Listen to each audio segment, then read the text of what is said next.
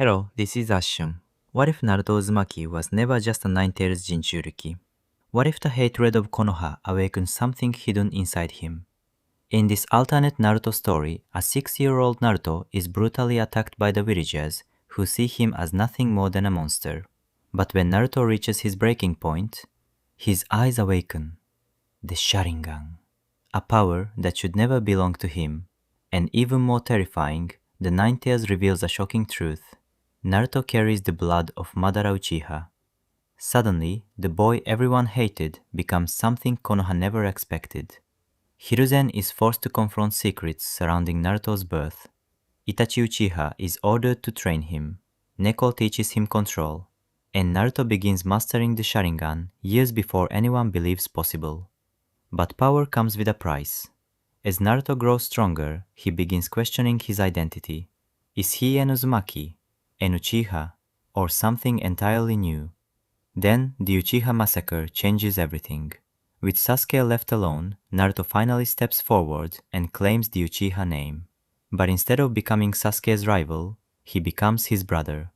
And when Naruto's new identity is revealed to Konoha, the village realizes something terrifying. They didn't create another enemy. They created an Uchiha who has every reason to hate them. Interesting? Well then, sit back, relax, and enjoy listening. Chapter 1. Naruto Uzumaki was only 6 years old, but some days, it felt like he'd been fighting the world forever. He didn't remember how it started, and that was the honest truth. One moment his mind was elsewhere, chasing the echo of a dream that had never belonged to him. Then, as if the world itself had blinked, he was running again. His small feet slapped against the uneven stone, each stride a jarring shudder up fragile bones. The alley was a labyrinth of cold and damp, the kind of darkness that clung to the skin and left stains on the soul. Far above, the sky was bruised with gathering rain clouds, the only slivers of light warped by oily petals pooling in the crevices of the cobbles. Every breath stabbed at his ribs, and his throat burned with the taste of iron and old tears. Fear lent him new wings, but the alley was a dead end. Always, it was a dead end. The chorus of voices crashed in behind him, echoing with the joyless cruelty of a mob that had performed this ritual before, and would again. Demon brat. Monster. He's just like the other one, can't you see? I told you, the Hokage's lost his mind, letting that thing walk around. Why do we have to put up with you? Naruto tried to drown out the noise, but it pressed into him, everywhere and all at once. The words were stones, hurled with more precision than hands could ever manage. They knew exactly how to break him, not with weapons, but with the certainty that he was alone, that nothing would ever change. He'd learned the lesson early, and learned it well. He ducked behind a jutting spill of crates, but they found him anyway. They always did. His tattered kimono, a black hand-me-down from a bin with too long sleeves and too many memories stitched into the seams, snagged on a rusty nail and tore further, exposing skin already bruised a dozen shades of yellow and purple. A rock caught him between the shoulder blades. He staggered, breath punched from his lungs, eyes stinging as he crumpled to the ground. The world went sideways. In the periphery, he saw more shapes converging. Faces twisted in anger and terror and a twisted sense of righteousness. Hands, so many hands, reached for him, and for a split second, he wasn't sure if they meant to help or harm. But he knew better. The first blow was clumsy, a backhand that knocked his head against the wall. The second more precise, a knee in the gut that made him empty the contents of his stomach onto the cobblestones. He coughed and spat, vision swimming, but the hands kept coming. One grabbed a fistful of his hair and yanked hard, forcing his face up to meet a grown man's sneer. Look at me, demon. Naruto's eyes, violet and tumultuous, streaked with the shadow of something dark, met the man's gaze. For a heartbeat, the man faltered, as if he'd glimpsed something in those eyes that he didn't want to see. Then the moment shattered, and his head was slammed back down onto the stone, sharp pain blooming behind his forehead. Feet and fists battered him, each strike punctuated with a curse or a slur, accusations he neither understood nor had the strength to deny. The world became a blur of blood and spit and sound, a carousel of agony spinning too fast to escape. Naruto curled tighter, bones rattling under the onslaught, but his mind retreated further still. He remembered, in the way a drowning man might remember the taste of air, the lessons drilled into him in the orphanage: don't fight back. Don't make eye contact. Don't give them a reason. He'd tried so hard to follow the rules, to be invisible, but it was never enough. He was always too loud, too strange, too much of something no one wanted. Why does he look like that? Why's his hair so dark? Told you, he's not right. My father said he's cursed. Just look at his eyes. Don't touch him, don't even get close, he'll hex you. Let's teach him what happens to monsters in our village. Somewhere in the melee, a child's voice joined the chorus, shriller than the rest. He killed my cat. He killed it and laughed. It wasn't true, but Naruto had stopped protesting his innocence months ago. What was the point? The lies would be believed, and the truth would rot in his throat like everything else. He could already feel the bruises blossoming under his skin, a tapestry of pain, familiar as his own name. He heard laughter. He heard tears, were they his own, or someone else's? A strange numbness crept into his limbs, the body's last defense against too much suffering. He became aware, distantly, of the taste of blood on his tongue, and of the tears running sideways across his cheek as he clutched his head to keep it from splitting open. The world blurred, and time folded in on itself. For a moment, he was no longer in the alley, but standing at the window of his room in the orphanage, watching children play in the yard below. He remembered the way they'd look up at him with naked contempt, the way the matron always turned away when he approached, as if his very presence were a sin to be avoided. He remembered the first time he saw his reflection in the water, and realized he didn't look like anyone else he'd ever known. The black hair, the unnatural streaks of red, the eyes that did not belong to this village. He'd stared at that reflection for hours, trying to erase it with tears, with fists, with the hope that if he hid long enough, it might go away. But it never did. The beating continued, the pain mounting, but somewhere in the marrow of him, a different kind of pressure began to build. He couldn't have named it, but it was old, and bottomless, and it made the air around him vibrate with a low, dangerous hum. It was as if something ancient and patient had been waiting for this moment, this precise calibration of terror and humiliation, to finally make itself known. He bit down on his lip until he tasted copper, and the taste woke something inside him, a memory, or maybe a promise. He wasn't sure which. The world condensed to a single point, a radiant knot of rage and despair that blazed behind his closed eyelids. The noise faded, replaced by the sound of his own heartbeat, pulsing like a warning bell. The hands on his body felt distant now, like insects crawling across the husk of someone he once knew. He saw flashes, the matron's face, pale and pinched, warning him not to cry too loudly at night. The blinding red of the morning sun reflecting off the Hokage monument. The silent, knowing gaze of the masked Anbu who sometimes watched him from the rooftops, never interfering. And then, he remembered the old man. The third, with his heavy robes and heavier eyes.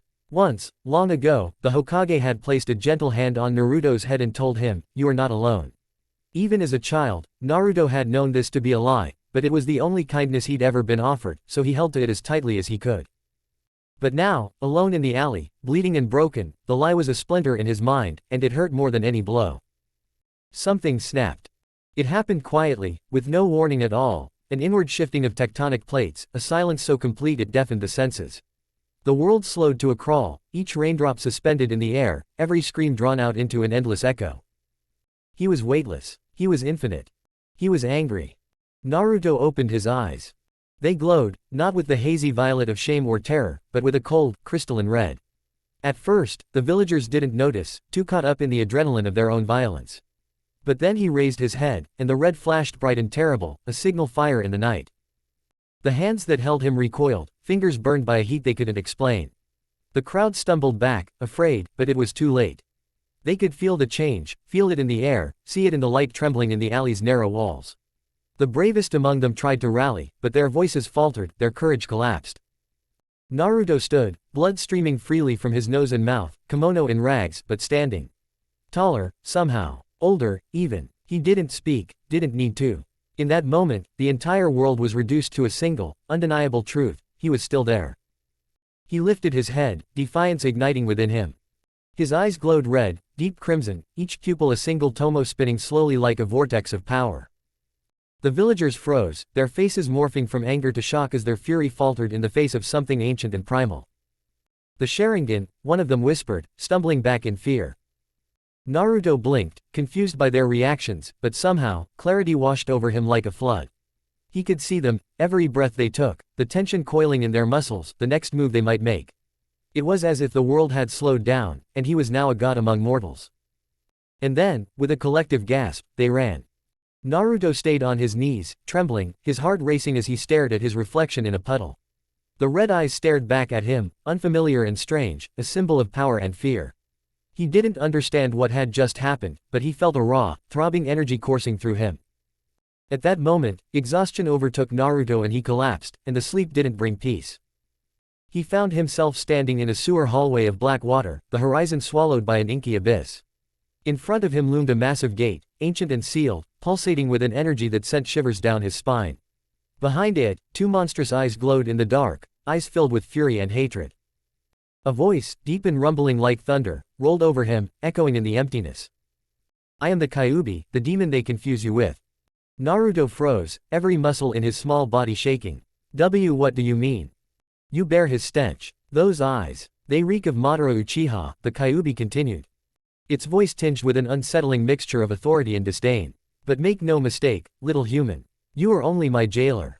You will never be me. Who's Madara? Naruto whispered. The beast's teeth gleamed behind the bars, sharp as knives. The one who originally chained me. The one whose blood runs in you, whether you know it or not. Naruto shook his head. No, that can't be true. I don't even know who my parents are.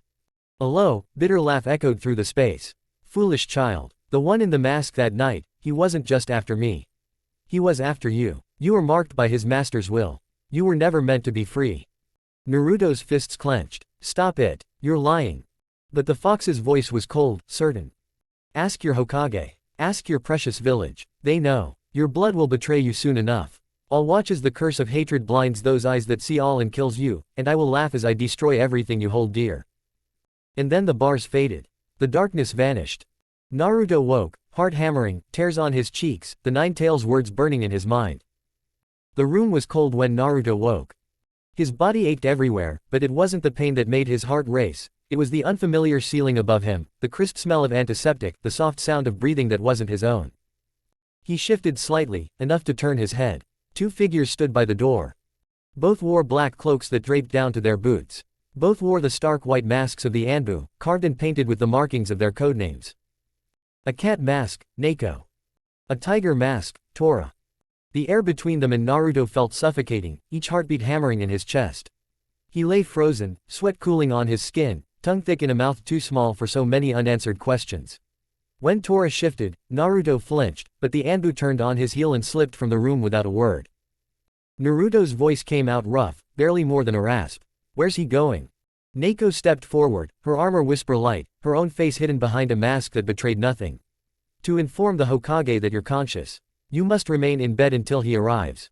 Naruto's mind rebelled. He wanted to sit up, to bolt for the door, to run until all these thoughts, the gnawing ache of ignorance, the fear of what those words in his mind might mean, faded into distance. Instead, he sank deeper under the blanket, fists curling until his knuckles grew white. The echo of the Nine Tails voice throbbed in his skull, ask your Hokage. They know.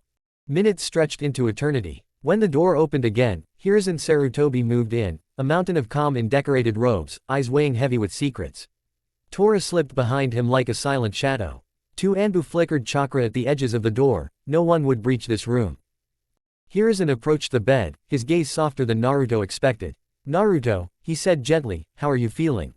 Naruto locked onto those ancient eyes, trembling with a mixture of defiance and dread. Tell me the truth. The Hokage stiffened. The truth about what, my boy? Naruto's voice pitched higher, raw with need. About the Nine Tails words. About Madara. About my birth. Who were my parents? Why wasn't I told? Hiruzen's shoulders sagged, as if the world's weight pressed down on him. He drew a breath. Your mother was Kushina Uzumaki, a brave kunoichi, loved by this village. Naruto's chest tightened. He clung to the name and let it soothe him, and tear him apart all at once. And my father.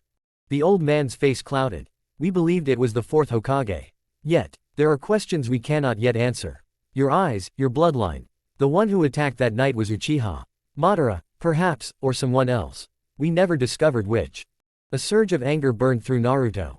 His fists clenched the sheets until his nails dug into the fabric. So I might not even be the fourth son. Hiruzen reached out, hand trembling as it hovered above the boy's shoulder, a gesture at once tentative and absolute, as if the old man wished to comfort him but knew that, in doing so, he would set in motion a chain of consequences that could not be undone. The Hokage's palm, broad and calloused, settled on Naruto's shoulder with the fullness of its weight, but the grip itself was gentle, a contradiction that defined so much of Hiruzen Sarutobi. The boy sat upright in the hospital bed, cocooned in thin white sheets, his fists tangled in the excess fabric, knuckles pushing stark and pale through bruised skin. Where the Hokage's fingers made contact, Naruto flinched, but did not pull away. He wanted, desperately, to trust that the warmth was genuine, to believe in the weight of kindness when the rest of the world had only ever taught him the weight of fists and stones. The silence between them was thick as tree sap. Hiruzen's eyes, ancient and unsparing, searched the boy's face for a sign: fear, resentment, hope, anything to anchor the next words he needed to say. "What matters," he said finally, the words slow and deliberate, "is not the blood that runs through your veins, but the person you choose to become." Naruto's jaw tightened. "But you said." The Hokage cut him off with a look, stern and sorrowful. "I know what I said, my boy. And it's true. You carry a resemblance to Madara Uchiha that is unmistakable." His voice caught, the word itself an admission of something deeper, a dread that lingered like the scent of smoke after a funeral pyre. "But you must listen to me. Madara has been dead for far longer than your mother ever lived. Whatever binds you to him is not fate. It is not destiny. It is only the past. And the past is a burden, not a prison." Naruto drew in a shaky breath, the air whistling around, teeth clenched against the threat of despair. "Then why won't you tell me everything? Why is everything a secret? Why do I have to wait?" Hiruzen's face, lined and weary, softened at the edges. He pulled up a chair and lowered himself with the careful deliberation of someone accustomed to hiding pain. The Hokage leaned forward, elbows resting on his knees, his hat casting a shadow over the furrowed lines of his brow. "You want to know who you are," he said, voice barely above a whisper. "But knowing too much, too soon, can break even the strongest shinobi. I want you to be able to carry the truth, not to be crushed by it." Naruto's eyes flashed, a spark of defiance behind the fatigue. "You're just like them. You're afraid, not of what I might find, but of what I might become." The words hung in the room, sharp as shuriken. For a moment, the Hokage said nothing. Then, slowly, he reached into his sleeve and pulled out a battered pipe, rolling it between his fingers as if the weight of routine could anchor him through this conversation.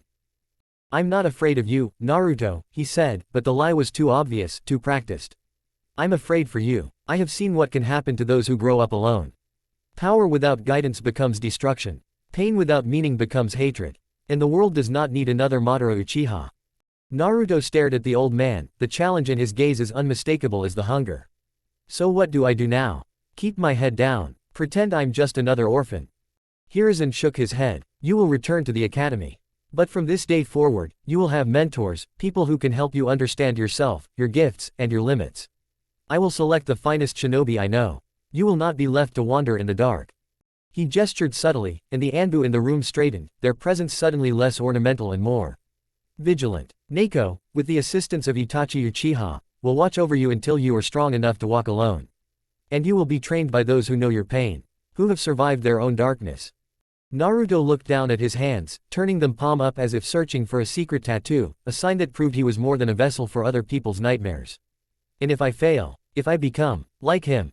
Hiruzen smiled, small and sad. "Then you will not be alone. That is the promise I make to you now." The words should have been comforting.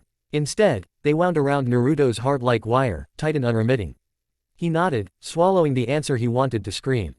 The Hokage rose, resuming the mask of authority that had slipped during their conversation, and motioned for the Anbu to escort him to the door. As he paused on the threshold, he looked back, his eyes heavy with unspoken regrets. "Rest, Naruto. You have a difficult road ahead." The door closed with a click. The room was empty, save for Naruto and the ghosts of everything he was now expected to become. He lay back, pillow frigid against the heat of his skin. Somewhere in the distance, a bell chimed 3 times, each note a reminder that the world outside kept moving even as his own had stopped. Naruto stared at the ceiling, the fluorescent light smearing his vision into a blur of white and gold. He tried to imagine the faces of the people who would train him, to picture himself in the future as someone worthy of their time and effort. But every time he reached for that image, it dissolved, replaced by the kaleidoscopic pattern of spinning red tomo. He saw Madara's eyes, as the fox had described them. He saw Kushina's smile, sharp and fleeting, a memory he never actually owned. He saw the smirk of the man in the mask who had destroyed everything before he was even born. And he saw himself, alone, standing at the edge of a battlefield littered with the bones of every promise anyone had ever made to him. Naruto squeezed his eyes shut. He willed himself to sleep, hoping that the dream would not find him again, that the voice in the darkness would lose interest, that maybe, just this once, he would wake up tomorrow a little more ordinary. But he knew it was a lie. The kind old men told children so they could bear the weight of mornings. Naruto sank back against the pillow, a storm of emotions whirling in his chest, grief, rage, relief, dread, all colliding as he stared at the ceiling, wondering if knowing the truth would finally free him. Or break him forever. Chapter 2. The apartment devoured him as soon as he crossed the threshold. The instant his foot left the hallway, the air changed, it thickened with a coldness that did not belong to the outside world, a cold that lived here, as much a tenant as he was. All the heat and color of the stairwell bled out of him, replaced by the suffocating gloom of near-total blackness. Putting his hand to the wall, Naruto crept forward, feeling his way as though the shadows themselves were alive and waiting to trip him. He closed the battered door with the slowest care he could muster. The solid thunk as the latch caught still sounded like a gunshot. For a moment, he waited, tense, as if some neighbor or Anbu might leap from the walls and demand to know what right he had to exist here. But nothing came. The silence was absolute, so deep that Naruto nearly convinced himself he'd never made a sound at all. He stood, letting the dark press in from all sides. His breath steamed in the air, visible even in the dimness. The landlord had, as always, neglected to fix the heater. The only light came from a street lamp filtering through the warped glass of the window, painting everything in a jaundiced, sickly yellow. Shadows flickered and swirled, pooling in the corners, thickening into shapes that shouldn't have existed. The air tasted faintly of metal and mold. He forced himself to walk to the center of the room. The place was unchanged, yet after today it felt utterly alien. The mattress was a dented island of familiarity amid the stained tatami, the single shelf a monument to the few objects the orphanage had let him keep. He glanced at the cracked mirror in the corner and saw only a blur, a formless ghost wearing his shape. He exhaled and tried to think. He pictured the woman's face, his supposed mother, the red-haired kunoichi with a smile more fierce than gentle. Kushina Uzumaki. The name felt too large for his mouth, like a secret he wasn't meant to say aloud. She had been alive, once, and filled rooms with laughter. He tried to imagine the sound, but it was drowned out by the hush of memory. Even her face was a mosaic of half-remembered features, as if the villagers' silence had erased her bit by bit. Naruto reached for the scroll the Hokage gave him, Kushina's final words for him, unrolling it on the ground and staring at the spidery script. Her words were more real than any photograph. He ran his fingers over the lines, lips moving unconsciously as he traced the final sentence again and again. I love you, Sochi. He had proof now. For the first time, his lineage was not a rumor or a curse but a voice speaking across a chasm of years. And yet, it stung more than it soothed. The knowledge brought no comfort, only the reminder that every kindness he'd ever craved had been stolen before he was old enough to remember. He swallowed against the ache rising in his throat. His hand clenched, crumpling the paper. He almost tore it, but instead laid it flat again, careful not to smudge the ink. He pressed his palm to the floor and closed his eyes, trying to will the tears away. Kushina Uzumaki. For a moment, the name echoed through his mind, strong enough to drown out the other one, the title that haunted him at every turn. Jinchuriki. Monster. The vessel of the Kyuubi, the demon fox. He remembered the looks in the villagers' eyes, every sideways glance a fresh reminder that he was not, and never would be, just a boy. And now, the fourth Hokage. His father. The man who was supposed to be a hero, not just to the village but to Naruto himself. He'd imagined his father 100 ways. Standing tall in the white robes, features blurred and indistinct but always smiling, always proud. Every painting and statue in the village showed him surrounded by adoring crowds, beloved by all. But no matter how hard Naruto tried, the image wouldn't resolve. Now it felt like a prank, a picture painted for everyone but him. He felt the bitterness rising, a sour, unfamiliar taste. He'd spent so long wanting answers, but now that he had them, the truth was a wound, not a bomb. He wanted to scream, to punch the walls until his fists bled, but all he could do was sit on the mattress and fold in on himself. He let his mind wander, tracing the years of loneliness in flickering images, the birthdays spent alone, the winter nights when the wind rattled the paper-thin windows, the cold stares from the market vendors. He tried to remember a time he hadn't been watched, weighed, judged. He blinked, and the ceiling above him fractured into a web of lines. He followed them with his eyes, letting his mind unravel. Madara Uchiha had set the whole nightmare in motion, unleashing the fox for reasons Naruto doubted he'd ever understand. The cost of that night was written in every scar the village tried to hide. And in the end, it was Naruto who carried the debt. He rolled onto his side, pulling the battered blanket over his head. The fabric smelled faintly of smoke, and he clung to it as if it were a shield. If he held still enough, maybe he could slow the spinning of his thoughts. But sleep wouldn't come. Instead, his mind spun outwards, imagining the days ahead, training with Neko and Itachi, the academy looming in the near future. He wondered if the other children would sense the difference in him, if they'd see the new emptiness settling behind his eyes. He replayed the Hokage's words again and again, searching for gaps, for any hint of affection. There had been none. Just duty, as cold and impersonal as the stone faces on the mountain. He squeezed his eyes shut, trying to block it all out. He was tired of being the village's scapegoat, tired of the double-edged kindness, tired of being both weapon and warning. The more he thought about it, the angrier he became. No more, he decided. If the world had already written his story, he'd rewrite it with his own hand. No more playing the victim. No more waiting for scraps of love. If I have to be a monster, he whispered, voice hoarse from disuse, then I'll be the kind that guards its hoard and bites back. Even in the darkness, he could feel the heat of the words, the promise of something sharp, something unbreakable. He rolled onto his back, staring at the ceiling again. He pictured the Uchiha crest, its stark red and white dividing line. He let the image settle in his mind, drawing strength from its simplicity. For the first time, he wondered if the stories about the clan were true, if the so-called curse of hatred could reach across clans, infecting even the ones who tried hardest to love. He stayed that way for what felt like hours, alternately shivering and sweating, drifting in and out of waking dreams. Sometimes he saw Kushina, her hair a burning curtain, arms white and strong enough to smother the world's cruelty. Sometimes he saw the fourth, but his face was always in shadow. More often, he saw nothing at all, just the endless tunnel of his own making, stretching forward into a future he couldn't quite picture. Toward morning, when his eyes finally grew heavy, he tried out a new smile. He shaped it without any warmth, practiced the way his lips could curl into something cutting. He rehearsed the words he'd use tomorrow, when the world expected him to be grateful and eager and obedient. Inside, he'd be sharp-edged.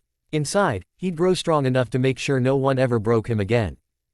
When the first light crept into the sky, Naruto opened his eyes. The room looked the same as always, but something in him had shifted. He rose, straightened the blanket, and rolled up the scroll with hands that barely trembled. He stood for a long time, staring at his blurred reflection in the cracked mirror. Then he turned away, ready to face the day. The next week. Dawn was still only a bruise on the horizon, sky leaking the faintest blue through torn strips of cloud, when Neko materialized atop his apartment's crumbling roof. She arrived as she always did, silent, sudden, her Jonin vest heavy with the promise of suffering and her face masked, as though even her expressions were rationed for special occasions. She gave no greeting and waited for none. She simply looked down at him through the half-melted rime on the tiles, and he understood by now that this was his summons. Naruto followed her without speaking, vaulting up the side of the building and landing beside her in the pre-dawn cold. In the weeks since his world had come unstitched, he'd learned to read the world in silences and suppressed motion, a flex of Neko's fingers meant to brace himself, a barely tilted chin meant to veil his intent. The shinobi village woke slowly, but the Anbu moved through it at all hours, and this, his training, took place in the cracks between days, before the world remembered that children were not supposed to bear so much. They stood on the roof for a single, perfect moment, just long enough for Naruto to catch the distant glimmer of fire atop the Hokage monument, the faintest sound of a market cart being rolled over frost-hardened dirt far below. Then Neko moved, and he was expected to match her without hesitating. She leapt from rooftop to rooftop, breaking the horizon with casual grace, and Naruto chased her through the thinning dark, lungs burning with the effort and something colder, hungrier, that he refused to name. She was not a gentle teacher. She wasted nothing on praise or even encouragement. Lessons began the instant she deemed him presentable, a kunai pressed to his trachea to test his reflexes, a shuriken unseen in the pre-dawn murk, whistling toward his calf, a chop to the temples to see if his new eyes, the Sharingan, would blink open in time. They always did. If he bled, she let him. If he failed, she made him do it again, and again, until every mistake was excised from his muscles by repetition. Control. The word was her mantra. Control your breath, control your heartbeat, control the rage that boiled in your marrow each time those eyes erupted into being. She broke him down into parts and demanded mastery over each. The quiver of a muscle in anticipation, the flicker of chakra behind the eyes, the microsecond of emotion that preceded action.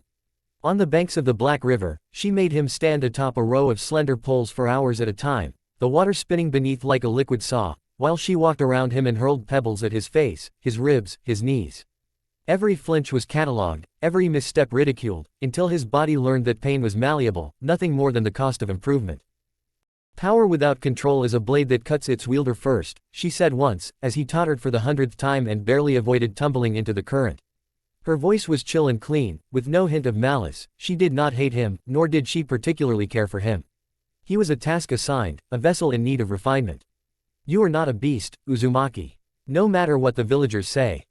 He wanted to roar at her then, to hurl the truth in her face, that he was a beast, that he'd stopped dreaming about being human a long time ago, that the Kyuubi in his belly was less a parasite and more a blueprint for survival. But he didn't. Instead, he held himself rigid, head lifted, jaw locked. He measured each inhale and forced the storm back behind his teeth. Because even if he was a beast, he was not stupid, and this was the only way anyone had ever paid him attention. When the sun rose and the training ended, she left him to clean and bandage himself until he healed. She did not offer to walk him home, nor did she share a single unnecessary word. Sometimes, after she vanished, Naruto stood on the bridge over the river and let the chill wind scour his skin, hoping that the pain would sand down the jaggedness inside. It never worked, but it did remind him, each day, that he'd survived one more morning. Only after sundown, when the last traces of pink bled out of the sky and the village settled into uneasy quiet, did the other teacher appear. Itachi Uchiha emerged not like a shadow but like the memory of a shadow, always around a corner a split second before Naruto turned it, always on a rooftop just beyond the range of an ordinary eye, always present in the mind a heartbeat before he made himself manifest. He never announced himself, and Naruto learned early not to try to sneak up on him. Itachi would simply smile, the faintest, brittle curve of his lips, and point out the exact moment Naruto had given himself away.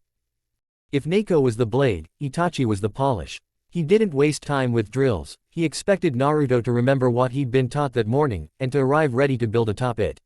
Itachi's lessons were subtler, more dangerous. He taught by example, by demonstration, by setting a trap and daring Naruto to spring it.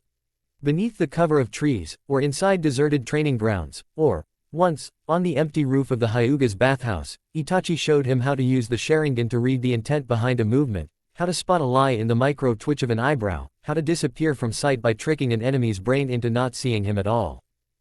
He rarely offered explicit praise. He very rarely scolded. What he did, instead, was create impossibly elegant traps, puzzles built from layers of intent and misdirection, and then, when Naruto finally solved one, allow a flicker of surprise to cross his face. That flicker was worth more than 1,000 words or 100 medals. It was the closest thing to pride Naruto had ever seen on the face of another person. The nights with Itachi were the only time Naruto felt anything like calm. The older boy moved through the world with a grace that seemed almost effortless, as though he were never quite touching the ground. His eyes, when they met Naruto's, were never cruel, only tired. Sometimes, when the lessons were over and they sat cooling down on a high ledge overlooking the rain-wet city, Itachi would say something strange and gentle. "You're stronger than you think. Don't let anyone, especially yourself, tell you otherwise." Naruto didn't know how to reply to that, so he said nothing. But the words lingered, bright as a thread drawn through the dusk. Their time together was always too short. Sometimes, in the middle of a spar, Itachi would pause, listening to something Naruto couldn't hear, then vanish into the night without so much as a goodbye. Other nights he would linger, and as the city's lights blinked out one by one, Itachi would share a ramen cup or a rice ball from his pocket, the ritual so normal it almost felt like family. Naruto never dared to ask about the Uchiha compound, or the rumors that circled the clan, or the reason for the bruised look in Itachi's eyes whenever he thought Naruto wasn't looking. But he could sense the weight on the older boy's shoulders, something vast and old, a burden passed down through generations. He wondered, sometimes, if every Uchiha was born carrying a piece of that sadness. One night, after an especially brutal set of drills, Naruto's knuckles bloodied, his arms trembling from the effort of holding a handstand atop a wooden kunai, the world spinning from lack of sleep, Itachi broke the script. "Come," he said, and led Naruto through a maze of silent alleyways until they reached the edge of the Nara district, where the trees grew thick and the air hummed with the sound of insects.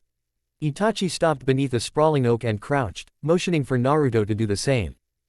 "You're almost ready," he said, voice soft enough that Naruto had to strain to hear it. "The academy is right around the corner. After that, things may change." Naruto thought of the letter from his mother, folded and refolded until it was little more than a wisp of paper. He thought of the village, of the stairs and the whispers, of the face in the mirror that he sometimes recognized and sometimes hated. He thought of how much he wanted the future to be different, even if he had no idea what different should mean. "Do you want the future to change?" he asked, not sure if he meant the training or the world. Itachi looked up at the sky, where the first stars fought to be seen. "I want my brother to be free," he said quietly. "I want you to be free, too." Naruto didn't know what to say to that, so he just nodded. They sat for a long time without speaking, letting the darkness settle around them like a cloak. When Itachi finally stood, the gentleness in his voice startled Naruto. "We have one more lesson, I think. Tomorrow night." Naruto nodded again. "I'll be there. My brother. If I can't be there, will you look after him? Promise me." Sasuke. Naruto barely knew the name, but Itachi's need for assurance cut through the darkness around Naruto's heart. He nodded before he even realized what he'd said. "I promise," he whispered. Itachi's half-smile was the first genuine warmth Naruto had felt. Then he melted into the night. The day of the academy. By the end of that week, Naruto's shoulders moved with the remembered sting of each lesson but without the instinctive flinch. The world pressed in on him as always, a weight of memory and expectation, but now he bore it differently, a boy who expected hurt and had learned to transmute it. There was an odd clarity in the way he tied his sandals before dawn, in the way he buttoned his shirt unevenly so the bloodstains on his collar would not show. He had become a vessel of discipline and anticipation, always calculating, always moving forward. He had not slept well the night before the academy term began. His dreams crawled with the taste of rust and benediction, with images of his mother's letter and Itachi's fragile, irreplaceable smile.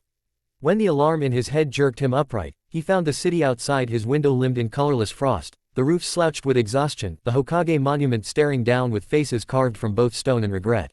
He ate nothing, because Neko's rules forbade food before the first lesson. He drank water laced with salt and forced his hands to stop shaking. Then he left his apartment, locking the door behind him with the precision of a practiced thief. The academy building rose from the square like a warning. Naruto paused at the threshold, listening to the rattle of nervous laughter and the squeal of chalk on slate. The old panic threatened to bloom, but he strangled it with the same cold expertise that managed nightmares. He focused on the rhythm of his breath, the subtle flex of his fingers, the way his shadow lengthened and merged with the others on the step.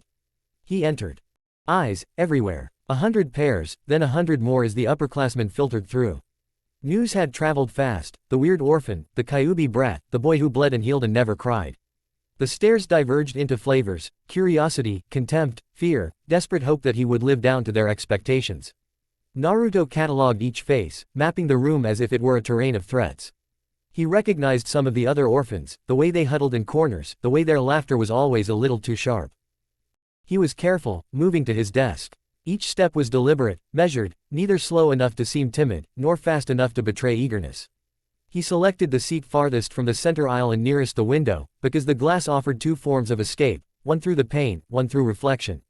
The desk was cold, scarred with grooves from generations of bored students, and he traced them idly as he waited for the lecture to begin.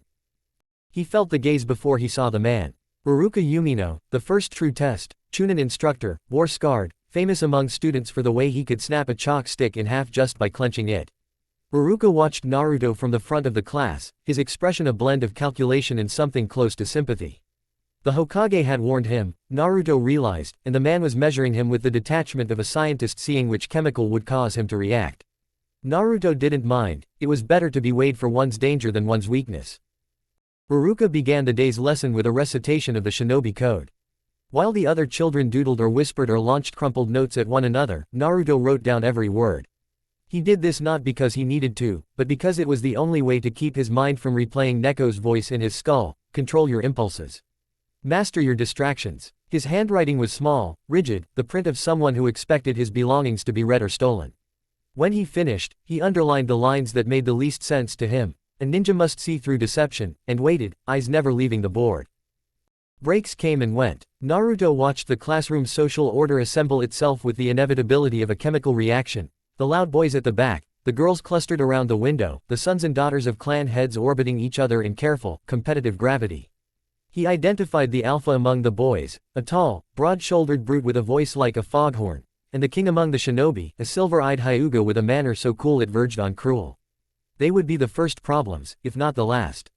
Lunchtime was a free-for-all. The courtyard filled with the noise of children released from the tyranny of learning, games breaking out in every corner, food wrappers flapping from the branches of the giant plum tree. Naruto stayed behind, waiting for the room to empty. When it finally did, he opened his lunch, a single rice ball, wrapped in wax paper and stamped with a cat's paw print, and ate it in precise, measured bites. Each swallow was a small assertion of control. He knew they would come for him before the bell. They did, a trio, as expected, led by the foghorn-voiced boy and his two lieutenants. They spotted Naruto on the stone path by the side wall, where he watered the grass with the dregs of his canteen. The lead boy squared his shoulders, made a show of cracking his knuckles, and stomped over with the inexorable confidence of someone who had never once lost a fight. "Hey," the boy said. He was a head taller than Naruto, face broad and blank as a snow shovel. "You're in my seat." Naruto stared at him, letting silence do the work. He blinked once, slow and deliberate, then shrugged. I didn't see your name on it, he said, voice pitched low so only the three could hear. The lieutenants bristled, but the lead boy just grinned wider, bearing a crown of uneven teeth. You think you're funny? No, Naruto answered, just careful. The first punch came, but not from the leader. It was the smallest of the group, a wiry kid whose eyes jittered with nervous energy. He swung wild, aiming for Naruto's stomach. Naruto saw it before it started, the telltale tension in the wrist, the way the boy's foot pivoted for leverage. He stepped aside, barely a hand's width, and the punch missed him clean. He didn't counterattack, he let momentum do the damage, and the wiry kid stumbled into the stone wall, scraping his knuckles raw. Next came the second, slower and more deliberate. This time Naruto ducked the grab, spun around, and in the same motion swept the boy's legs with a precise tap of his ankle. The kid went down hard, landing on his tailbone with a grunt. Naruto stood over him, arms at his sides, expression blank. He hoped Iruka was watching. He hoped everyone was. The leader was smarter than he looked. He hesitated, recalculating the odds, and for a moment Naruto saw the gears turn. Not just anger, but caution, maybe even respect. You're quick, the leader said. I practice, Naruto replied. The leader snorted, considered, then, unexpectedly, offered a hand to his fallen friend. Lucky shot, he said, but there was no heat in it. Next time, don't move so much. Naruto watched them retreat, inventorying the faces of the other students who had witnessed the exchange. Some looked impressed, others disappointed. A few, like the Hyuga at the window, seemed to be calculating in the same way Iruka did, like he was a puzzle that needed solving. He returned to class before the bell. Iruka was waiting at the front, arms crossed, a line of thought visible in the set of his jaw. Uzumaki, he said, voice even. Naruto stopped at the doorway. Come here. He approached, careful to keep his posture neutral. Iruka regarded him for a moment. You handled that well. Could have ended in a brawl. I don't like fighting, Naruto said, truthfully. Iruka studied him a bit longer, then nodded. Go on, sit down. There was something almost like approval in his eyes. The rest of the day passed in a blur. Naruto watched, learned, adapted. He made a point of memorizing the schedule, the escape routes, the hiding places in the building where the janitors never looked. He listened to the way the teachers spoke, the cadence and the hierarchy in every command. He watched the teachers, too, especially Iruka, who seemed to be everywhere at once, alternating between strictness and something gentler. When the final bell rang, Naruto did not rush for the doors. He lingered, watching the other students surge out in clots and clusters, each group already cementing its boundaries. He had no group, he would not have one unless he made one. As he left, he heard a voice behind him. Hey, Uzumaki. It was the leader from earlier, hands jammed in his pockets. Naruto turned. The boy hesitated, then shrugged. You wanna play tag with us next time? Naruto considered. Part of him wanted to refuse, distance was safer. But maybe the wolf was best hiding amongst the sheep. Sure, Naruto used a practiced smile, one that would become the cornerstone for one of his greatest masks. The first day at the academy was over, but for Naruto, the real test was only beginning. Chapter 3. 2 years had passed, and still Naruto moved through them as if shadowboxing with fate. Each sunrise found him on the edge of the village, running circuits until sweat soaked through his threadbare shirts and turned his hair molten gold, every breath a challenge thrown at the world to try and catch him. The grass at his favorite training ground had long ago surrendered, trampled into dirt by his relentless pursuit of perfection. He doubled down on his studies and the body-breaking drills, not out of pride, but out of desperation, as if enough repetition could force meaning onto the chaos of his existence. He measured his days by the number of kunai he could throw without missing the target, the number of times he could outlast the others in laps around the village wall, the number of seconds he could hold a hand sign without his fingers trembling. When the teachers at the academy rattled off rankings, Naruto's name was always at the top. There was a grudging respect in their voices, an undertone of surprise that never faded. They expected the orphan to crack, to falter, but Naruto's only response was to double his efforts, his competitive streak a lifeline to something stable. At first, the other students dismissed him. Then they feared him. And finally, they watched him with wary admiration, as if he were a wild animal that had learned to wear shoes and mimic human manners. In every exercise he found his own rhythm, adapting lessons faster than even the prodigies. He mastered basic jutsu in weeks, then moved to advanced techniques before the instructors had finished their explanations. His taijutsu was unorthodox, a fusion of academy forms and something else, something that reminded the instructors of Ando assassins. In shuriken and kunai, he was clinical, no wasted motion, no wasted thought. It was only during the rare moments of stillness, the breath between drills, the falling hush after a sparring match, that the strange, hollow ache gnawed at him. He didn't know what to call it, but it had been growing worse with every month. On top of it all sat the secret, the Sharingan, a bloodline legacy that he had never asked for, but carried now like a brand. Itachi's private lessons had taught him not just to awaken it, but to use it with precision. The world slowed to syrup when he activated the eyes, every twitch and feint telegraphed before it happened. Self-control was the lesson Neko drilled into him, to never let the power consume him, but to wield it only when needed. Control is freedom, she told him, and Naruto believed her. Even with these victories, the shadow never left. It followed him from the training ground to the classroom, from the bathhouse to the quiet corners of the library, always whispering of something lost. At first, Naruto thought it was just the orphan's curse, the longing for a place to belong, a name to claim. But as his skills sharpened, and as the Sharingan blossomed from one tomo to two, the shadow grew teeth.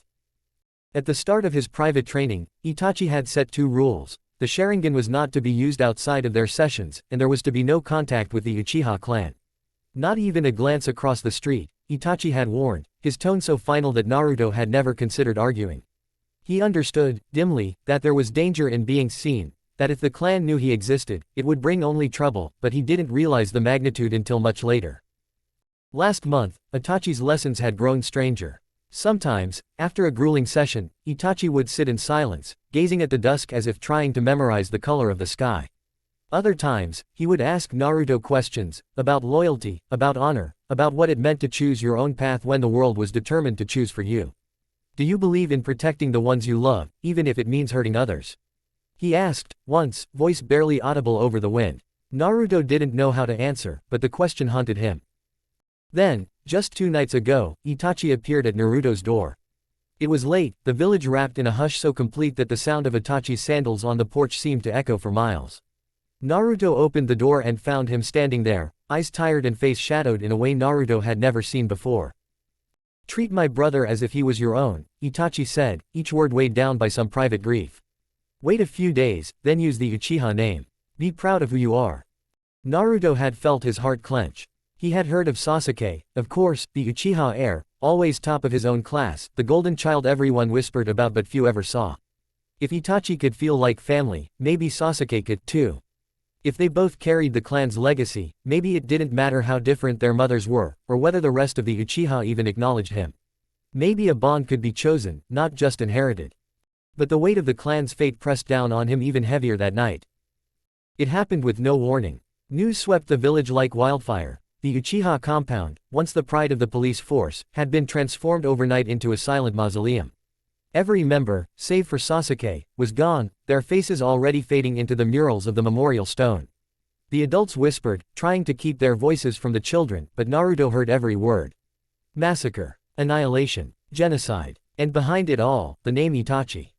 Naruto sat awake in his bed for hours, the sounds of the village muted and dreamlike. He pictured Itachi's face in the doorway, the way his voice had gone soft at the mention of his brother. He wondered if this was what it meant to be an Uchiha, to carry a burden so heavy it broke even the strongest. He stared up at the ceiling, fingers curled tightly in the bedsheets, and made his silent vow, he would not break. He would be strong enough to protect what mattered, even if he had to do it alone. He would make Itachi's sacrifice mean something. He would look after Sasuke, whether the other boy wanted him to or not. The sun hammered the field, pitiless and high, baking the earth until the dust beneath their sandals felt like sandpaper. Every shadow was razor-sharp, every sound, a flag snapping on the wind, the metallic clink of training kunai, the nervous scuffing of feet, a little too loud, as if the entire academy had gathered on the edge of something momentous. Today had the feel of a test, but not the sort that came with paper and ink. This was the ritual of public sparring, the bright arena where reputations were made and unmade in the span of a single heartbeat. Naruto stepped forward from the gathered students, and the world seemed to hush around him, not out of fear, but the kind of anticipation that precedes a storm. If anyone had expected the same scruffy misfit from 2 years ago, they were quickly disabused. Naruto was taller now, his limbs drawn taut by endless training, the baby fat vanished from his face. The black battle kimono clung to his frame with the effortless precision of something custom-tailored, the sleeves loose enough to conceal, the fabric soft enough to move without a whisper. But it was the symbol on his back that drew every eye and derailed every whisper. A white spiral, the unmistakable Uzumaki crest, splayed boldly across the shoulders. But the spiral was merely the core of a new, composite emblem, It had been transformed, cleverly, ingeniously, into the rounded body of an Uchiha fan. The edges of the fan were rendered in crisp, merciless lines, as if cut from obsidian. From the spiral's base protruded a handle, short and thick, rendered in a red so deep it seemed to bleed. Where the fan and the spiral met, the design flared upward, not unlike a tongue of fire, or a lash of wind. There was something subversive in the way the two ancient legacies had been joined, not as rivals, but as equals, their boundaries blurred into inevitability. The emblem was neither Uchiha nor Uzumaki. It was both. It was new. And it was his. The silence lasted longer than any of the instructors would have liked. Then, all at once, the tension fractured into a cascade of whispers.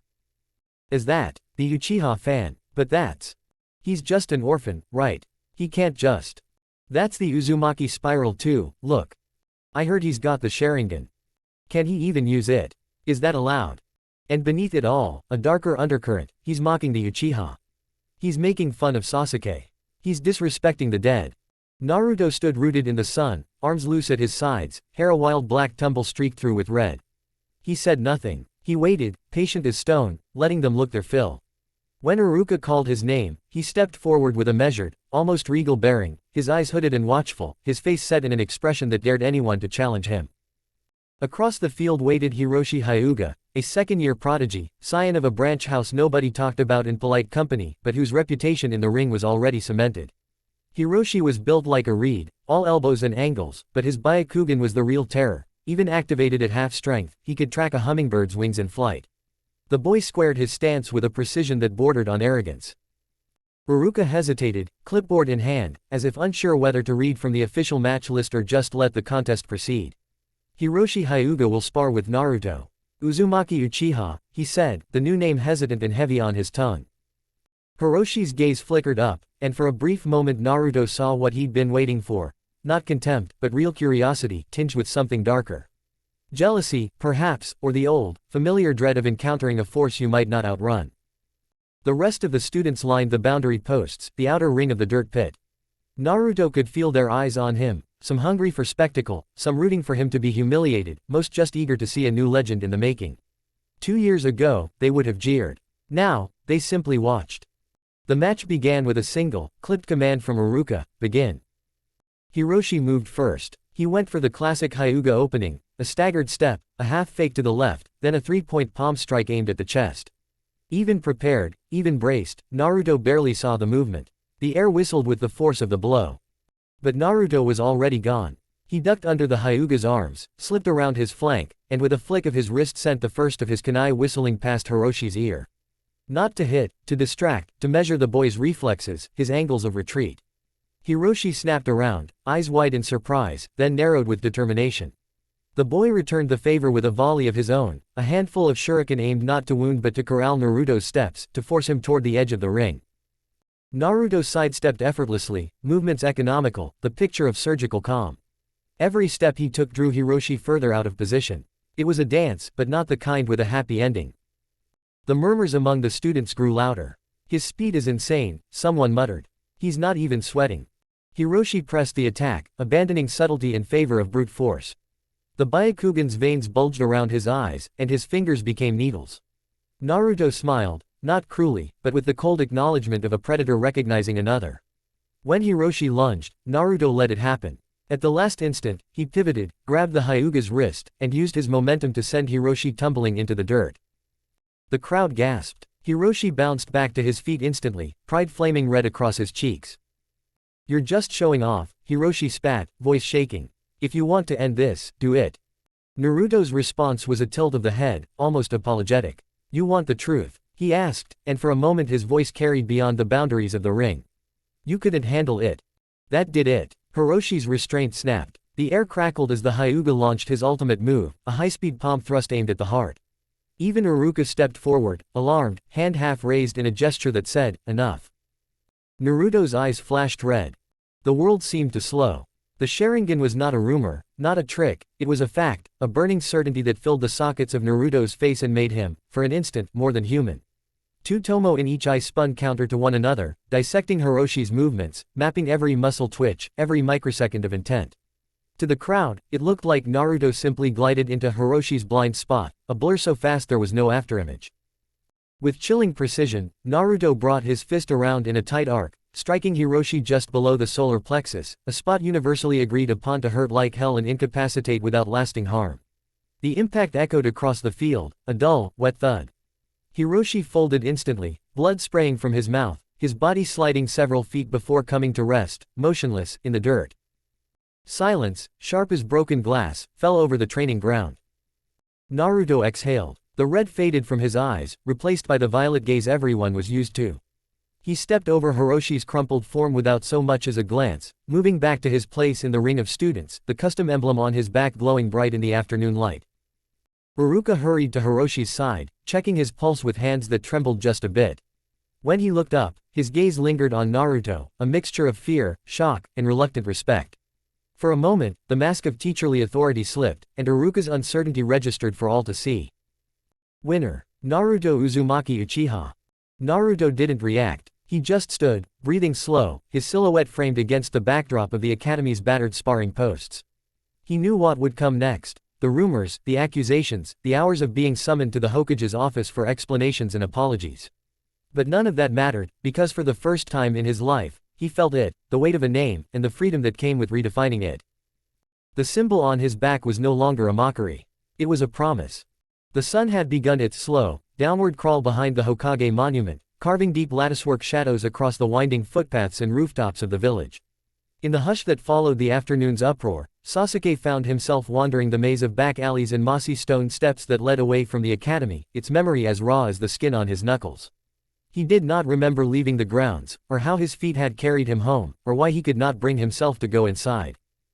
He only remembered the echo of that fight, the way Naruto Uzumaki Uchiha had appeared in front of the crowd with the impossible confidence of someone who belonged, the way the sunlight had been devoured by the black of his kimono and reflected in the jagged red of the clan crest on his back. The way, for one frozen, infinite instant, the world had tilted, and Sasuke had seen himself not as the last Uchiha, but as something left behind. He walked, hands jammed deep in his pockets, chin sunk into the collar of his shirt. The village was quieter now, but not empty. From the alleys came the distant clatter of dishes and the voices of children being called home. He heard them only as fragments, as if the world was a radio tuned to the wrong frequency. He barely noted the two boys walking up the street behind him, their voices peaking and fading over the rhythm of their shoes. "Did you see that academy match today? That new kid?" The first voice was high, almost breaking with excitement. "Uzumaki Uchiha, you mean the one with the crazy eyes?" The second replied, lower and rougher, like he was trying to sound older. "Yeah, to Tomo, both sides. Hiroshi is supposed to be their best, right? He barely touched him. One punch, and he was out." A pause. The boys slowed, glancing both ways as if afraid to be overheard. "He's an Uchiha, but he's not. Why is he allowed to use that name? I heard the Hokage let him use it. I heard he's even stronger than Sasuke." Sasuke stopped walking. He stood very still, letting their words wash over him, a familiar tightness building in his chest.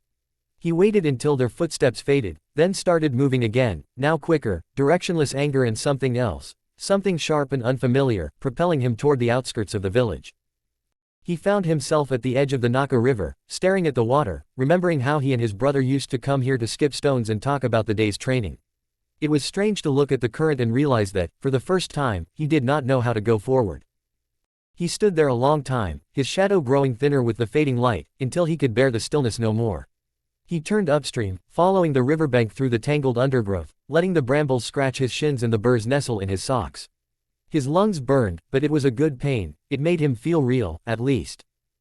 That was when he heard the unmistakable sound of shuriken, not just the swish of metal through air, but the crisp, musical collision of blades in flight. He slowed, instinct overriding anger, and crept closer, careful not to rustle the brush. The clearing was just as he remembered it, a ring of battered wooden posts, their surfaces cross-hatched with cuts and gouges from 1,000 hours of training. The ground was swept clean except for the shuriken, which were embedded in the posts in elaborate, geometric patterns. He had tried to recreate those patterns himself but had never managed to get more than two blades to meet midair without one going wild. At the center of the clearing stood Naruto.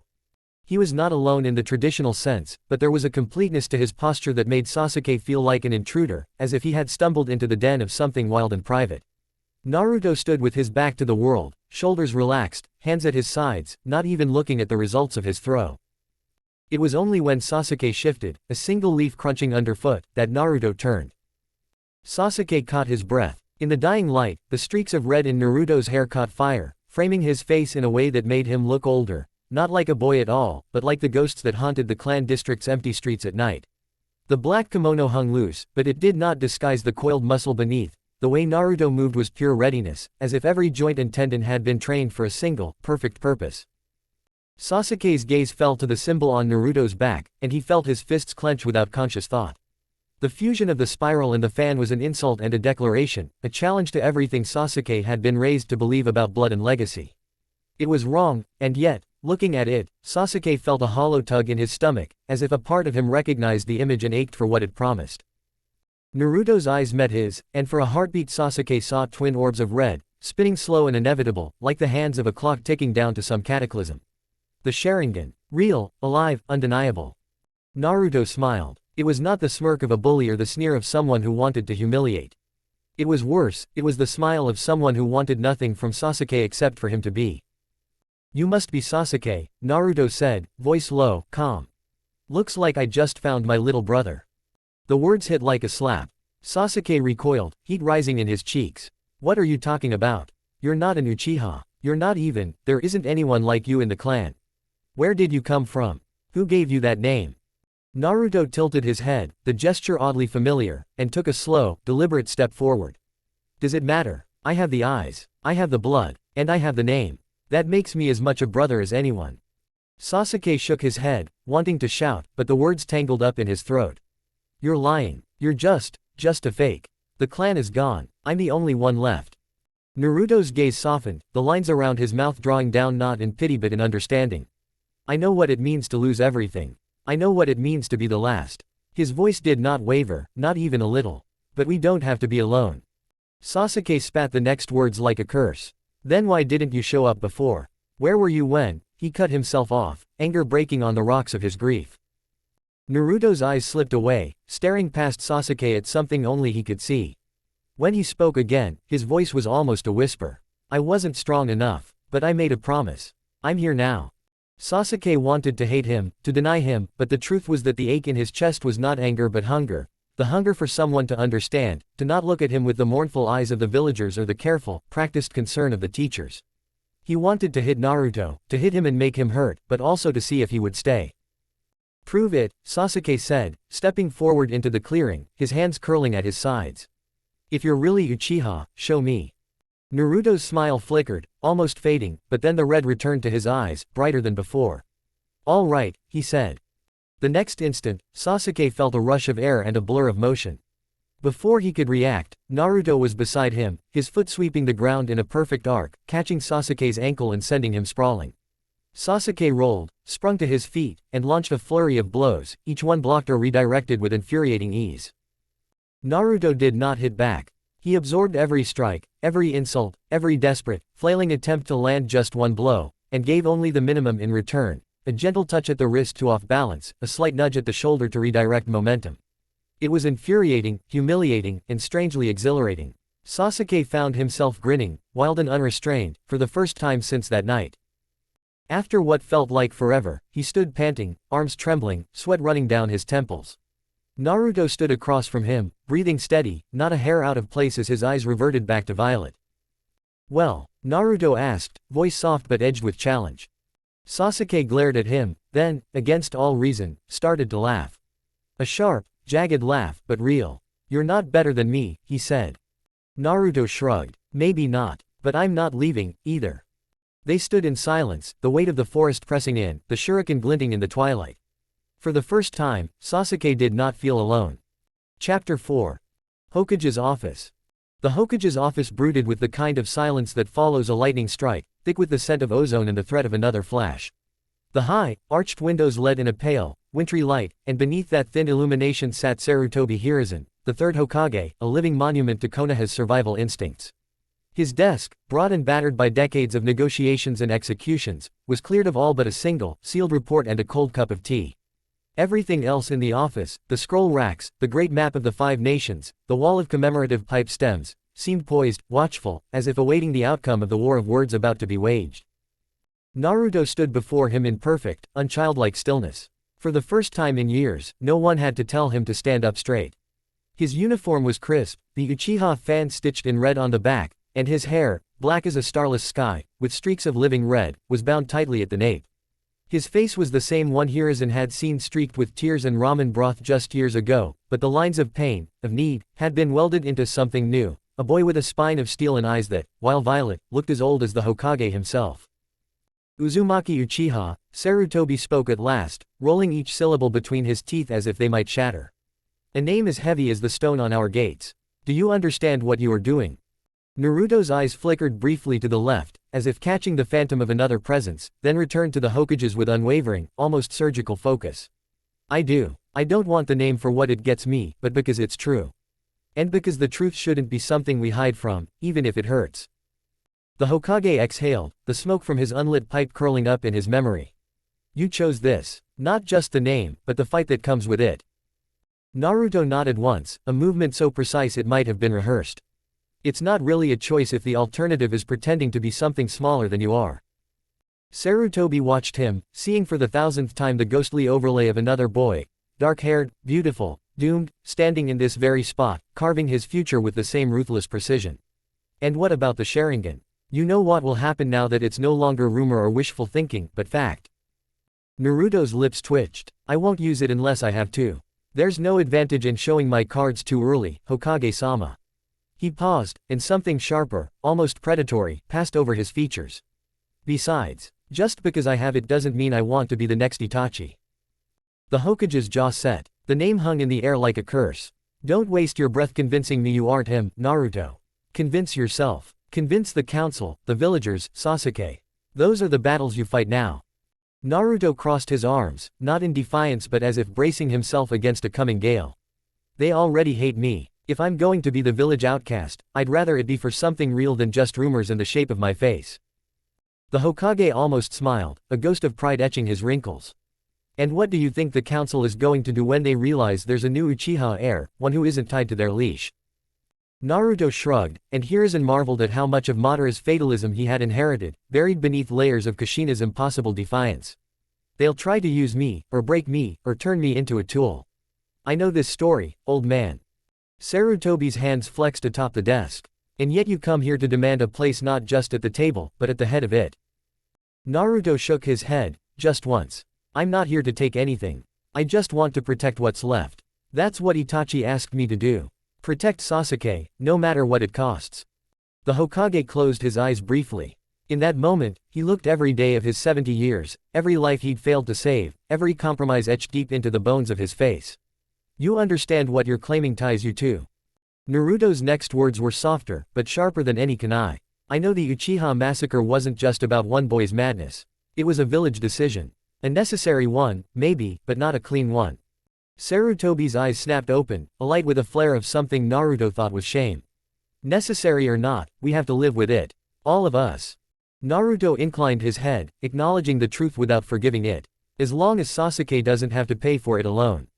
The Hokage gazed at him for a long, saturated moment, until the silence became unbearable, then stood. The movement drew every shadow in the room toward him, as if power had its own gravitational pull. You want to live in the Uchiha compound. Near Sasuke. Yes, Naruto said. If he needs me, I'll be there. If he wants to hate me, he can do it to my face. Sarutobi nodded, grave and ceremonial. The council won't recognize you as heir. To them, you're a wild card, maybe a threat. They will try to test you. They will try to use you. Or destroy you. The words were not a threat, but a warning, and the Hokage's gaze made that plain. I know, Naruto said, and for a moment his voice was almost a whisper. But there was no fear in it, only the certainty of someone who had decided to survive no matter how ugly the world became. But I'll be where I need to be. The Hokage returned to his seat, lowering himself slowly, as if sitting atop the weight of all his regrets. You're a child, Naruto. Even prodigies are allowed to be children. Naruto's lips curved, but the humor in it was as dry as old leaves. Maybe next life. A silence settled, different than before, this one resigned, the hush of two soldiers laying down their arms in a war they cannot win. Have you come to terms? Sarutobi asked, suddenly curious. About your bloodline. About your potential father. Naruto blinked. I figured it out. DNA doesn't lie. Neither does the way people look at me when I walk past. The hate, the fear, the pity. I've accepted Madara as my father, even if he isn't. I'm sure the fourth won't like that. But what can you do? He shrugged. Madara fundamentally was wrong from the research I did into him, I will just become better than him. The Hokage almost reached for his pipe, thought better of it. And the Sharingan, he repeated, voice gentler now. The curse of hatred. Naruto nodded. It comes and goes. I'm still getting used to it. But it's not as hard as people think. The trick is not to fight it, just let it be part of you. Pick your obsession so to speak, don't let it pick you. He hesitated, then added, I learned that from the Kyuubi, actually. Sarutobi's brows arched. You're on speaking terms. Not exactly friends, Naruto said, a hint of mischief leaking in. But we have an understanding. He wants me to live, because if I die, he dies too. He cocked his head, studying the Hokage as if searching for a weakness. It's a kind of loyalty, I guess. Sarutobi looked at the boy again and saw the future, not the one he'd hoped for, but perhaps the one the world deserved. You're too clever for your own good, he said quietly. What is your curse, boy? Someone has to be clever, and trust me. It's best if I tell you later. Naruto replied. And the training? The Hokage asked, as if offering an olive branch that might yet stem the flood and distract from the curse of hatred. I want to be strong enough to protect Sasuke, and myself. The academy isn't enough. I need a teacher, one who doesn't care about politics, only results. And I want to specialize in genjutsu and taijutsu. No ninjutsu until after I graduate. I have my reasons.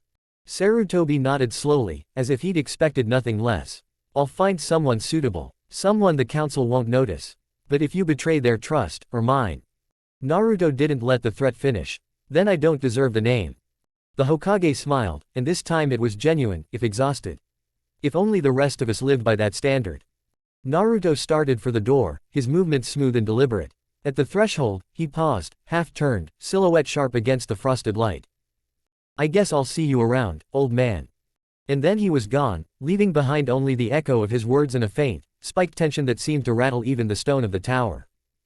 The Hokage didn't move for a long while. He watched the empty space where Naruto had been, as if expecting the boy to linger and hug him again like he used to. 10 minutes later. The soft knock on the office door barely preceded the entry of two figures, Might Guy and Kurenai Yuhi. Might Guy entered first, tall, broad-shouldered, clad in his unmistakable green jumpsuit and orange leg warmers. Each step was a declaration of kinetic energy held barely in check. His thick black hair, sculpted into a bowl cut so perfect it might have been measured with a spirit level, shone in the late afternoon light like lacquered obsidian. His eyes burned with quiet intensity even as he crossed the familiar carpeting, flicking to every corner of the room in an old habit from his more dangerous missions. He walked as if the weight of a boulder were slung across his shoulders, but he relished the test, the challenge, the opportunity to demonstrate what could be achieved by the human spirit, through effort, through discipline, through pain. Behind him came Kurenai, as different from Guy as water from flame, but no less formidable.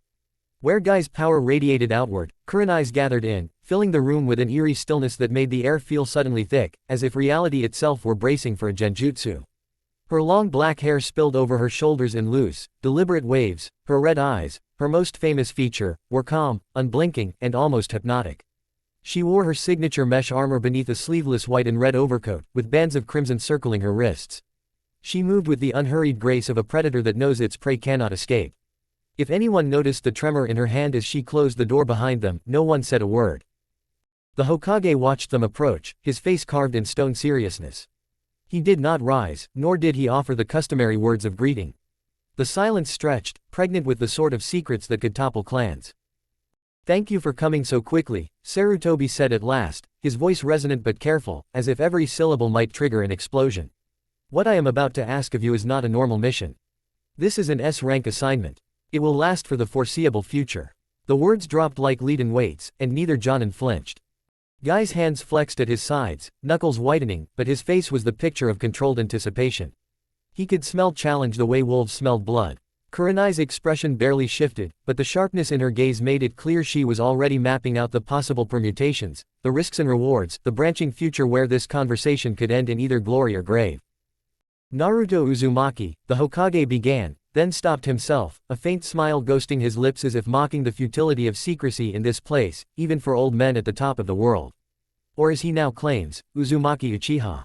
He let the name hang in the air, testing their reactions, Guy's single raised eyebrow, Kurenai's slight narrowing of the eyes. He needs guidance beyond what the academy can provide. Guy, Kurenai, I am trusting you both to provide it. Taijutsu, he nodded at Guy, and Genjutsu, his gaze shifted to Kurenai. Guy's mouth twitched. It would be my honor to help guide the flames of youth, he said, his words so sincere they almost rang with the force of an oath. He clasped his fist to his chest, as if making a promise to the world itself. Kurenai frowned, a subtle tightening at the lips, but her tone remained crystalline and controlled. Naruto. I hadn't thought he would request something like this. Her eyes flickered with some private calculation, a memory perhaps, or an anticipation of what it might mean to train a Jinchuriki with the blood of two titanic clans. The Hokage leaned forward, elbows on the battered desk. You must understand, this training, and everything you see and hear from him, must be treated as a national secret. That means everything he learns, and everything you witness. His lineage, Uchiha blood mixed with Uzumaki, and the fact that he carries the 9 tails. All of this places him in greater danger than most shinobi ever know. His safety, and the secrecy of his progress, are vital to the village. The words seemed to reverberate, as if the wooden walls of the office had soaked them up for generations and now exhaled their own warnings. Both Jonin went still, the weight of the mission settling on them like an extra layer of armor. Guy nodded slowly, his voice grave for perhaps the first time since childhood. You honor me with this trust, Hokage-sama. I will shape the boy's body into an instrument as unbreakable as Konoha's will of fire. Kurenai's response came softer, but no less certain. I understand. I will teach him to see through illusion as well as wield it. And I will protect his secrets with my life. Hiruzen closed his eyes for a breath, as if savoring for a moment the rare comfort of competence. Good. Begin working with him between missions. Make no record of your work. Trust only each other and myself in this matter. For the first time in the meeting, the old man let his shoulders relax a fraction, as if even the Hokage could still find solace in sharing a burden. Guy broke the moment with his signature fist pump, but even that was muted. Yosh, the next generation is in good hands. He grinned, but for the briefest instant, his eyes betrayed the seriousness of the charge. Kurenai bowed her head, red eyes flickering with some deep, hidden resolve. We will not fail you or him, Lord Hokage. Dismissed, Sarutobi said, and the 2 Jonin vanished as silently as they had arrived, the door clicking shut behind them with the finality of an iron lock. By nightfall, the Anbu had completed their work. Black-cloaked shadows drifted through the hush of the Uchiha quarter, darting from tile to tile with such eerie precision even the wind dared not make a sound. They moved Naruto's meager belongings, an austere futon, a battered iron kettle, a crate of instant noodles, several scrolls of peculiar make, and a small, battered photo album, into the house 2 doors down and directly across from Sasuke's. It had once belonged to an ancient Uchiha aunt, forgotten in the tide of blood and memory. There were no lamps burning inside, no footprints in the dust, no obvious sign for the watching world to latch onto. Naruto had chosen well, close enough to watch over Sasuke, but far enough to avoid crowding the boy's already burdened airspace. A strategic choice that would have pleased even the most paranoid of elders. It was not an accident. The last rays of sunlight bled across the village, painting the canal with liquid copper and setting fire to the silhouettes of the clan's abandoned houses. Naruto sat on the front steps of his new home, knees drawn up loosely, one hand cradling a rice ball wrapped in peppery nori. He wore a threadbare t-shirt and shorts and looked, in that moment, less like a scion of 2 legendary lines and more like any ordinary child at the threshold of another empty night. His violet eyes, the color itself of provocation, studied the street with a calmness that defied the tension coiling in the air. He had not eaten since morning. He ate now because he wanted the world to know he was unafraid. The scent of rain lingered in the air, carried from the distant outskirts where the irrigation ditches overflowed into the woods. Across the lane, an old Uchiha garden lay in ruins, azaleas and sickle grass grown wild, a single weeping willow trailing its arms over a half-collapsed fence. From this vantage, Naruto could see 3 streets in either direction and, if he squinted, the broken top of the Konoha library's roof rising over the treetops. He took it all in, bite by bite, as if storing the entire scene in memory for later use. He was halfway through his onigiri when he heard the shuffle of sandaled footsteps on the gravel path. Sasuke appeared at the far end of the street, head down, hands jammed into his pockets as if he were trying to keep his own darkness caged at his sides. He walked with the deliberate slouch of someone who had learned, too early, that standing tall only made you a bigger target. His hair, the same midnight black as every Uchiha ever born, was cut unevenly. Naruto guessed he did it himself, if only despite the adults who still hovered like ghosts around him. Sasuke's shirt was clean, but his sleeves were frayed at the cuffs. His shorts bore the faded red and white fan of his clan, patched over old tears as though he dared the world to rip it off again. He did not notice Naruto at first. Or perhaps he did and pretended otherwise, the way feral animals ignore a possible rival until the last possible moment. It wasn't until Sasuke crossed the broken line of sunlight that he looked up and saw the stranger seated on the steps of the abandoned house. His black eyes, already famous in the academy for their cold, accreting glare, fixed on Naruto with the intensity of a sniper's scope. For a long moment neither said anything. In the silence, the world seemed to shrink down to the space between those 2 points of gravity. Naruto smiled, not the brittle, gritted sort he wore for the public, but something warmer, and, somehow, sadder. He raised the onigiri in salute, as if offering a truce. "What's up, bro? Welcome home."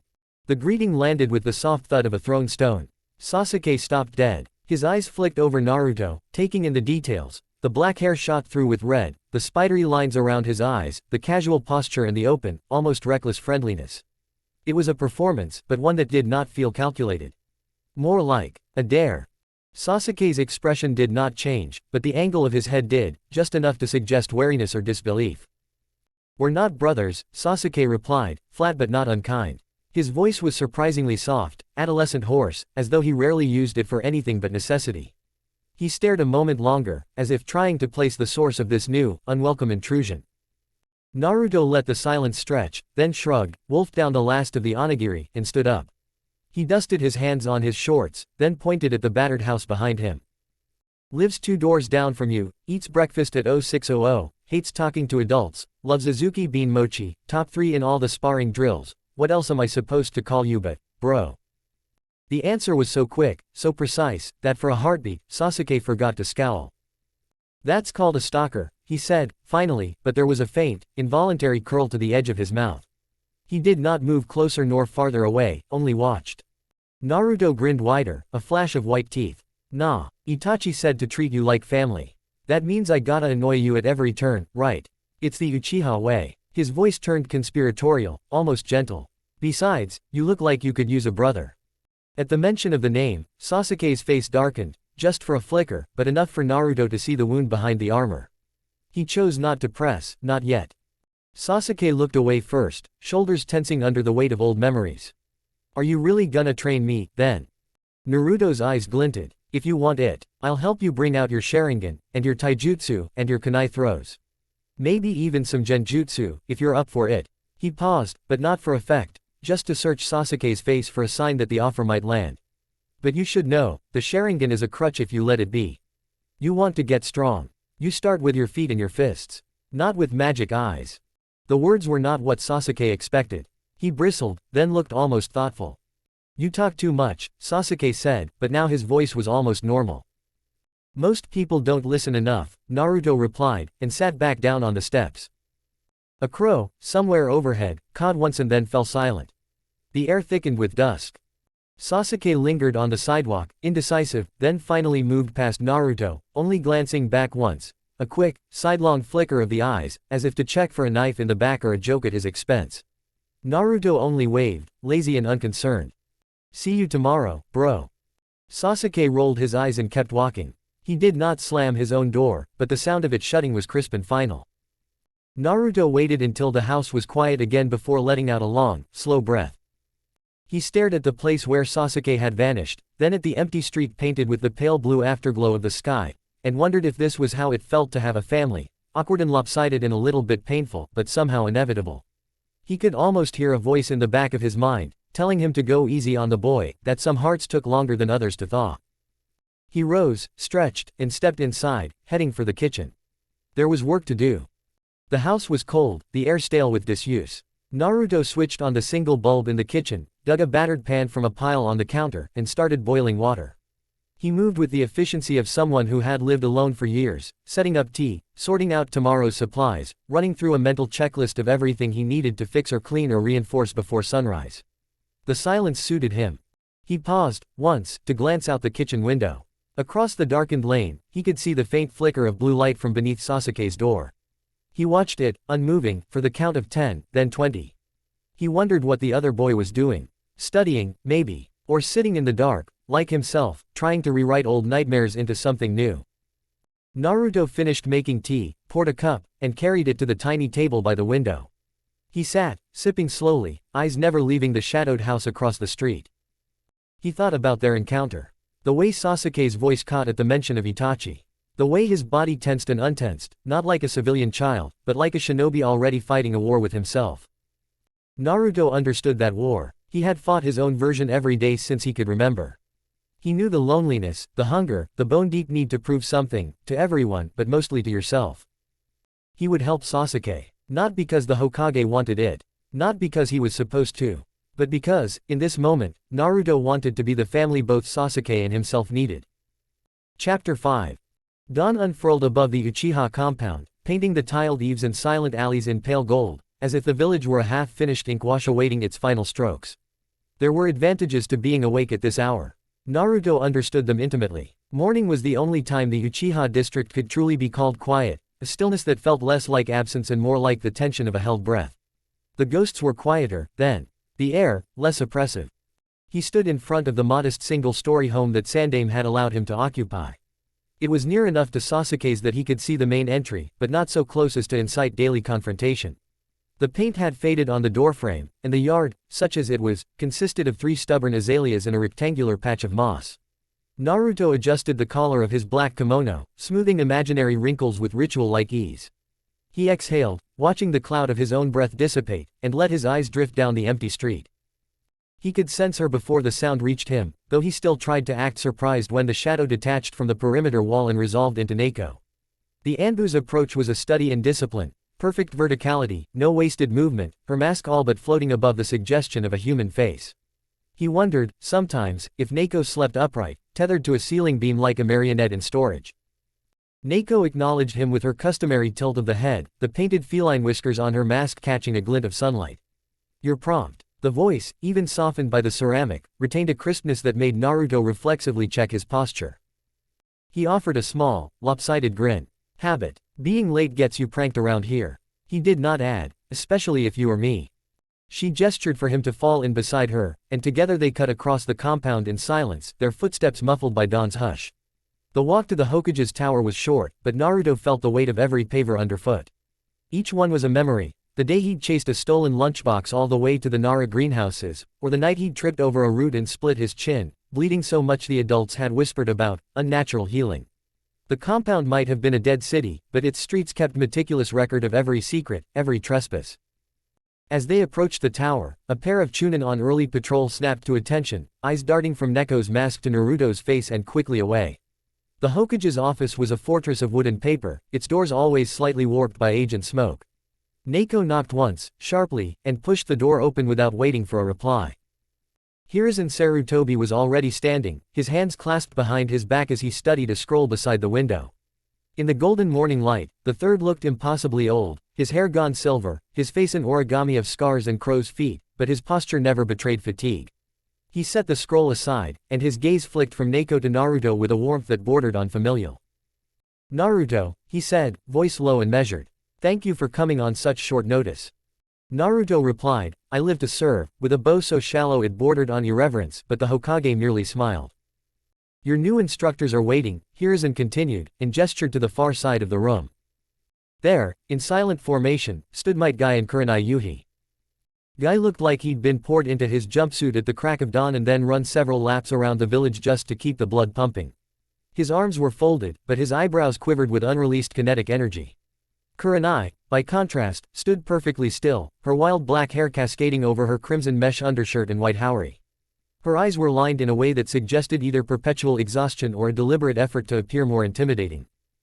Guy saluted with a flourish. "Youthful Naruto, I have long anticipated the honor of your training." Naruto blinked. "I hope that's not literal, Guy-sensei."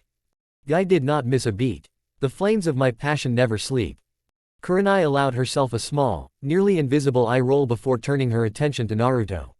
Her gaze flicked from the hem of his tunic to the tips of his boots, cataloging and assessing. "Uchiha," she said, not quite a question. Naruto shook his head. "Uzumaki Uchiha, technically." Kurenai made a mental note, the corner of her mouth twitching. "You'll call me Kurenai-sensei. Do you understand?" "Yes, Kurenai-sensei," Naruto replied. He wasn't sure if he was meant to salute, but did anyway, just to see if it would amuse her. It did not. Guy clapped his hands once. "We shall begin immediately. Your potential is limitless, but only if your body and spirit are tempered through rigorous training." Sarutobi exhaled, smoke curling from his pipe. Try not to break him on the first day, guy. Or the second, he added, almost as an afterthought. Kurenai fixed Naruto with a direct stare. Do you know why you're here? Naruto hesitated, but Neko's barely perceptible nod prodded him onward. To learn. To get stronger, he said, and then, because the mask was expected, to serve the village. She looked at Guy, then back to Naruto. That's correct, but we won't take it easy on you just because of your age. Guy bounced on his heels, coiled and ready. The body is nothing without heart, and the heart is nothing without challenge. Naruto found himself almost liking the man. The sincerity was so overwhelming as to be immune from mockery. Hiruzen set down his pipe with a sigh, closing the scroll on his desk. You three will report daily, alternating instructors as mission schedules allow. Neko will supervise when possible. Your progress will be evaluated at the end of every month. He glanced at Naruto, the warmth in his gaze undercut by a flicker of melancholy. Do you have any questions? Naruto shrugged. Just one, is there a safety word? Guy barked a laugh, even Kurenai's face softened. Your safety word is, enough, the Hokage said, and the echo of his knowing smile lingered as Neko herded the trio from the office. The walk to the training ground was brisk. Naruto stayed silent at first, but the anticipation thrummed in his veins. Once they arrived at the clearing, Guy and Kurenai turned to him, both serious now.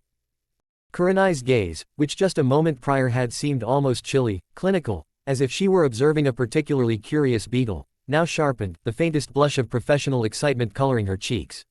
She folded her arms, voice dropping into a lower register reserved for moments of true intrigue. Naruto, she said, the report said you used a strange form of shunshin during your training in spars to vanish. The Anbu observer couldn't even trace the hand signs. Tell us the truth. What did you really do? Naruto, who never learned to resist the bait dangled by adults with a gleam in their eye, arched a brow and offered the most delicate of shrugs.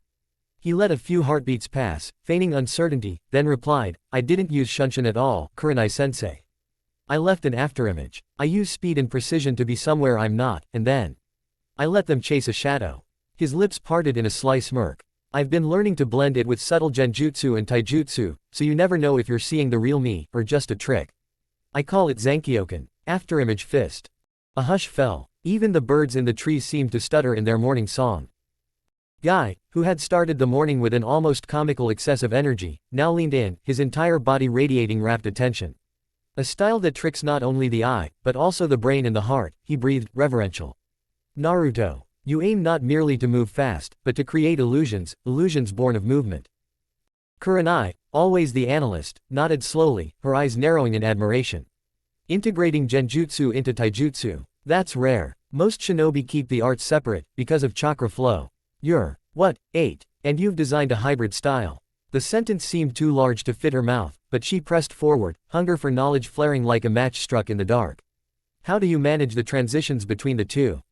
Naruto, pleased to be taken seriously, explained with uncommon patience. You have to control your chakra-like thread, and then tie it to your intent.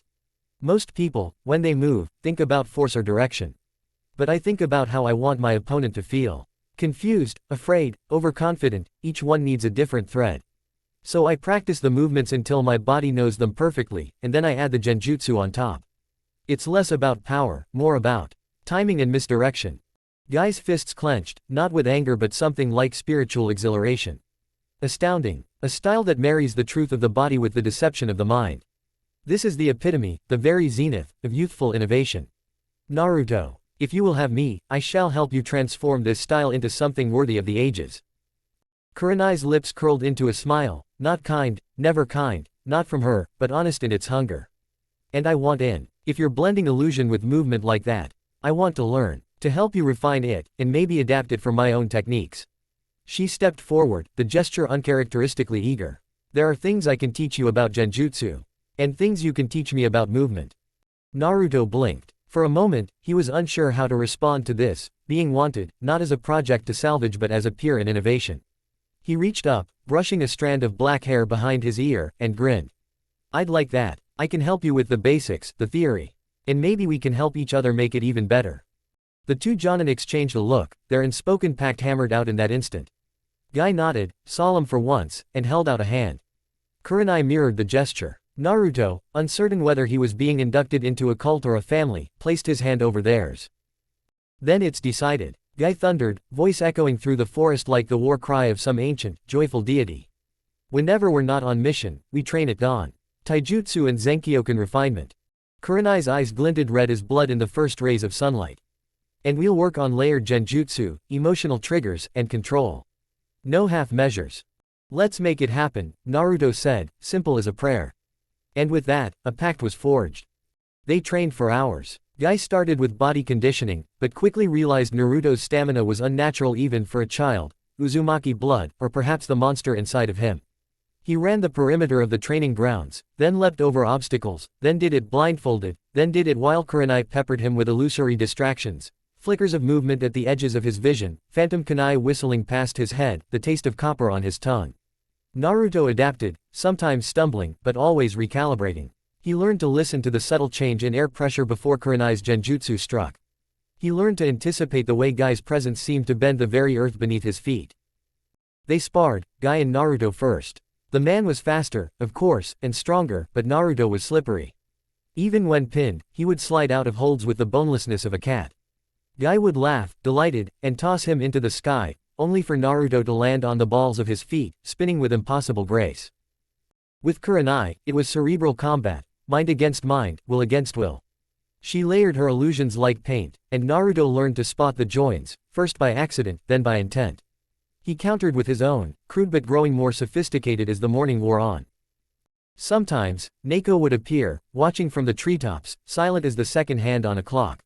Once, Naruto glanced up and caught her giving the faintest nod, almost imperceptible. Approval, or warning, he didn't know, and perhaps never would. They broke for lunch, sweat-soaked and laughing. Even Kurenai, who would sooner swallow her own tongue than be seen eating in public, allowed herself a single onigiri, wolfed down in 3 bites. After lunch, Guy produced a scroll and unrolled it with a flourish. Inside was a diagram, part anatomy chart and part calligraphic treatise, detailing the 8 gates of opening, a forbidden technique known only to the most devoted practitioners of taijutsu. Guy's voice dropped to a reverent hush. Very few have seen this, Naruto.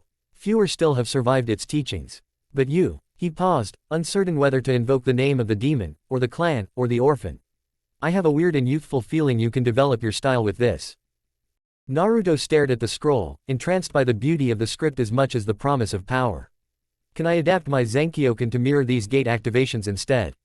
Of course, Guy bellowed, beaming. This can get dangerous. But what is youth without risk?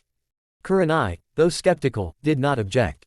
Instead, she guided Naruto through advanced genjutsu theory, how to anchor an illusion to a physical movement, how to see doubt without alerting the target's conscious mind, how to mask your chakra signature by mimicking your opponent's rhythm. She was a strict teacher, but not unkind. When Naruto succeeded, she rewarded him with a rare, approving nod. When he failed, she made him analyze why, never just the error, but the moment his intent had wavered. By the time the sun reached its zenith, Naruto was exhausted in body but alight in spirit. He had never felt so alive. Maybe the world would never accept him as a true Uchiha, or a true Uzumaki, but in this space, defined by sweat and bruises and the relentless pursuit of something greater than the sum of their pain, he could almost believe he was enough. The trio parted ways just before noon, each reluctant to break the spell of camaraderie that hung over the clearing. Kurenai disappeared into the woods, already rehearsing new drills in her head, while Guy, ever the melodramatic, promised an even more youthful regimen for tomorrow. Naruto was left alone, heart drumming and lungs burning, staring at the spot where their hands had joined hours before. He stood there for a long time, letting the breeze cool his skin, before turning toward the academy. There was still one more thing he had to do today. After training in academy. The sharp clang of the academy bell rang out over Konoha, its reverberations leaping from tiled rooftops into the crisp afternoon air. Wooden doors in the younger class building whispered open on greased hinges, unleashing a tide of children whose shouts and laughter tumbled into the courtyard like bright ribbons of sound. Outside the gates, parents leaned forward, eager to scoop up their little ones, everywhere except just inside the courtyard wall, where Naruto reclined with casual ease. His arms were crossed, one shoulder pressed against warm stone, violet eyes half-lidded in thoughtful calm. He watched the sea of departing students until a familiar striding figure caught his gaze.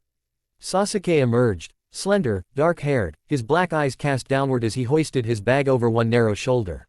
He weaved through clusters of chattering classmates as though braving a current, expression as brooding and unreadable as ever.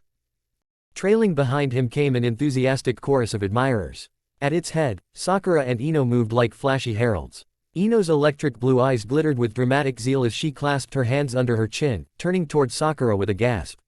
"Look at him, Sakura!" she exclaimed, voice bright enough to cut through the courtyard din. She jabbed a manicured finger in Naruto's direction, his distinctive Uchiha features framed in a black kimono, long ebony hair shot through with red ribbons. "It's so unfair that all Uchiha are total hotties for no reason." Naruto's lips curved down and his brow tightened in mild annoyance. He pushed off the wall, shutting off the sunlight that had played on his cool expression. Ino pivoted to face her pink-haired rival, unbothered. And now both of them are giving us that signature Uchiha scowl. It's like they practice it every morning. Sakura's cheeks flamed rose as she folded her arms, eyes flashing with determination. "Sasuke doesn't need to scowl. One day I'll make him smile, mark my words." A slow, mischievous light flickered in Naruto's eyes. He stepped forward, heart humming with a new idea. Sasuke stilled, eyebrows rising as suspicion flitted across his face. In a single fluid motion, Naruto's countenance shifted from cool indifference to the most dazzling, genuine grin he could muster. His violet eyes warmed, the skin at their corners creasing with approval, and his mouth curved into a radiant beam. "Sasuke," he called, voice rich with brotherly fondness, loud enough for every eager ear. "I missed you so much, little bro. I can't wait to go home and teach you everything, this is going to be awesome." For a breathless moment the courtyard froze. Then Ino squealed, a crystalline note of delight that made Naruto's grin widen. "Oh my god, the new Uchiha is even better. I want lessons too." Sakura's hands shot to her temples as her face bloomed an even deeper scarlet. What? He's so nice to Sasuke." A sudden pink flush stained Sasuke's ears. His fists clenched at his sides, knuckles pale, as he shot Naruto a glare sharper than any kunai. "You, shut up already. Hurry it up and let's go before I knock you out." Naruto's laughter was warm and bright, carrying across the courtyard like sunlight dancing on water. He reached out and tousled Sasuke's dark hair. Sasuke swatted his hand away, still muttering as they walked off together. They threaded past the clamor of the academy gates, through the crowded market street alive with vendors hawking steaming treats and fluttering banners. Once they slipped beneath the archway of the Uchiha compound, the bustle gave way to hushed gravel paths and the soft whisper of pine needles overhead. The air smelled of earth and shadow. Naruto's easy expression cooled back to composed calm. His grin faded into a subtle, knowing smirk as they reached the hidden clearing, Itachi's old training ground, ringed by weathered wooden posts scarred with old strikes, and cracked stones mottled with lichen. Only the bravest dared enter this place now, and the grass here was tall and untamed. Sasuke stormed ahead a few steps, arms swinging in irritation. What the hell was that about? Naruto fell into step beside him, hands folded behind his head as he surveyed the silent field. "Your first lesson, bro." "Lesson? What are you talking about?" Sasuke's voice was rough with annoyance. Naruto stopped on a cracked flagstone, turning to face him squarely. The playful gleam had vanished from his violet eyes, replaced by quiet resolve. "Deception, Sasuke. A ninja's greatest ally. Back there, you think those girls saw me. They saw exactly what I wanted them to see. That's power too, the power to shape perception, to guide expectations. Never forget it." Sasuke's scowl faltered. He looked down at his trembling hands, then back at Naruto, absorbing the weight of the words. "Deception. Exactly." Naruto smiled faintly and resumed walking, the tall grasses whispering around their ankles. "If people can't see what's real, they can't stop it. You'll get it with time. And if you ever want more lessons," he cast a sideways glance, smirk returning. "I'm always here for you, bro." Sasuke said nothing at first. As they stepped under the dappled shade of the clearing, the tension in his shoulders eased. He spared Naruto a sidelong look, curiosity flickering behind his stormy eyes. "Fine," he muttered. "But don't ever call me, bro, in front of them again." Naruto laughed softly, genuine and content. No promises. Together, they moved deeper into the training ground's cool shadows, ready to craft the next chapter of their bonds, and their skills. Chapter 6. The sun dipped low in the sky, casting a soft golden glow over the clearing behind the Uchiha compound. The grass swayed gently, disturbed only by the sounds of shuffling feet and the occasional sharp intake of breath. Sasuke's fist shot forward, rapid and precise, his small frame moving with the determined energy of a boy trying desperately to land a hit. But no matter how fast he punched, no matter how clever his feints, Naruto stood unmoved. His violet eyes were calm, almost bored, as he blocked every strike with a single hand, fingers loose, movements minimal. Sasuke gritted his teeth, sweat trailing down his temple. His breath came harder now, frustration thick in his throat. He twisted, trying a low sweep, only for Naruto's hand to effortlessly deflect it before it even got close. Damn it! Sasuke burst out, stepping back and clenching his fists at his sides. Stop playing around and fight me for real. Naruto sighed, his expression softening with patience that somehow made Sasuke even angrier. He lowered his arm and let it rest at his side. Sasuke, he said, voice steady but firm, you're fighting seriously. That's the problem. Sasuke blinked, anger faltering in his eyes.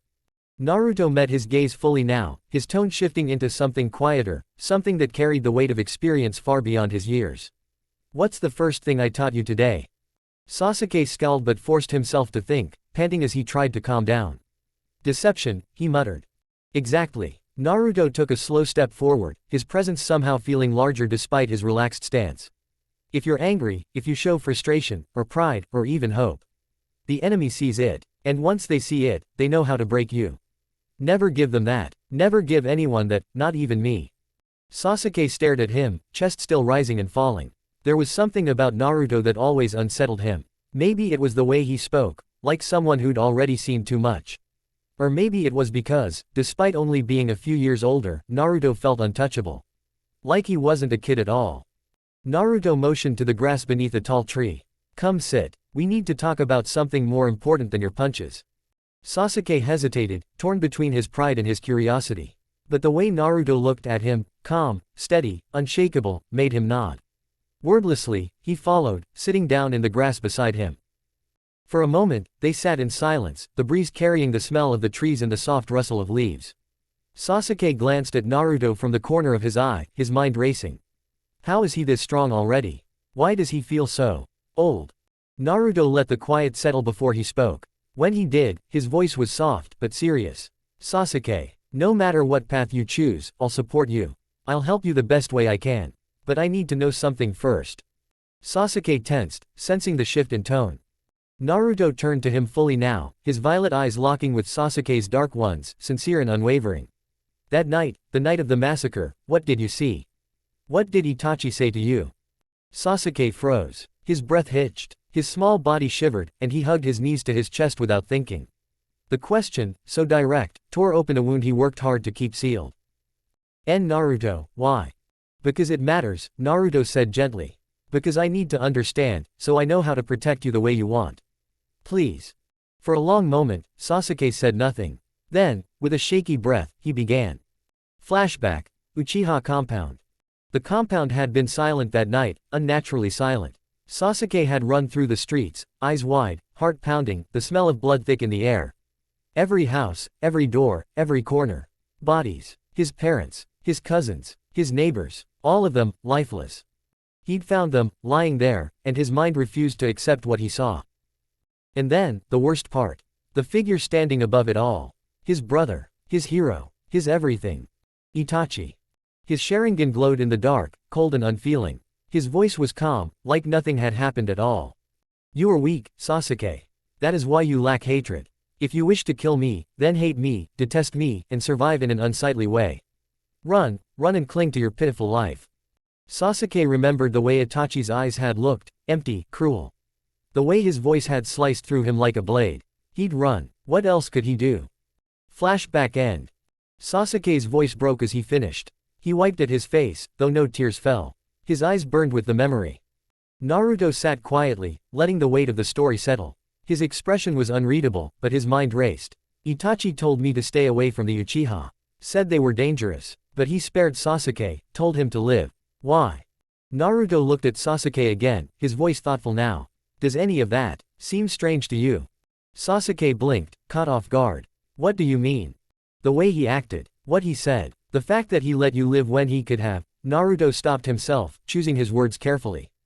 Doesn't that seem off? Sasuke stared at him, the question echoing in his head. For the first time, a crack formed in the solid wall of his hatred, and doubt slipped through. Naruto watched the conflict dance behind Sasuke's dark eyes. The boy clenched his fists, his breath uneven, as if he were fighting himself as much as the memories. Naruto let him sit in that silence, watching the way Sasuke's small frame seemed to shrink beneath the weight of it all.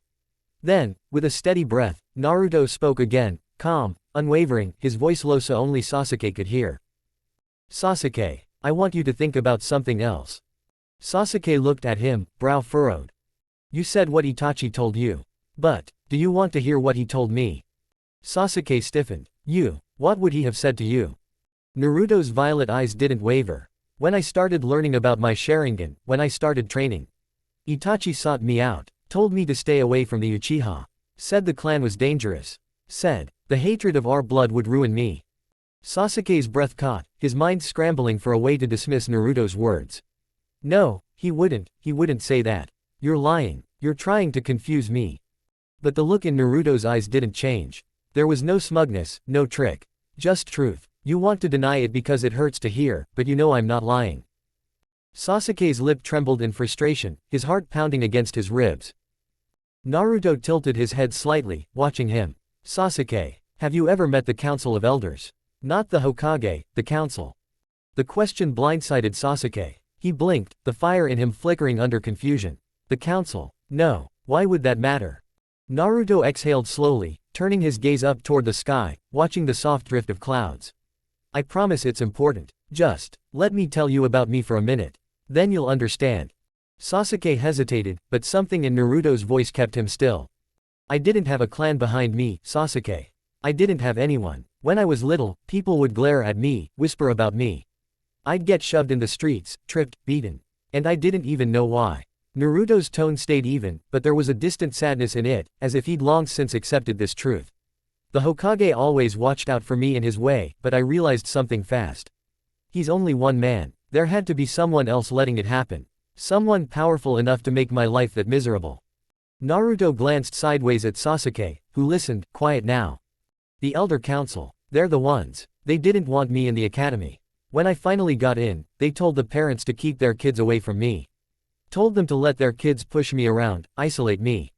His voice darkened slightly. They wanted me to fail. To be nothing. Sasuke's eyes widened a little. He'd never heard this. Never even thought of this. And they'll treat you the opposite way, Sasuke, Naruto said, his voice softening again. They'll act like you're a prince. They'll offer you everything, jutsus, instructors, skills, prestige, because to them, you're the only Uchiha that matters now. Even though there are two of us sitting right here. Sasuke looked down at his lap, shaken. That's not true. It is. Naruto's tone was firm, but not unkind. I got strong, Sasuke. Stronger than they ever wanted me to be. And I promise you, I'm going to keep getting stronger. But I didn't take handouts. I didn't rely on people handing me power. I worked for it. I fought for it. Sasuke's jaw clenched, his thoughts a storm. And as Uchiha, we're bound by something hard to escape. The curse of hatred. Naruto's voice dropped to a near whisper. We're supposed to fall to it. Supposed to be destroyed by it. That's what happened to our clan. That's what's happening to you. Sasuke shook his head, tears starting to burn at the edges of his eyes. I have to kill him. That's how I end this. Naruto's gaze grew sharper, his voice more intense, but still kind. And then what? You really think it ends there? What if we find out the truth of the massacre, Sasuke? What if you kill him? And it was all for nothing? Sasuke froze, the words slicing through his resolve. I'm not saying don't take the path you want, Naruto said, quieter now, his expression serious. If you want revenge, I'll help you get stronger. But if you let the curse of hatred blind you, you'll never escape it, you'll just become what they wanted us to become. Sasuke trembled, his mind tearing itself apart with doubt and pain. He wanted to scream, to argue, to punch Naruto, but no words came. His chest felt tight, his throat closed off. And then, before he could stop them, the tears spilled over. Hot, silent, bitter tears that ran down his face as his shoulders shook. He hated this. Hated how lost he felt. Hated how Naruto's words had struck him so deeply. Naruto didn't say anything more. He just sat beside him, steady, a silent support. Sasuke cried himself out, exhaustion overtaking him. At some point, his body slumped against Naruto's shoulder, his breathing slowing as sleep claimed him.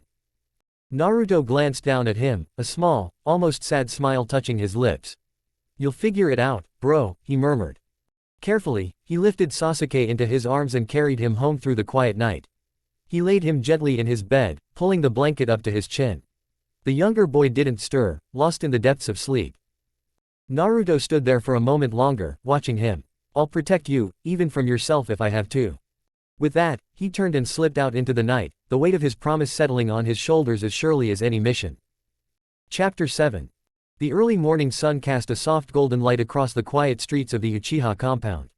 Birds chirped lazily as the village stirred to life. Naruto wiped sweat from his brow, breath steady after a solid round of training at the break of dawn. His body thrummed with energy, the rhythm of his exercises still coursing through him. His mind, though, was on someone else. Finishing his cool down, Naruto made his way towards Sasuke's house, his steps light, purposeful. He paused at the familiar door and rapped his knuckles gently against the wood. "Sasuke, you up?" Naruto called, voice calm, almost brotherly. There was a moment's pause before Sasuke appeared, already dressed for the academy, his expression still heavy from the night before. His eyes flickered with quiet thoughts, but he gave a small nod. "Let's walk," Naruto said simply, turning as Sasuke fell into step beside him. The morning air was crisp, and the two moved in comfortable silence at first. But Naruto could feel Sasuke's mind working, the weight of yesterday's conversation lingering like a shadow between them. Finally, Sasuke broke the quiet, his voice low but curious. "Naruto, what do you consider strength and power?" Naruto glanced at him, thoughtful, the corners of his lips quirking slightly as if pleased by the question. "My Uchiha pride," Naruto said without hesitation, his tone firm but warm. "It's gaining strength with my own hands. Creating skills no one's ever seen before. Something original, unique, something no one can copy, no one can predict." Sasuke listened, absorbing the words. "If no one's seen it before, Sasuke," Naruto continued, "no one can counter it. That's real power. That's what I aim for." Sasuke fell quiet again, mulling over the answer. There was something about it that both frustrated and inspired him. Strength that couldn't be handed down, couldn't be borrowed. It had to be made. His fists clenched slightly at his sides, his mind whirring. As the academy came into view, the chatter of students began to fill the air. And with it, Naruto's keen eye caught the sight of the usual suspects. A small crowd of fangirls, mostly from Sasuke's year, lingered just outside the building, giggling and whispering, their eyes glued on the two approaching Uchiha. Ino, Sakura, and a few others practically sparkled as they noticed them. Naruto smirked inwardly. Time to bring him back to earth. With practiced ease, he shifted his expression, softening his violet eyes, his features relaxing into the most dazzlingly sweet, brotherly grin imaginable, one that made the nearby girls visibly swoon. "Sasuke," Naruto said, voice raised just enough for the girls to hear, dripping with affectionate warmth, "do you want to revive the Uchiha clan or not?" Sasuke, deep in thought, didn't notice the subtle shift in Naruto's tone. The question caught him off guard, but not in a way that made him suspicious. He blinked, then answered honestly, distracted. "Of course I do." Naruto's grin widened, his voice turning almost melodic. "Ah, I thought so. Then tell me, bro. Which one of these lovely girls is going to be my sister-in-law? I want to know who's gonna give me nephews and nieces." It took a split second for the words to hit Sasuke. But they hit hard. The reaction was immediate and glorious. Several of the watching girls squealed and collapsed in a heap of nosebleeds. Ino nearly tripped over herself as she stammered at Sakura, her face beet red. Did you hear that? He said sister-in-law." Sakura's face matched Ino's in color, her mind spinning. I don't, he means me, right?" Naruto, savoring the chaos, strolled right up to the two flustered girls, his grin as sweet as honey. He gently lifted each of their hands as if he were greeting royalty. "It's so good to meet Uchiha candidates," he said smoothly, purposefully leaving which Uchiha ambiguous. Ino nearly fainted again, and Sakura's breath hitched, her heart pounding. Sasuke gaped, his face turning a furious shade of red. His mouth opened as if to protest, but no words came out. The embarrassment burned hot, and his fists trembled at his sides. Naruto gave him a sidelong glance, dropping the sweet act just enough to flash a hidden smirk, lifting one finger in subtle reminder, Rule 1, Deception. Realization dawned through Sasuke's haze of fury, and it only made his face darken further. "TCH. You, idiot," he hissed, storming past Naruto toward the building, his steps sharp with irritation. Naruto chuckled, watching him go, his expression sliding back into its usual calm, unreadable mask once the fangirls were out of earshot. Lesson delivered. 2 years later. On Naruto's 10th birthday, the sun cast a warm glow over the training grounds behind the Uchiha compound. He squared off against Might Guy, whose fiery spirit was as unyielding as ever. Sasuke sat nearby, perched on a stump, eyes sharp with his newly awakened Sharingan activated, while Kurenai stood close, officiating their spar with a quiet smile. "Remember, Naruto," Might Guy called out, "fight progressively harder. Show me the true power of your Zenkyoken style." Naruto nodded, positioning himself firmly.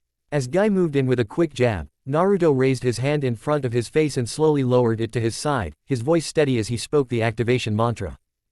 Mirror my steps, shadow my foes. Let truth blur. First reflection. The air around Naruto shimmered subtly, an afterimage flickering briefly behind him as he sidestepped Guy's strike.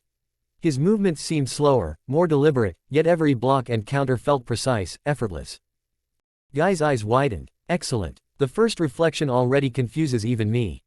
Naruto pressed forward, the fight escalating. When Guy's blows became faster and more complex, Naruto's voice rose calmly again. Echo my moves, deceive their eyes. Veil the real. Second reflection. Now Naruto's afterimages multiplied, dancing just behind him like shadows in the sunlight. Each feint and strike seemed to come from several places at once. Guy staggered, forced to break his rhythm and take a cautious step back. Kurenai smiled, impressed by the subtle layering of genjutsu within the taijutsu style. His control is incredible. Double-layered genjutsu at this age. Unheard of. Sasuke's Sharingan flickered in amazement, struggling to track Naruto's true position. The duel intensified as Might Guy launched a swift barrage, expecting Naruto to falter. But Naruto's voice rang out, commanding and steady. Dance between light and shadow. Break the mind's sight. Third reflection. Suddenly, Naruto's form multiplied, afterimages moving with different rhythms, some lagging, some speeding ahead, confusing Guy's senses entirely. Naruto shifted with unnatural speed, forcing Guy to fight with genuine seriousness for the first time in the spar. Guy grinned broadly, sweat gleaming on his brow. This is remarkable. Your Zenkyoken style is unlike anything I've seen. Every time you shift, it's like fighting a new opponent. Kurenai clapped softly, delighted. And the chakra control to sustain these illusions, he's doubling, even tripling the genjutsu layers. His mind must be as strong as his body. Sasuke's eyes narrowed, realizing why his Sharingan failed to copy a single move. Naruto caught his gaze and smiled, releasing the final hold on his stance. You're wondering why your Sharingan can't keep up, huh? Naruto teased. It's the genjutsu woven into my fighting style. The Sharingan doesn't know what to copy. It's the ultimate mind game. Guy laughed heartily. So, the Sharingan isn't invincible after all. This is why youth is precious. You're creating something new, something legendary. Naruto nodded, a genuine smile breaking his usual guarded expression. That's right. The Sharingan is powerful, but it's not everything. Real strength comes from making your own path. Sasuke looked thoughtful, the lesson settling deep within him. Naruto nudged him playfully. Now, how about some dango to celebrate? Sasuke winced. Can we eat at home? The academy's full of fangirls, and after you stir them up, it's impossible to focus on food. Naruto laughed. Fair enough. Home it is. Kurenai stepped forward, pulling a small stack of chakra paper from her bag. Before you go, Naruto, I have a present. Naruto's violet eyes widened as Kurenai handed him the paper. Channel your chakra into it. He concentrated, sending a delicate flow of chakra through the paper. It split in two, one half burned away in a small flame, the other crinkled but held strong. Guy and Kurenai exchanged astonished looks. 3 chakra natures, Kurenai whispered, her smile growing. Wind, lightning, and fire. She produced 3 scrolls, each detailing exercises for a chakra nature. Keep this secret from the Hokage, she warned with a wink. Naruto bowed deeply, feeling the weight of the gift and the trust placed in him. His voice barely a whisper, I swear to take this to my grave. Chapter 8. It's come to my attention that reading this on the computer is aggravating to my sweet little eyes. If possible, I highly recommend reading this on a phone so it isn't as aggravating. I'm sorry if some of you have the same problem as me, ha ha ha. I have to wear glasses and looking at a super long line across the screen in small writing would make me have a hemorrhage and die, leaving the people who like this story to wonder what will happen next. That's something I cannot abide by, so use a phone screen if possible. It doesn't let me enlarge the text for computer users like I'd like to, but we use the tools we have. If you like the story, I love you. And if you don't, you're lying because you made it to the 8th chapter without leaving, so now you're stuck with me. End of rant. Another year blows by. The warmth of early spring bathed Konoha in a gentle glow as Naruto stepped out onto the academy training field, the final part of his graduation exam complete. His violet eyes, sharp and clear, betrayed nothing of the storm brewing beneath his calm exterior. His perfect score was etched on the evaluation scroll the proctors held, written exam flawless, kunai and shuriken throws dead on, sparring efficient and elegant, and his ninjutsu demonstration performed with the grace of a seasoned genin. A year ahead of schedule, Naruto Uzumaki Uchiha had proven he could graduate. But the room wasn't just filled with proctors. In the far corner, partially cloaked by the shadows of the room, sat Homura Mitokado and Danzo Shimura. Their presence alone sent a chill through the air. Naruto's keen eyes tracked the subtle glance between the proctors and the elders. He caught the flicker of hesitation, the almost imperceptible nod from Homura. The proctor's throat bobbed with a swallowed breath before he spoke, his voice faltering ever so slightly. Naruto, while your performance today was exceptional, we've decided that, due to your age, it would be unwise to send you into the field. A genin that young could become a liability to his team. Naruto felt the words pierce like a kunai to the gut, not because they were true, but because of the insult hidden behind the false concern. His blood boiled. Liability, he thought bitterly. Itachi graduated younger than I am now. But his face remained placid, expressionless as a still lake. Then, slowly, he drew up the corners of his mouth into a polite, almost amused smile. You're right, that's a very valid concern. I wouldn't want to be a burden or liability to my comrades. I'll gladly take the exam next year. That will give me time to train and improve so I'm worthy. He allowed his gaze to flicker to Danzo and Homura, offering them a grin that dripped with unspoken defiance, a grin that only they would notice for what it was. Calmly, he turned and walked from the room, leaving the proctors in stunned silence. One let out the breath he'd been holding, relieved that Naruto hadn't reacted with the fury they half expected. Outside, the academy yard was bustling with students and their families. Sasuke stood near the gates, arms crossed, watching the doors intently. His classmates hovered nearby, curiosity burning in their eyes. Ino spotted Naruto first. Her face brightened as she hurried over. Naruto, how'd you do? Naruto slipped on his usual dreamboat mask, his smile warm and easy, as if the council hadn't just spit in his face. Perfect score. But I'm too young, they said. Wouldn't want to be a liability, right? His tone was light, almost joking, but both Sasuke and Shikamaru, lurking at the edge of the group, felt their stomachs twist. That made no sense. Itachi had graduated younger. There was something rotten about this. Naruto, ever the actor, threw his hands up dramatically. Oh, the tragedy, he cried, sinking to his knees. He buried his face in Ino's chest, mock sobbing. Sister-in-law, tell me, am I suffering from success? Ino froze, caught off guard by the sudden affection, but instinctively began stroking his hair, flustered and blushing furiously. There, you're not a failure at all, Naruto. Why your hair's so soft? Sakura scowled, fists clenched at her sides. Ino pig, he's not your brother-in-law. I'm going to be Sasuke's wife one day. Ino turned her head slowly, her eyes glinting with mischief, and a tiny nosebleed threatening. Sakura, Sasuke's all yours. I've seen the light. She continued to run her fingers through Naruto's hair as if he were some rare and precious treasure. Sasuke's eye twitched. He knew this act, knew it too well. Naruto wasn't just playing with the girls, he was venting, hiding his true feelings behind a performance so absurd that no one would see through it. Deception, the lesson Naruto hammered into him at every turn. Without a word, Sasuke turned on his heel and started walking home. Let Naruto have this moment. He'd spare himself the sparring match that would surely follow if he stuck around. And as he walked, he wondered just how much fury burned beneath Naruto's smile. Naruto's house, later that day. Naruto closed the door of his home with a soft click, the sound swallowed by the oppressive silence of the Uchiha compound. The sun had long dipped behind the rooftops, casting the world in deepening shades of twilight. He didn't bother with the lights. He didn't need them. The darkness suited him tonight. His steps were slow, heavy, as he crossed the wooden floor and dropped onto the cushion at his table. The cool air of the empty house wrapped around him like a shroud. Alone, finally alone. The charming smile, the easy laughter, the teasing that hid the burn of betrayal, all of it fell away. His fists clenched against the worn wood of the table. His head bowed, bangs shadowing his eyes. And then his chakra flared, unbidden, as if his body could no longer contain the storm inside. His eyes snapped open, and the Sharingan ignited, the familiar two-tomo spinning in either eye. But tonight, that wasn't enough. The betrayal, the mockery, the injustice of it all, it boiled in his veins, hotter than fire, sharper than wind. Fucked over, he hissed, the words scraping out through clenched teeth. His hands trembled with fury. Fucked over by cowards too scared to let me prove myself. The two-tomo whirled faster, chakra surging through him like a flood. Maybe the concern was real, he muttered, but the bitter laugh that followed tasted like ash. Maybe they think I'm too young. Or maybe, his voice darkened, dropping to a growl. Maybe they see what I really am. What they think I am. A threat. A monster. Madara reborn. His nails dug into his palms until they broke the skin, the sting of pain grounding him for a heartbeat. And that's when it happened. His vision sharpened, the world seemed to slow. And with a sudden, searing clarity, he felt the change.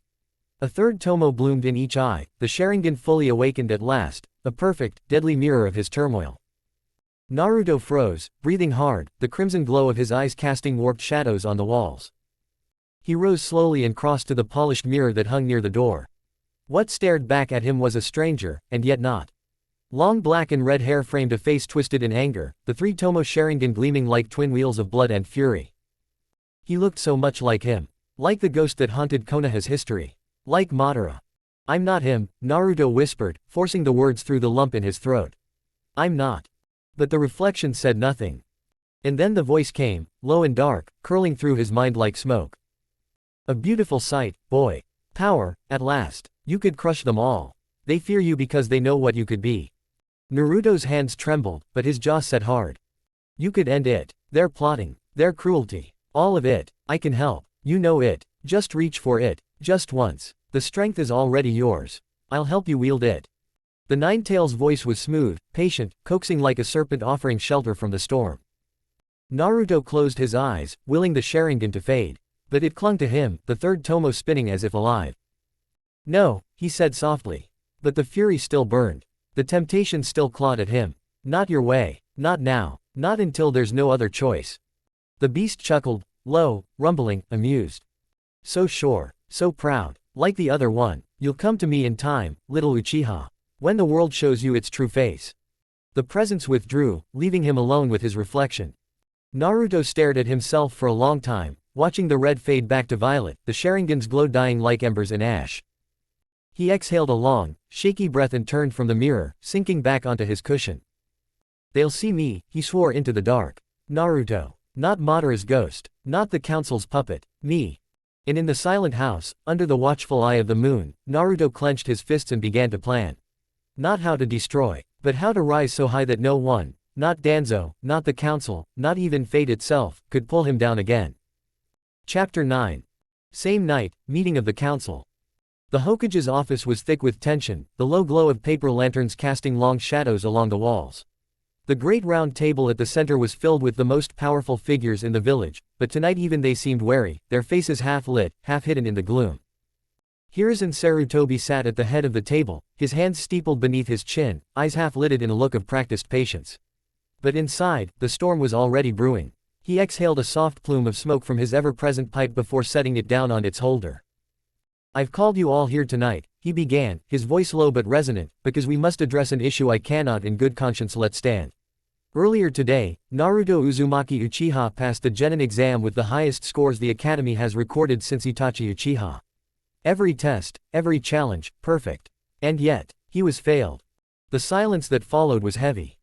Shikaku Nara's tired eyes half closed as he leaned back, fingers drumming idly against the wood. Troublesome, he muttered, more to himself than anyone. Sounds like politics. Hiyashi Hyuga regarded the Hokage coolly, his face as composed as ever, but the slight narrowing of his Byakugan-activated gaze showed his interest. Shibi Aburame remained still, his high collar hiding most of his expression. Inoichi Yamanaka shifted in his seat, exchanging a glance with Sume Inuzuka, who snorted audibly. It's an outrage, Sume said bluntly, crossing her arms. Whatever you think of the boy personally, he earned his place. The civilian council members were quick to react, their voices rising as one. That boy is dangerous, he's the demon fox reincarnated. Barked a red-faced merchant, his voice trembling with self-righteous fear. He has no business being a shinobi at all. A matronly woman added. He'll betray us the second he can. You all saw the Nine-Tails attack, how can we let its vessel graduate? Homura Mitokado raised a hand, silencing the room. His tone was deceptively mild. Let us not cloud the matter with emotion. The fact remains, no Genin team could possibly take a lone graduate this cycle. It would unbalance the squads, would it not? Kaharu Yudate nodded, folding her hands primly. Indeed, and we must consider the liability of placing a child so young and unique into active duty. The boy is not even of age. Hiruzen's jaw tightened. That did not stop us from promoting others at younger ages. Kakashi Hatake, who sits among us now, was a chunin by Naruto's age. All eyes flicked toward Kakashi, who had been silently leaning against the wall, one eye lazily observing the proceedings. He gave a noncommittal shrug. It's true. Age doesn't mean much when it comes to skill. Danzo Shimura leaned forward, steepling his fingers. His single visible eye gleamed with something between calculation and hunger. And yet, Hokage-sama, Naruto is no Kakashi. Not yet. The boy is powerful, yes, but undisciplined. Dangerous. He needs guidance. A firm hand. I have long said it, if you allowed Root to mold him, we could hone that raw strength into a weapon that would protect Konoha from all threats. Hiruzen's glare darkened. No, Danzo. I will not see Naruto turned into a tool, no matter how much you salivate at the idea. Soon growled low in her throat, baring her teeth. I'm with the Hokage. The boy's no tool. He's a shinobi, one of ours. One of ours. Kaharu's voice sharpened. He calls himself Uchiha, but he's no Uchiha. The boy's blood is dangerous enough without giving him a name that stirs old ghosts. Hiyashi's voice, calm and cold, cut through the growing argument. Regardless of his name, he is both Uzumaki and Uchiha by claim, and Jinchuriki by fact. None of us can change that. Shikaku sighed, rubbing his temples. So what's the point of all this, then? We can argue until dawn about what he is, but we still have to figure out what we're doing. What's the plan, Hokage-sama? Hiruzen exhaled smoke slowly, watching it swirl in the lamplight. I wanted this council to speak its mind, though I expected little different than what I've heard. The reality is this, we failed him. Not because he lacked skill, but because of fear in politics. I want it on record that I opposed this decision. And I will oppose any future sabotage of the boy's rightful progress. Homura raised an eyebrow. And what do you suggest, then? We have no team for him. We cannot form one for a single genin. Shikaku's sharp mind was already working. Well, we have one other Uchiha. Sasuke. The kid's progressing well enough. We've all heard about the training the elder Uchiha boy's been giving him. If we wait until Sasuke graduates, we can place them together. That way, we can observe them both. Danzo's lips twitched into a faint, almost imperceptible smile. Yes, watch them. Together they might be formidable, but also easier to contain. 2 Uchihas, 1 team. 1 leash. Hiyashi inclined his head slightly. Pragmatic. The Hyuga have no objection. Shibi finally spoke, his voice low, nearly monotone. It is efficient. Soon crossed her arms, still frowning.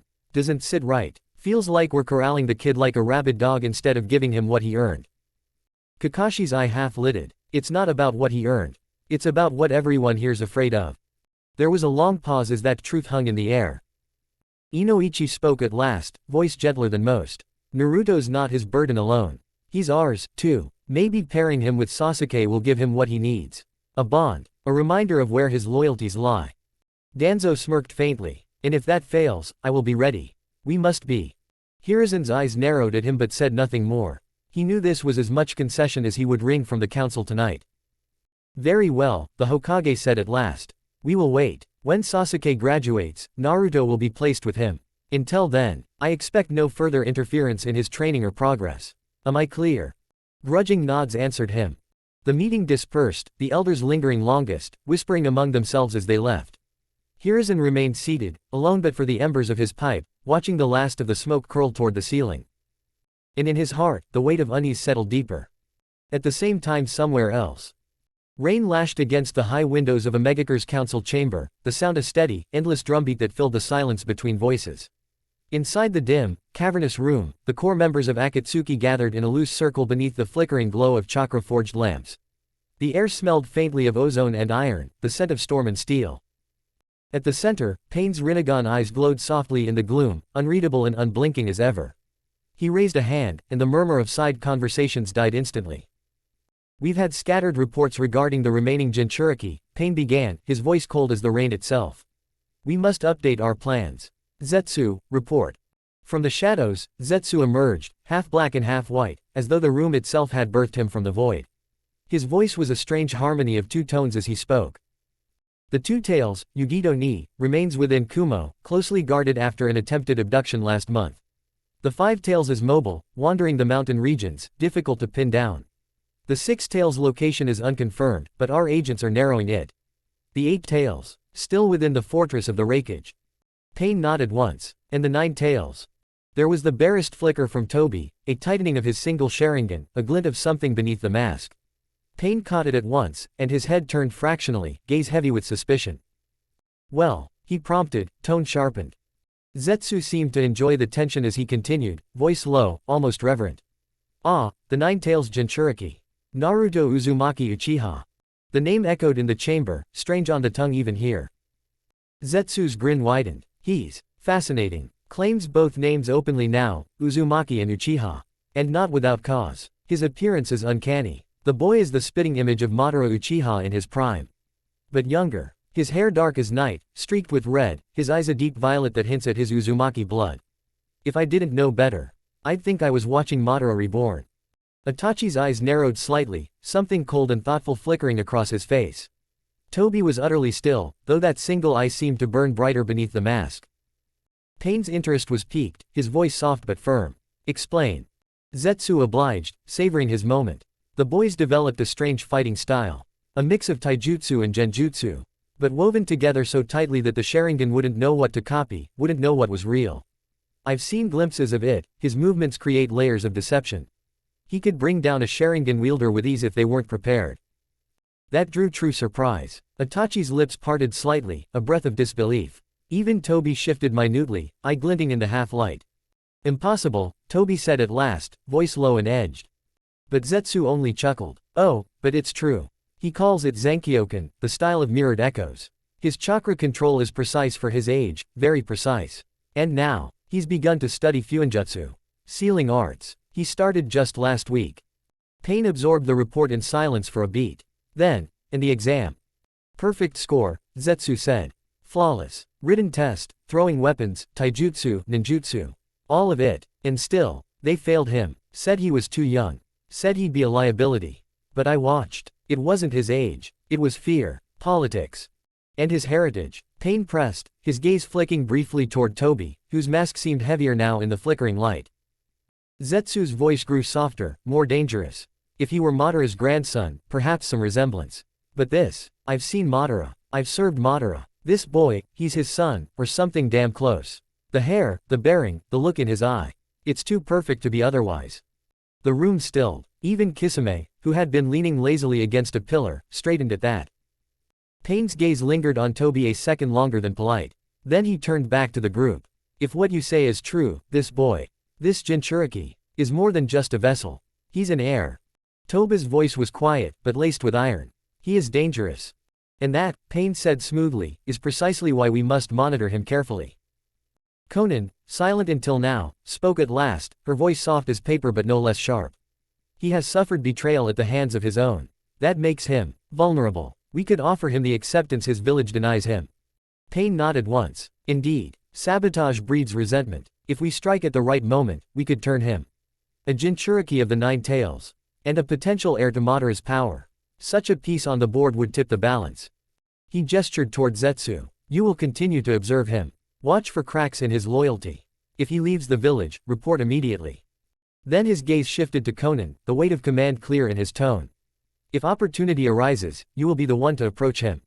You, Konan, not Toby. Your loyalty is to me. And I trust you to see through to our cause, not his. There was a subtle edge there, a tension that vibrated beneath the surface like the storm outside. Konan inclined her head gracefully. Understood, Pain. The room grew quiet again, save for the ceaseless pounding of the rain against the stone. Each member of the Akatsuki turning over the implications in their mind, the shape of the future shifting before their eyes. Toby said nothing more, though beneath the mask his eye gleamed, thoughtful, calculating. As if seeing possibilities even Pain had not yet dared to name. And above it all, the storm raged on, as if the heavens themselves understood the dangerous game now set in motion. Chapter 10. Morning sunlight filtered through the thin clouds above Konoha, casting a pale gold over the quiet training field. The air was crisp, fresh with the promise of autumn, and the leaves rustled gently in the breeze. Naruto stood opposite his two mentors, his chest rising and falling steadily from the rigorous spar that had just ended. His Sharingan gleamed, now with 3 tomo spinning gracefully in each eye. The crimson and black were stark against the violet hue of his irises, a sight that no longer surprised his sensei. Kurenai stepped forward first, her sharp red eyes soft with pride. So, she said, folding her arms, you've awakened your 3rd tomo. I can't say I'm shocked. After what they did to you yesterday. The emotional trigger was perfect, wasn't it? Naruto gave a faint, knowing smirk. I suppose I should thank the council for their gift. Might Guy let out a booming laugh, clapping Naruto hard on the back. Youth shines brightest when tested by adversity, Naruto-kun. With your Sharingan fully matured, your Zenkyoken can truly bloom now. The potential for growth, limitless. Naruto's smirk softened, warmth filling his expression at their support. He had long since decided they were his true family in this village. Guy's grin widened. And since we're on the subject of growth, I have an early birthday present for you. After today's training, I'll bring you a set of Fuinjutsu manuals. A shinobi like you, your power shouldn't come only from fists and eyes, but from knowledge too. With no academy to waste your time on this year, you'll have something worthy to study. Naruto's eyes lit up, genuine gratitude flashing through him. He bowed his head respectfully. Thank you, Guy-sensei. Kurenai-sensei. I swear I'll put it to good use. The two shared a look, silently reaffirming what they already knew. This boy, scorned by so many, was their pride. Meanwhile, at the Ninja Academy, the day had carried on as normal, until a masked Anbu appeared beside Iruka in the middle of class. His voice was low, but carried authority. Uchiha Sasuke. The Hokage summons you. Sasuke stiffened, glancing at Iruka, who only nodded his permission. Rising from his seat, Sasuke followed the Anbu without a word, his mind racing. The summons was unexpected, but somehow, not surprising. Minutes later, he stood before the grand doors of the council chamber. When they opened, he stepped into a room heavy with expectation. The third Hokage sat at the head, his kind but weary gaze on Sasuke. Beside him, the elders, Homura, Koharu, and Danzo, his single eye hidden behind that ever-watchful bandage. The civilian council flanked them, and beyond that, the heads of the great clans, Hiashi, Shikaku, Tsume, Shibi, Inoichi. Asuma and Kakashi stood quietly near the walls, silent observers. Sasuke Uchiha, began Homura, his voice formal, but with an undercurrent of calculation. You are the last heir of your noble clan. We have convened to offer you the resources befitting that status. Koharu continued smoothly, special instructors, advanced jutsu scrolls, personal tutors in strategy, politics, whatever you need, the village will provide. It is your right as the Uchiha heir. Danzo said nothing, but Sasuke could feel the weight of his gaze, measuring him, dissecting him. The offer was as tempting as it was expected. For a moment, Sasuke hesitated. He could feel the stirrings of desire in his chest, the yearning for power, for the means to avenge, to protect, to rise. But then Naruto's words echoed in his mind, clear as the day they were spoken. They'll give you whatever you want, because they see you as their prince. But what's given can be taken away. What's copied will never be as strong as what's truly yours. And even more than that, deception is a shinobi's greatest ally. Never let them see what's real. Sasuke felt his breath slow. His face relaxed into a mask, his heart steadying. When he spoke, his voice was calm, almost casual, but with a hint of arrogance that mirrored the very image they wanted from him. I appreciate the council's generosity, he said. There are a few things I would request, then. The elders leaned forward, hungry to hear. I'd like chakra paper to begin studying my nature affinities properly, Sasuke said smoothly. High-quality kunai and shuriken, of course. And 2 Chikudo swords, 1 black, 1 white. Crafted by the best blacksmiths you can find. There was a brief silence as the request sank in. 2 swords? Koharu asked, brow arching. Why both? That seems excessive. Sasuke's lips curled into the perfect Uchiha smirk, proud, superior, exactly what they expected. I can't decide which color I want. But surely the heir of the Uchiha should have whatever he desires. Isn't that what you said? His words hit their mark. The civilian council nodded eagerly, falling over themselves to agree. Of course, the Uchiha heir should have nothing but the best. Danzo's eye narrowed slightly, but he said nothing. The third Hokage, however, watched Sasuke with a faint, knowing smile, seeing through the boy's game, but letting it play out. The heads of the clans who supported Naruto, Shikaku, Tsume, Shibi, Inoichi, shared brief glances and smirks of their own. They saw it too, the boy was learning well. Homura inclined his head. Very well. Your requests will be fulfilled. Sasuke bowed politely. Thank you. He turned and left the chamber, the door closing softly behind him. A couple minutes later. As he walked through the village streets, the weight of the moment settled on Sasuke. He felt lighter than he had in weeks. A low chuckle escaped him, genuine amusement, the first he'd felt in so long it startled him. So this was what Naruto found so entertaining about it, the dance of deception, the subtle victories, the power of knowing what others did not. He thought of his brother, not the one who left him that night in blood and shadow, but the one who stood beside him now. Naruto. The one who taught him, who challenged him, who believed in him without ever saying so outright. Brother. The word came to him unbidden, but it felt right. When had he started to think that way? How long had that truth been quietly growing in his heart? Sasuke didn't know, but as he walked toward home, hands in his pockets, the ghost of a smile lingered on his lips. And for the first time in years, he didn't feel alone. In the council chamber. The council chamber slowly emptied, the murmur of self-important voices fading into the quiet of evening. The heavy doors closed behind the last civilian member, leaving behind only a lingering weight in the room, the smell of ink and old wood, the feel of tension that clung like a second skin. He had seen the play clearly, the offer of power, of status, of everything the boy could ask for, laid out like a feast before a starving child.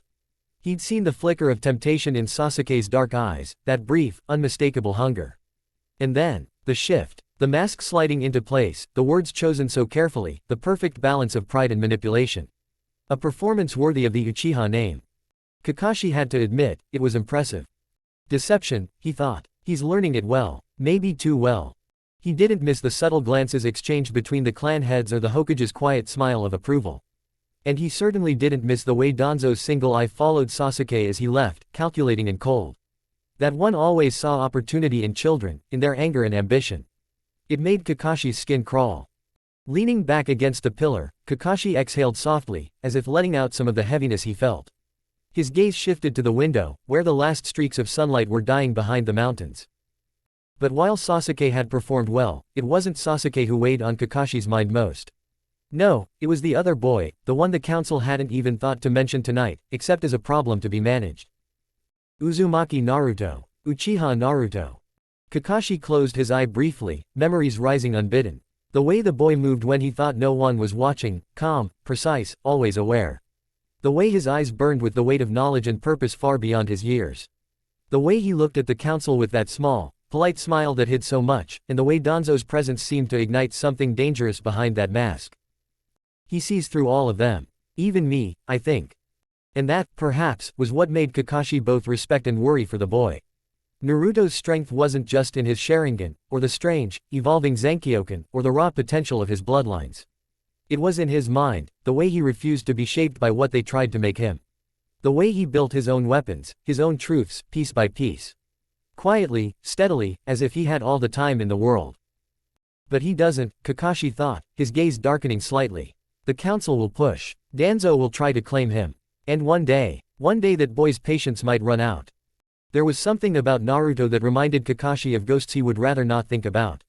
A certain man with long, flowing hair and eyes like an endless storm. A boy with a dream that turned into a curse.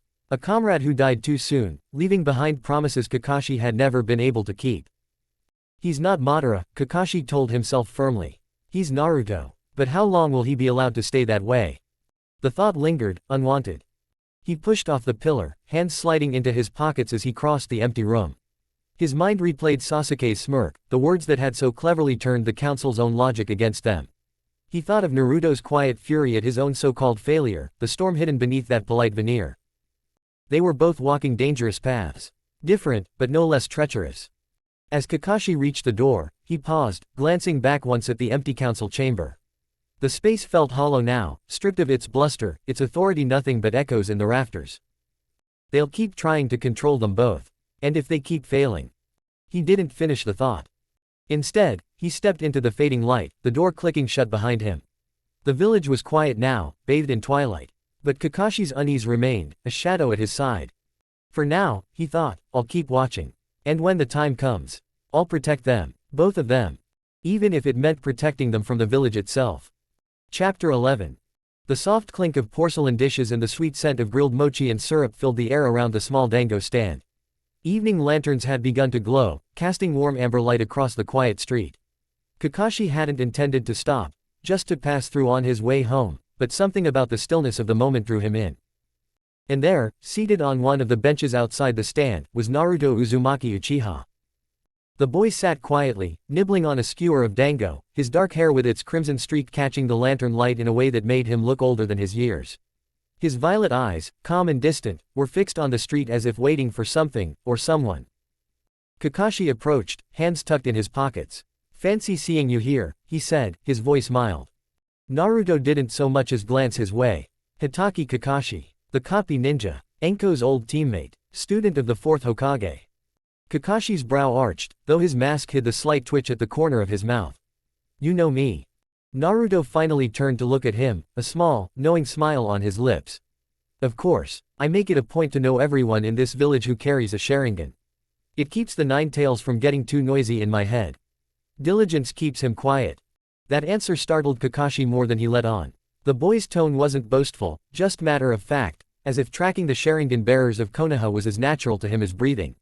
He took a slow seat across from the boy, eye narrowing thoughtfully. So what does that mean, exactly? Kakashi asked. You always know what's going on. Naruto tilted his head, considering. I try. Helps with the council's games. I'm already pretty sure what their plan is. Let me think out loud. Kakashi said nothing, letting the boy speak. They'll delay my graduation another year. Maybe two if they can swing it. Not because I'm not capable, but to keep me under their thumb, to manage me. In the meantime, they'll push Sasuke forward. Give him tutors, scrolls, weapons, make him their shining little Uchiha prince. But eventually, they'll want us on the same team. Easier to watch us that way. Easier to control. Kakashi studied him, impressed despite himself. Naruto spoke like someone twice his age, laying out the council's thinking as if he'd been in the room. The boy smirked suddenly, mischief dancing behind his gaze. I might have lost my temper over it, but my little brother promised me a cool Chikuto. Actually, he promised me too. He looked directly at Kakashi now, that smirk sharpening as if he could see the thought forming behind the Jonin's mask. Kakashi chuckled softly. Careful, he said, leaning back a little. If you're not careful, you might lose yourself in your own deception. Naruto's smirk softened into something more genuine. His voice, when he spoke next, was quiet but steady. That's impossible. I was born in deception. Even if my father were alive, he'd have been tricked into thinking I was his son. Maybe with some strange genetic defect to explain me. The words hung in the air between them. For the first time in a long while, Kakashi felt truly off balance. He opened his mouth, unsure what to say, but before he could form a reply, a familiar voice cut through the quiet. Well, what's this? Hitaki Kakashi, loitering with the village's most eligible bachelor. Enko Mitarashi strode toward them, a teasing grin on her lips and mischief in her eyes. She made a playful lunge toward Naruto, hand outstretched as if to ruffle his hair or snatch a bite of his dango. But before she could make contact, she felt a light tap on her shoulder. Startled, she spun around, and there was Naruto, standing behind her, holding out two dango skewers with a warm, almost innocent smile. Hi there, pretty lady. Heard about you from Sister Yuhi. I think we'd get along. His tone was smooth as silk, completely at ease. Why don't you get in touch through Kurenai sometime? We can hang out. She blinked, caught completely off guard, eyes flicking back to where she'd seen him sitting. The Naruto still seated there rose slowly. And dissolved, the afterimage shimmering away like heat haze. What the? Anko started, her voice trailing off as she turned back to the boy holding the dango. He offered the skewers with both hands, smile unchanging. I thought you might like these. Wordlessly, she took them, watching him as if seeing him for the first time. Before she could find her voice, Naruto gave a polite little bow. I need to go practice my fuinjutsu. Have a good evening, Enko-san. Kakashi-san. And with that, he slipped away into the gathering dusk, his dark silhouette soon lost in the shadows of the village. Enko stared after him, the skewers still in her hand. What just happened? She asked, half to herself. Kakashi gave a soft, amused sigh, his visible eye crinkling at the edge. I was hoping you'd tell me. They stood there in companionable silence, watching the street where Naruto had disappeared. The last of the daylight faded, leaving only the soft glow of the dango stand's lanterns and the quiet hum of a village settling in for the night. A couple minutes later, Enko strode through the village, the twilight deepening into night as the last traces of orange light bled from the sky. Her mind replayed the encounter at the dango stand, Naruto's sly smile, the way he'd outmaneuvered her without breaking a sweat. She clicked her tongue in frustration and grinned despite herself. Before she knew it, she stood in front of Kurenai Yuhi's apartment. With a sigh, she rapped her knuckles against the door, folding her arms as she waited.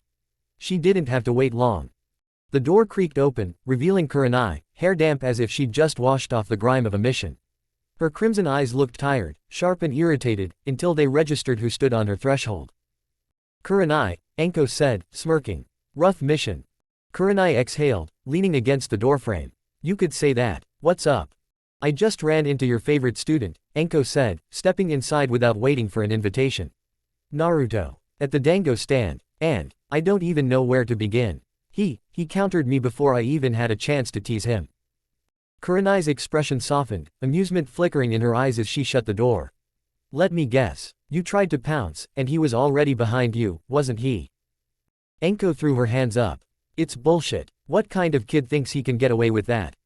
Kurenai chuckled, guiding her friend toward the couch. That's Naruto for you. Actually, he mentioned you before. Said you're one of the few people he'd be okay with visiting while we're training. That gave Enko pause. He said that. MMHMM. Kurenai grabbed a towel, rubbing at her hair absently. He sees himself in you. Did you know that? Enko blinked, caught off guard. What do you mean? Kurenai hesitated a beat, then sat down. A few months back, he overheard some civilian running his mouth. Saying cruel things about you. Naruto didn't take kindly to it. He persuaded the guy to share everything he knew. Persuaded? Enko raised an eyebrow. I didn't ask for details. But let's just say the next time I saw that man, he was like a puppet. Didn't engage with anything unless it was his job. Like he'd been hollowed out. Enko's grin faltered. Kurenai. I was going to scold him. But then he said something that stopped me. Kurenai's voice softened. If someone called me a Madara-shaped fox demon, I'd hope somebody would do the same for me. For a moment, Enko had no words. She leaned back, staring at the ceiling. Why would he care? Why would someone like that? For me. Because he knows, Kurenai said quietly. He figures you wear a mask, same as he does. He called you a potential, masked sister, actually. That made Enko snort, shaking her head. Kid's too sharp for his own good. Tell me about it, Kurenai said, smiling. He wants you to come spar with him next week. Says his next stage of taijutsu will be ready. Enko scoffed. Spar with a kid. Come on, Kurenai. But Kurenai just smirked. Might guy has to open his gates to keep up with him now. Enko's mouth opened to fire back, but no words came. She gawked. You're joking. I'm really not. They fell into easier conversation after that, Kurenai sharing bits about Naruto's training, his precision with genjutsu layering, his uncanny chakra control, his dedication to developing the Zankyoken. With each detail, Enko's intrigue grew, the skepticism giving way to genuine curiosity. All right, she said at last, rising from the couch and stretching. I'll come. As long as I'm not stuck on some dumb mission chasing rogue cats or clearing bandits out of some noble's summer home, I'll be there. Kurenai grinned. Good. He'll like that. Enko hesitated at the door, glancing back. You're right about him, you know. He is like me. But, maybe better. Kurenai's smile softened. Yeah, maybe he is. And with that, Enko slipped back into the night, the thought of the strange, sharp-eyed boy lingering in her mind longer than she cared to admit. Chapter 12. The morning sun climbed lazily over the treetops, casting warm shafts of light across the worn training field where countless battles had been fought. The air was cool, but carried the promise of heat, the kind that made sweat stick and muscles burn. A quiet hush fell over the small group gathered at the edge of the field, an audience of friends and rivals, mentors and curious onlookers. Naruto stood barefoot on the soft grass, his body loose but his gaze razor-sharp. His black hair, streaked through with red, fell nearly to his shoulders now, the breeze stirring it gently. His violet eyes didn't waver from the man standing opposite him, Might Guy, the embodiment of raw energy and unstoppable determination. Today felt different. This wasn't just training. This was the unveiling of something new, something Naruto had labored over, fought for, bled for. The fourth reflection. Might Guy's grin shone as bright as the sun overhead. His energy was infectious, his enthusiasm as boundless as ever. Naruto. Today, let your youth burn at full strength. Let me see that fourth reflection of yours in all its glory. Let's test our limits together. On the sidelines, Enko leaned against a tree, arms crossed, eyes narrowed with curiosity. She'd come expecting to humor Kurenai, maybe to chuckle at a cocky kid's overblown tricks. But already, something about the tension in the air had her attention. Beside her, Sasuke watched silently, his Sharingan activated, trying to take in every detail, every nuance. Kurenai stood nearby, arms folded, a knowing smile playing at the corners of her mouth. Naruto took a deep breath, letting the world fall away until only Guy remained in his focus. His voice was low, steady, as he settled into a stance refined by years of discipline.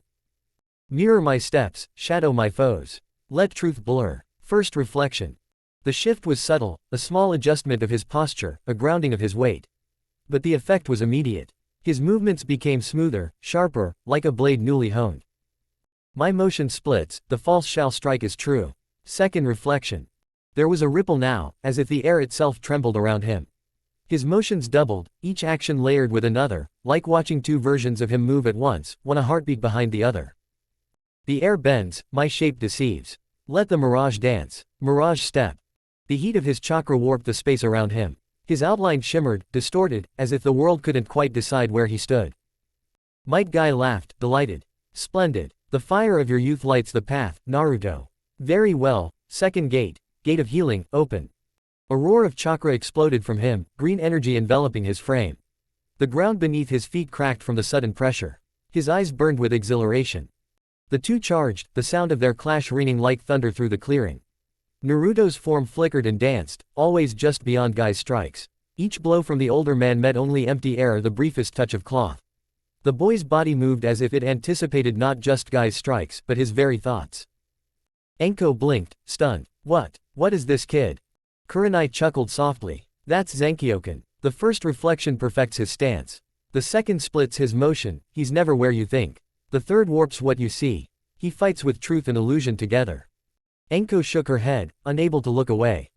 Their battle blurred, a storm of strikes and dodges, until Guy stepped back, his grin wider than ever. His chest rose and fell with deep breaths, sweat glistening on his brow. Naruto. Let me see it. Let me feel the fire of your fourth reflection. Naruto's gaze hardened, his voice dropping into something almost like a prayer. Empty body, empty sound, let them fight ghosts. Phantom shell. For an instant, Naruto seemed to dissolve, his presence fracturing. The field filled with afterimages, each one slightly out of sync with the others, all moving with a purpose of their own. His real form became impossible to track, lost among the phantoms. Guy's excitement grew. Third gate, gate of life, open. His chakra surged higher still, the grass beneath his feet flattening under the sheer force of it. The green aura around him burned brighter, and his body moved with explosive speed. They clashed again, faster, harder. Naruto became untouchable, his afterimages striking from every angle, each dodge so precise it felt effortless. Guy met him strike for strike, his own speed matching the storm. The shockwaves of their battle tore through the field, sending leaves and dust spiraling into the air. Enko stood frozen, mouth open, barely breathing. Minutes passed in a flurry of motion until finally, both fighters stopped, standing apart, chests heaving, eyes bright with shared pride. Guy lunged forward, arms spread for one of his signature crushing hugs. Ah, Naruto. Such fire, such spirit. But as his arms closed, the Naruto he grabbed shimmered and faded, an afterimage dispersing like mist. The real Naruto stood beside Enko, holding out a skewer of fresh dango with a boyish grin. Sweet for the pretty lady. Thought you could use a pick-me-up. Enko gawked, caught off guard, then scowled as the taste of her favorite treat hit her tongue. You little. Kurenai laughed outright. He does that. Naruto smirked. Courtesy of your new masked brother. Guy straightened, still beaming despite the trick. Your fire burns brighter every day, Naruto. Kurenai's voice was warm. Your growth. It's incredible, Naruto. I'm proud of you. Naruto's smile softened, shadows flickering beneath his joy. For just a moment, that sadness surfaced, the weight he carried, the battles no one saw. Sasuke noticed, but said nothing. Instead, he stepped forward, smirking. Got any more of those?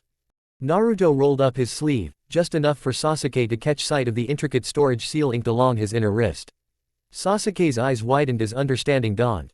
He smirked. Put some on mine too. Naruto nodded, their silent agreement sealed without words. Sasuke turned toward the village, thoughts churning. Maybe I should try to graduate early too.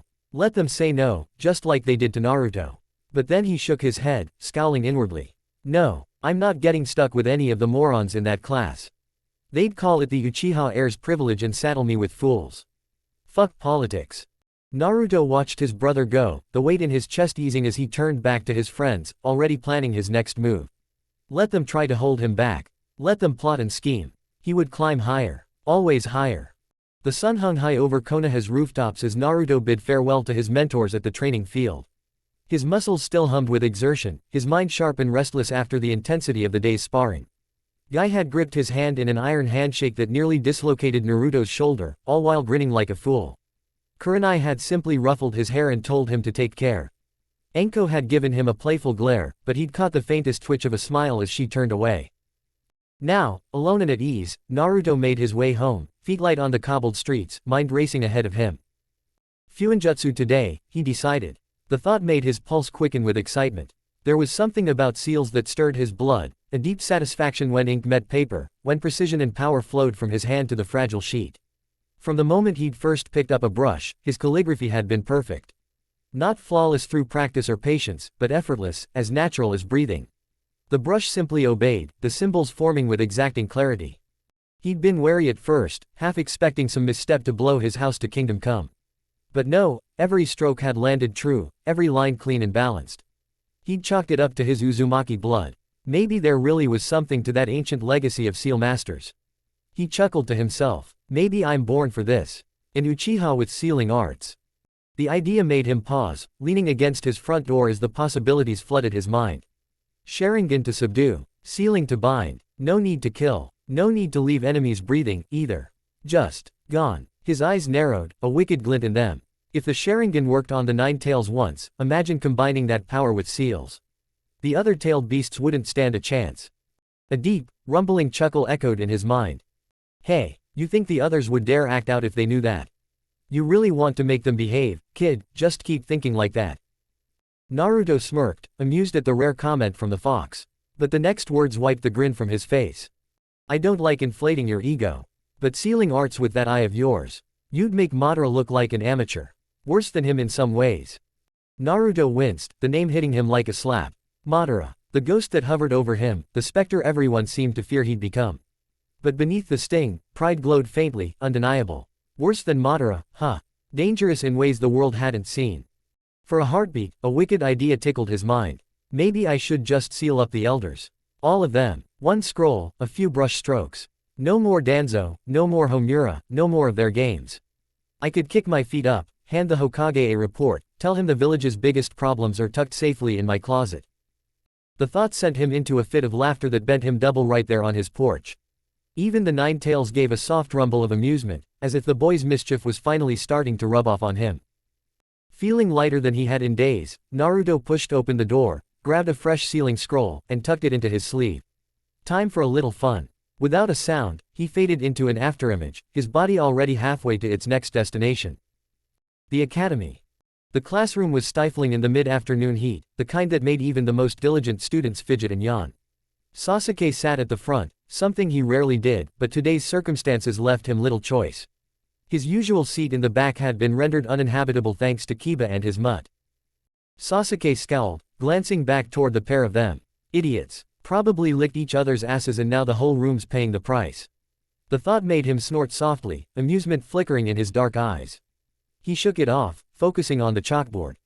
Iruka droned on at the front, unaware that his lesson was dying a slow, painful death in the oppressive heat. The students slumped, barely listening, until the chair beside Sasuke tilted back, creaking under a sudden weight. Then, as if the world had momentarily skipped a beat, Naruto faded into view. Feet up on the desk, hands laced behind his head, that infuriatingly calm smirk on his face. The room collectively gasped. Naruto. Someone whispered, eyes wide. Iruka froze, turning just enough for his infamous big head jutsu to manifest as he bellowed at the class. Pay attention. The shockwave of his voice rattled the windows, but not once did his eyes so much as flick toward the grinning Uchiha boy slouched in plain sight. Naruto chuckled quietly. His voice was conversational as he stood, strolling up to Iruka's side. See, he can't see me. He waved a hand lazily in front of Iruka's face, to the astonishment of the entire class. What no one knew, what no one would ever suspect, was that Naruto had done his homework on Iruka long ago. A little trip through his personnel file had told him everything: loyal, kind, terrible at genjutsu. Practically blind to subtle illusions. How does his head even get that big when he yells? Naruto mused, tilting his head in mock curiosity. Must be one of life's great mysteries. He flopped onto the bed, sighed deeply, and within seconds his snoring filled the room, soft, rhythmic honk-shoe sounds that seemed to echo in the stunned silence. The class was in agony, stifling their laughter, red-faced with the effort. Shikamaru was doubled over, clutching his stomach, his voice a whisper. Troublesome. Gonna pee myself. But the moment no one expected came next. Sasuke, the ever-stoic, ever-serious Uchiha, burst into laughter, genuine, unguarded laughter that shook his shoulders and brought tears to his eyes. Even Iruka paused, startled by the uncharacteristic outburst. Sasuke wiped his face, cleared his throat, and sat back like nothing had happened. Sorry, sensei. The class stared, caught between awe and disbelief. Who was more surprising, the prankster on the ceiling or the Avenger who'd finally laughed? Naruto cracked one eye open from his perch, grinning at his brother. Mission accomplished. Chapter 13. The classroom dragged on, the clock ticking down the final minutes of the school day. The heat, the endless chalk scraping sound of Iruka's voice, and the soft snoring from the ceiling, all of it blended into a haze that dulled the senses of every student present. And then, with exactly 10 minutes left, the bed on the ceiling began to shimmer. Like morning mist burned away by sunlight, it faded, slowly at first, then all at once, as Naruto stood, stretching lazily on the ceiling as if nothing were amiss. His feet moved with the same easy grace, stepping over the smudged lesson Iruka had written, smearing the chalk a little more for good measure. He walked back down the wall, as casual as a stroll through the market, and dropped into the same chair he'd appeared in at the start of class. The chair balanced precariously on two legs, and Naruto tipped his head back, smirking at the expectant eyes watching him. With a slow, deliberate motion, he pointed downward at their desks. Confused murmurs rippled through the class. Sasuke, Ino, Sakura, Shikamaru, Choji, Kiba, Hinata, and Shino glanced down, spotting small folded slips of paper where none had been before. Sasuke opened his first, his dark eyes narrowing as he read. Stay after class. I need to speak with you. Away from parents. Away from others. One by one, the others read their notes. Even the most light-hearted among them could sense the weight behind Naruto's words. As silly or sweet as he often was, there was no trace of that in the message. This was Naruto at his most serious, and that made them listen. The bell finally rang, signaling the end of class. And that's when Iruka, bleary from the heat and the monotony of the lesson, blinked. His gaze fixed on the chair near the front, the chair balancing on its hind legs all by itself. He squinted, trying to make sense of it, and slowly, almost painfully, Naruto's figure faded into view, as if his brain was only now catching up to his eyes. Ah! Iruka yelped, stumbling backward in shock. His heel caught on the dais, and he crashed into the chalkboard with a loud thunk, slumping to the ground, unconscious. For a beat, the room was silent. Then the dam broke, and the laughter they'd all suppressed earlier burst out in full force. Even Choji was doubled over, clutching his sides, tears of mirth rolling down his cheeks. Naruto sighed, dragging Iruka's limp form gently to the side of the room so he wouldn't be trampled. The rest of the class filed out, giggling and whispering, throwing glances back at the scene, until only the selected students remained. When the door clicked shut behind the last of the departing students, Naruto's expression shifted. Gone was the easy smirk, the lazy eyes, the carefree mask. In its place was the face only a handful had ever seen, the true Naruto. Calculating, sharp, dangerous in his focus. Ino didn't care what face he wore, he could wear her face for all she cared, as long as it was looking at her. The rest weren't sure what to make of it. They all knew Naruto was different, but this was something else. Without a word, Naruto produced a small handful of privacy seals, placing them carefully on the door and windows. The room felt smaller, tighter, as though the outside world had been shut out completely. All eyes were on him, hearts pounding in anticipation. He stepped to the front of the room where Iruka had stood hours earlier. His voice, when it came, was calm but firm. I need to tell you the truth about what happened during my graduation exam, Naruto began, watching as the room stilled. And who's really responsible? The tale came out in measured words. How he'd aced every part of the test, only to be denied for reasons that made no sense. How the proctors had glanced at the elders for confirmation before delivering their verdict. He spoke of the whispers, the discomfort he saw in the older generation's eyes whenever he passed. They listened, rapt, questions bubbling up one by one. Why would they do that? Hinata's voice trembled with quiet outrage. Why do they hate you so much? Kiba growled. Naruto answered each, careful and measured. He never mentioned the Nine Tails by name, but his hints were there for the perceptive. He dropped subtle pieces, enough for those willing to connect the dots. Shikamaru's mind worked overtime, following Naruto's trail, fitting the clues together like pieces of a puzzle. And then it clicked. Tenant. His eyes widened slightly. Naruto met his gaze, smirked faintly, and gave a near imperceptible nod. The Nara heir said nothing, locking the revelation away for now. I'll be taking the exam again this year, Naruto continued. But if I'm held back again, they'll likely keep me here until Sasuke graduates. Easier to have one babysitter for two flight risks. Hinata bristled. That's awful. Calling you both that. Naruto raised a hand gently. Not my words, Hinata. That's how they see us. He glanced at Sasuke, who remained silent, dark eyes thoughtful. They're afraid of Sasuke's future. They think he'll go after Itachi. They're afraid of my defiance, of me keeping Uchiha in my name. And other reasons. His voice softened at the end. The room was quiet, the weight of his words settling on them like a heavy blanket. But understand this, Naruto said, eyes fierce. I don't hate your families. Your parents, the clan heads, they've shown me nothing but fairness. My anger is for the elders. The ones who think they control us. A collective breath of relief rippled through the room. Then, as if a storm had passed, Naruto's expression brightened. He smiled, a genuine, warm smile that caught them all off guard. I have a humble request, he said softly. They leaned forward instinctively, drawn to the shift in his tone. Get stronger. All of you. Don't stop. Don't think you have time. Don't think you can coast through because of who you are. Sakura opened her mouth, ready with a snarky remark about how Sasuke would always protect them, but Naruto cut her off, eyes glinting.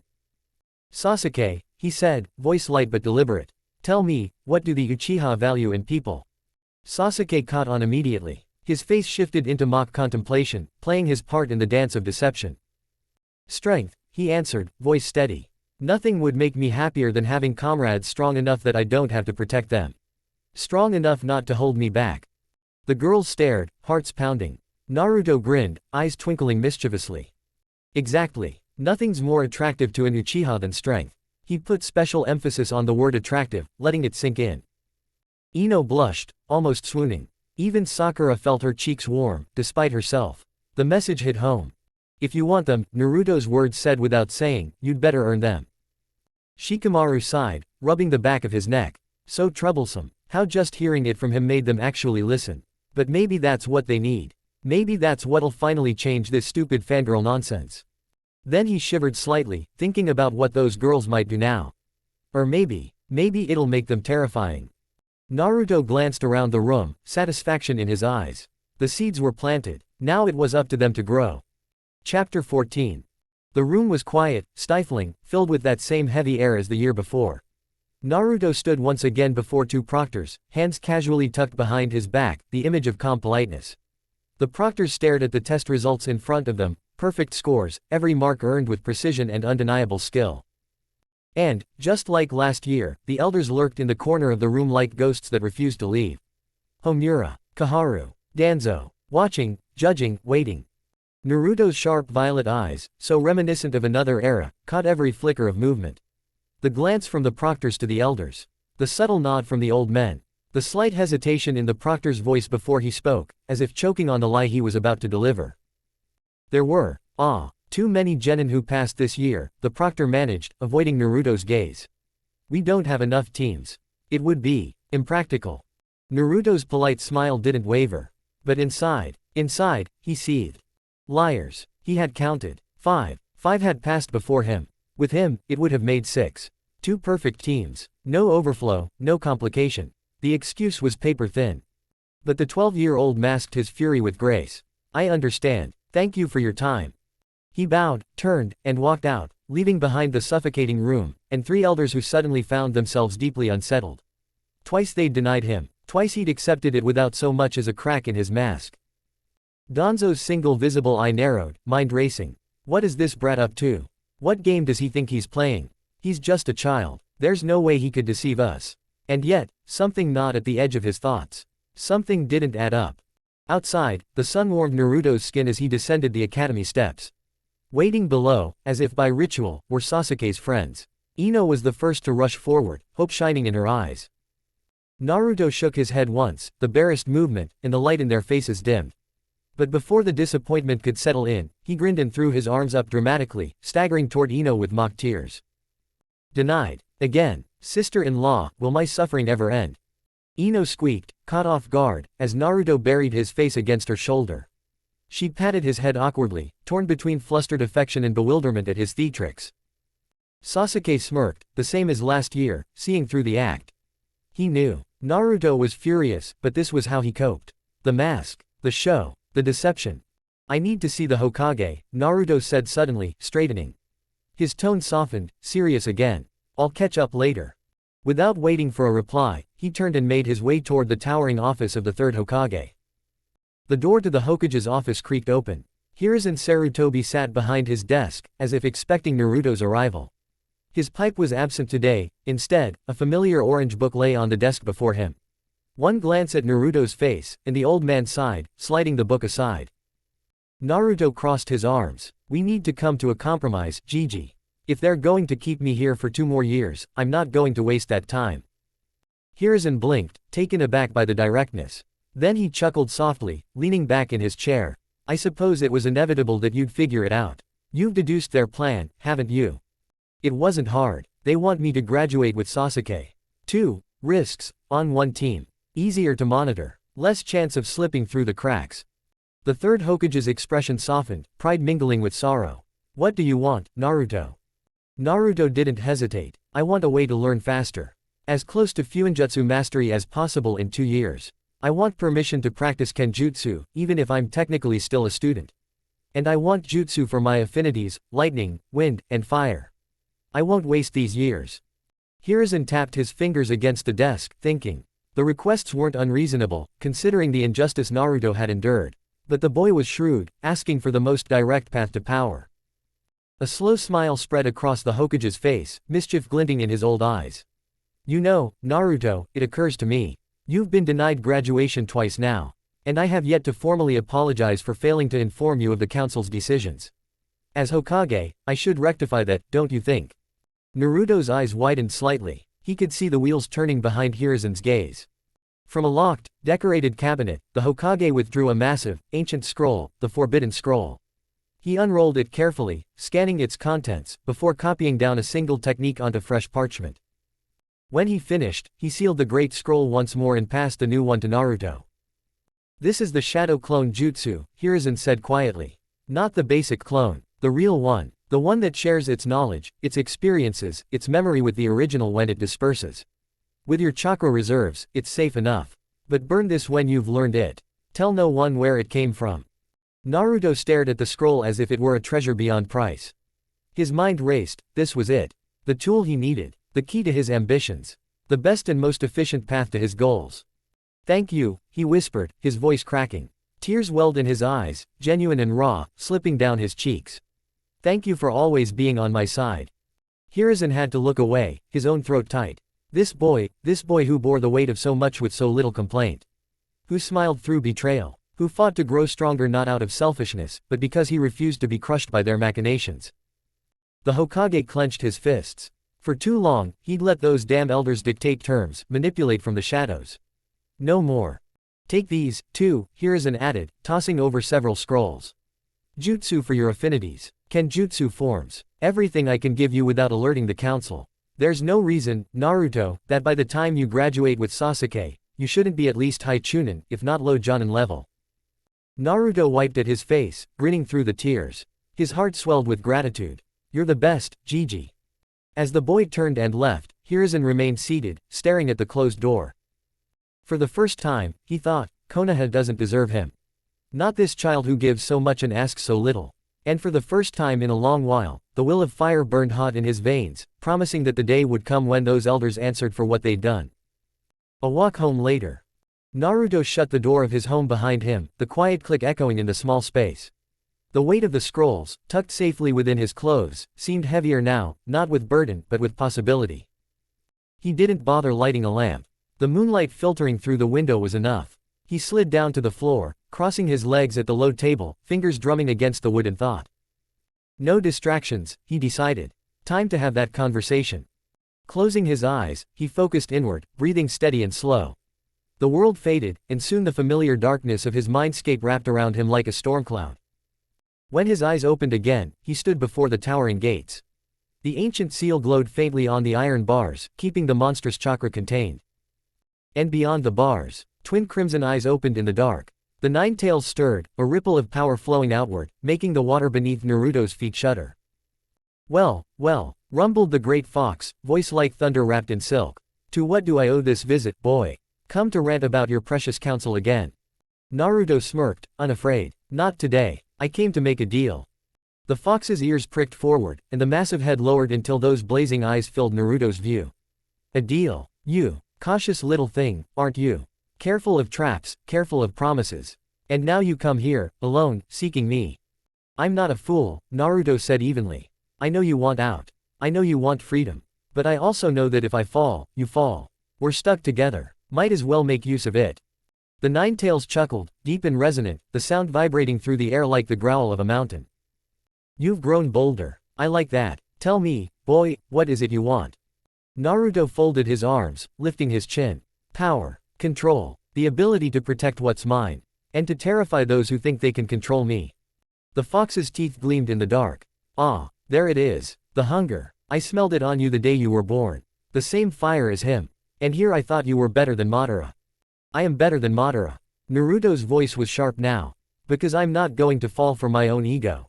I'm not asking you to hand over your power in exchange for promises I can't keep. I want a partnership. I'll train. I'll grow. You guide, you teach, you lend strength, but I keep the leash in my hand. Not you. The Ninetales laughed so hard the bars shook, his tails lashing behind him. How amusing. The brat thinks he can chain a storm, bridle a wildfire, leash a hurricane. The laughter faded, and the fox's eyes narrowed. You propose a pact, then. I lend power. And what do I get in return, boy? You get a host who won't waste your power, Naruto said calmly. You get to see the council shit themselves when they realize they created the thing they fear. And if you help me, I swear I'll never use your strength to bind or humiliate you. We win together. Or not at all. Silence stretched between them. Then the Ninetales leaned so close Naruto could feel the heat of his breath. And what if I offer you more than that? Real power. Let me in deeper, boy. Let me flow through your veins. Together we could crush your enemies. The council. The Uchiha who abandoned you. The world would kneel before you. Temptation dripped from every word. Ancient, insidious. Naruto didn't flinch. His violet eyes gleamed with resolve. Not yet. I won't lose myself. Not for that. You offer, but I won't bite. When the day comes I can take that power without fear. Then we'll talk. The fox stared at him for a long, long moment. Then, slowly, he smiled. A real smile. Terrible and vast. Very well. You're smarter than I thought. I'll honor your request. I'll guide. I'll lend power, but only as you can handle it. And when the time comes. When you're ready, we will speak of more. Naruto nodded, satisfied. That's all I ask. The Ninetales chuckled one last time. Go then, little storm. Show them what they've created. And as Naruto faded from the mindscape, returning to himself, he swore he heard the great beast whisper.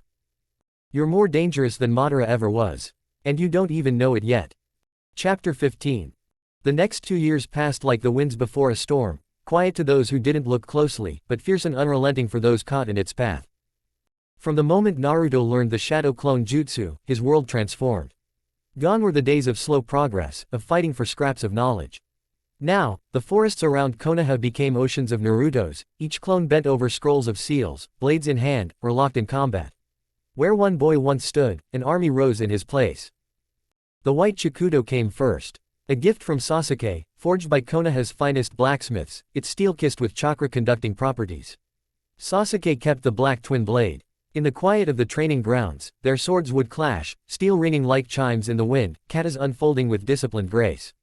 What began as rigid drills became an elegant duel of brothers, adapting, refining, perfecting.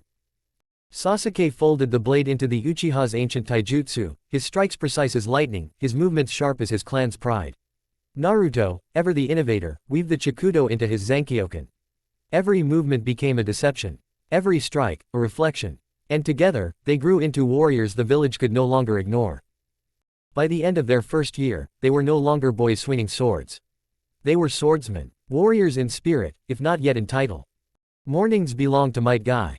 Under the dawn sky, the fourth reflection took shape, honed under the green beast's fervent eye.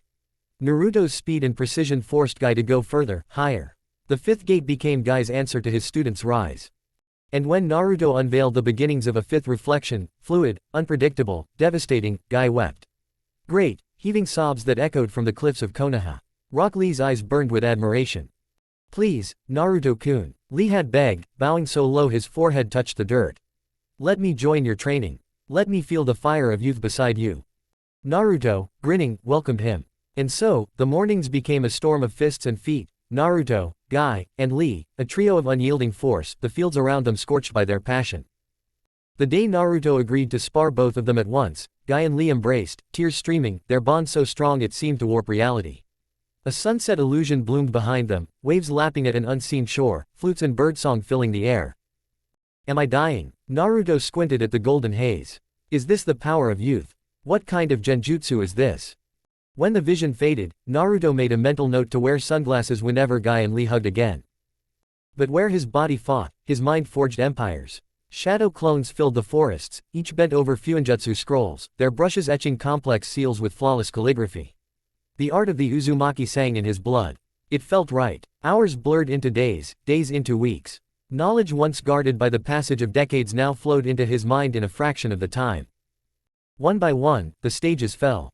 The first, the second. By the close of 2 years, 9 stages of Fuinjutsu mastery bowed before him. Only the 10th, the mark of a true master, awaited the exam proctored by the Fire Daimyo's own. No council, no elders, just the truth of my skill, Naruto thought with satisfaction. Let them try to interfere with that. Yet it wasn't all training and study. Naruto made time for bonds. He drifted into academy classes now and then, not to learn, but to stay connected. He laughed with Shikamaru, traded jests with Kiba, shared quiet moments with Hinata. Shikamaru became a particular favorite. Together they played shogi, long games that stretched into the evening. Shikaku sometimes joined, drawn by the boy's sharp mind and sharper heart. You've changed, Shikamaru, his mother said one night, watching her son study late. Shikamaru only shrugged. Big changes are coming, I need to be ready. She worried at the words, but she trusted him. And, strangely, she trusted Naruto. Across the village, change rippled outward. Inspired by Naruto and Sasuke's relentless growth, the heirs of the clans pushed harder. They asked for deeper training, greater secrets. They no longer wanted to be protected, they wanted to stand with their friends. The training fields became their forge. Bonds formed in sweat and struggle, bonds no elder council could break. Naruto took it all in with quiet pride. But he also saw what others didn't, the looks of the elders, the quiet fear growing behind their eyes. He saw how the Hokage watched him now, not just with fondness, but with hope, and perhaps guilt. And always, in the quiet moments, the fox stirred within. You're becoming dangerous, the Nine Tails would murmur. More dangerous than Madara ever was. Even your kindness is a weapon. Naruto never answered aloud, but in his heart, he knew the truth. I don't want to be Madara. I want to be me. Yet power came whether he wanted it or not. At night, when the moon rose over Konoha, Naruto sometimes stood atop the Hokage monument, looking down at the village. The wind tugged at his long hair, now almost reaching his waist. The same red streaks, the same violet eyes, he looked like a ghost of Madara reborn. But I am not him, he reminded himself. I am Naruto Uzumaki Uchiha. And I will forge my own path. Day of the exams. The day dawned clear and bright over Konoha, as if the skies themselves bore witness to the end of an era and the birth of a new generation.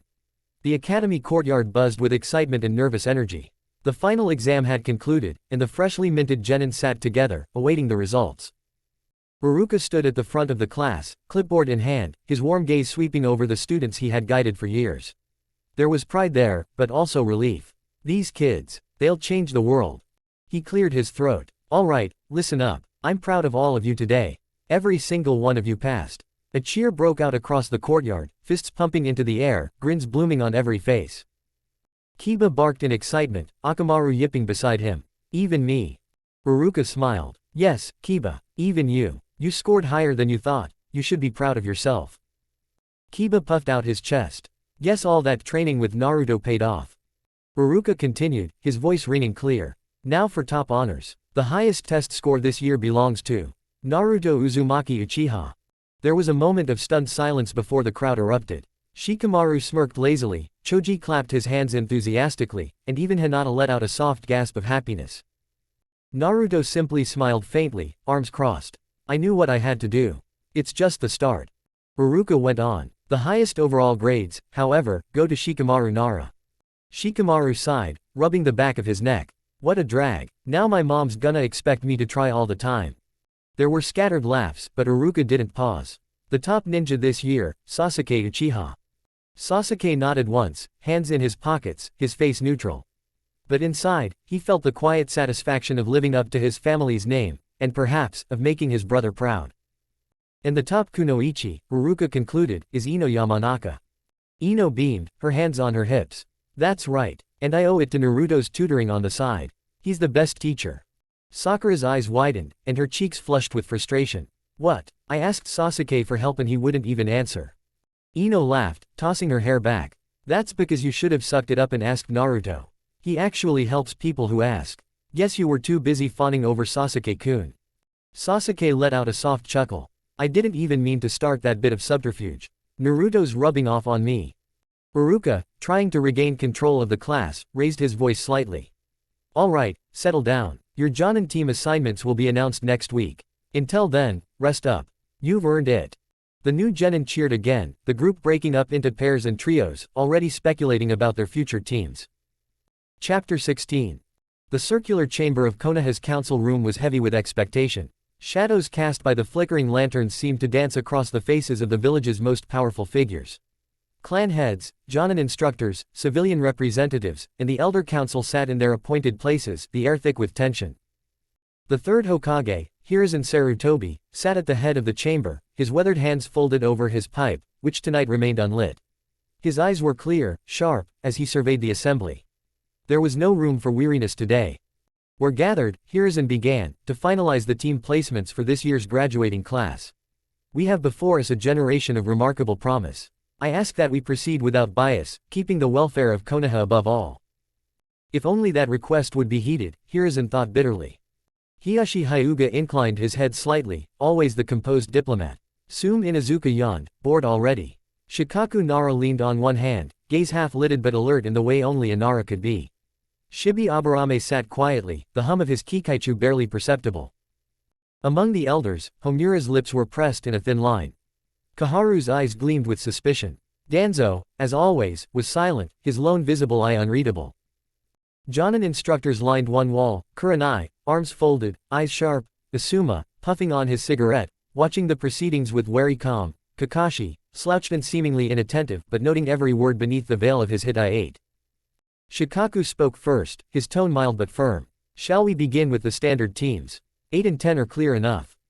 Hiyashi nodded. The Hyuga, Aburame, and Inuzuka children have already trained together. Their synergy is natural. As is the Ino-Shika-Cho formation, Inoichi added, glancing at Shikaku, who nodded back in agreement. No argument there, Sume agreed, scratching behind her ear absently. Hiruzen made a small mark on the scroll before him. Team 8. Kiba Inuzuka, Hinata Hyuga, Shino Aburame. Jonin instructor, Kurenai Yuhi. Team 10, Shikamaru Nara, Choji Akamichi, Ino Yamanaka. Jonin instructor, Asuma Sarutobi. There were no complaints, these choices were tradition, and even the civilian council had no cause to object. Hiruzen lifted his gaze, his voice steady. And now, Team 7. Here, the atmosphere changed. I propose Team 7 be comprised of Naruto Uzumaki Uchiha, Sasuke Uchiha, and Sakura Haruno. Jonin instructor, Kakashi Hatake. The reaction was immediate. Homura scowled. You cannot be serious. That boy's name should not include Uchiha. It's an insult to the clan. The demon fox has no right to claim that name. Kaharu hissed, pounding a fist lightly against the table. The civilian representatives echoed their outrage, muttering about threats, corruption, dishonor. Danzo remained still, eye gleaming beneath the shadow of his bandages. So, the Hokage plays his card. Interesting. Hiruzen's gaze turned to steel. You will not refer to Naruto as demon in this chamber. He is a loyal citizen of this village. And as for his name, it is his birthright. The council has no say in the matter. But think of the risk. One civilian elder sputtered. The Uchiha boy, the real one, Sasuke, he's the last of his line. And you would pair him with that.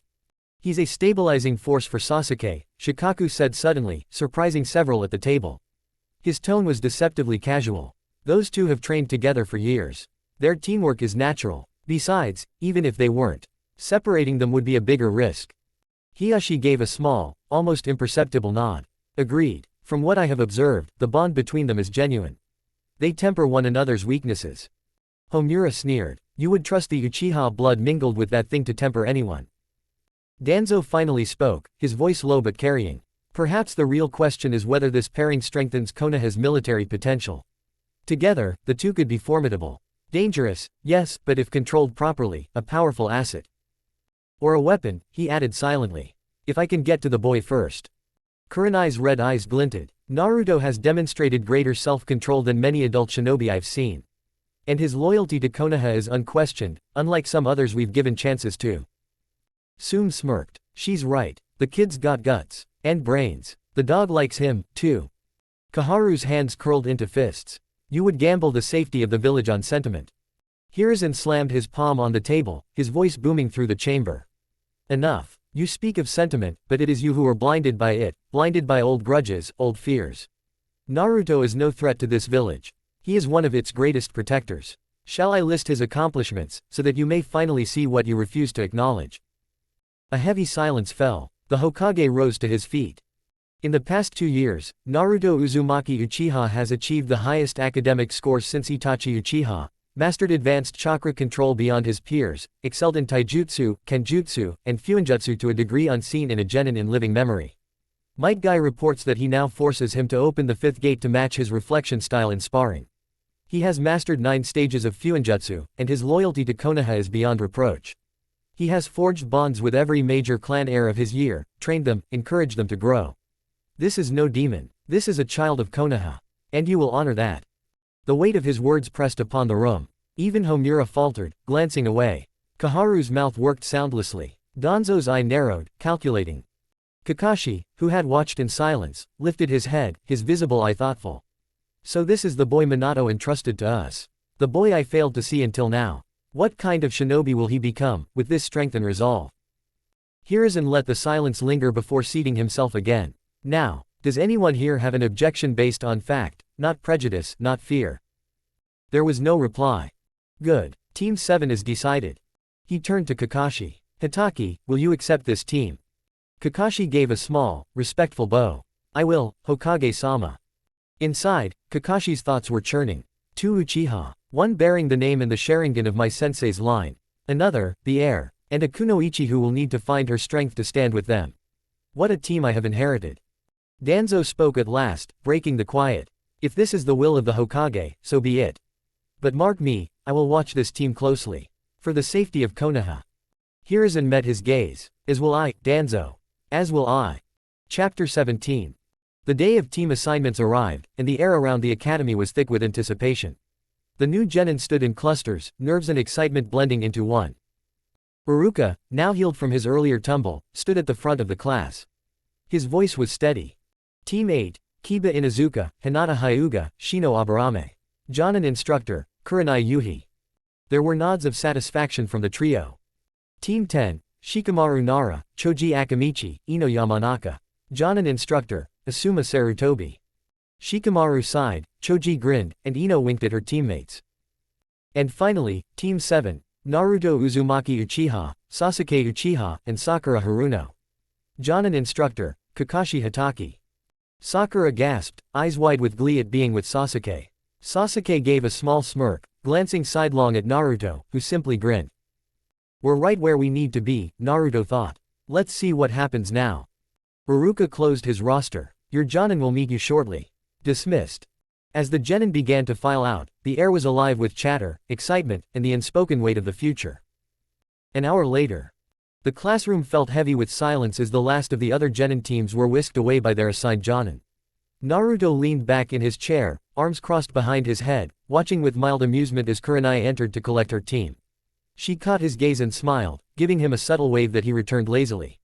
He respected her, she'd been nothing but kind and honest with him. With a few quiet words to her new students, she left, her long dark hair swaying as she stepped out the door. Now only Naruto, Sasuke, and Sakura remained. The weight of anticipation settled on them. Minutes ticked by. The air felt thick with the tension of waiting. Sakura fidgeted, glancing between the 2 brothers beside her. 2 Uchihas. On my team. Her mind raced. What's my role going to be? How'd I even compare? And then, like an echo, Ino's teasing words from earlier that day rang loud in her mind. Naruto helps anyone who asks. You should have swallowed your pride and asked too. Sakura's gaze drifted to Naruto, who sat as calm and confident as ever. What if Ino was right? Swallowing her hesitation, she turned toward him. Hey, Naruto, what do you think my best role would be on this team? Naruto tilted his head, studying her curiously. You're asking me that now? Sakura flushed slightly but nodded. Yeah, I want to know. What do you see? Naruto gave a small, knowing smile. Funny, only 2 people never came to ask me for help before today. That surprised her. Who's the other? He pointed casually at Sasuke. But he doesn't need to ask. He gets it anyway. Sasuke snorted, rolling his eyes. Makes him feel important. Naruto chuckled, then turned his full attention on Sakura, his gaze sharp but thoughtful. He let his eyes roam over her, assessing. Sakura shifted, suddenly hyper-aware of every part of herself under his scrutiny. Your chakra control's good. Very good, Naruto began, his voice steady and sincere. Your body's slender, not a bad thing. Makes you nimbler, faster. More precise.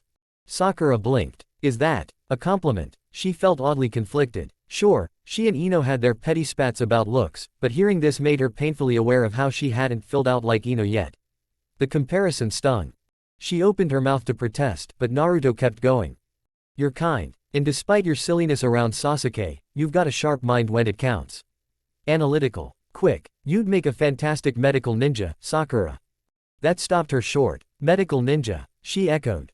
Naruto nodded. It'd suit you. And if you want, I'll teach you. Her brows shot up. You know medical ninjutsu. Not yet, Naruto admitted, grinning. But give me a couple of days. I've been meaning to study it. I don't want to rely on my Sharingan for it, but if it'll help, I'll copy every medical text in Konoha, memorize them, and teach you. Sakura stared. She didn't know what to say. The offer was overwhelming, generous beyond anything she'd expected. Before she could gather her thoughts, Kakashi's voice floated in from the doorway. That's admirable, Naruto. Wanting to help a teammate like that. Sasuke snickered. Kiss up. Naruto shot him a mischievous look. Kiss up, please. I've actually kissed someone. Can you say the same? That caught Sasuke off guard. What? Naruto smirked. Ino kissed me once. And Anko, though that one ended with a snake in my mouth. Long story. Sasuke blinked in disbelief. Even Sakura gaped at him. Ino. When? Naruto shrugged. Dare at a clan thing. Barely a second. Then that wicked gleam returned to his eyes. He turned to Sakura. Want one? Sakura's brain stuttered. What? Her cheeks burned crimson. Instinctively, she looked to Sasuke for help, surely he'd object. But Sasuke, still stunned, only gave a bored shrug. Doesn't matter to me. Kakashi lowered his book slightly, curious now. And Sakura, against all sense, gave the faintest nod. Naruto didn't waste the moment. His grin widened, his dark eyes glittering with playful intent. He closed the distance, slow and deliberate, letting the tension coil between them like a wire pulled taut. His hands rose to her waist, fingers light but sure, the heat of his palms seeping through her clothes. Her breath hitched. His lips met hers softly at first, just a brush, gentle, coaxing. Then he tilted his head and deepened the kiss, his mouth moving over hers with confidence that startled her. His tongue flicked out, teasing the seam of her lips, and when she gasped, it slipped inside, tangling with hers in a way that made her knees tremble. Sakura's mind went blank. The taste of him, warm, a little sweet, flooded her senses. His hands tightened just slightly at her waist, anchoring her as his mouth claimed hers more boldly. She felt lightheaded, utterly lost in the moment. The world shrank to just Naruto's mouth, his hands, the feel of him pressed against her. He kissed her like he had nothing but time, slow, short, deliberate. And when he finally pulled back, a thin thread of saliva connected them before it broke. Sakura blinked at him, dazed, lips parted. Then the heat rushed to her face in a wave, and she collapsed in a faint, caught by Naruto before she could hit the floor. He eased her into a chair, smirking. Sasuke stared. What the hell is wrong with you? Naruto licked his lips, tasting her still. Motivation. Kakashi snapped his book shut, eyes wide. My first impression. I don't need this anymore. He slid the book into a pouch. Roof. 5 minutes. And with that, he vanished in a swirl of leaves. Naruto stretched lazily, casting Sasuke a sidelong glance. Shall we? Sasuke shook his head, still processing. You're insane. Chapter 18.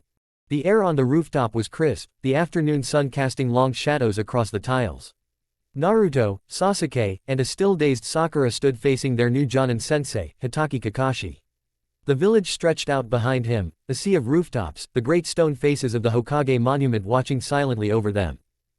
Kakashi tucked away his little orange book, the one he hadn't so much as glanced at since that kiss. His single visible eye crinkled with amusement, but his tone was all business. Well, he said, crossing his arms, it's time for introductions. Likes, dislikes, hobbies, dreams for the future. That kind of thing. Why don't you go first, Pinky? Sakura's face, still flushed from what had just transpired, turned an even deeper shade of red. She opened her mouth, but no words came out. Her mind had short-circuited. All she could think about was the heat of Naruto's mouth, the feel of his hands on her waist, the way he'd kissed her like no one ever had or likely would again. Naruto chuckled, stepping forward smoothly. She's a bit flustered, so I'll help. He smirked at Kakashi's raised brow, then gestured to Sakura with an exaggerated flourish. This is Sakura Haruno. She likes the Uchiha clan, he began, drawing out the last word with playful emphasis that made Sakura groan softly and cover her face. She dislikes people comparing her to Ino, probably because she secretly thinks Ino's ahead in the looks department. Oh, and don't be fooled by her size. She can punch a hole through a mountain with her chakra-infused strength. Kakashi's brow lifted higher at that. That's no exaggeration. That level of control at this age. Impressive. Naruto grinned wickedly and continued. Her dreams are about marrying into the Uchiha family. And, well, let's just say they involve messing around with her husband and her brother-in-law. Sakura let out a strangled noise of mortification and smacked him in the arm, but it lacked conviction. She was too overwhelmed. Sasuke groaned. Do you ever shut up? Kakashi chuckled under his breath. Well, that was illuminating. She's got a lot of raw potential, but that fixation could be a problem if not redirected. Alright, Sasuke, your turn. Sasuke crossed his arms, posture rigid, his voice cool but intense. My name is Sasuke Uchiha. I like the Uchiha clan. His glance toward Naruto was quick but meaningful, subtle, but there for anyone sharp enough to catch it. Naruto's grin softened just a little. I dislike a lot of things. His gaze darkened, and for a moment he seemed older, more burdened. My dream, my goal, is to find my brother, Itachi. I want answers from him. If I don't like what I hear, I'll kill him. The rooftop fell quiet for a beat. I don't have time to think about much else, Sasuke added, his voice dropping lower. Not until that's done. Kakashi studied him carefully. Single-minded, dangerous if left unchecked, but that spark, that bond with Naruto, might keep him anchored. Finally, Kakashi turned his eye to Naruto. Alright, Uchiha number 2. Let's hear it. Naruto smirked, folding his arms casually. Name's Naruto Uchiha. I like dango more than ramen. I like helping my friends. I like practicing fuinjutsu, swordsmanship, and giving women the kind of experience they'll need to keep up with my brother. Sasuke's head snapped toward him. What? Naruto winked at him, clearly delighted by the reaction. You're welcome. Sakura, still trying to recover, made a tiny choking sound. Kakashi blinked, utterly caught off guard, but smothered a laugh behind his mask. This kid is something else. Naruto sobered slightly. I dislike the council elders. I dislike pointless cruelty. And I really dislike anyone who threatens the people I care about. That last line carried weight. Real weight. As for dreams, Naruto glanced up at the sky, the clouds drifting lazily overhead. I want to protect what I have. Build something better. Maybe revive the Uchiha clan in my own way. And I wouldn't mind traveling, seeing the world beyond Konoha's walls. Kakashi nodded slowly, absorbing it. He's sharp, unpredictable, charismatic in the strangest way. And despite the mischief, there's a depth there. A kid who's seen too much and hides it behind bravado. Well, Kakashi said at last, pushing his hands into his pockets, you're an interesting group. Tomorrow, we start missions. But before that, you're meeting me at Training Ground 3. Bright and early. What for? Sakura asked, finally regaining her voice. A test, Kakashi said, his tone light but his eye serious.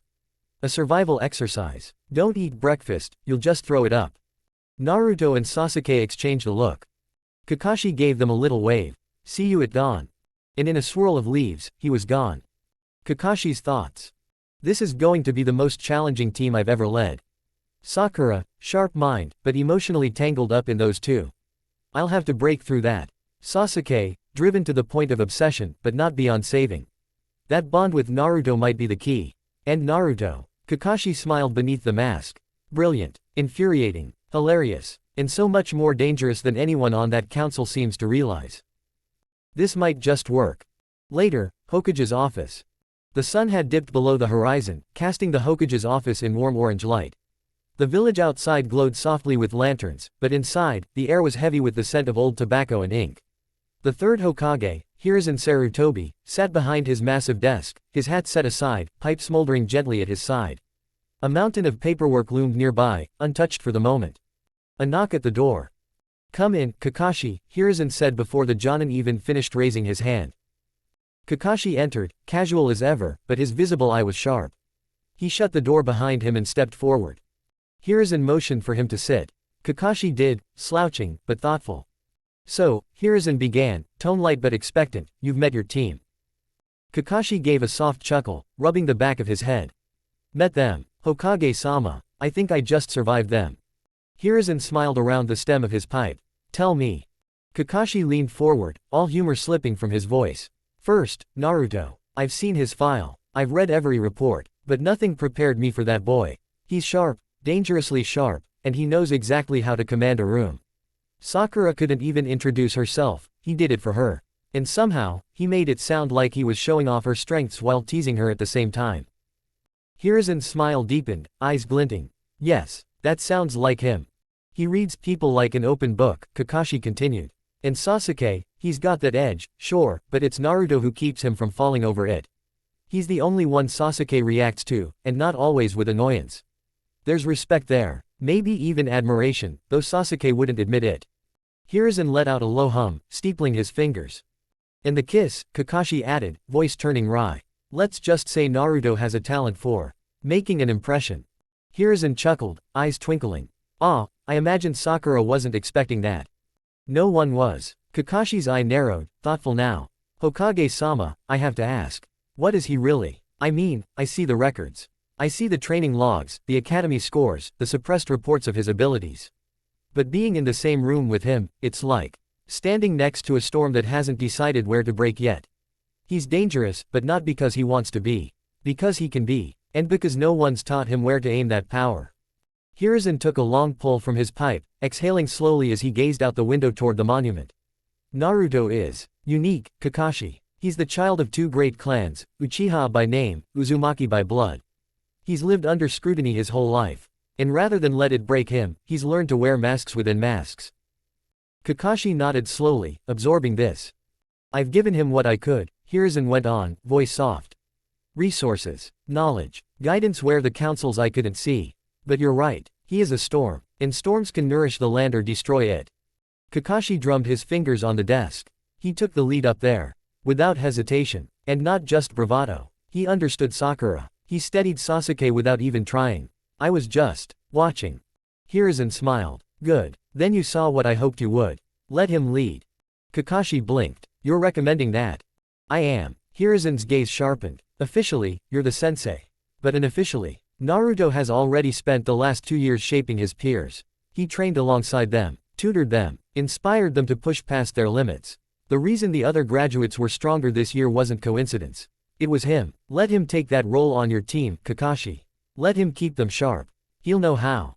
Kakashi let that sink in. He thought back to Naruto's easy command, the way he'd woven humor and truth to get Sakura's strengths in the open, the way Sasuke had actually relaxed in his presence.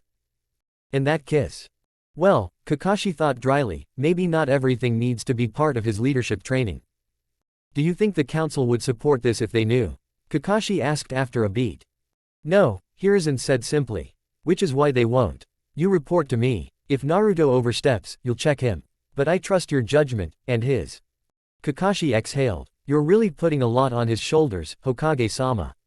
Hiruzen's voice dropped lower, more serious. He was born carrying more than most of us could bear. And yet, he smiles. He protects. He leads. I trust him because he carries the will of fire more purely than any elder on that council ever has. The room fell silent. Outside, the night deepened. Finally, Kakashi straightened. All right, I'll do it. I'll let him take point where it makes sense. I'll observe, guide, and if he stumbles, I'll catch him. That's all I ask. Kakashi got to his feet, pulling his Hitai-8 down a little more firmly over his Sharingan. This team, it's going to be unlike anything I've had before. Hiruzen smiled again, softer this time. And that's why I gave them to you. As Kakashi moved to leave, Hiruzen called after him, voice warm with quiet pride. Oh, Kakashi, you might want to stop bringing that book to their meetings. I think Naruto plans to outdo Jiraiya himself, at this rate. Kakashi paused, then actually laughed, a real, genuine sound. Point taken, Hokage-sama. Point taken. And with that, in a swirl of leaves, he was gone. Chapter 19. Morning broke over Training Ground 3, a light breeze stirring the leaves as Team 7, minus Kakashi, gathered beneath the tall trees. Naruto stood with his arms folded, a confident smirk on his face as Sasuke leaned against a post and Sakura glanced at the path their sensei would eventually arrive from. I'm guessing Kakashi-sensei will be about 3 or 4 hours late, Naruto said with a sigh, stretching his arms behind his head. Sakura blinked, surprised. How do you know that? Naruto grinned. Simple. I asked his eternal rival, Might Guy, about any strange habits Kakashi might have. Guy tried to cover for him, saying it was Kakashi's hip and cool attitude, but I didn't buy it. And I did my own research. He's called Sharingan Kakashi in the copy ninja in the bingo book for a reason. But if he uses his Sharingan during this test, he'll lose. Sakura furrowed her brow. Why would he lose if he uses something that powerful? Before Naruto could answer, Sasuke smirked, arms crossed, looking a bit smug. I would have agreed with you back in the day, but after training with this freak of a brother I have now, I get it. Being a copy ninja means Kakashi relies too much on his Sharingan. When he uses it, his movements become reactionary. No planning ahead, no setting up solid defenses. Just reacting to whatever's thrown at him. And that's a weakness. Naruto beamed at Sasuke's words, genuine pride radiating from him. That's the proper way to show Uchiha pride, Sasuke. Well said. Sasuke shifted his gaze, a little embarrassed at how openly Naruto praised him. He muttered something under his breath but didn't object. With a flick of his wrist, Naruto produced a small tray. Since we'll be here a while, how about some dango? Sakura hesitated. Didn't Kakashi-sensei say? Naruto raised a brow, cutting her off playfully. If you don't take it, I'll mouth feed it to you. Sakura froze, caught between indignation and curiosity. For a second, she considered whether that might be a good thing or not. Naruto chuckled. Relax, Sakura. Part of this is about desensitizing you. If you get too flustered or embarrassed in the field, you'll hesitate at the wrong time. The enemy won't give you a chance to blush and think about it. We have to train ourselves to act without delay. She stared at the dango, then at him, and finally accepted. Maybe if I just trust Naruto and stop being so nervous, he'll stop teasing me. And, she swore to herself, this has nothing to do with that kiss. As they ate, Naruto started showing them a small trick. He held up the dango stick and coated it lightly in chakra. Then, with a flick, he embedded it in a wooden post. Good chakra control exercise. Try to make it stick using just enough chakra, no more. Sasuke's eyes narrowed. That's how you put that bed on the ceiling in class. Sakura's jaw dropped as she realized the same thing. Both of them began practicing, working to control their output, throwing the sticks at the post and adjusting their chakra to make them stay. After a while, Naruto looked up at the tree line. Heads up, Kakashi's here. Kakashi appeared beside Naruto in a poof of smoke. He rubbed the back of his head sheepishly. Man, Naruto, you're cramping my style. I didn't even have time to think of a clever excuse. He eyed the training they'd been doing. That's actually a great exercise. Smart. The lazy air around him shifted as he pulled out 2 small bells and dangled them. Alright, kids, here's the deal. This is your real test, the bell test. Your goal is simple, get these bells from me before noon. If you fail, you go back to the academy. Oh, and there's only 2 bells, so someone's bound to go home sad. As Kakashi gave the details, Naruto's sharp mind was already working. This is a test of teamwork. He wants to see if we can put our heads together, not if we can beat him solo. And if that's the case, I'll make sure we ace it. While Kakashi focused in front of him staring at the 3, the real Naruto was already behind him. He reached out with the barest whisper of movement, fingers brushing the bells at Kakashi's hip and lifting them free without so much as disturbing the man's vest. In one seamless motion, Naruto sealed them into the storage mark on his wrist. When Kakashi finally said, "Begin," Naruto didn't hesitate. He grabbed Sasuke and Sakura by the shoulders and the 3 of them blurred, fading into afterimages that left Kakashi blinking in surprise. That wasn't the body flicker. What the hell? It didn't matter. Kakashi dropped into a defensive stance, listening, waiting. But all he heard was the soft ringing of the bells on his hip. Sakura had already set her genjutsu trap in motion.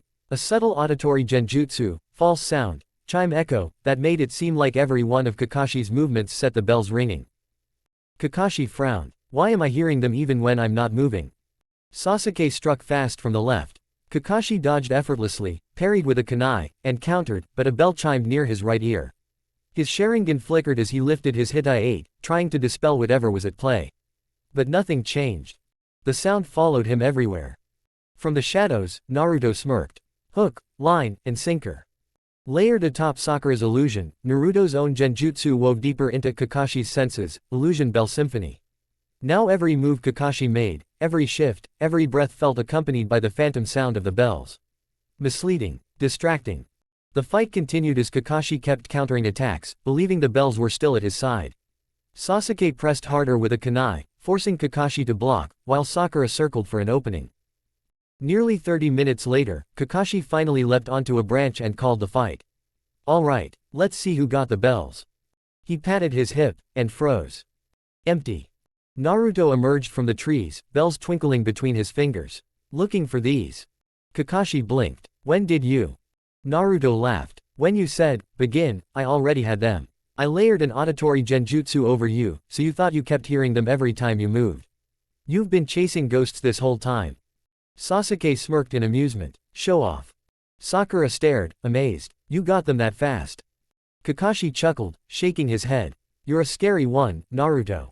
I didn't even notice. And that genjutsu. Layered so cleanly I didn't catch it. I'm impressed. You didn't just pass, you crushed this test. Later that day, Kakashi stood in the Hokage's office, recounting every detail. Hiruzen listened intently, smoke curling from his pipe as Kakashi spoke. He had the bells before I even moved. And the way he led Sasuke and Sakura. I've never seen genin coordinate like that. Hiruzen smiled softly. Naruto's been leading for a long time, Kakashi. Among his peers. Among his friends. I told you, let him act as a sub-leader. He'll make them stronger. Kakashi nodded. Where'd he learn that level of subtle genjutsu? That taijutsu. His styles. Unique. Hiruzen's gaze drifted out the window toward the setting sun. He taught himself, with help from those who believed in him. His thirst to be prepared, it's driven him farther than most would ever expect. Let him guide the team. Learn from him, even. Kakashi gave a low whistle. I was supposed to be teaching them, but it looks like I'll be taking notes. Hiruzen chuckled. Good. Then they'll be all the better for it. When Team 7 regrouped at dusk, Naruto looked between his teammates. Good work today. We're already a team. Let's keep it that way. Sakura smiled, feeling a warmth in her chest that went beyond admiration. Sasuke gave a rare, genuine grin. Kakashi appeared beside them, eye crinkling in amusement. Team 7, you pass. Chapter 20. The weeks that followed felt like a blur of mundane tasks and aching muscles. Team 7 trudged through 1D ranked mission after another, cleaning graffiti, chasing cats, weeding gardens, brushing the slobber-coated fur of the Inuzuka clan's dogs. It wasn't glamorous, but it was part of the job, or so Kakashi kept telling them with a lazy smile that made them want to strangle him some days. Yet, somehow, Naruto turned the monotony into opportunity. While they scrubbed walls or cornered escape artist cats, he trained Sakura in secret moments. He showed her how to mold a chakra scalpel into her lead hand, thin, sharp, precise, while her rear hand coiled, waiting to deliver chakra-infused punches. The idea was simple, but brilliant: defend and disable with one hand, strike and crush with the other. The first time Sakura managed to parry a practice kunai with her chakra scalpel and counter with a palm strike that sent the wooden target flying, her eyes went wide with pride. Kakashi, watching from a rooftop, felt his visible eye widen slightly. If Tsunade saw this, she'd demand a demonstration on the spot.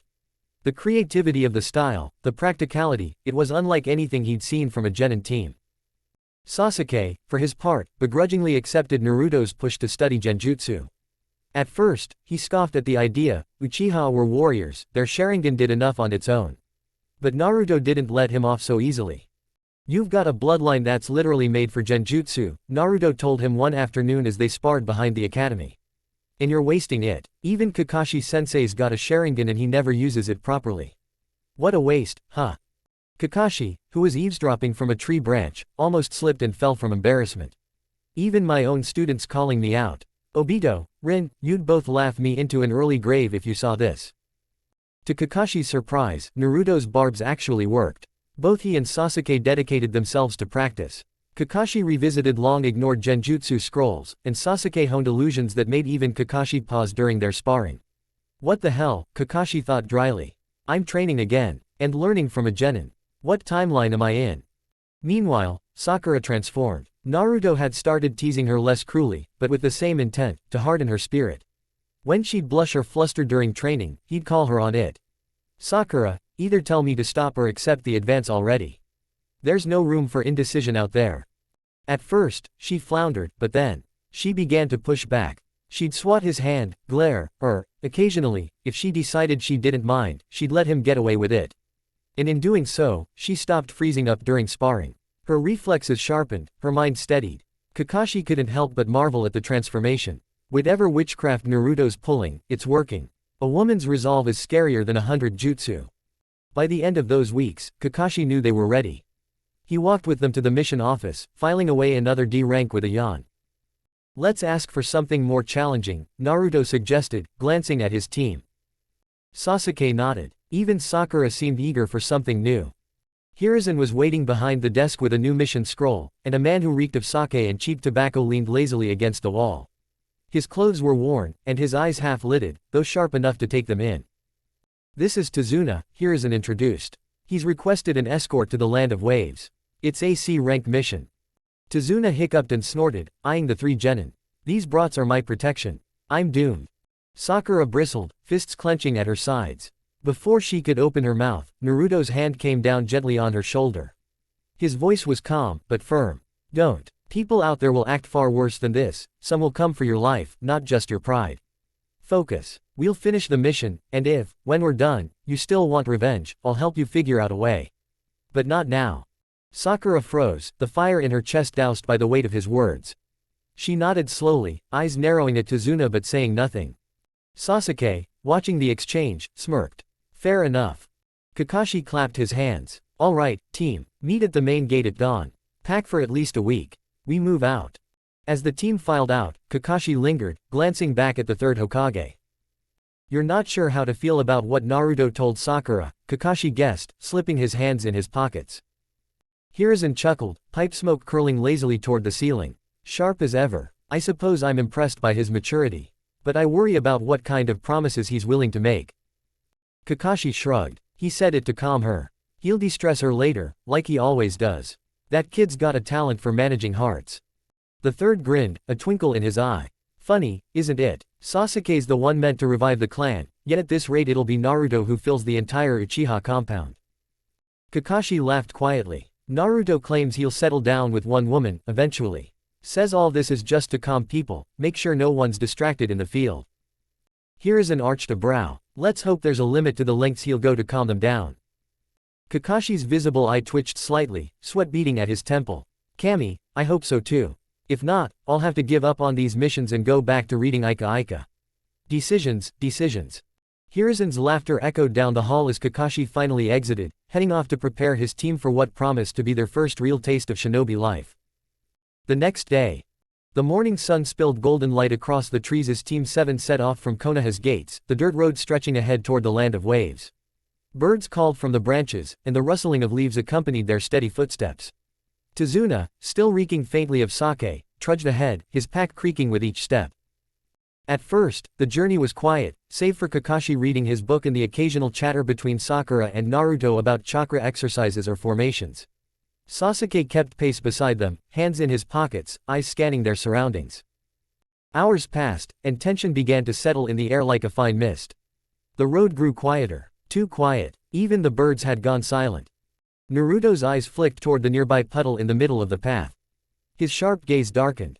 He inhaled slowly, then spoke low but firm so only his teammates could hear.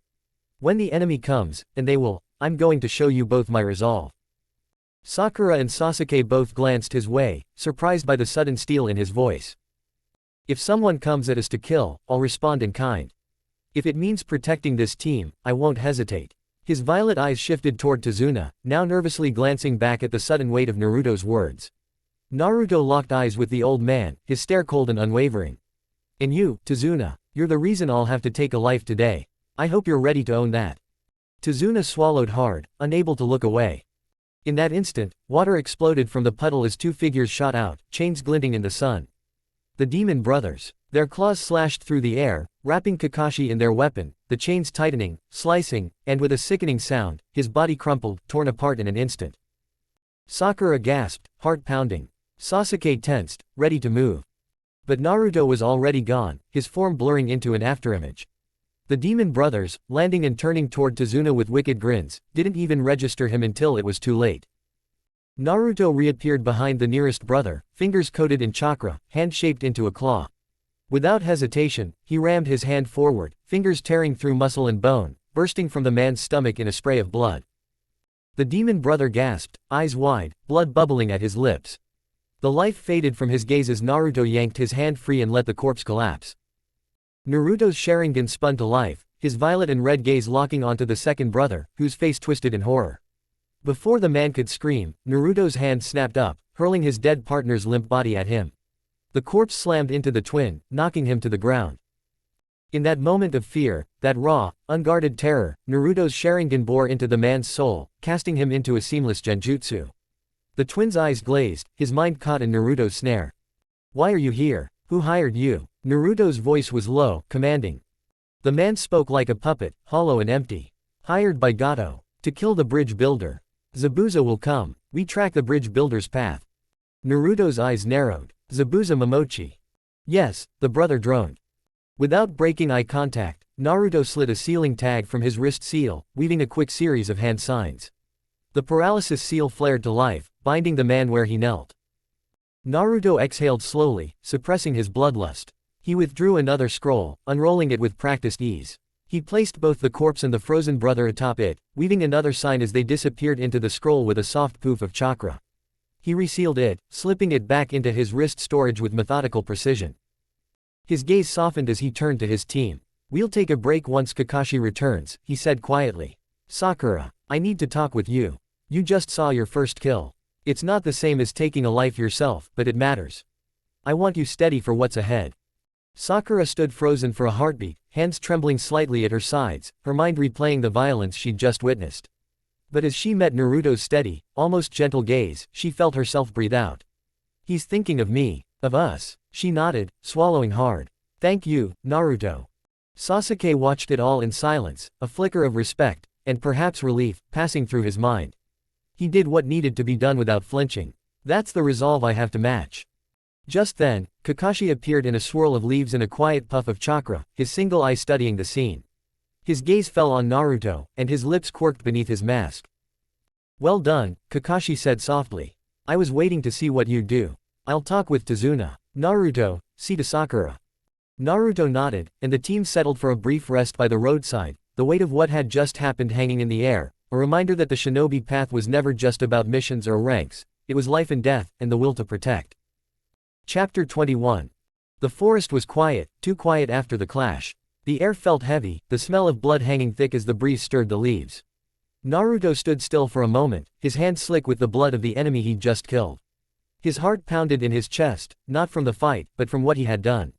His first kill. Sasuke and Sakura stared at him, wide-eyed, neither sure what to say. Kakashi had slipped away with Tazuna, leaving the three of them alone in the clearing. Naruto let out a slow breath and wiped his hand clean on a rag from his pouch. His face was calm, but his eyes were stormy, like he was sorting through everything at once. "Come on," he said quietly. He walked over to a tree and sat down, his back against the trunk. "Let's sit. We need to talk." Sasuke joined him without a word, sitting with his arms crossed, still watching him. Sakura sank down more slowly, her knees shaking. Her stomach twisted at the memory of the blood and the sound the man made when Naruto's hand struck true. For a while, no one spoke. Then Naruto finally lifted his head and looked at them. His voice was low, but steady. "That was my first kill." Sakura blinked. "What? But, you didn't hesitate at all." "I couldn't." Naruto's gaze didn't waver. "They came for us, to kill us. If I'd waited, maybe it'd be one of you lying there. I won't let that happen. Not ever." Sakura's breath hitched. "But, it didn't even seem like it bothered you." Naruto glanced down at his hands. "It did. It still does. It's not something I wanted. But I'll carry it if it means you're both safe. That's what I decided before we left the village. I'd rather have this weight than lose either of you." Sasuke watched him quietly. He really means it, he thought. He doesn't say things just to sound strong. He feels it. Naruto looked at Sakura again. "I know this is hard to see. But it's something we'll all face one day out here. I want you to know you can trust me when it happens. I'll do what has to be done to protect you. Every time." Sakura's eyes stung, but she nodded. She could see it now, the strain beneath his steady tone, the way his hands weren't quite as still as he wanted them to be. He wasn't unshaken, he was just holding it together for them. "I'm sorry," she whispered. "I shouldn't have." "No," Naruto interrupted gently. "Don't be sorry. You didn't do anything wrong. Feeling something after a kill. That's what makes us human." Sasuke let out a soft breath and smirked faintly. "And here I thought you'd be the reckless one. But you're the one keeping us in line." Naruto chuckled under his breath. "Maybe I am." He looked at Sakura again, serious now. I'll help you through this, Sakura. When the time comes that it's you making that choice, you'll be ready.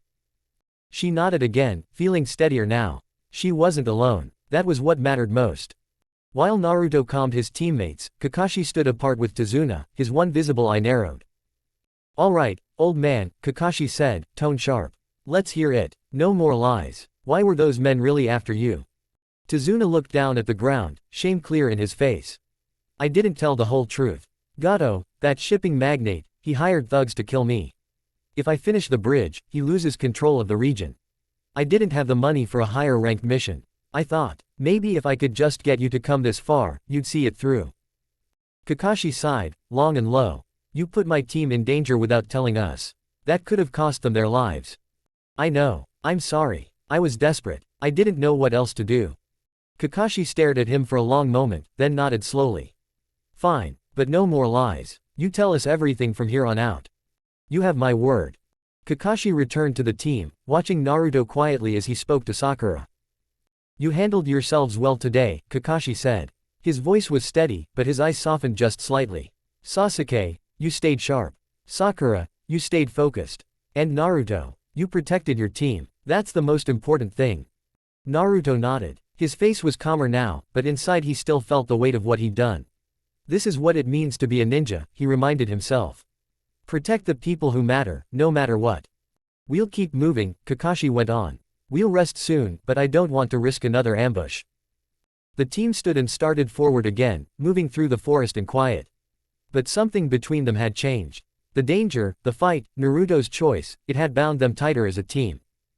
As they walked, Naruto kept glancing around, his Sharingan flashing every so often as he scanned for threats. Sakura walked a little closer to him, finding comfort in his steady presence. I can do this, she told herself. I won't be the one to fall behind. Sasuke walked beside them, hands in his pockets, but his mind was working. He's ahead of me, he thought about his brother. I have to catch up. I will. At the back, Kakashi watched his team and thought about what he'd seen. This kid isn't just leading them, he realized. He's making them better. And me, I might be the one learning from him now. The forest seemed peaceful for the moment, but they all knew the truth. This was just the beginning. The mist swallowed the world, thick and endless. The road, the trees, the sky, all gone, drowned beneath a gray sea. Every step squelched softly in the damp earth. Every breath tasted of water and fear. Zabuza's voice oozed from the fog like poison. Well, what's this? A team of children, a crippled bridge builder, and a copy nin who's already in my trap. His great blade rested across his broad shoulders, bandaged face unreadable but for the glint of hunger in his eyes. Kakashi stepped forward, Sharingan already uncovered. Stay behind me. This man is dangerous. But Naruto didn't budge. He unsheathed his white Chikudo with a soft hiss, the metal gleaming like a sliver of moonlight. His violet eyes burned with a calm that chilled even Kakashi. The boy breathed in, slow and measured, and spoke like he was reciting something sacred. Mirror my steps, shadow my foes. Let truth blur. First reflection. The air around him warped. His body seemed to flicker, his movements a heartbeat out of sync with reality. My motion splits, the false shall strike as true. Second reflection. The flickers multiplied. Afterimages layered over afterimages, some dragging behind, others darting ahead, pulling at Zabuza's gaze. The air bends, my shape deceives. Let the mirage dance. Third reflection, mirage step. Solid phantoms stepped with him now, their forms indistinguishable in the mist. The forest filled with Narutos, each a ghost of his intent. Empty body, empty sound, let them fight ghosts. Fourth reflection, phantom shell. Even his presence faded. Chakra's signature, sound, the subtle tremors of movement, all muffled and distant. Zabuza gripped his sword tighter, eyes narrowing. TCH. Trickery. But then Naruto's voice echoed, low and thoughtful. My father. They called him a ghost. I never cared for the man, but I'll give him this, he had good taste. From today on, call me the Phantom. As his words faded, so did his form, replaced by the face Zabuza least wanted to see. The one whose death had secured his own rise. His mentor. The man whose blood had stained his blade on the night of betrayal. Around him, the mists filled with those accusing eyes. Sad, betrayed, and closing in. You see him, don't you? Naruto's voice asked, everywhere at once. He's waiting for you, just like the rest. Zabuza snarled and slashed, great sweeps of his blade tearing through images that scattered like fog. Shut up. You're nothing but a brat playing with parlor tricks. But his breathing hitched. Sweat mingled with the mist on his skin. Every swing met only emptiness. Every step he took seemed mirrored by another figure, another ghost from his past.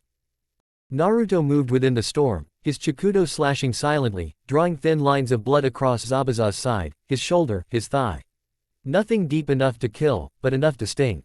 To remind him, I am faster than you. I am beyond you. Kakashi watched, wide-eyed, from where he crouched, biding his time. This isn't just taijutsu. This is artistry. He's weaving genjutsu, speed, precision. Naruto's voice came again, darkly amused. You're used to drowning your enemies in mist. But tell me, Zabuza, how does it feel to drown in your own past? Zabuza's strikes became wilder. His feet found only soft earth where he expected resistance. His blade met only air where he thought Naruto stood. The phantom, huh? Zabuza growled. You think a name will save you? I've killed men who could split mountains. I've carved through armies. You're nothing. But even as he shouted, his eyes betrayed him, flicking from phantom to phantom, uncertain. His mind frayed at the edges. Naruto's afterimages deepened the illusion. They no longer looked like him. They became the faces Zabuza feared most, the Mizukage's cold glare, the accusing eyes of villagers, the broken body of a comrade. And then Naruto whispered the next words, the final nail in the coffin. Shatter their senses. Trap them in my reflection. Fifth reflection, mirror realm. To Zabuza, the battlefield shattered. The trees, the mist, even the ground seemed to twist, doubling and tripling. The world became a hall of mirrors, every surface reflecting another fear, another ghost, another strike waiting to fall. Naruto darted in again, his Chikudo flashing. A shallow cut across Zabuza's ribs. Another nick at his wrist, forcing his grip to falter. You're slowing down, demon of the mist, Naruto taunted softly. Maybe it's not your body. Maybe it's just fear. Zabuza roared and swung in a massive arc, the blade slicing through three phantoms at once, but the real Naruto was behind him, blade at his throat. Kakashi couldn't tear his eye away. Even my Sharingan can barely keep up. He's faster than Guy at 3 gates. And this illusion work. Then, from the mist, needles sang. Haku's strike, silent and precise, paralyzed Zabuza where he stood. But when Haku stepped into view, he froze. Because what met him was his own face, perfect, flawless, reflected back by Naruto's henge. Naruto chuckled softly in Haku's voice, lowering the Chikudo. Go. Save your cherished one. There's no reason for either of you to die today. Haku's hands trembled as he gathered Zabuza's limp form, retreating into the fog. His mind swam with the impossibility of what he'd seen. As the mist began to clear, Naruto sheathed his blade and turned to his team. His breathing steady, his eyes hard. We protect our own, he said quietly. That's all that matters. Kakashi stepped up beside him, clapping a hand to his shoulder. The phantom, you've earned it, Naruto. I've never seen anything like that. Naruto didn't answer right away. He stared out at the retreating mist, where the last echoes of Zabuza's terror still seemed to linger. Let's move. We have a mission to finish. And so they did, leaving behind only the broken fog and the whispers of ghosts. Chapter 22. The misty night wrapped the world in silence as Team 7 made their way through the outskirts of the village, the shadows of battered homes and broken fences passing them by. Tezuna's steps were slow, weighted by shame, his shoulders hunched as if the burden of his words bore down on him. I lied to you, the old man said, his voice rough with guilt. I brought you into something you didn't sign up for. I just wanted to save my home, but I should have told you how bad it really was. Naruto walked at his side, eyes on the stars barely visible through the mist. He spoke softly. We chose to stay. That means we chose the risks. Sakura glanced at him, hearing something older than his years in that voice. Sasuke gave a faint nod, as if in silent agreement. They reached the small house on the edge of the village, warm light spilling from its windows like a promise of safety. Inari rushed out, tears already streaming as he threw his arms around Tezuna. Tsunami followed, her relief obvious as she welcomed the strangers who had protected her father. Dinner was quiet, heavy with unspoken thoughts. Tezuna shared everything, Gato's cruelty, his stranglehold on the village, the fear that had broken the spirit of the people. Naruto listened, his gaze steady, taking in every word, every tremor in Tezuna's voice.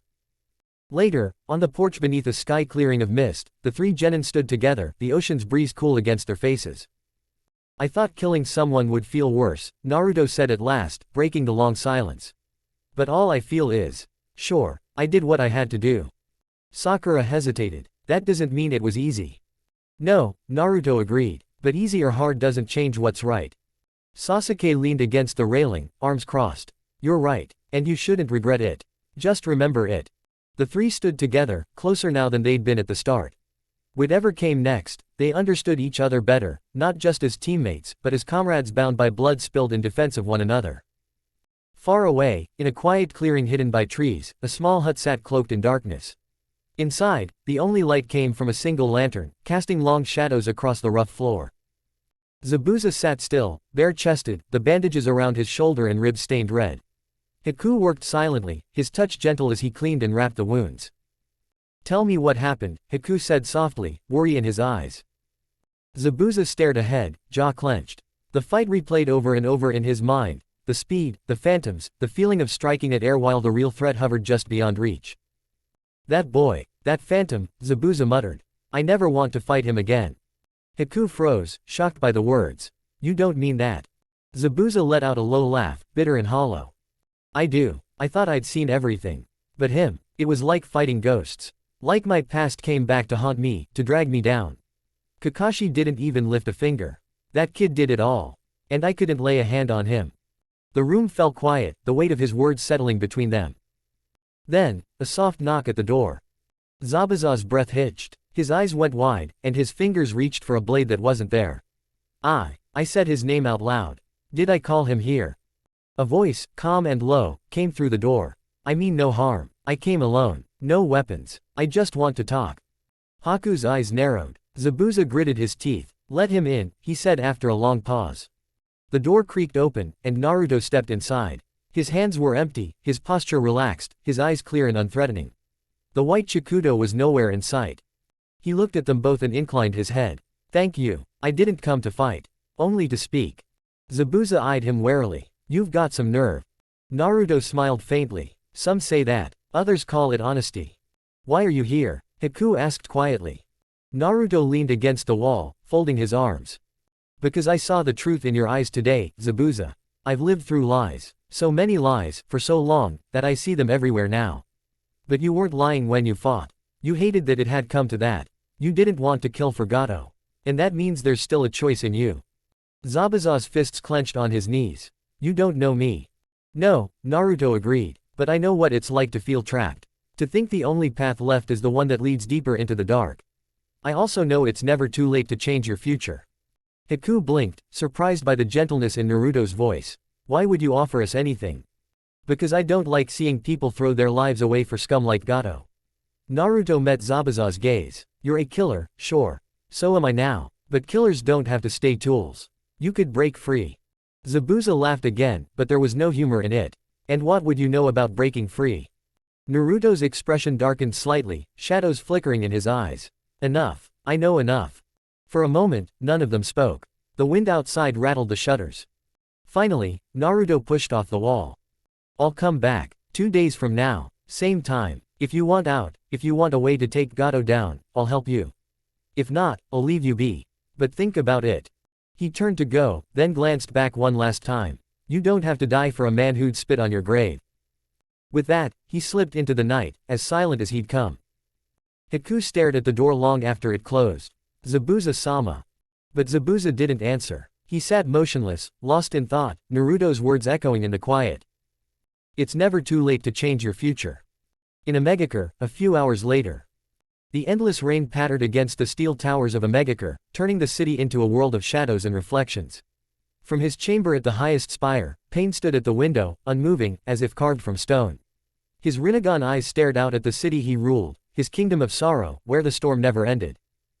Behind him, Konan waited in the dim light, as silent as the paper wings folded neatly against her back. She studied Pain's silhouette, as she often did when the rain fell like this. She could sense the storm inside him matching the one outside, heavy, brooding, and uncertain. The soft sound of flesh parting wetly broke the silence. From the wall itself, Zetsu emerged like a vine from rot, his twisted form dripping with rainwater, the black and white halves of his face glistening in the low light. His white side grinned wide. I bring news. Urgent. Pain did not turn. His voice was low, flat, carrying the weight of command. Speak. Zetsu stepped closer, dripping puddles onto the floor, his voice eager. Naruto Uzumaki Uchiha. He's finally out of Konoha. Konan's eyes narrowed slightly. A mission. Zetsu nodded, teeth gleaming. AC rank escort, at least that's what it started as.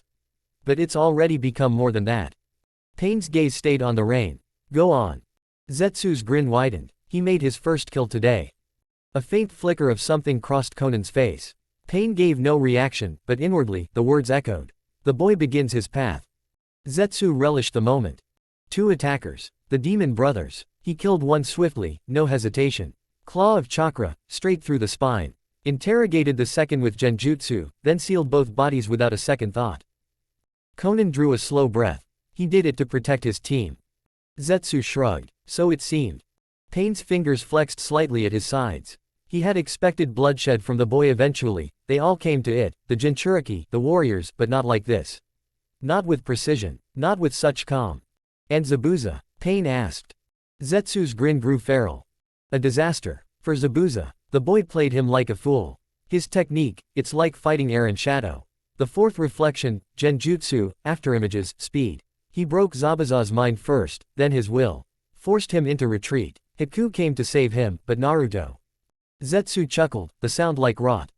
He was still in Haku's form. Spoke to him in his own voice. Told him to save his precious person. Let them leave. Conan and Pain exchanged a glance. Pain's gaze was cool, measured, the Rinnegan calm as the grave. Conan's voice was soft. He gave mercy. Pain's mind turned over the image, the boy, a Jinchuriki, a vessel, showing mercy when he could have struck down 2 enemies of great renown.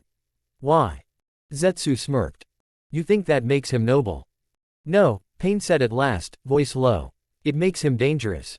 Conan tilted her head. Because he chooses. Because he can afford to. Pain's eyes never left the rain. The power to end, and the strength to spare. That is what makes him dangerous. Conan watched him closely. You see yourself in him, she thought. But she said nothing. Zetsu, restless, asked, should we move? Take him now.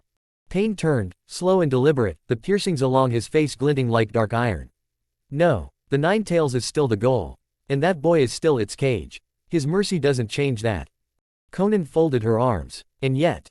Pain's gaze met hers, unreadable. And yet, he embodies what we were. The words felt bitter in his mouth, like ash. The memory of Yahiko's smile, his certainty, Conan's quiet faith, it all rose unbidden. A boy with the power to kill, who chose to protect. A boy who fought like a ghost to guard his friends. Conan broke the silence. We should approach carefully. If we threaten his comrades, he'll never listen. But if we come to him without harm. Pain's mouth tightened. You think we can sway him? I think, Conan's voice was gentle, thoughtful, that if there's any chance, it lies in showing him we're not his enemy. Not yet. Zetsu's black half hissed. He's Konoha's weapon, he'll never leave them. Pain's gaze turned back to the rain. No, his loyalty is not to Konoha.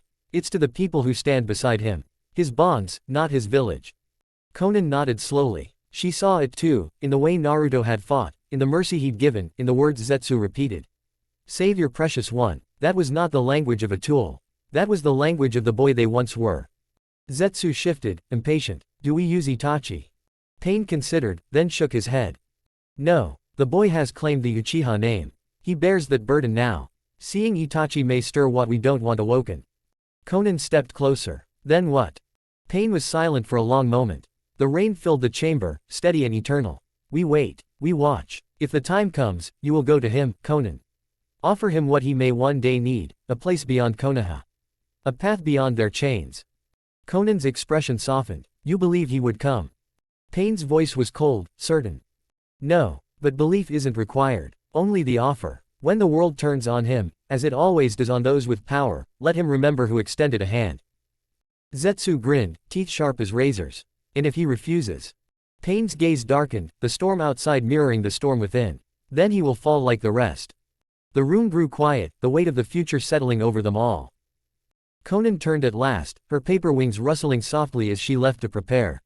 Zetsu melted back into the walls, gone as quickly as he came. And Pain stood alone, watching the rain wash the city clean. A boy who fights for peace, who bleeds for his friends, who spares the enemy when victory is his. He closed his eyes. You are a Jinchuriki, a vessel, a piece in the great plan. But still. The memory of Yahiko's voice echoed in his mind. Still, you remind me of what we once dreamed to be. And the rain fell, and the storm raged on. Chapter 23. And, Okay, I actually read it properly through the fanfiction site instead of where I'm posting it and found it easier to read than the phone. SMH. Disregard what I said about the phone thing, unless that's how you like to read. Maybe I'm just turning dumb from writing so much in a short time, ha ha ha. I have a romance tag and I plan on properly using it shortly once the wave arc ends. I have tried to be playful with it since everyone is still pretty young. The Chunin exams, after some research, take place in July and end in August, but that's no fun. Naruto is 14 at the moment and I want him to turn 15 before the finals to give him a good moment before shit hits the fan, ya know. The boy deserves some fun before I start cracking into the meat and potatoes of the series. End of rant. The night hung heavy over the land of waves, the sky painted in deep shades of navy and silver. The moon's glow spilled through gaps in the trees, lighting the forest path like a quiet guide. Naruto moved at an easy pace, hands in his pockets, his mind working harder than his feet. The faint tang of salt from the sea lingered on the breeze, mixing with the earthy scent of moss and damp bark. He wasn't just out for a walk. Tonight had a purpose. When he finally reached the clearing, he found them just as he'd hoped, Zabuza and Haku seated around a crackling campfire. The flames, light danced over their faces, softening the sharp lines carved by battle and hardship. Fish skewers roasted over the fire, the scent filling the air. Zabuza's sword rested nearby, within arm's reach, as always. Naruto didn't announce himself. He simply stepped into the light, settled onto a flat stone near the fire, and let the warmth seep into his bones. The silence that followed wasn't uncomfortable. It was the kind that said they were all waiting, perhaps to see who would speak first, perhaps because some truths don't need words right away. Finally, Naruto broke it. I want to hear your stories. Zabuza eyed him suspiciously, a brow raised. What's this, kid? You writing a book? Naruto met his gaze, calm, steady. No, I just believe you can't really fight beside someone, or against them, until you understand who they are. I protect the people I care about. I'll get so strong no one will ever hurt them, no matter who or what comes for them. And I want to know if your people I'll stand beside. Or against. That earned him a long, thoughtful look from the demon of the hidden mist. Then, with a grunt, Zabuza picked up a sharpening stone and began slowly running it along his blade. The soft scrape of metal on stone filled the quiet for a beat. You're serious about this, Zabuza finally said. Naruto nodded once. The older man set the stone down. His voice, when he spoke again, was rough but quieter. Fine, you want to know. I'll tell you. I was a kid when I made my name. The Blood Mist Academy. They made us kill our classmates to graduate. I didn't wait for that. I slaughtered them all before the test even began. No friends. No mercy. Just blood. The firelight flickered in his eye as he spoke, casting shadows that made him look more specter than man. He spoke of his coup against the Mizukage, his failed attempt to free the village from its endless bloodshed. Of betrayal, exile, and the price of living as a weapon with no master. Naruto listened, silent but attentive, his expression unchanging. When Zabuza paused, Naruto asked quietly, and if you'd won? If the mist was free? Zabuza blinked at the question. I don't know. Never thought that far. Naruto stored the answer away. That tells me more than you think. Then he turned his gaze to Haku, a small smile tugging at his mouth. All right, pretty boy, your turn. Haku laughed softly at the nickname, then grew thoughtful as he spoke. His voice was gentler, the words touched with sorrow. He spoke of his mother, her hidden bloodline, and the terror it brought. Of the day he lost her, and his father. Of the cold hunger that followed, and the day he met Zabuza, who gave him a reason to exist. Naruto asked questions, not prying, just guiding, like he was piecing together a puzzle. And when Haku finished, Naruto looked at them both, something soft in his eyes. You're a family, he said simply. Father and son, not by blood, maybe. But that doesn't matter. Bonds aren't about blood. Same as my team. Sasuke isn't my real brother. But our bond is stronger because we chose it. Zabuza tried to scoff, but a smirk tugged at his mouth.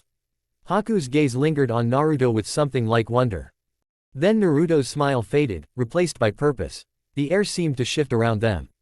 Gato's men are done hurting these people. This village is under our protection now. And that means it's under mine. I'm going to help end this. Zabuza watched him, intrigued. And how do you plan to do that, Phantom? Maybe. But I'm going to use Haku's ice to form mirrors to spread my genjutsu across Gato's compound. I'll break their minds. Make them destroy themselves. No blood on our hands. Zabuza barked a laugh. You really are mad. But if you pull it off, I'll help. Gladly. Zabuza's tone turned serious. And if I fall, you take Haku and teach him how to use a blade.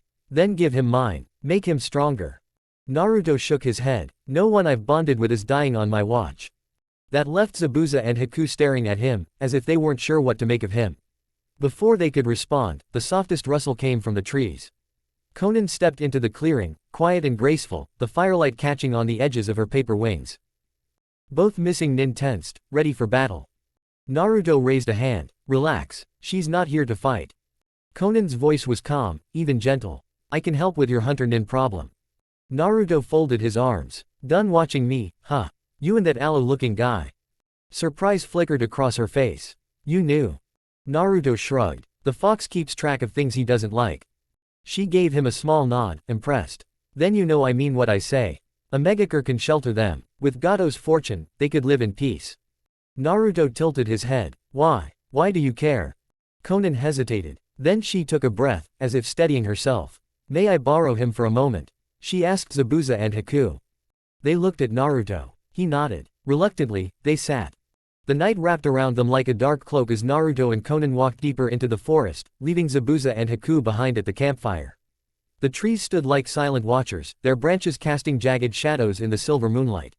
A breeze carried the faint scent of the sea, mingling with pine and smoke from the fire. Naruto kept his hands in his pockets, his steps unhurried. His mind, though, raced. There was something about this woman, this angel of a Megakure, that made him stay on guard, no matter how calm she seemed.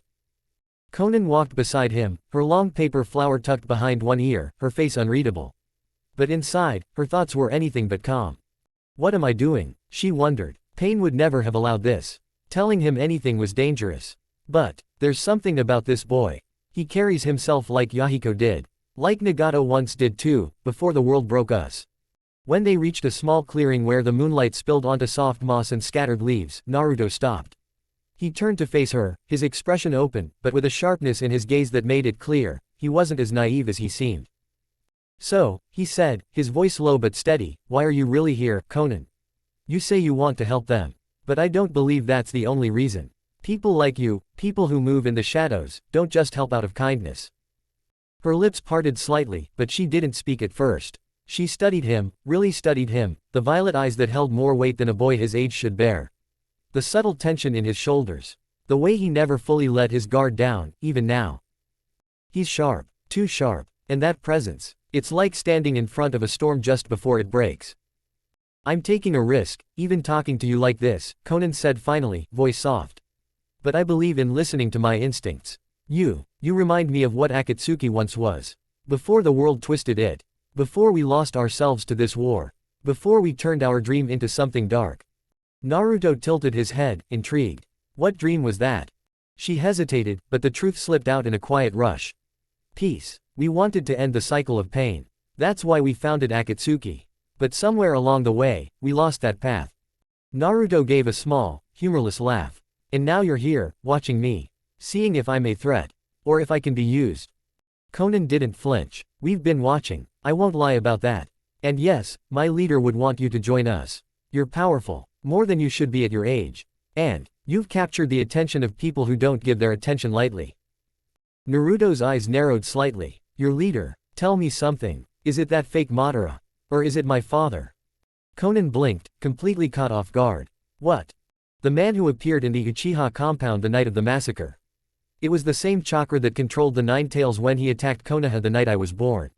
The fox remembers. He knows what Madara's chakra felt like, from the last time he saw him. Whoever that masked man is. He's lying. He isn't Madara. Konan's heart raced. Her mind spun. If that's true, if Toba's been lying all along, then everything Nagato trusted him with, everything we built on his words. The weight of it was staggering. But Naruto kept talking, his voice steady, his gaze unflinching. That's my leap of faith, Konan. You said you were taking one by telling me about your Akatsuki. I'm giving you one in return. What you do with that knowledge, that's up to you. Konan drew a breath, forcing herself to stay composed.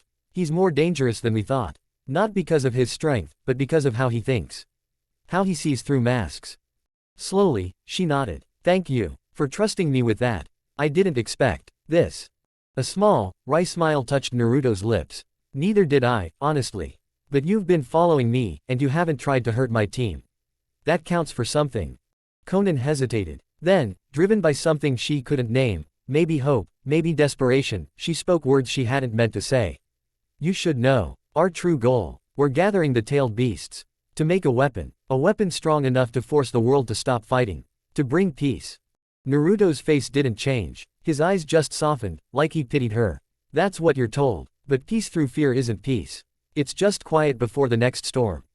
The truth of it struck her, and for a moment she saw Yahiko again, in this boy's defiant stance, his quiet conviction. And Itachi. Naruto added quietly. He's part of this, isn't he? She swallowed. Yes. But, I wasn't supposed to say that either. Naruto exhaled through his nose, gaze lifting toward the moonlight cutting through the canopy. Smart, basing your group in the center of the continent. Makes it easy to move wherever you need. Conan blinked. You're not angry. I'm tired of lies, he said simply. You didn't try to hurt me. Or my team. And you told me the truth, even when you weren't supposed to. That's enough for me right now. The quiet between them wasn't cold, it was filled with the weight of choices. Conan's voice was soft, but sure. If you ever need a home. If Konoha turns on you, if you're ever alone. Come to Omegakure. Find the tallest tower. Ask for the angel. And you'll be safe. Naruto gave her a long look, then summoned a small scroll from his wrist seal, tore off a strip of parchment, scribbled a note, and folded it. He offered it with a handshake. As she took it, she felt the slip of paper against her palm. Keep in touch, he said. And, don't trust the plant man either. My tenant doesn't like him. Says there's something off. Her fingers tightened around the note, and her heart skipped a beat. How much does he see? How much does he know already? She managed a small, genuine smile. You're full of surprises. Naruto shrugged. So are you. They shared a look, a silent understanding passing between them. Then Conan turned, vanishing into the trees like the breeze that had carried her in. Naruto watched her go, his mind already shifting back to the plan at hand. Chapter 24. Shortly after, Naruto found his way back to Zabuza and Haku. The night pressed in around them, cool and quiet except for the crackle of the campfire. The roasted fish was long gone, the bones tossed into the brush, but none of the three moved to leave the fire's warmth. Naruto sat cross-legged on the ground, the flames flickering in his eyes as he watched the two missing nin across from him. Zabuza shifted his massive blade off his shoulder and let it rest at his side. So, Phantom, tomorrow night, huh? Naruto gave a slow nod. Yeah, the sooner the better. Gato's scum's been choking this place long enough. I'm off guard duty tomorrow, so it's the perfect chance for me to scout his compound. Learn where to hit so it counts. Haku's dark eyes glinted in the firelight. I'll come with you. My mirrors will help. No one will see us. Naruto smiled slightly. Glad to have you along, Haku. I wouldn't have asked, but you offering. That makes it easy. Zabuza chuckled under his breath. Look at you two, making plans like old war dogs. Alright, what's the rest of this bright idea? Naruto leaned forward, his voice dropping low. We hit tomorrow night. Haku uses his mirrors, and I weave my reflection genjutsu through them. We'll break their minds, make 'em see ghosts in every shadow, demons in their own men. I don't want a massacre. I want their own fear to tear them apart. I want Gato's grip on this land shattered. Zabuza barked out a laugh, sharp and sudden. Kid, you're insane. You've earned that phantom name. Naruto's smile faded, replaced by something quieter, something real. There's more. After Gato's done, I don't want you staying here. Both missing nin stared at him. The land of waves is gonna need time to heal. And you, Naruto's gaze met Zabuza's first, then Haku's, steady as stone. You don't need to spend that time looking over your shoulder for Hunter Nin. You'll help free this place. That's enough. Zabuza narrowed his eyes. You're saying we should run again? Naruto shook his head. Not run. Start over. I want you to go to Omegakure. Haku blinked, caught off guard. Omegakure. Yeah, Naruto's voice softened, but the conviction stayed. That blue-haired friend of mine, the one you saw, she seems to be someone important there. No one from Kiri will touch you there. You'll have peace. You'll have a chance to build something new. Zabuza snorted, but there wasn't much fight in it. And how are we supposed to live, huh? No clients, no work. Naruto's smirk returned, sharp and sure. Gato's fortune. A fourth of it is yours. Enough to set you up in aim for years. The rest goes back into the land of waves, where it belongs. That money's blood-soaked. Let it rebuild what he tried to ruin. For a long beat, neither man spoke. The fire snapped and popped between them. Finally, Zabuza grunted, rubbing at his jaw. You think of everything, don't you, Phantom? Naruto shrugged. I try. Look, you're helping me. You'll fight beside me. That means something. I won't see you hunted for it. Haku's gaze softened. You would really do that for us? After everything? Naruto's expression grew serious again. Yeah, I would. Team 7's my team, but when we stand together, you two will become part of my circle. And I protect my own. That's my ninja way. Zabuza studied him, silent for a moment, then let out a breath like a sigh of defeat, but not in a bad way. You're serious about this? Damn. Alright, Phantom, we'll go to Omegakure. If this works, if Gato falls, we'll take the offer. We'll take the money, and we'll build something. Maybe even stop running. Naruto's grin came back, brighter this time. That's all I ask. Zabuza lifted his sword again and pointed it at Naruto in a mock salute. Naruto rose, brushing ash from his hands. We'll clue Kakashi in before we move. He deserves to know. Like I said, I'm not the leader. Just one piece of the team. Haku nodded, standing too. That's wise. As Naruto melted into the forest, the firelight caught the edge of his Chikudo, silver and cold. Zabuza watched him go, shaking his head with a laugh. Kid's a lunatic, he muttered. But maybe he's our lunatic now. And with that, they began to plan in earnest, the weight of the night pressing close but the promise of change closer still. In the morning, Tezuna's house. The small house was filled with the scent of simple breakfast, rice, pickled vegetables, and the last of a small fish Tezuna had shared from the market. Naruto ate in comfortable silence, his mind already moving through the plan for the night to come. Across from him, Kakashi sat quietly, his visible eye half-lidded but watching. Sasuke and Sakura chatted quietly with Inari, trying to coax a smile from the boy. When Naruto finished, he wiped his mouth with the back of his hand and glanced at his sensei. Kakashi-sensei, he said, voice low so the others wouldn't hear. When you're done, can you step outside with me for a bit? Kakashi lifted his head slightly, curiosity flickering in his gaze. All right, he agreed simply, returning to his meal. A few minutes later, the two of them slipped out into the misty morning. The air smelled faintly of salt and damp earth. They walked side by side, boots crunching softly on the dirt path as they put some distance between themselves and the house. After a moment, Naruto spoke, his voice steady but serious. I wanted to tell you what's going on before we move tonight. I've been talking with Zabuza and Haku. We've worked out a plan. Kakashi didn't stop walking, but his head turned slightly, his tone sharper now. You've been meeting with them alone. Naruto, that's risky. If they'd turned on you. Naruto chuckled softly, but it wasn't mocking. There was warmth in it, and a bit of pride. Yeah, it was a gamble. But one I thought was worth it. I trusted what I saw in them. And, I was right. They stopped at the edge of a grove of trees, the branches heavy with morning dew. Kakashi folded his arms, studying his student. His eyes softened, though his voice stayed firm. Tell me, then, what's this plan of yours? Before Naruto could answer, a soft rustle came from the trees. Haku stepped out, his presence quiet and respectful. He inclined his head toward Kakashi, hands visible and empty, showing no threat. I came to help explain, Haku said gently. Naruto nodded, glancing at Kakashi. We're going to hit Gato's compound tonight. Haku's ice mirrors will let me spread my genjutsu across the whole place. The idea is to break their minds, to make them turn on each other, or just break down entirely. No unnecessary bloodshed. Kakashi listened, his brow furrowed beneath his headband. Naruto went on, outlining the details, the timing, the entry points, how they'd avoid harming innocent workers or villagers forced into Gato's service. When Naruto finished, Haku added quietly, we'll move fast. If something goes wrong, we'll retreat. No heroics. There was a pause, the mist swirling between them. Kakashi finally let out a long breath and shook his head with a small, wry smile. I'll admit, that's more thought out than I expected. You've both covered a lot of angles. But, his tone grew serious again. The rest of Team 7 will be nearby. We'll stay hidden, but close enough to back you up if anything goes sideways. Naruto nodded, not offended in the least. That's fair. I wouldn't want it any other way. You're our sensei. It's still your mission. I'm just lending my piece to it. Kakashi's gaze lingered on him for a beat longer, thoughtful. Then he gave a small nod. All right, I trust you. Just don't forget, if it starts falling apart, fall back. We'll handle the rest. Naruto grinned, that familiar spark of confidence lighting his face.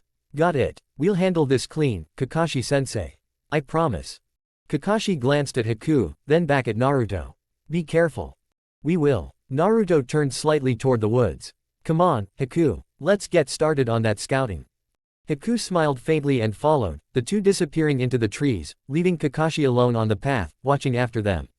The mist swallowed them up, and Kakashi let out another quiet breath. They're growing faster than I expected, he murmured to himself. Phantom, huh, that kid really is living up to it. He turned back toward the house, already planning how best to position himself, Sasuke, and Sakura when night fell. Chapter 25. The night air was cool, the scent of the sea carried inland by a gentle breeze that stirred the trees around Gato's compound. The moon's pale glow bathed the gathered group in silver light, casting long shadows across the clearing where Team 7, Haku, and Zabuza crouched among the undergrowth. Naruto stood at the edge of the group, the wind tugging at his long black hair, streaked with red, that now fell all the way down to his lower back. The loose sleeves of his black battle kimono shifted with the breeze, the unique clan symbol on his back, an Uzumaki spiral fused into an Uchiha fan, almost seeming to ripple in the moonlight. The pale light caught on the storage seals marked on his wrists and thighs, faint but ready, just like him. Sasuke exhaled quietly, his voice low but edged with impatience. How long is this going to take? Naruto glanced at him, then at Haku. Their eyes met, and for a moment no words passed between them, just understanding. How long will it take to cast your genjutsu? Haku asked, his voice soft but steady. Naruto thought for a second, gaze sharpening. I'll be casting it onto your mirrors and layering it on my own without reflection stance. 5 seconds for the hand signs. Haku nodded thoughtfully, glancing at the compound. It'll take me about 15 seconds to spread the mirrors across all the floors and positions we planned. That includes the central mirror for your genjutsu to bounce from. Naruto's lips curved in a small, focused smile. He turned back to his team. 16 seconds total, he said simply. And then, maybe a few minutes for the results. I wanted to just drive them mad at first, but there are civilians on the property. If I only make them crazy, they might turn on them. It's cleaner this way. The others stared at him like he'd grown a second head. You're talking like it's nothing, Sakura said quietly, almost in disbelief.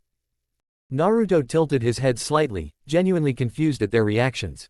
What's so crazy about it? We're protecting these people, aren't we? Sasuke gave a faint snort but didn't argue.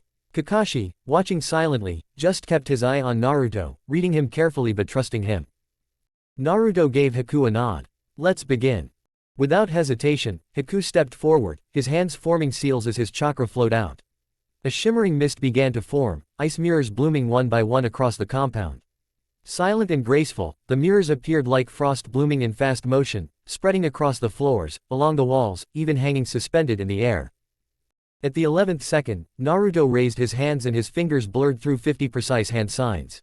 The air seemed to still, even the night itself holding its breath. His violet eyes burned with focus, then shifted as his Sharingan flared to life, red and black swallowing the violet completely, Tomo spinning into place. Zankyoken style, mirroring insanity. His voice was quiet but firm. As the final seal snapped into place, he locked his gaze onto the nearest mirror. A sharp crack like shattering glass echoed out. The genjutsu leapt from mirror to mirror, spreading with impossible speed. Wherever the mirrored ice reflected the compound's inhabitants, the jutsu took root, pulling them into a web of illusion and madness. For a heartbeat, nothing. Then, screams, shrieking, broken, desperate. The kind of sound that made the skin crawl. Bandits clawed at their heads, some falling to their knees, others stumbling into walls or doors as their minds unraveled. Gato's own voice was lost in the chorus of terror as he and his men fell to the grip of insanity, their eyes wide with horrors only they could see. 30 seconds. The compound fell eerily silent. No more screams. No more movement. Just the soft, muffled sobbing of the civilians who had been spared the mirror's gaze. Naruto let his hands drop to his sides, scratching his head as his Sharingan slowly faded, revealing his violet eyes once more. His long hair swayed gently behind him as he turned to face his team. Well, that was faster than I expected, he admitted, sounding almost sheepish. The entire group stared at him, stunned into silence. Sasuke blinked. You really are insane. Naruto just chuckled softly, brushing a stray lock of hair from his face. Maybe, but at least the job's done. Let's move, he said, his voice steady but low. We need to make sure the civilians are safe and clear this place out. Team 7 spread out, moving through the compound. Kakashi led the way through the main corridors, his single visible eye sharp and watchful. Sasuke and Sakura followed, flanking the remaining workers and frightened villagers as they emerged from hiding places, some behind barrels, others beneath porches or inside storage sheds. Naruto kept pace, offering calm reassurances when he passed civilians too shocked to move. His hand rested lightly on the hilt of his white chikudo, the weapon gleaming faintly under the moon's glow, but he had no need to draw it. The true battle was already over. Zabuza and Haku worked alongside them without a word, their presence no longer one of threat but of silent assistance. The two missing nin helped guide the terrified families out into the safety of the woods beyond the compound. Once everyone was accounted for and safely away, Naruto motioned for the group to follow him deeper into the main building. They navigated the halls until they reached what could only be Gato's office. The doors hung slightly ajar, as if the chaos of the genjutsu had burst them open. Inside, the room was lavish, more gold and silk than any man like Gato deserved, piles of coins, jewels, and ledgers cluttering the massive desk and surrounding cabinets. Naruto strode to Gato's crumpled body, lying lifeless near the desk. Without hesitation, he drew a scroll from one of the storage seals on his wrist. Unrolling it, he placed the body atop the ceiling matrix inked on the parchment. A pulse of chakra later, Gato's remains vanished, sucked into the scroll with a faint shimmer of blue light. Naruto sealed it shut and tucked it away. "That's done," he said quietly, turning to Zabuza and Haku. His hair caught the breeze from the broken window, black and red strands brushing against his back. "The spoils are yours, take what we agreed on. A fourth of it should be more than enough to set yourselves up in a megakure." Zabuza looked around the office, his expression unreadable. His rough features softened slightly as he glanced at Naruto. "You're sure about this?" Naruto nodded. "You kept your word. Now it's time to finish the deal. I hope we cross paths again someday. Hopefully on friendlier terms." Haku offered a small, genuine smile. "I think we would like that, Naruto." Together, Zabuza and Haku gathered their share, bags of coins and select valuables, working quickly but not greedily. When they were done, they faced Naruto and the rest of Team 7 one final time. "Stay sharp, kid," Zabuza said, the ghost of a smirk on his face. "The world doesn't take kindly to phantoms like you." Naruto smirked back. "That's fine. I don't take kindly to the world either." With that, the two missing nin turned and slipped into the night, disappearing toward the distant promise of safety in a megakure. Once they were gone, Team 7 gathered in the now emptied office.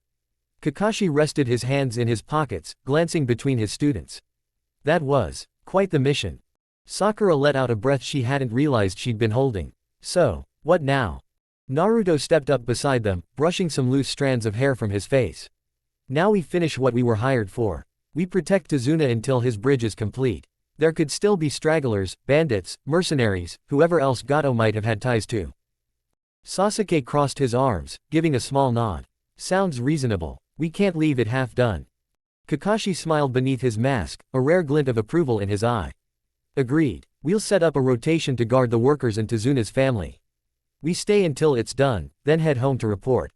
Naruto turned his gaze back out the window, watching the stars above the sea.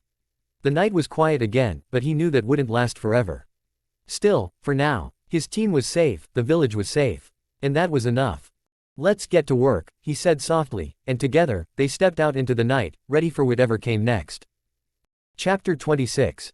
The days that followed blurred into a quiet, steady rhythm. Team 7 returned with Tazuna to his home that night, weary but satisfied with what they had accomplished. The villagers, still shaken but hopeful, welcomed them back with grateful words and small, warm meals that tasted far better than they should have. The montage began. Mornings spent walking with Tazuna to the half-built bridge, standing guard in shifts while workers hammered planks and set stones in place. Kakashi quietly supervised, offering tips on chakra control or battle tactics during slow moments. Sasuke trained relentlessly during his downtime, lightning crackling faintly in his hands as he pushed himself to master what Kakashi had begun teaching him. Sakura balanced watching over the workers with studying medical ninjutsu by Naruto's side, her confidence and focus growing each day. She had found a rhythm in this new purpose, her movements sharper, her mind steadier. And Naruto, his long black hair streaked with red, often tied loosely back to keep it from his face, his black battle kimono rippling in the sea breeze, kept a watchful eye on it all. The white chikudo sheathed at his side remained untouched during their quiet vigil, but his presence alone was enough to make any would-be thief or lingering mercenary think twice. Days turned into a week. Then another. Each sunrise brought them closer to the bridge's completion, and the villagers began to smile more easily, laugh more freely. Even the air felt lighter without Gato's shadow looming over them. Finally, after 2 weeks of toil and teamwork, the bridge was finished. The last plank secured, the final rope tied down, the workers let out a cheer that echoed over the waves.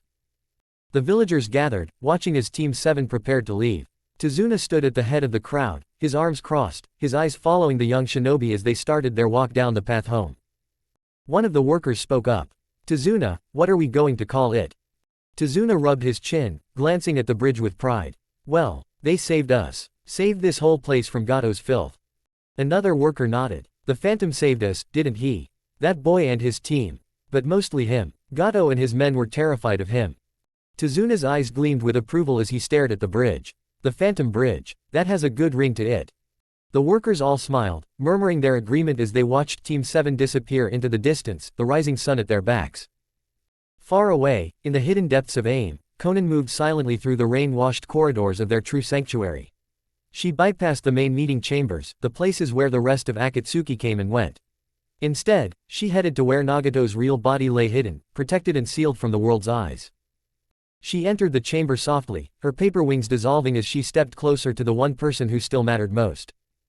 Nagato, she said gently, kneeling before him. His thin, pale face turned toward her, the Rinnegan eyes steady and sharp despite the frailty of his body. You've returned, Nagato said, his voice low but clear. What did you learn? Konan hesitated only a moment before speaking. I spoke with Naruto Uzumaki Uchiha. Face to face. I offered him protection, and told him of a Megacure's welcome if he should ever need it. Nagato's gaze didn't waver. And she exhaled. He gave us something in return. A gesture of good faith. Her voice lowered, weighty with the significance of her next words. He said, the man who calls himself Madara Uchiha, the one we know as Tobi, is a fake. A manipulator. The nine tails inside him recognized Toba's chakra from that night. It wasn't the same as the real Madara's. For the first time in years, Nagato's eyes widened. His breath caught in his throat, and for a moment, no words came. If that's true, he finally whispered, then everything. Everything we've done for him, everything we've planned, it's all been under false pretenses. We've been pawns. Konan nodded, watching him carefully. That's what I feared too. Nagato leaned back, his mind racing through years of schemes, decisions, orders given and missions carried out. He clenched his trembling hands. This changes everything. I must rethink our purpose. Rethink the plan for the tailed beasts. If this was all some elaborate game for that imposter. Konan spoke again, more softly this time. He asked nothing of me. He shared this because he thought I deserved to know. Because I trusted him, and he trusted me back. Nagato closed his eyes for a long moment. Tell me, what is he like, this boy? She allowed herself a small, fond smile. He is strong, focused, but not cold. He's kind, in his own way. Driven by his bonds, the people he cares about. He's what we wished we could have been, Nagato. What Yahiko dreamed of being. What we lost. Her words struck deep, and Nagato felt a wave of memory, of Yahiko's laughter, of the three of them standing together in their youth, planning a world where peace could be real. Konan continued, her voice steady. He can accomplish what Yahiko couldn't. I believe it. Nagato stared at her, then at the chamber walls, then past them, past everything.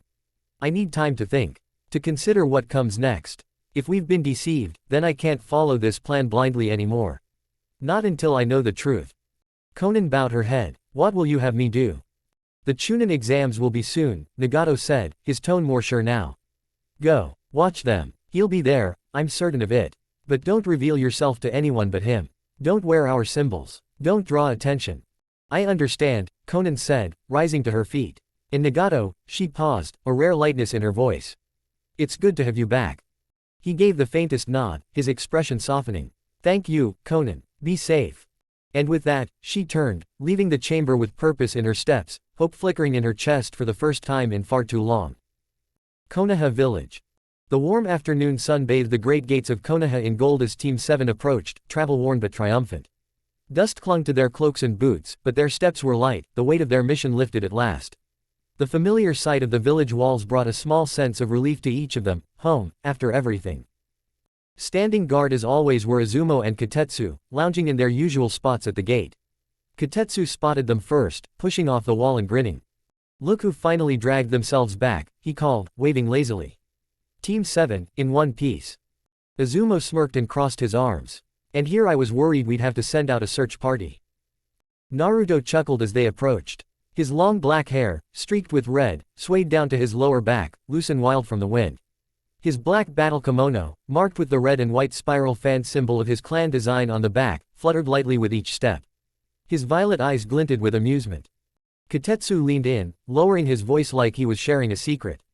Hey, Naruto, while you were off saving the world, a falcon came for you. Straight from the capital. Fancy, huh? Izumo elbowed him, a mischievous grin spreading across his face. Yeah, what's this? You leave the village once and already getting letters from a girlfriend. Naruto barked a laugh, shaking his head. No girlfriend, sorry to disappoint. It's probably about my sealing master exam. The daimyo was supposed to send word. Both guards blinked, caught off guard by that. Sealing master exam, Izumo repeated, whistling low. Didn't realize you were that far along, kid. Naruto just gave them a small grin, lifting a hand in farewell as Team 7 continued toward the village center. I'll let you know how it goes. The familiar streets of Konoha felt welcoming beneath their feet, and before long they reached the Hokage's office. Inside, the third Hokage waited, pipe in hand, looking over paperwork that seemed to never end. His eyes softened as his team entered. You're back, Hiruzen said, setting down his pipe. Let's hear your report. They detailed the mission, the bridge, Gato, the battle, and everything that followed. When Naruto handed over the scrolls containing the sealed remains of the demon brothers and Gato himself, Hiruzen's brows rose in surprise. He turned thoughtful for a long moment, then nodded firmly. I'm upgrading this mission to A rank, he declared. You've all done well, especially you, Naruto. Naruto nodded humbly, though his eyes glinted with quiet pride. Hiruzen reached into his robes and pulled out a folded letter, holding it out. And this came for you. From the daimyo. Your exam is in 5 days. If you leave tomorrow morning, you should make it on time. Naruto took the letter, glancing at the seal but not opening it just yet. One more thing, Hiruzen added, stroking his beard. The Earth Daimyo will be visiting the capital during that time for diplomatic matters. And, the Tsuchikage's granddaughter will be in attendance as a representative of Iwagakure. Mind your behavior, Naruto. Naruto's lips curled into a devious grin, his eyes shining with mischief. So you're saying I should work on improving inter-village relations? Kakashi let out a nervous laugh, scratching the back of his head. He half considered volunteering to escort Naruto himself, just to keep him out of trouble. Hiruzen, on the other hand, looked like he'd swallowed a lemon. He broke out in a cold sweat. No, I mean, yes, be polite, but don't spread your genes across the continent, Naruto. The council will have a hemorrhage. The words left his mouth before he realized what he'd said. His eyes widened as the weight of his mistake sank in. He had just reminded Naruto of the very people he hated most in Konoha. Naruto's expression darkened for the briefest second, his playful smirk turning into something sharper, that wicked little foxy grin that made even seasoned shinobi uneasy. Inside his mind, Kurama let out a deep, rumbling laugh. Well done, old man, the fox chuckled. But just as quickly, Naruto's face went calm again, his eyes unreadable. I'll get some rest then. Long journey ahead. He turned on his heel and left the office without another word. The room was quiet for a beat before Sasuke spoke up, arms crossed, eyes half-lidded. You know you messed up, right? Hiruzen sighed heavily, massaging his temples. Yes, I know. Sasuke glanced at the door Naruto had gone through, then back at the old Hokage. You want to know why he acts the way he does? Why he flirts and plays the fool? Hiruzen nodded, curious despite himself. Sasuke's tone was quiet, almost thoughtful. First, he does it to try and embarrass me. Second, it helps him vent so he doesn't punch out the people who look down on him. And third, Sasuke hesitated, then continued, he does it to draw attention away from me. So I can settle down with someone I actually want. He's making himself the target so I don't have to be. The Hokage blinked. Because he knows the council would push you to restore the clan. Sasuke nodded. Exactly. Naruto's making himself desirable so the daughters of the village argue against being paired off with me. He's shielding me from their plans. Hiruzen's shoulders sagged. The council was already planning to do just that. Kakashi, who had stayed quiet until now, exhaled slowly. And now he's probably thinking of flipping their plan on its head. Starting it on his own terms, outside of the village, just to spite them. Sasuke smirked slightly. Probably. The third Hokage let out a muttered curse under his breath. The office fell into uneasy silence as they each sat with their thoughts, wondering what kind of storm Naruto might stir up next. Chapter 27. Night settled over Konoha, quiet and calm beneath a silver moon. The soft glow spilled through the window of Naruto's small apartment, casting long shadows across the room. Inside, Naruto moved with practiced ease, slipping his white Chikudo into a storage seal on his wrist, sealing kunai and shuriken into the bandaged marks on his thighs. His long black hair, streaked with crimson red, swayed down to his lower back as he worked, the ends brushing lightly against his belt.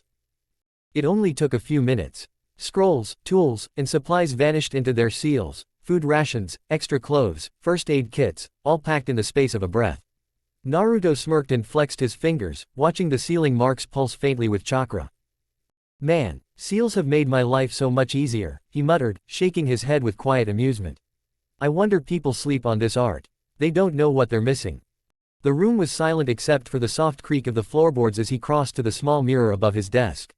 He paused, studying his reflection. His face, the spitting image of Madara Uchiha, sharp-boned and striking, marred only by the faint whisker-like marks on his cheeks. The violet in his eyes was dark in the dim light. He lifted his shirt, exposing his stomach, and flared his chakra just a little. The seal glowed to life. The lines of the 8 trigrams were clear, precise, etched into his skin like a brand. Naruto stared at it, thoughtful. He'd looked at it plenty of times before, but tonight felt different. His fingers traced the edges of the seal, and then he reached for a blank scroll, unrolling it across the desk, ink and brush already in hand. All right, he murmured. Let's see what makes you tick. As his brush began moving, sketching out the design from memory, his mind drifted, and his thoughts reached inward. Hey, Furball, can I ask you something? The rumbling voice of the Ninetales echoed through his mind, gruff and wary. What is it, brat? This seal, was it rushed? Naruto asked, pausing in his drawing. His eyes narrowed at the paper, at the lines that somehow felt both perfect and off. Since my mom and the 4th were dying that night.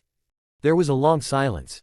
The Ninetales' voice, when it came, was low and thoughtful. Now that you mention it, yes, it was prepared too fast. I remember the look in their eyes. They knew they weren't walking away.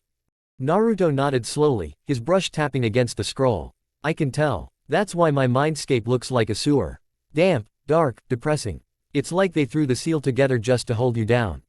I'm honestly surprised you're even conscious. The Ninetales fell silent, genuinely taken aback. What are you talking about? Naruto kept his gaze on the scroll, voice steady. This seal, it was designed to hold all of you, wasn't it? Not just part, but only half of you is in here. So what's the rest doing? The realization hit the fox like a thunderclap. Half of me was sealed into the 4th Hokage.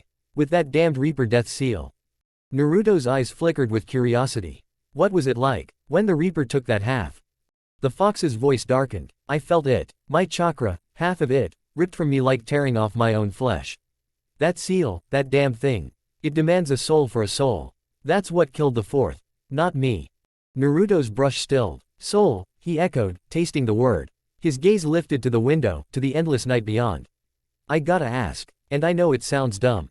Do you really have a soul? I mean, you're made of chakra, right?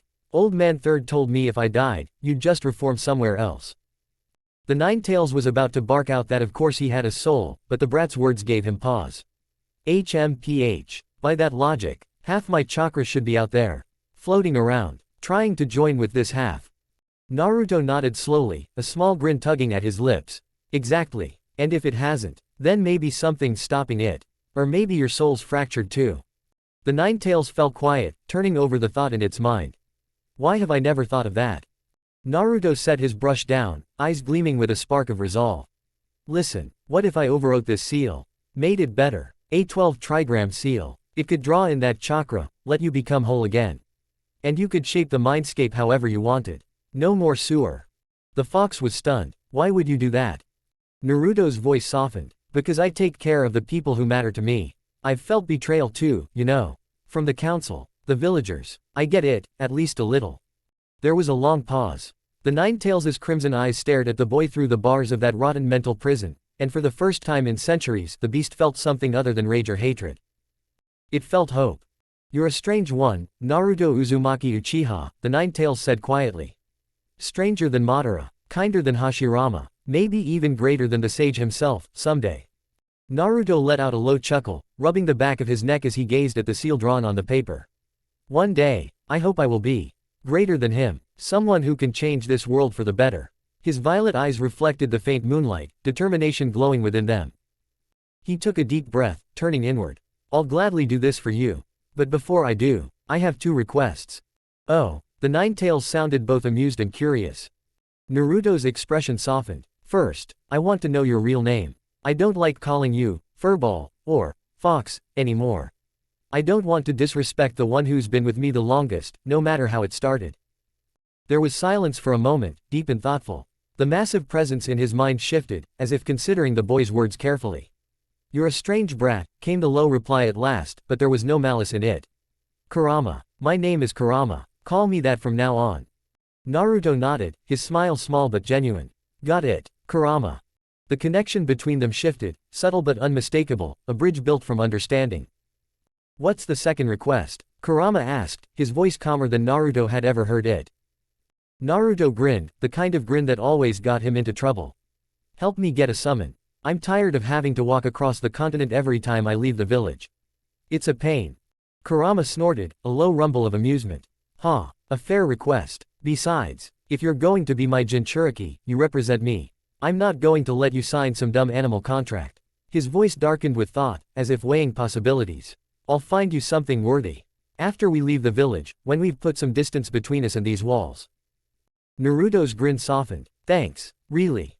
Kurama's presence lingered in his mind, the great beast surprisingly at ease.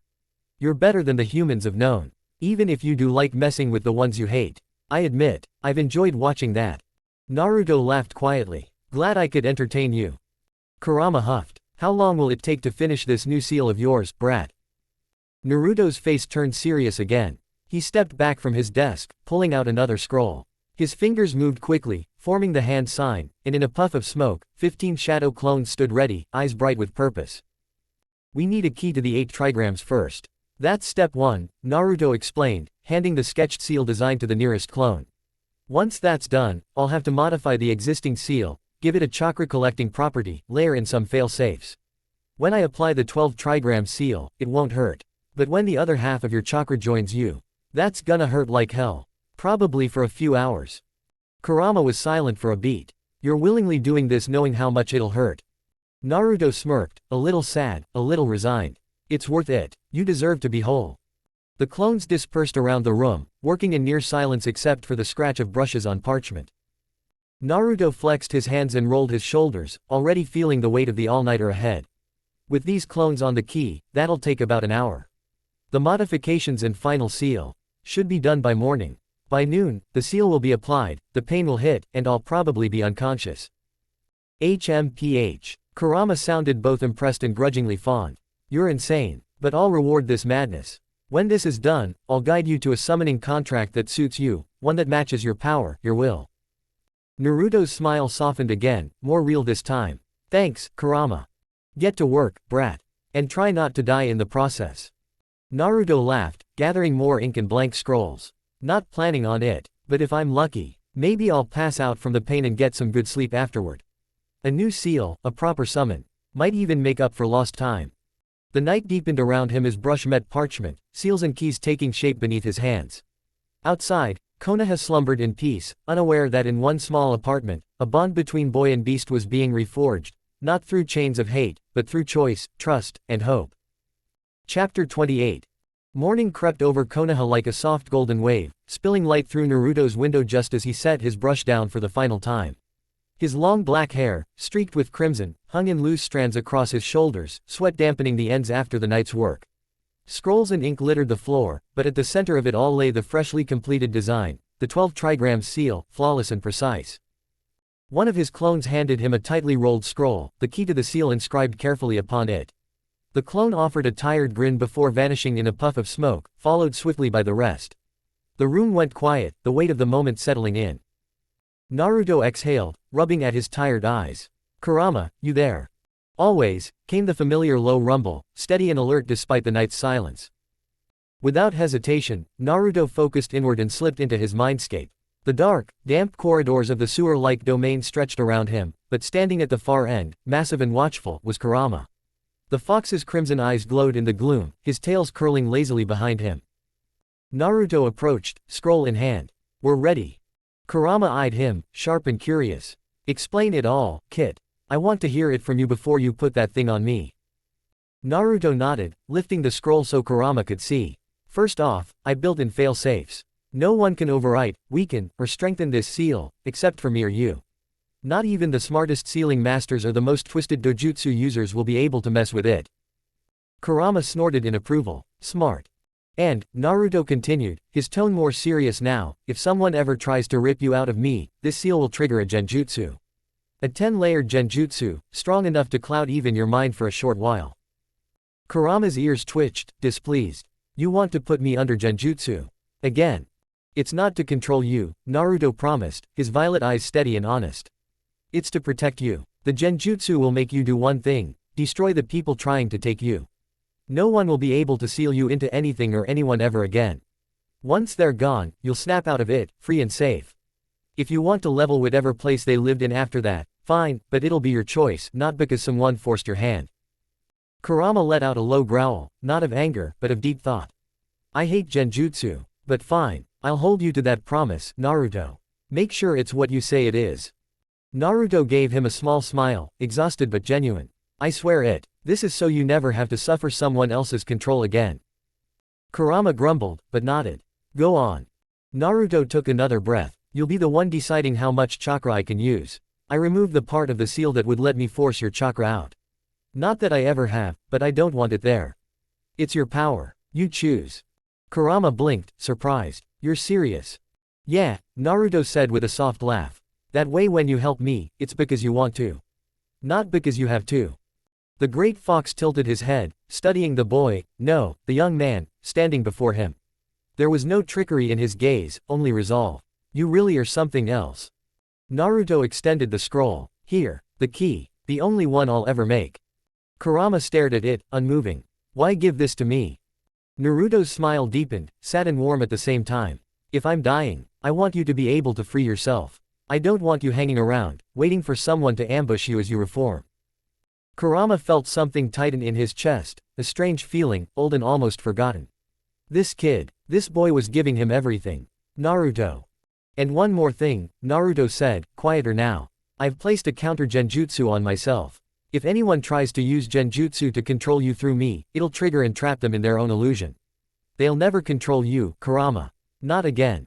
For the first time, Kurama spoke his name. Naruto. The word was soft, almost reverent. It'll never come to that. If you fall, I'll pump you so full of my chakra, you'll be a berserker zombie. No one will touch you, not while I'm still here. Naruto laughed at that, the sound echoing off the walls of the mindscape. Deal. Kurama's massive paw gently took the scroll. What do I do with it? The key will bind itself to your tails, Naruto explained, stepping back. It'll form as a tattoo. All you have to do is focus on it, on them, and force the seal open if you need to. Kurama nodded, holding the scroll like it was something precious. Then let's get this over with.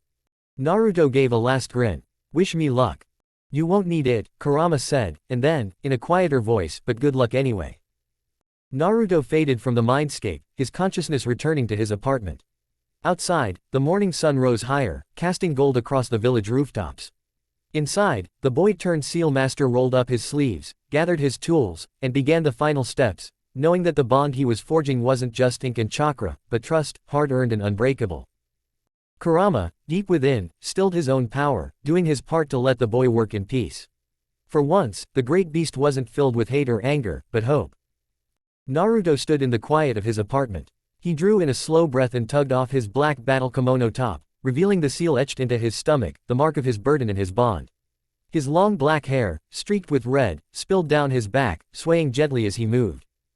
With care, he unrolled a massive scroll across the floor, the intricate design of the 12 trigrams seal inked onto its surface in sharp, perfect lines. He knelt before it, placing his palm flat against the cool parchment, feeling the weight of what he was about to do. All right, he murmured, determination tightening his voice. In a soft puff of smoke, 4 clones appeared around him, forming a circle. Each one looked him in the eye, their matching faces set with the same focused expression. Without a word, they all nodded in unison. Then, as if a single thought moved them, all 5 Narutos activated their Sharingan. His violet eyes vanished beneath the red glow of his Tomo-marked gaze, leaving only the black pattern swirling in the crimson light. The air around them seemed to pulse with energy. The original Naruto and 3 of the clones began their work, their hands a blur as they wove hand sign after hand sign. The speed was dizzying, and they kept it up without pause. 5 minutes of constant movement. Hundreds of seals, hundreds of signs, layered together like threads in the strongest armor. Meanwhile, the 4th clone started his task. His hands danced through seals, then stilled. He raised one hand in a claw, and his fingers flickered with blue chakra, first his thumb, then one by one until all 5 glowed brightly, casting a strange light across Naruto's bare skin. The instant his fingers blazed, the other 3 clones mirrored him. Each raised their own clawed hands, but only held up 4 fingers, each flickering with deep, burning red chakra instead of blue. Without hesitation, the blue-lit clone slammed his hand onto Naruto's stomach. Naruto's muscles tensed, his teeth clenched, as the chakra burned against his skin. The clone's hand began to rotate, slowly, like turning the tumblers on a great lock. The 8-trigram seal began to unravel, the tightness of its grip loosening with every turn. Then the blue hand clone lifted his hand, his job done. In a puff of smoke, he vanished. The original Naruto, sweat dripping from his brow, gave a small nod. The other clones acted immediately. They pressed their glowing fingers against his stomach in a perfect circle, the heat of the chakra searing against his skin. Together, they rotated their hands as if locking the seal back into place, only this time, it was new, stronger, and theirs. When they were finished, they lifted their hands and disappeared, their task complete. Inside Naruto's mindscape, the transformation was instant. The dark, damp sewers that had caged Kurama for so long melted away. The heavy bars snapped and crumbled into nothing. In their place bloomed a vast, sunlit forest, endless and peaceful, with trees so tall they seemed to touch the sky. Kurama stood at its heart, his crimson eyes wide in disbelief. The scroll key Naruto had given him vanished from his grasp, replaced by glowing tattoos that formed along each of his 9 tails. The marks shimmered like ink made of starlight. The crazy kid. He actually did it, Kurama whispered, his deep voice filled with awe. Back in the real world, Naruto let out a long breath, his Sharingan fading from his eyes, leaving them their natural violet once more. He knew what came next. His legs trembled beneath him. The bad part's about to start, he muttered grimly. He grabbed his shirt, wadded it up, and bit down hard to brace himself. Then he lay flat on the floor, his long hair spilling around him like a dark halo. At first, there was only quiet. Then it hit. It felt as if the world itself cracked open. A black hole had formed in his core, pulling chakra from the air so violently it seemed to rip at the very fabric of the room. The energy rushed into him like an endless tide, an ocean pouring into a cup too small to hold it. Pain exploded through him. Naruto let out a muffled, agonized howl into the cloth, his teeth grinding so hard they threatened to crack. His body thrashed wildly, legs kicking out, one foot slammed through the wall, shattering wood and plaster. His vision blurred, his muscles locked. And then, nothing. His body went stiff, frozen in place. He felt his mind slipping into darkness, the pain too much even for him. With a final, broken gasp, Naruto passed out, the world fading around him as his body worked to absorb the storm he had unleashed. A couple hours later.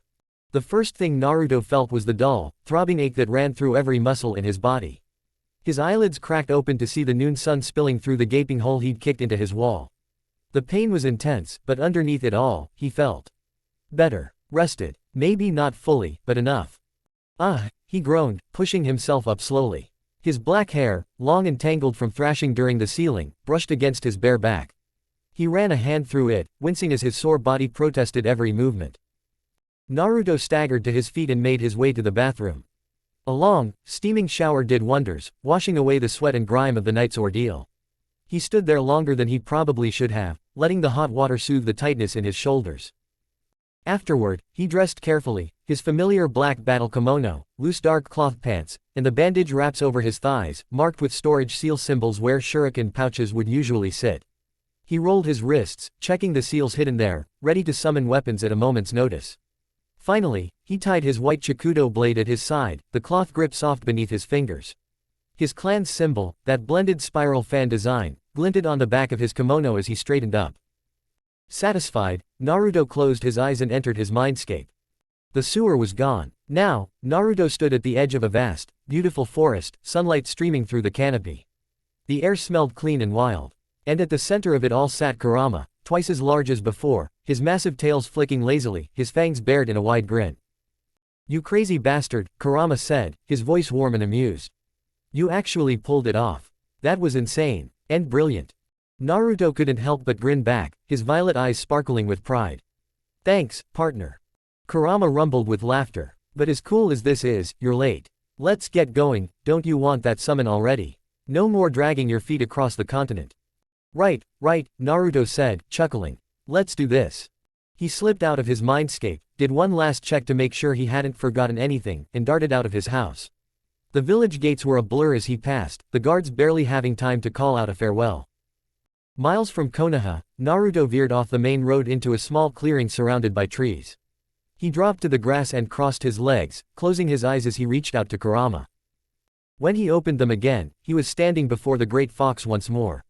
The forest felt alive, vibrant, everything the old sewer never could be. Naruto looked around and let out a low whistle. Yeah, I get it now. If I had to stay in that sewer for years, I'd want to tear the world apart too. Kurama threw his head back and laughed, the sound echoing through the trees. Finally, someone gets it. Naruto grinned, feeling lighter than he had in years. So, what's next? Kurama's tails rose high, forming a perfect circle above his head. Let's get to business. What's better for a fox Jinchuriki than a fox summon? Naruto's jaw dropped. Are you serious? His grin widened, sharp and eager. I wouldn't want anything else. Somewhere far away, Jiraiya sneezed while peeking at a women's bathhouse, only to be caught and clobbered. Kurama continued, smirking. There's never been a fox summoner before. Everyone was too busy sealing me up to bother making the contract. You'll be the first. The air shimmered, and between Kurama's raised tails appeared a long scroll, deep red, decorated with intricate silver designs and tiny foxes drawn along its edges. Kurama lowered it to Naruto. Naruto took it with reverence, feeling the power thrumming through it. Sign your name in blood, Kurama instructed. Then your fingerprints under it. Without hesitation, Naruto bit his thumb, the taste of iron filling his mouth. He scrawled his name across the parchment, then pressed his bloody fingers beneath it. The wound sealed moments later, his chakra speeding up the healing. Kurama watched him with satisfaction. Now you know the signs for summoning. Use them. Naruto nodded, but blinked in surprise as Kurama took the scroll back, and swallowed it whole. Why'd you do that? Naruto asked, wide-eyed. Kurama licked his chops, looking pleased. Because no one else is getting that contract. No one else would have done what you did for me. You're it. Naruto's smile softened. But what if you want your kids to have summoners one day? Kurama's grin turned sly. You'll have so many kids, there won't be enough foxes in the world to match them all. Naruto let out a real laugh, warm and easy. Guess we'll see about that. He stepped back from the mindscape, the forest fading as his eyes opened in the clearing. The breeze ruffled his long black and red streaked hair as he stood, hands forming the summoning signs Kurama had taught him. His heart beat fast with anticipation. This was it, the start of something new. Let's see my first fox, Naruto whispered, and pressed his hand to the ground. Chapter 29. Jiraiya sprinted down the dirt path, his sandals slapping against the ground, hair and robes flying wildly behind him. His face was flushed red, not from embarrassment, but from running for his life after the hot spring incident. He huffed, finally clear of the angry women and their well-thrown slippers. He bent over, hands on his knees, catching his breath. Sheesh, can't a man do some research in peace? Poof. A small, battered figure appeared in a puff of smoke, panting hard and drenched in sweat. Garotora, the scroll-bearing toad, looked like he'd just outrun death itself. Jiraiya blinked, his humor vanishing in an instant. Garotora, what the hell's going on? You look like you've seen a ghost. Garotora gasped out the only words he could manage, the seal is broken, without the key. For a moment, Jiraiya stood frozen, his mind refusing to process what he'd just heard. Then his expression hardened as dread sank in. What did you just say? It's true, Jiraiya boy. Garotora croaked, voice desperate. Look for yourself. Garotora's body expanded, his skin stretching like a scroll being unrolled. Out spilled the ancient contract containing the key to Naruto's 8 trigram seal. Jiraiya's eyes darted to the section where the key's code should be, only to see it almost completely faded away, like it had never needed to exist in the first place. The key's fading because the lock's gone, Garotora whispered, voice hollow with disbelief. Jiraiya's blood ran cold, his heart pounded in his ears. Shit, he yelled, spinning on his heel. Without another word, he shot off towards Konoha at top speed, his body a blur. The forest whipped past him. He wasn't far from the village, he'd been planning to report to the third Hokage about the upcoming Chunin exams. But that could wait. If Naruto's seal was really broken. No, there would have been destruction by now. The fox would have leveled half the countryside already. Jiraiya reached the gates in record time, his eyes sweeping the horizon. Nothing, no destruction, no fire, no screams. His heart still raced, but hope flickered in his chest. Without slowing, he formed a sign. Shunshin.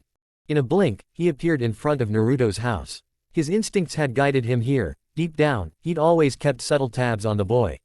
Just in case. Jiraiya didn't bother knocking. He lifted his foot and kicked through the front door, splintering it off its hinges. He stepped inside, scanning the small home. His gaze fell on the living room, and his stomach dropped. A massive scroll lay stretched across the floor, creased and crumpled, as if unrolled in a rush. A hole gaped in one of the walls, evidence of some kind of struggle or chaos. The room was eerily silent. "Damn it, kid, what happened here?" Jiraiya muttered, worry seeping into his voice. He approached the scroll and carefully smoothed it out over the table. His eyes widened as he took in what he saw. Ciphers. Lines and lines of encrypted writing, intricate and layered, the exact kind of script found on the Uchiha clan's stone tablet. The kind of writing that could only be read with the Sharingan. Jiraiya's mouth went dry. He glanced at the diagrams sketched among the ciphers. The first image, a perfect replica of the 8 trigram seal. His heart sank. The second, an attempt at a 10 trigram seal, a giant X, scrawled over it as if to mark its failure. Then, the last diagram. The most complex, precise seal he'd ever laid eyes on. A 12 trigram seal, drawn so meticulously it almost glowed off the page. The surrounding ciphers likely explained its purpose, its construction, secrets locked behind Sharingan eyes. Jiraiya couldn't believe what he was seeing. "No way," he breathed. His fingers trembled as they hovered over the scroll, not daring to touch it. The kid did this. His mind raced. Did Naruto actually put this on himself? And if so, how? When? Why? Jiraiya stepped back, raking a hand through his hair. His heart pounded in his chest, equal parts relief and fear. "I can't read this. I need to tell Sensei. Right now." Without wasting another second, Jiraiya turned and bolted out of the house, the scroll in hand. The third Hokage had to know what Naruto had done, before the rest of the world figured it out first. A few minutes later, Sasuke stormed through the halls of the Hokage Tower, his dark eyes narrowed in annoyance. His hands were stuffed into his pockets, and his black shirt still bore signs of dust from the training field. The door to the Hokage's office loomed ahead, and without bothering to knock, Sasuke pushed it open, his voice sharp. "I don't care if Naruto calls you grandpa, my training was interrupted, and there better be a good reason." His words hung in the air as his eyes fell on the scene inside. Hiruzen Sarutobi sat behind his desk, his expression unusually stern, hands folded before him. Beside him stood a tall man with long, wild white hair, red lines trailing down from his eyes, and a distinct air of frustration. Sasuke froze, the tension in the room hitting him like a cold wind. He felt it in his gut, the unease that told him, without a doubt, that his brother had something to do with this. He remembered the crash he'd heard at Naruto's house that morning. He'd ignored it, certain that if it was serious, Naruto could handle it. But now. "Come in, close the door," Hiruzen said, his voice leaving no room for argument. Sasuke obeyed, his annoyance cooling into cautious curiosity. He walked forward until he stood before the desk. Hiruzen gestured to the man at his side. "This is Jiraiya, a master of seals, much like your brother is about to be, once he takes his exam at the capital in a few days." Sasuke remained silent, studying the man with mild disinterest. Jiraiya was watching him too, like he was sizing him up. Hiruzen sighed, turning the large scroll on his desk so that Sasuke could see. He unrolled it carefully, revealing rows of neat ciphers and intricate diagrams. "I want you to look at this," the Hokage said. "Tell me if you can read it." Sasuke's eyes flicked to the scroll. Even without activating his Sharingan, he recognized the crisp, deliberate handwriting. His brow twitched. "This is Naruto's," he said flatly. "Why do you need me to read this?" Jiraiya's mouth opened, irritation flashing across his face, but Hiruzen lifted a hand and cut him off before he could speak. "We believe it's his work, yes. And we believe it details a sealing technique, something far beyond what we've seen before. I want to understand what it does." A slow smirk spread across Sasuke's face. His dark eyes gleamed as he turned to Jiraiya. "Can you read this?" Jiraiya clenched his fists, his teeth grinding. "If I could, kid, I wouldn't have called you in here." The smirk widened, clear as day that Sasuke was enjoying this. "Naruto and I can read the cipher without the Sharingan. Guess that makes us more of a seal master than you." "You little." Jiraiya started, his temper flaring, but Hiruzen's voice cut in again. "Enough," the Hokage said sharply. "Sasuke, I know you've picked up some bad habits from your brother, but stop antagonizing people on purpose." Sasuke clicked his tongue, looking away for a second before his gaze hardened. His voice dropped into a low, serious tone. "Fine, but before I read a word, I want to know your intentions with my brother's original work. You do know, don't you?" His eyes glinted with quiet threat. "Any technique, seal, or jutsu created by the clan head is Uchiha property. If there's an attempt to steal from the Uchiha, I will take action."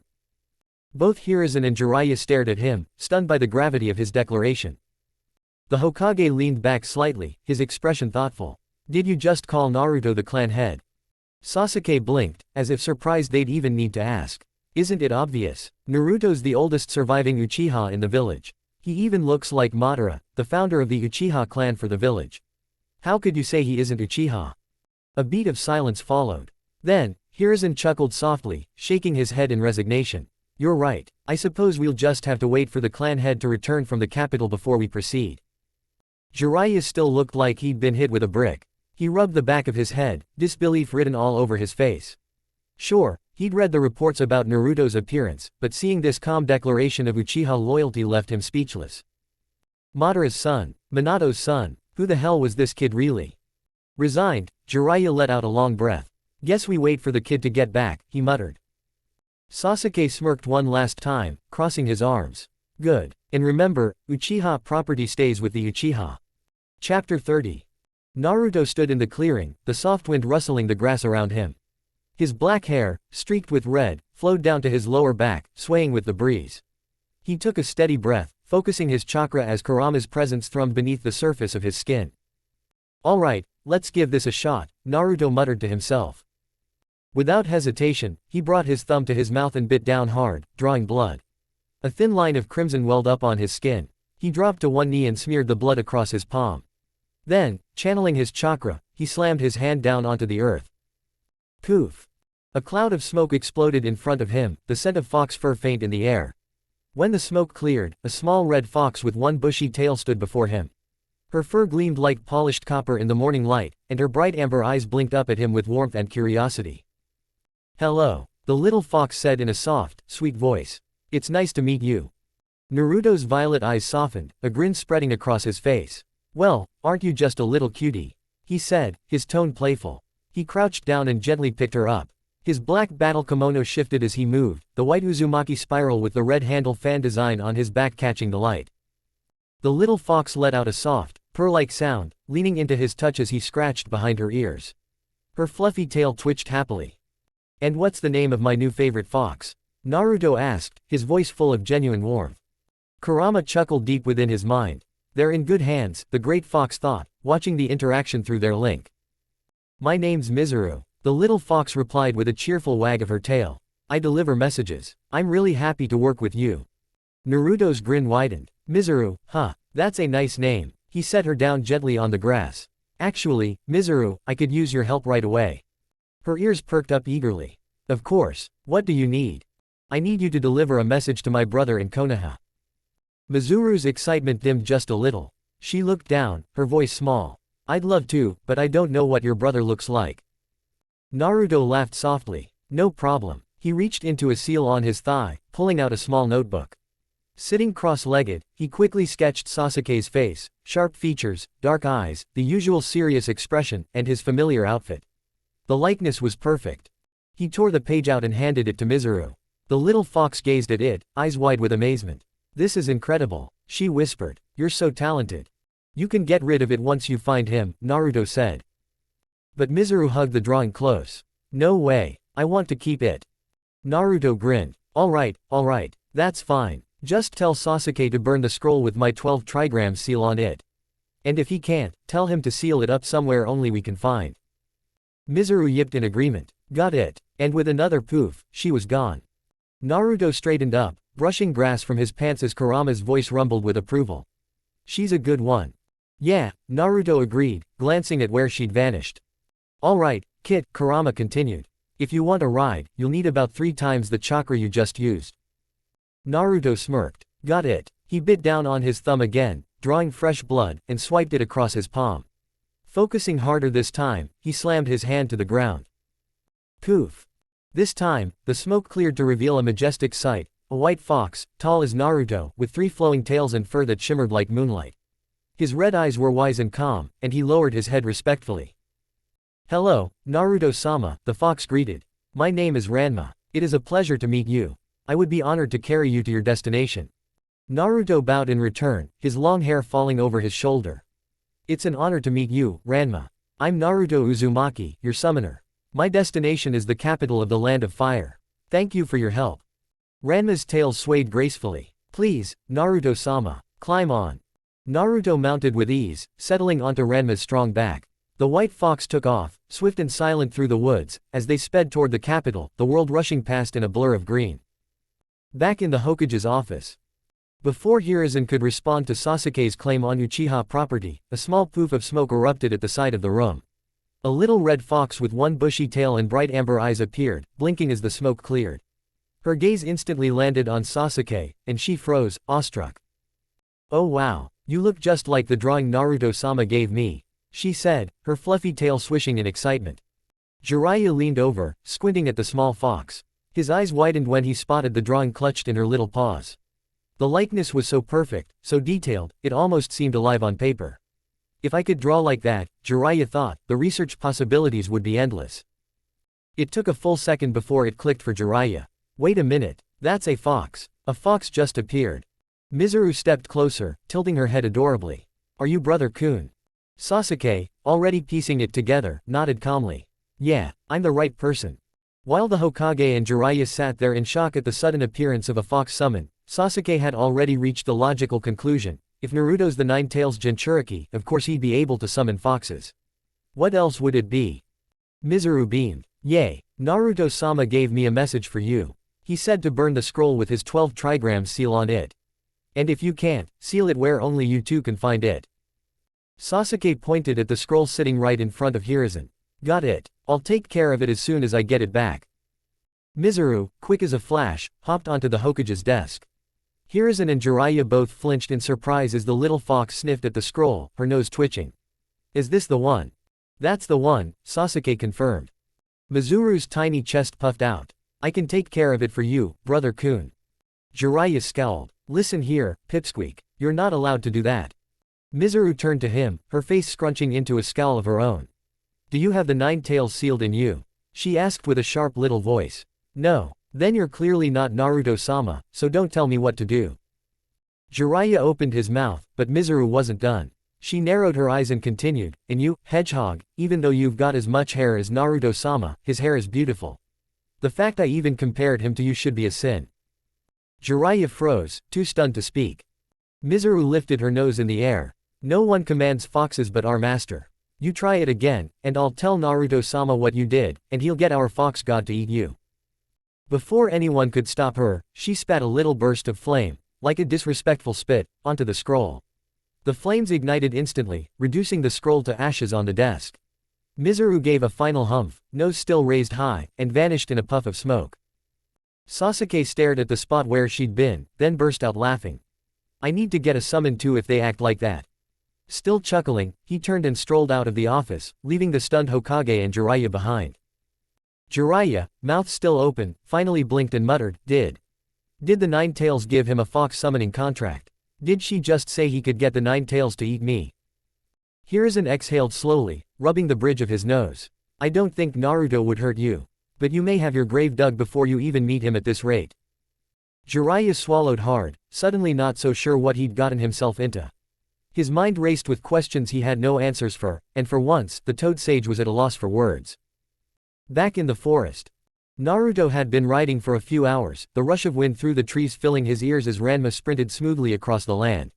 The capital wasn't too far now. He was about to settle into the rhythm of the journey when a loud boom shattered the peaceful sounds of the forest.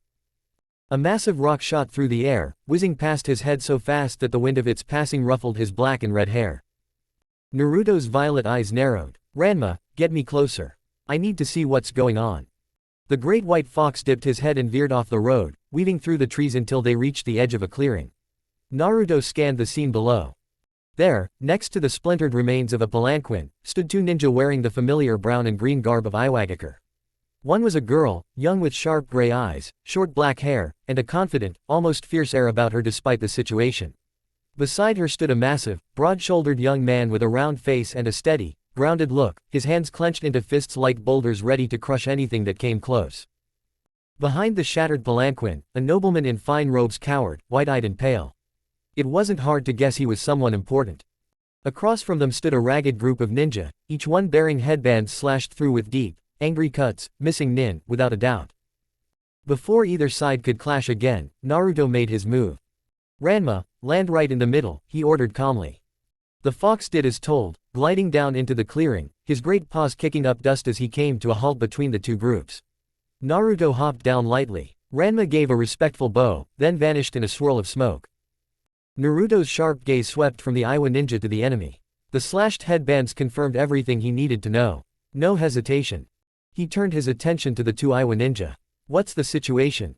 The girl answered, her voice tight but focused. We're delegates escorting the Earth Daimyo to the capital. These bastards ambushed us out of nowhere.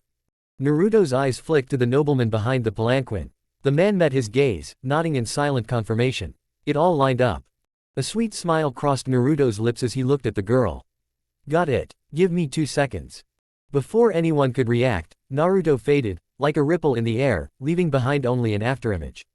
In the blink of an eye, he reappeared behind the enemy missing nin. The rogue shinobi barely registered the blur before their heads were severed cleanly, expressions of shock still frozen on their faces. As their heads hit the dirt and rolled, their bodies only now began to collapse.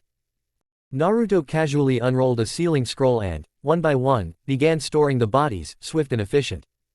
When he was done, he walked up to the girl, gently placing the scroll in her hands.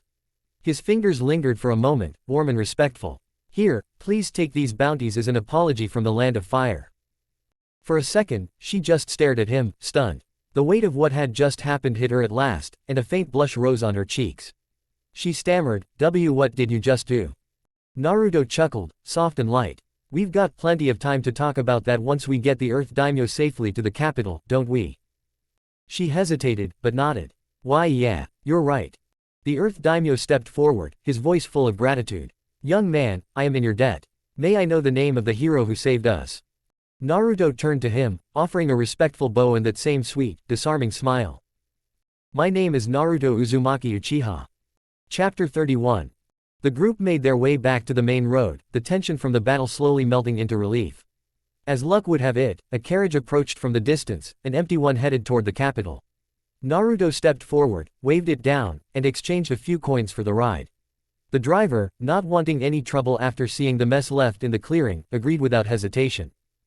Soon enough, all four of them, Naruto, the Earth Daimyo, and the two Iwa ninja, were settled inside, the gentle rocking of the carriage filling the quiet space as they sped along the path. Naruto, ever polite, broke the silence first. It's really nice to meet you all, he said, his warm smile lighting up his face. His voice was gentle but clear. I realize most Iwa shinobi don't have the best opinion of Konoha ninja, so I promise I'll do my best to be as formal as I can, not trying to be off-putting. The girl with sharp pink eyes and short, black hair shook her head. It's fine, really. She looked at him with a softer expression than before. You saved our lives. That leaves a good impression.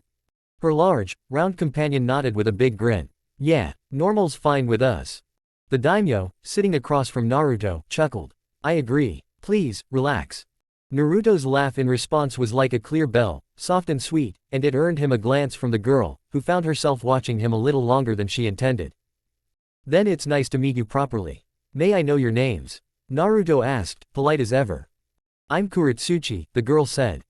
Akatsuchi, the big one added cheerfully. Naruto nodded gratefully. It's an honor to meet both of you. I'm also on my way to the capital, he added. The daimyo raised an eyebrow, interested. Oh, could it be you've been recruited into the Guardian Shinobi 12? Naruto shook his head with a modest smile. That's an honor I haven't been privileged enough to receive.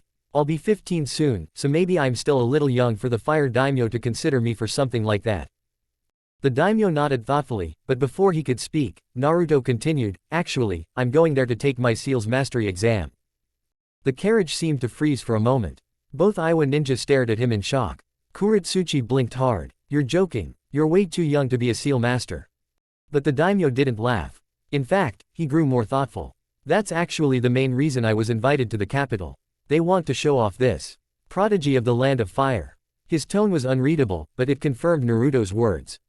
Kuretsuchi gawked, her earlier doubt replaced by surprise. Naruto gave a small bow in his seat. I can't speak for the fire daimyo or the Hokage, but I want you to know, I have no ill will toward the land of earth or Iwagakure. If either of you ever need sealing work done, I'd gladly help. The carriage fell into stunned silence for a heartbeat. That's risky, you know, the Earth Daimyo said at last, his voice low but not unkind. You're an Uchiha. That's practically royalty in Konoha. Naruto's voice softened. Please don't spread this around, though I know you probably will. The truth is, I'm treated more like a pariah in Konoha than anything else. Even though I'm one of only 2 Uchiha left. Kuretsuchi and Akatsuchi frowned, disturbed by the admission. The Earth Daimyo's brows drew together. He studied Naruto carefully, weighing his words. Then he took a deep breath and asked the question hanging between them. Are you unhappy where you are? Naruto stared out the window for a moment, watching the trees blur by. When he spoke, his voice was calm, but heavy with truth. I have people I care about, people who've always stayed by my side. That's what keeps me going. But the village as a whole. No, they don't care. I've made friends with the children of the clan heads. I've grown strong enough to do what I did today to those missing nin. I'm about to become a seal master at 14, something that's never been done before. And still, they don't care. He turned back to face the daimyo, his eyes steady and sad. So tell me, how am I supposed to be happy there? The rest of the carriage sat in stunned silence. Kuretsuchi had always believed Konoha to be proud, powerful, and united, but this wasn't what she expected. Her dislike for the village deepened that day. Even Akatsuchi looked troubled. And the Earth Daimyo, gazing at Naruto with new understanding, felt unsettled in a way that words couldn't express. The steady rhythm of the carriage wheels filled the quiet after Naruto's heavy words. But then, like a ray of sunlight breaking through clouds, Naruto's soft, sweet laugh lifted the tension. It was the kind of sound that tugged at the heart. Kuretsuchi felt herself drawn to him again, almost against her will. That was probably the most treasonous thing I've said out loud, Naruto admitted with a smile. So it can't get much worse, right? If you have any questions for me, I'll answer them honestly. Kuretsuchi blinked, then found her voice. What was it like, growing up there? Naruto tilted his head thoughtfully. Lonely. But I learned to smile so people wouldn't worry. I learned to work harder than anyone, because no one wanted to help me. And I learned to protect what little I had, because I had so little to begin with. Akatsuchi frowned. What do you value most, then? After all that? Without hesitation, Naruto answered, his voice steady. Loyalty. I value people who stay. People who don't care what others say, who choose for themselves who matters. And I value my own word. If I give it, I'll die before I break it. The daimyo studied him in silence, impressed. Then Kuretsuchi leaned forward a little. Why? Why does Konoha disrespect you so much? You've done nothing but impress me. Naruto's smile turned a touch sad. That's one I can't answer directly. If I did, well, that would be real treason. But, his eyes twinkled playfully. I can lead you to the answer. Tell me, did you see what I arrived on earlier? They exchanged glances, then nodded. The daimyo even leaned in a little, as if Naruto's quiet confidence drew him in. A fox, Akatsuchi said. Naruto nodded. And do you know anyone else in the world who's associated with foxes? They shook their heads. I am, Naruto said softly, the person most connected to foxes in the entire world. Kurama's deep, rumbling chuckle echoed in his mind, amused at the show Naruto was putting on. The trio leaned in closer, captivated. Naruto's voice dropped, gentle but pointed. So what would someone in Konoha, the village that hates foxes the most, have to be so connected with them? The realization struck like a thunderclap. Their eyes widened, mouths parted in silent shock. The truth crashed over them in an instant. They were sitting in a carriage with the Nine-Tails Jinchuriki. The strongest tailed beast. If Naruto could summon foxes, it meant the Nine-Tails liked him. Trusted him. He wasn't just a host, he was a partner to the most powerful of the beasts. Kurama howled with laughter in Naruto's mind, savoring their stunned faces. Oh, Kit, that was worth the price of admission. The Earth Daimyo sank back, rubbing his temples. What the hell are those idiots in Konoha thinking? Disrespecting not just an Uchiha, but a Jinchuriki. If you snapped, you could have wiped them off the map. Naruto laughed sweetly again, breaking the tension. Any more questions? The daimyo hesitated, then asked bluntly, would you consider coming to live in the land of Earth? Naruto thought it over with genuine care. I'm honored, truly. But I was offered a place in Omegakure first. I want to respect that offer. Besides, I plan to be a mercenary for a while. I'll be available for missions, and I'd be thankful if Iwa and you, Daimyo-sama, would consider hiring me. The daimyo let out a deep, warm laugh. Naruto, you'll always be welcome here. But if you move to AIM, trade your headband for theirs. Do that, and I can welcome you anywhere you wish, no trouble at all. After today, I doubt my countrymen will ever trust Konoha again. Naruto nodded in understanding. Then, shyly, Kuretsuchi raised her hand. Are you, seeing anyone? The daimyo raised a brow, clearly entertained by the turn. Naruto's sweet laugh filled the carriage once more. No, he said honestly, his eyes kind. But if you'd like to go on a few dates while we're in the capital. My answer might change. Kuretsuchi flushed bright red, ducking her head, but managed a nod. Naruto grinned and looked to the daimyo. Looks like I might be building some personal ties to the land of Earth after all. The daimyo laughed heartily, nodding as the walls of the fire capital came into view on the horizon. In the capital. The walk to the fire daimyo's palace was brisk but respectful, the tension of earlier conversations softened by the shared experience on the road. Naruto walked slightly behind the Earth daimyo out of courtesy, Kuretsuchi at his side and Akatsuchi trailing comfortably behind. The palace loomed tall and ornate, its white walls gleaming in the afternoon sun, banners fluttering lazily in the breeze. Before they reached the steps, the Earth daimyo slowed and turned to Naruto. His tone was warm but formal. Naruto dono, if you're willing. Once you've checked in for your test, I'd be honored if you'd join us at our hotel. It would be a shame not to spend more time with someone like you. He glanced subtly at Kuretsuchi. The girl's cheeks colored faintly, but she nodded, trying to play it cool despite her heart beating a little faster. Naruto chuckled softly, the sound light and genuine. I'd like that very much, Daimyo-sama. Thank you. With a polite bow, Naruto parted from them at the palace entrance. He made his way to the check-in desk, the polished floors gleaming beneath his sandals. The official behind the desk, a middle-aged man with spectacles perched on his nose, looked up as Naruto approached. Name. Naruto Uzumaki Uchiha, he said clearly, offering a respectful nod. The man scanned a list and nodded. Confirmed. Naruto Uzumaki Uchiha, registered for the Seal Mastery exam. Your test is scheduled in 2 days. Please report back here at noon to meet your examiner. I understand. Thank you. Naruto bowed deeply, then stepped aside, making his way back to the main lobby. He settled himself on a bench near a broad window, pulling a slim medical book from one of his storage seals. His eyes moved smoothly over the pages, absorbing the information as the light shifted slowly with the passing hour.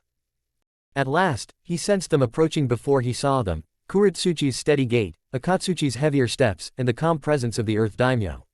Naruto stood and approached, offering a formal bow appropriate for the public space. The Earth daimyo acknowledged him with a small nod and a gesture to follow. Together, they made their way through the bustling city streets to the hotel, a refined structure tucked away behind manicured gardens and guarded by polite but alert shinobi. The receptionist didn't even blink at the Earth daimyo's presence, simply handing over the key for the private floor. Once the door to that floor shut behind them, Naruto felt the tension ease from their shoulders, felt his own stiffness melt away as well. Akatsuchi flopped onto a broad couch with a satisfied sigh. The Earth daimyo excused himself with a nod, heading to the master bedroom at the suite's far end. Naruto walked to the low table near the center of the room and looked across at Kuretsuchi, who was lingering nearby. He offered a warm, inviting smile. Would you sit with me, Kuretsuchi-san? There was a flicker of hesitation, just a flicker. But the warmth of his gaze, the genuine respect in his voice, made it impossible to say no. She nodded and settled across from him, glancing down briefly before meeting his eyes. Naruto's smile deepened, kind but curious. You've learned a lot about me. I've been an open book, probably more than I should be. So, I'd like to learn about you. If you're willing. Kuretsuchi blinked, surprised by his interest, but then she gave a small, playful grin, the kind that softened the sharpness of her features and reminded Naruto of the childlike spirit she still carried beneath her duty. All right, she said, folding her arms on the table and leaning forward slightly. What do you want to know, Naruto Uzumaki Uchiha? Chapter 32. Naruto sank back into his chair, the quiet weight of the moment settling around them. His usual guarded expression softened, replaced by a calm openness he reserved only for those he truly trusted. His violet eyes, usually intense, held a gentle warmth as he met Kuretsuchi's gaze across the table. He cleared his throat lightly before speaking, his voice low and steady. Tell me something. What's important to you? Not just the duty or the village, what do you care about? Deep down. Kuretsuchi's eyes flickered with surprise, her cheeks coloring slightly at the personal nature of the question. She shifted in her seat, fingers tightening in her lap before she answered. My village is important, yes. But more than that, I care about the people I protect. Their lives, their futures, that's what truly matters to me. Naruto nodded thoughtfully, the corner of his lips twitching into a small smile. That makes sense. Everyone needs something to hold on to. He studied her for a moment, then asked another question, his voice quieter but clear. Do you care that I'm a Jinchuriki? Kuretsuchi's gaze dropped as she thought about it. If it ever came to a fight, she paused, biting her lip. Then yes, I'd care. That power is dangerous. But if it's just us, if it's not about battle, it wouldn't matter to me. I hope it never comes to that. Naruto's smile deepened, reaching his eyes with something soft and genuine. I'm glad you think so. I'm not looking to fight anyone, either. There was a brief pause before he leaned forward slightly, his voice dropping to a softer, more intimate tone, like he was sharing a secret just for her. I want to ask you something else, he said slowly. Imagine if we did end up together. I'm living in a megacure, and just say, on some rare chance, you got pregnant. Would you stay there with me? Or would you insist on staying in Iowa and make me come with you? At that, Kuretsuchi's face flushed a deep crimson, her breath catching sharply. She looked away, fiddling with the edge of her sleeve as her heart hammered wildly. When she finally met his eyes again, her expression had changed. The playfulness was gone, replaced by something serious and almost reverent. That's a heavy question, she whispered. Maybe the most important one I've ever been asked. She paused, eyes distant as she wrestled with the thought. Time seemed to stretch between them, the only sound the faint rustle of fabric in their steady breaths. Finally, she spoke, her voice steady but soft. If we really stayed together, if we really had a child, I'd come to aim to be with you until I gave birth. Then I'd want to come back home, with the child. Her gaze locked with his, unwavering. But after that, she added firmly, I'd let you come and go as you please. You'd be the father. That means something. She gave a small, wry smile. Besides, it'd be silly of Iowa to have such power and then try to stop you from teaching our child how to use the Sharingan. Naruto's smile curled just enough to reveal a flash of teeth. Like me. At that moment, Kuretsuchi realized the true weight behind his question. It wasn't really about which village they'd live in. It was about loyalty and love, protection and acceptance. She looked back at him, the spark in her eyes replaced by steady determination. I'd rather live anywhere that treats my child well. Iowa, AIM, even the bottom of the ocean, it wouldn't matter. Her voice dropped, but her words were fierce. The moment they treat my child the way they treated you, I'd leave, without hesitation. Naruto's smile was the gentlest thing she'd ever seen, full of understanding and warmth. I understand, he said quietly. He reached into his kimono and pulled out a small piece of paper, sliding it across the table with a soft rustle. For tomorrow, he said simply. Their fingers brushed as she took it, sending an unexpected spark through them both. Naruto rose from his seat, then paused at the door. Slowly, he turned back, his gaze locking with hers like a predator's, but one who only hunted for her. His voice was low, smooth, and almost hypnotic, carrying a quiet promise, a vow wrapped in softness and fire. I'm going to do whatever it takes to make you mine. Her heart thundered in her chest as he walked away, the soft click of the door echoing behind him. Kuretsuchi sat motionless for a moment, letting his words sink deep. She looked at the note and noticed it said noon. The time to meet him tomorrow. Then she rose, making her way to her room, the quiet steps echoing in the hall. Once inside, she collapsed onto her bed, mind racing and heart pounding. Minutes passed in silence before a sudden, high-pitched squeal burst from her lips. She grabbed a pillow, pressing it hard against her face, muffling her giggles as she rolled back and forth across the bed. That was the most manly thing she'd ever seen. She knew she would never forget it. And one day, she'd tell her children about the night their father said those words. Naruto, without even realizing it, had turned one of Iowa's fiercest warriors into his biggest fan. Meanwhile, in Naruto's room. Naruto lay on the soft, unfamiliar bedding of the Earth Daimyo's reserved suite, one arm behind his head and the other draped lazily across his stomach. The room was quiet, curtains swaying gently from the night breeze, the distant hum of lanterns flickering outside the window.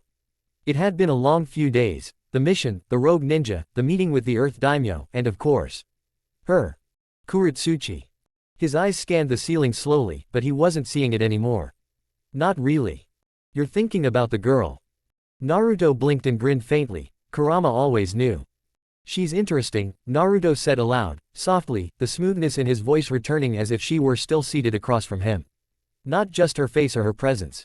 Though I'd be lying if I said I didn't notice both. You're considering her as a mate, aren't you? Naruto didn't answer right away. He took a slow breath through his nose and closed his eyes, his mind drifting back to the way she had looked at him, serious, thoughtful, not just amused or impressed. She had taken him seriously. More than most ever did. I paid attention, he murmured, to how she carried herself. The way she talks when no one else is listening. The tone she used when we spoke alone. She didn't just answer questions. She weighed them, thought about them, not to impress me, because they meant something to her. He shifted slightly, folding his hands over his chest now. She's the Tsuchikage's granddaughter. In a village like Iowa, that basically makes her nobility. She probably grew up being groomed for command, trained for war, respected by everyone she passed in the street. And despite all that, she said she'd leave it. Not even for me. For a hypothetical child. With conviction in her eyes. Kurama didn't answer at first. The quiet meant something. Then. HMPH. She's strong. Fierce. Maybe a bit rash, but there's clarity behind her fire.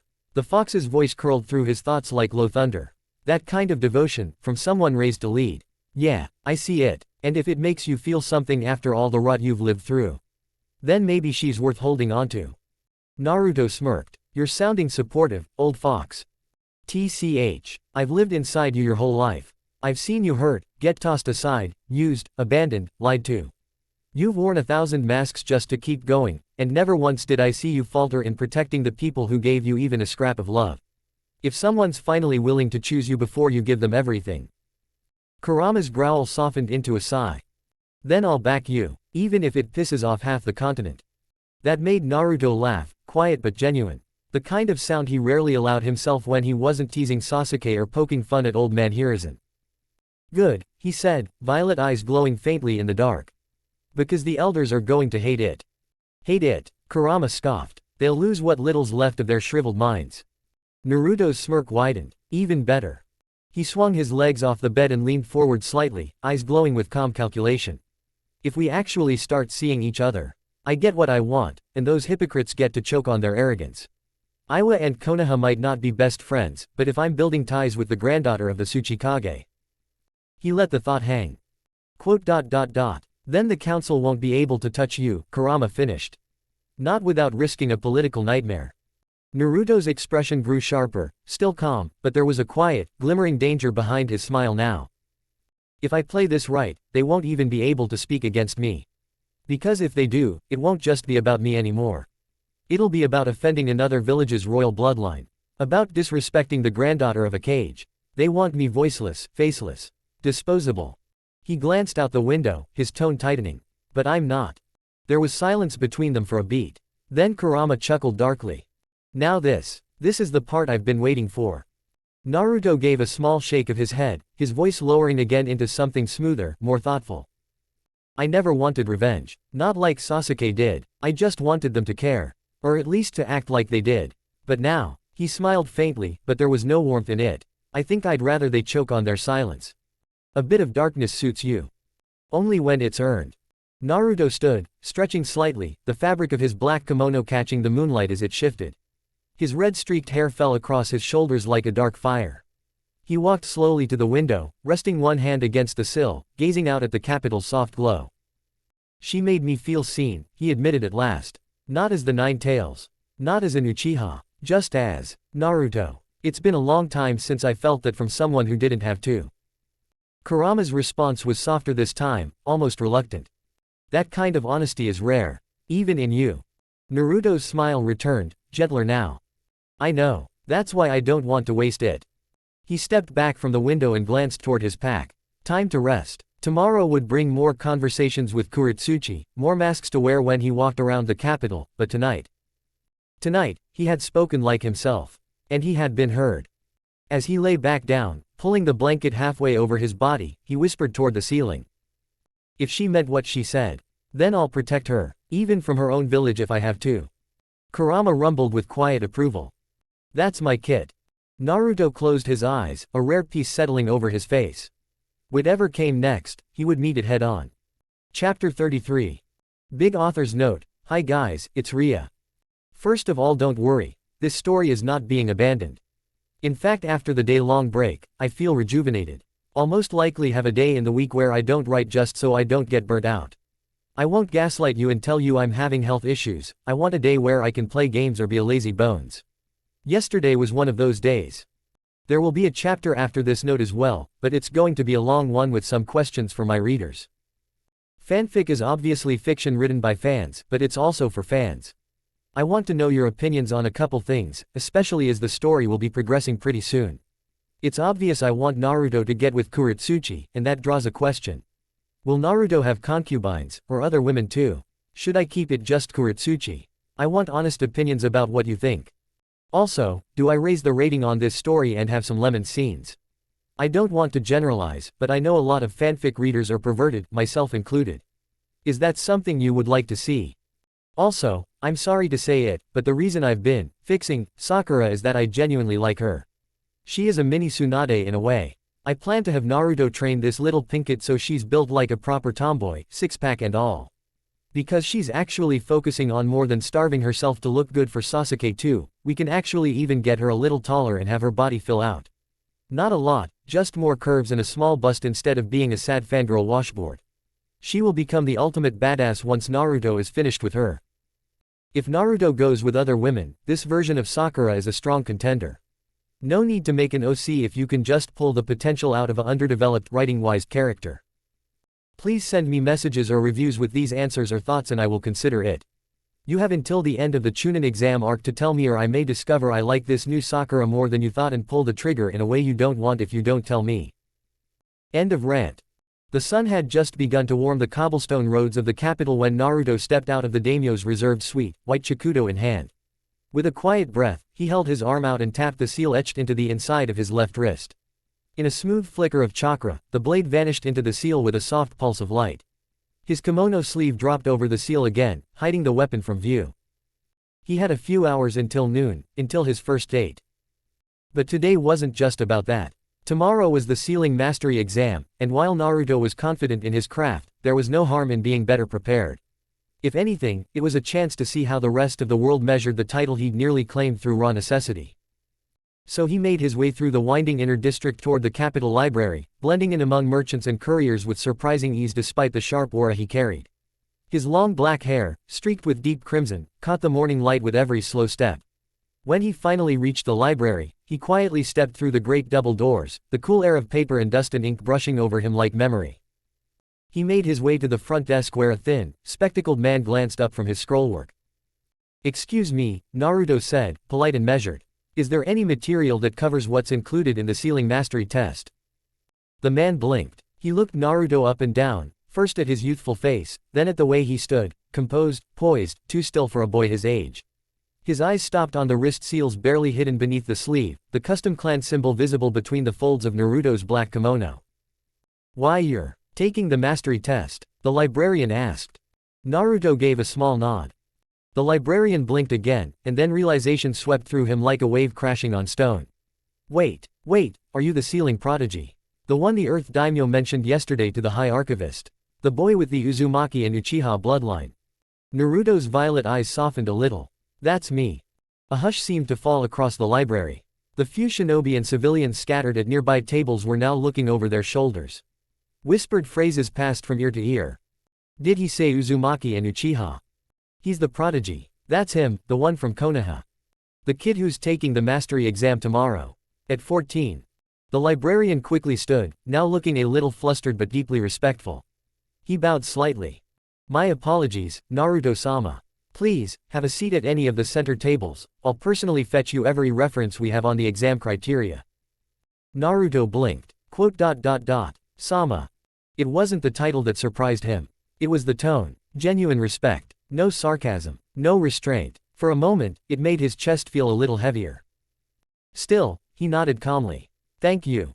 He moved to one of the central tables, large, circular, polished wood with stacks of empty parchment and open space.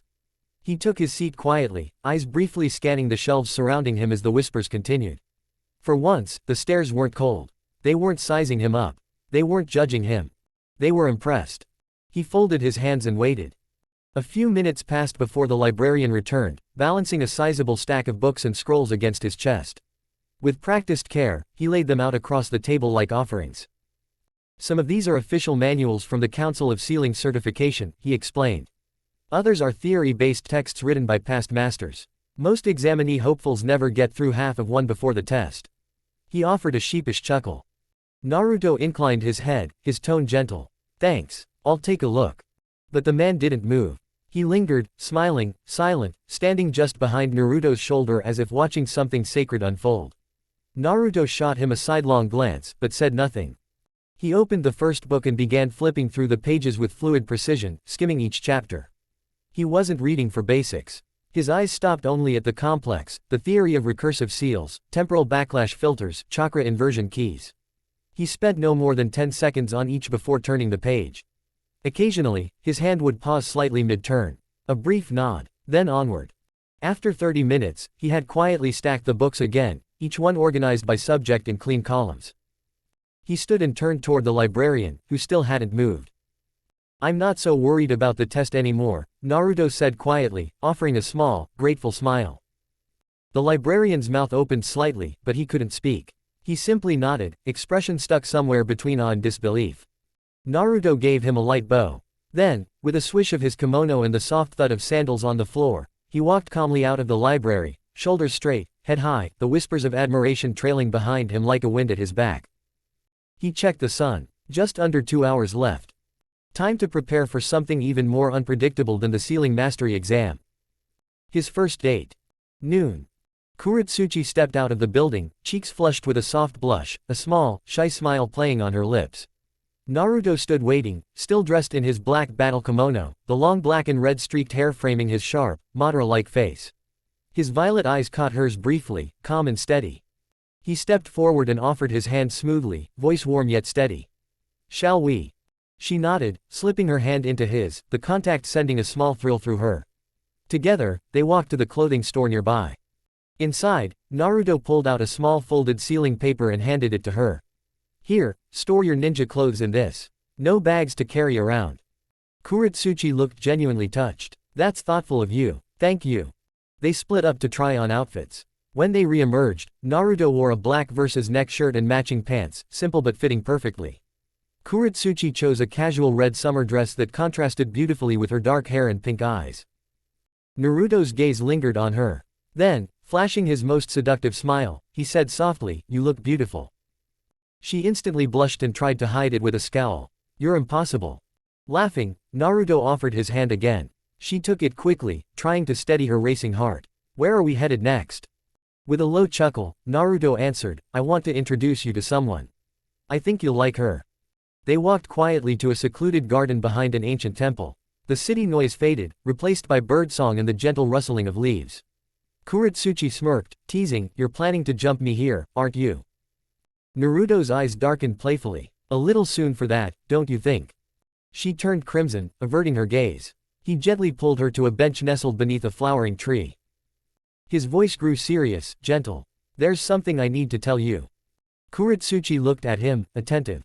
"I only want one romantic partner," he said quietly, "but to revive the Uchiha clan faster, I may need to father children with a few close friends. It wouldn't be romantic with them, just a duty. I owe you honesty before we go any further." Kuretsuchi's eyes narrowed thoughtfully. "That's complicated and hard to imagine." "It is," Naruto agreed softly. "Especially knowing how easy it is to fall in love when you're carrying someone's child." She sighed. "I have to think about how those girls won't catch feelings for you." Naruto smiled gently. "I'd bring any expecting mothers to a megacure as soon as pregnancy is confirmed. They'd stay there under my protection until they are ready to leave." "What if they don't want to leave AIM?" she asked quietly. Naruto's smile deepened, tender and sure. "Then they wouldn't have to. I'd never send away those close to me." Kuretsuchi's cheeks flushed again, warmth blooming in her chest. Naruto nodded slightly, then shifted his hand onto the bench's wooden surface. He bit his thumb carefully, drawing a small bead of blood, then pressed his palm flat, forming the summoning seal. In a bright flash, a tiny fox appeared, a pure red furball with a massive fluffy tail curled neatly around her, and striking amber eyes that sparkled as she looked up at Kuretsuchi. "Hello," chirped the fox, her voice lively and sweet. "You must be the special guest Naruto-sama told me about." Kuretsuchi blinked, her lips parting in surprise and delight. "She's adorable." The fox bounced onto Kuretsuchi's lap, stretching out comfortably. "I'm Mizuru. I love cuddles, you know. And you're already on my good side." Kuretsuchi smiled softly and immediately began stroking Mizuru's fluffy ears. "I do like cute things," she admitted. Mizuru's amber eyes shone brightly as she looked up at Naruto. "Master, I like her. She smells like fire," and blushing. Naruto chuckled, watching Kuretsuchi gently cradle the fox. The tension from their earlier conversation eased as warmth and soft laughter filled the quiet garden nook. Naruto leaned back, content. This felt right.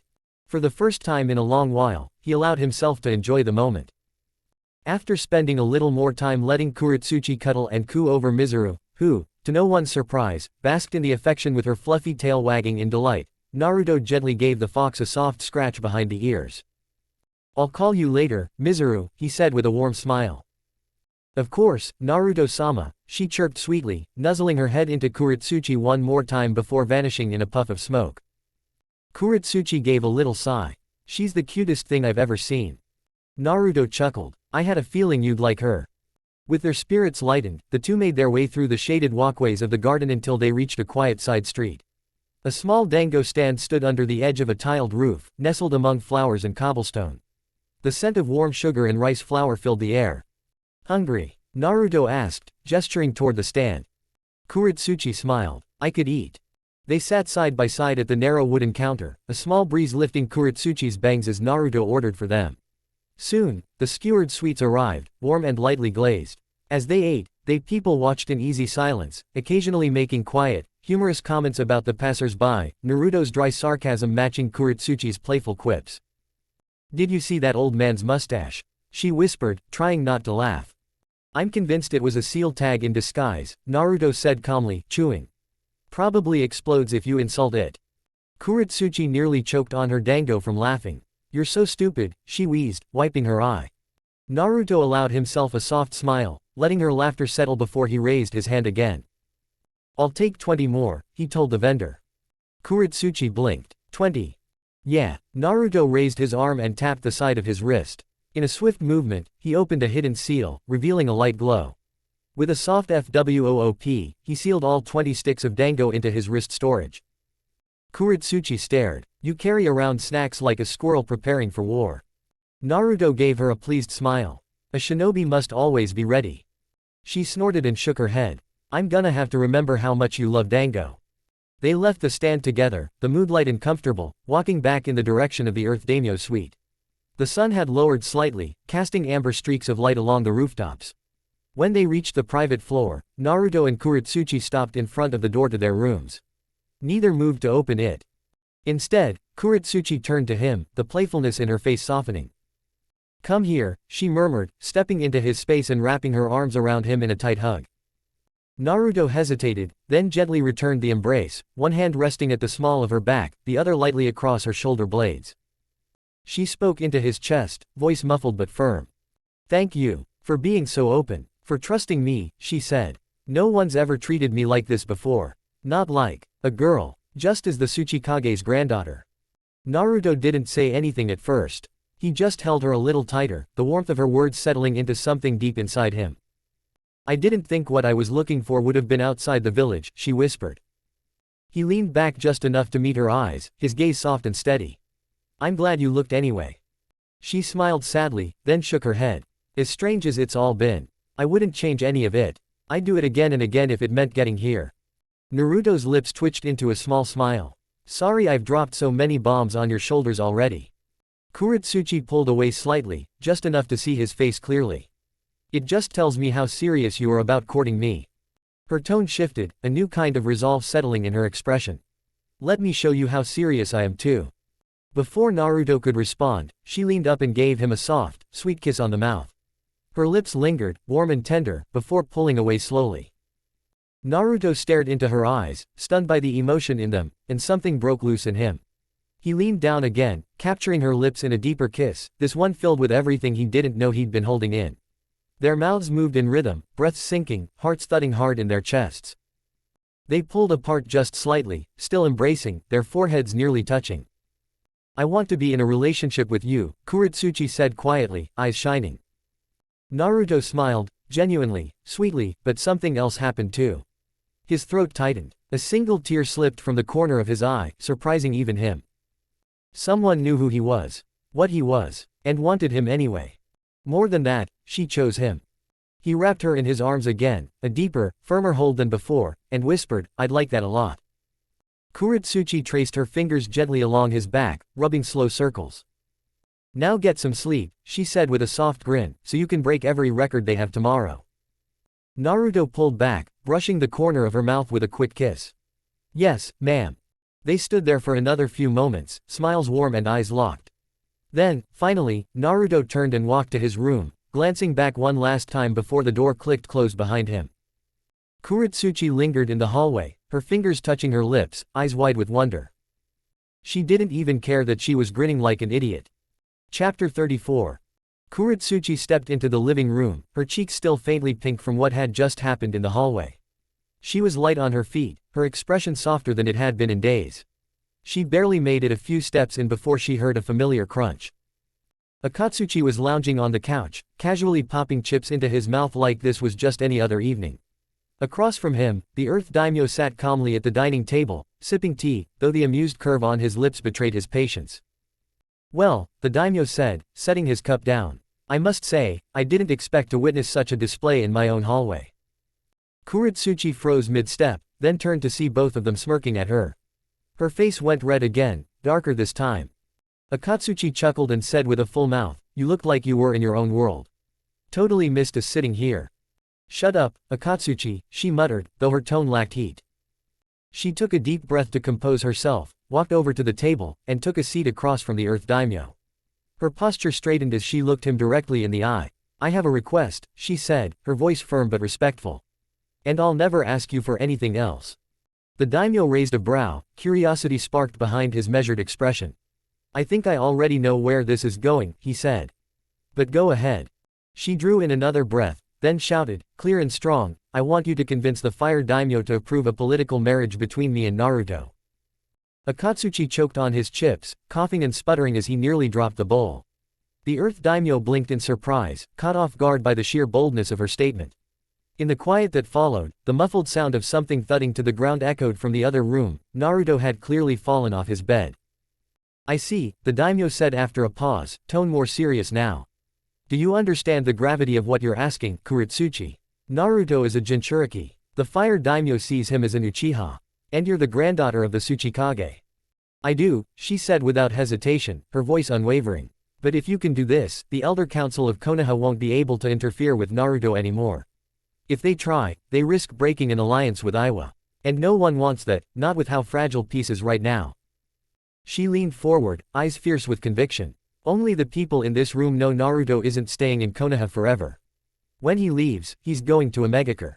A political bond through marriage would strengthen ties between Iwa and AIM, and give Naruto leverage in his rise." The Earth Daimyo rested his chin on his clasped hands, thoughtful.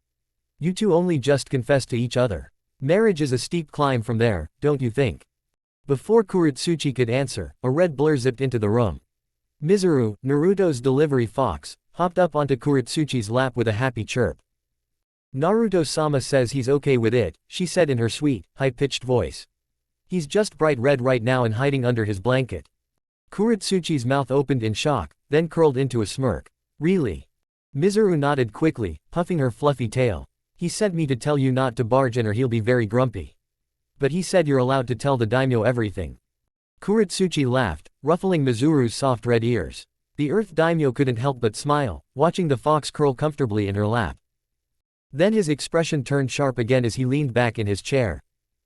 "I'll agree to push the marriage proposal," he said at last, "but on one condition." Kuretsuchi looked up, alert.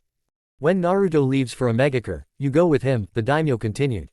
"Not just as his wife, but to help him raise Omegakure into a recognized power. If the village gains its own cage, we can sever diplomatic reliance on the Hidden Leaf. In turn, we'll gain a powerful ally. One that has the 9 tails." Kuretsuchi's eyes widened. "You want Omegakure to become its own world power?" The daimyo's eyes gleamed with something more cunning now. "Omegakure has no daimyo. Imagine a military village in the center of the continent, independent, but trusted by the Earth's daimyo. A force that answers directly to all the daimyo. If the other daimyo agree, they'll have a way to stop petty shinobi conflicts before they escalate into war. The ultimate check and balance." Kuretsuchi frowned slightly. "But what if Omegakure turns on the villages it's supposed to keep in check?"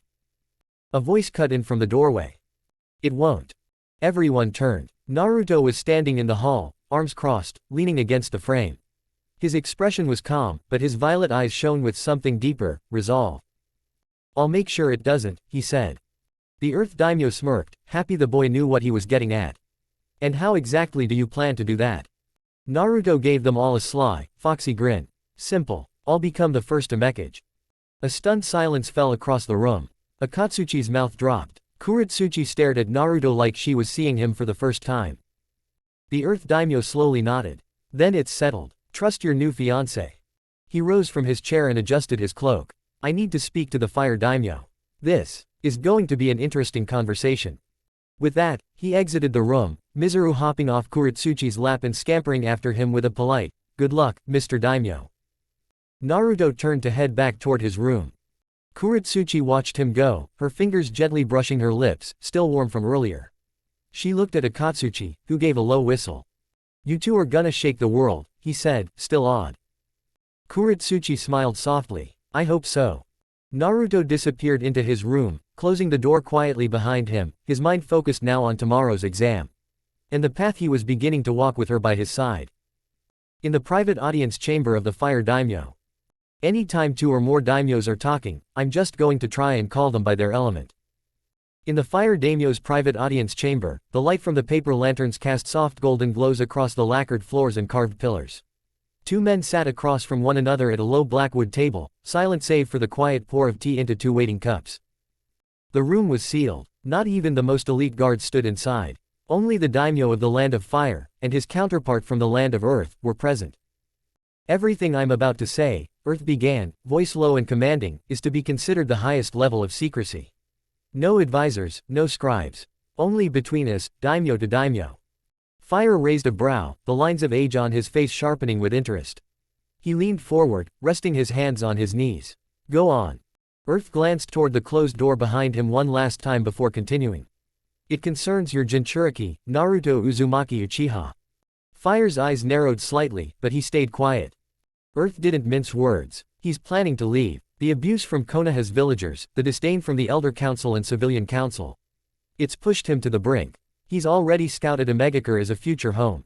Fire tensed. A Megakure? You're serious? Completely. Earth took a breath, then added, he's told me everything. The treatment he's endured would be considered criminal in any other nation. If he wanted revenge, if he wanted to destroy the Land of Fire, he could. And frankly, with his power, I don't know who could stop him. Fire leaned back slowly, silent for several long moments. The weight of the information hung heavily in the air. Then he exhaled through his nose and muttered, that might as well be considered treason. If the people of Konoha push our Jinchuriki to such a decision, they may end up being the reason our nation burns. Exactly, Earth said, his voice grave. And it's only because the boy has character, because he still loves people in that village, that we are even having this conversation. Fire nodded slowly, the realization visibly setting in. I always assumed he'd be trouble if mishandled. I didn't think Konoha would be foolish enough to test that. Earth raised an eyebrow. They already have. He's just chosen mercy. For now. The Fire Daimyo looked down into his tea, eyes distant. So, you didn't bring this to me just to stir up worry. What's your plan? A small smirk tugged at Earth's mouth. Two things. Fire gave him a wary look. The first. Political marriage. We acknowledge a union between Naruto Uzumaki Uchiha and Kuretsuchi, granddaughter of the Tsuchikage. Fire blinked. You want to tie a Jinchuriki to your bloodline. It'll give him diplomatic immunity, Earth explained. In every hidden village, the moment he's recognized as part of a noble line and politically tied to Iwa, the elders of Konoha won't be able to move against him without sparking a serious international incident. Fire still looked stunned, and the children agreed to this. Earth chuckled. If I wasn't sharing a suite with them, I'd assume they were just flirty shinobi. But no, I walked in on them practically glued to each other. She was the one who proposed the marriage, to me. Loudly. In front of everyone. Fire's mouth opened slightly. He rubbed his temples, sighing. You rock types don't waste time. Earth smiled. We value conviction. I'll arrange for a hawk to leave by dawn, Fire said with a wave of his hand. By the time he returns to Konoha, the village will already know about the engagement. Earth leaned back, satisfied. That was the easy part. Fire narrowed his eyes. Easy. Earth's smile turned sharper, more calculating. The second thing is what really matters. Fire's voice dropped. I knew there'd be something insane coming. Earth didn't deny it. We create a neutral hidden village. One whose position, both diplomatically and physically, can only be moved by a unanimous decision from all 5 daimyo.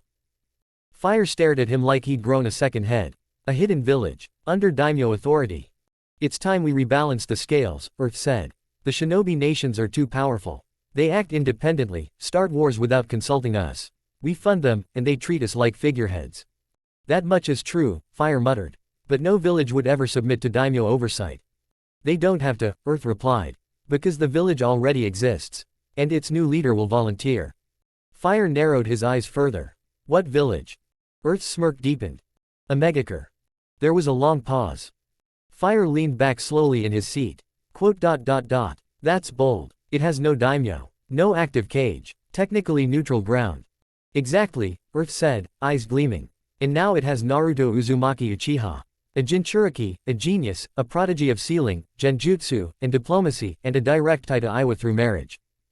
Fire looked down, fingers drumming against the armrest of his seat. You're not just propping up Naruto, he said. You're proposing a new world order. I'm proposing balance, Earth corrected. The 5 great nations don't fear each other anymore. They only fear being outnumbered. But if a megakure becomes a peacekeeping force under our joint oversight, a deterrent with real bite, it keeps all 5 nations honest. Especially with someone like Naruto in charge. Fire stared into his tea again. Then looked back up. And what's to stop him from turning a megakure into the very threat we'd be trying to prevent? Earth leaned forward. He doesn't want revenge. He wants peace. Justice. He wants a home. If we give him that, with honor and purpose, we'll earn a weapon that never has to be drawn. Fire nodded slowly. And if we don't? Then we lose the 9 tails. And maybe much more. The chamber fell into a tense silence once again. Finally, Fire sighed and stood. I'll reach out to the other daimyo discreetly. If we're doing this, we'll do it right. Earth rose as well. Good. Let's give that boy a future worth fighting for. They shared a firm nod before parting ways, quietly shifting the balance of the world. Chapter 35. The atmosphere in the grand examination hall was thick with tension and expectation. 12 elite shinobi, clad in ceremonial armor with symbols of fire etched across their chest plates, stood in formation along the perimeter. The famed guardian shinobi 12, protectors of the land of fire's daimyo, were present not merely as observers but as a contingency. Their presence told Naruto 2 things. This exam wasn't just about mastering sealing, it was about managing the risk of a Jinchuriki and an Uchiha in one body. Naruto stood calmly in the center of the room, his black battle robe flowing lightly with each step. A simple chair and a lone table stood before him, with 2 much more ornate chairs raised on a small dais near the front of the room. His eyes briefly scanned the room before he chuckled to himself. Must be nice being both a monster and a political weapon, he muttered under his breath with a smirk. Just then, the double doors opened, and both the fire and earth daimyo stepped into the hall. The room quieted instantly. Naruto turned and gave a respectful bow. Fire nodded approvingly. Naruto Uzumaki Uchiha, please, take a seat. Naruto sat silently at the table as the 2 daimyo took their places in the regal chairs before him. Because of your unique status as both a Jinchuriki and an Uchiha, this test will be personally overseen by me, Fire said, his tone formal but not unkind. He then gestured to the man beside him. Do you mind if Earth joins us as well? Naruto looked over at the Earth daimyo and gave a rare, warm smile. I don't mind. I trust him. Earth returned the smile and gave a slight nod of gratitude. Fire continued. There will be 3 phases. First, a written examination, 100 questions covering every aspect of sealing theory, application, counter-sealing, and history. Second, a practical exam in which you will be given vague descriptions of known seals. You will be expected to replicate them with limited guidance. And third. He paused, watching Naruto closely. You will show us an original seal of your own design. The guardian shinobi will leave the room for that portion. You will have complete privacy with us. Naruto nodded slowly. That's acceptable. Fire gave a hand signal, and one of the proctors stepped forward and placed a thick stack of papers in front of Naruto. A brush and ink followed shortly after. You may begin. Without hesitation, Naruto dipped the brush and began writing. The brush glided effortlessly, ink flowing in graceful strokes. The entire room watched in silence as his eyes, calm and calculating, scanned each question before answering. The minutes passed like seconds. An hour later, Naruto placed the brush down and leaned back in his chair. Done. Whispers passed between the guardian shinobi. Fire's brows lifted slightly. You're sure? I wouldn't say it if it weren't true, Naruto replied coolly. The test was retrieved and passed to a separate chamber where the Council of Sealing Masters waited to review it. In the meantime, Fire stood and gestured toward the next phase. For the second portion, describe and recreate the following. He began reading off several classic seal types in vague detail, a chakra suppression seal, a recursive lock seal, and a proximity barrier seal. Naruto stood before the prepared sealing papers and brush and then looked up. Am I allowed to use my Sharingan? Fire blinked, considering. It is a part of you. Yes. Naruto's eyes gleamed red as his Sharingan whirred to life. He picked up the brush, and in a blur of movement and chakra control, began constructing the seals one by one. The Guardian Shinobi 12 could barely track his hands. Every mark was deliberate, every line precise. When he stepped back, the proctors examined each paper and nodded in awe. All perfect, one whispered.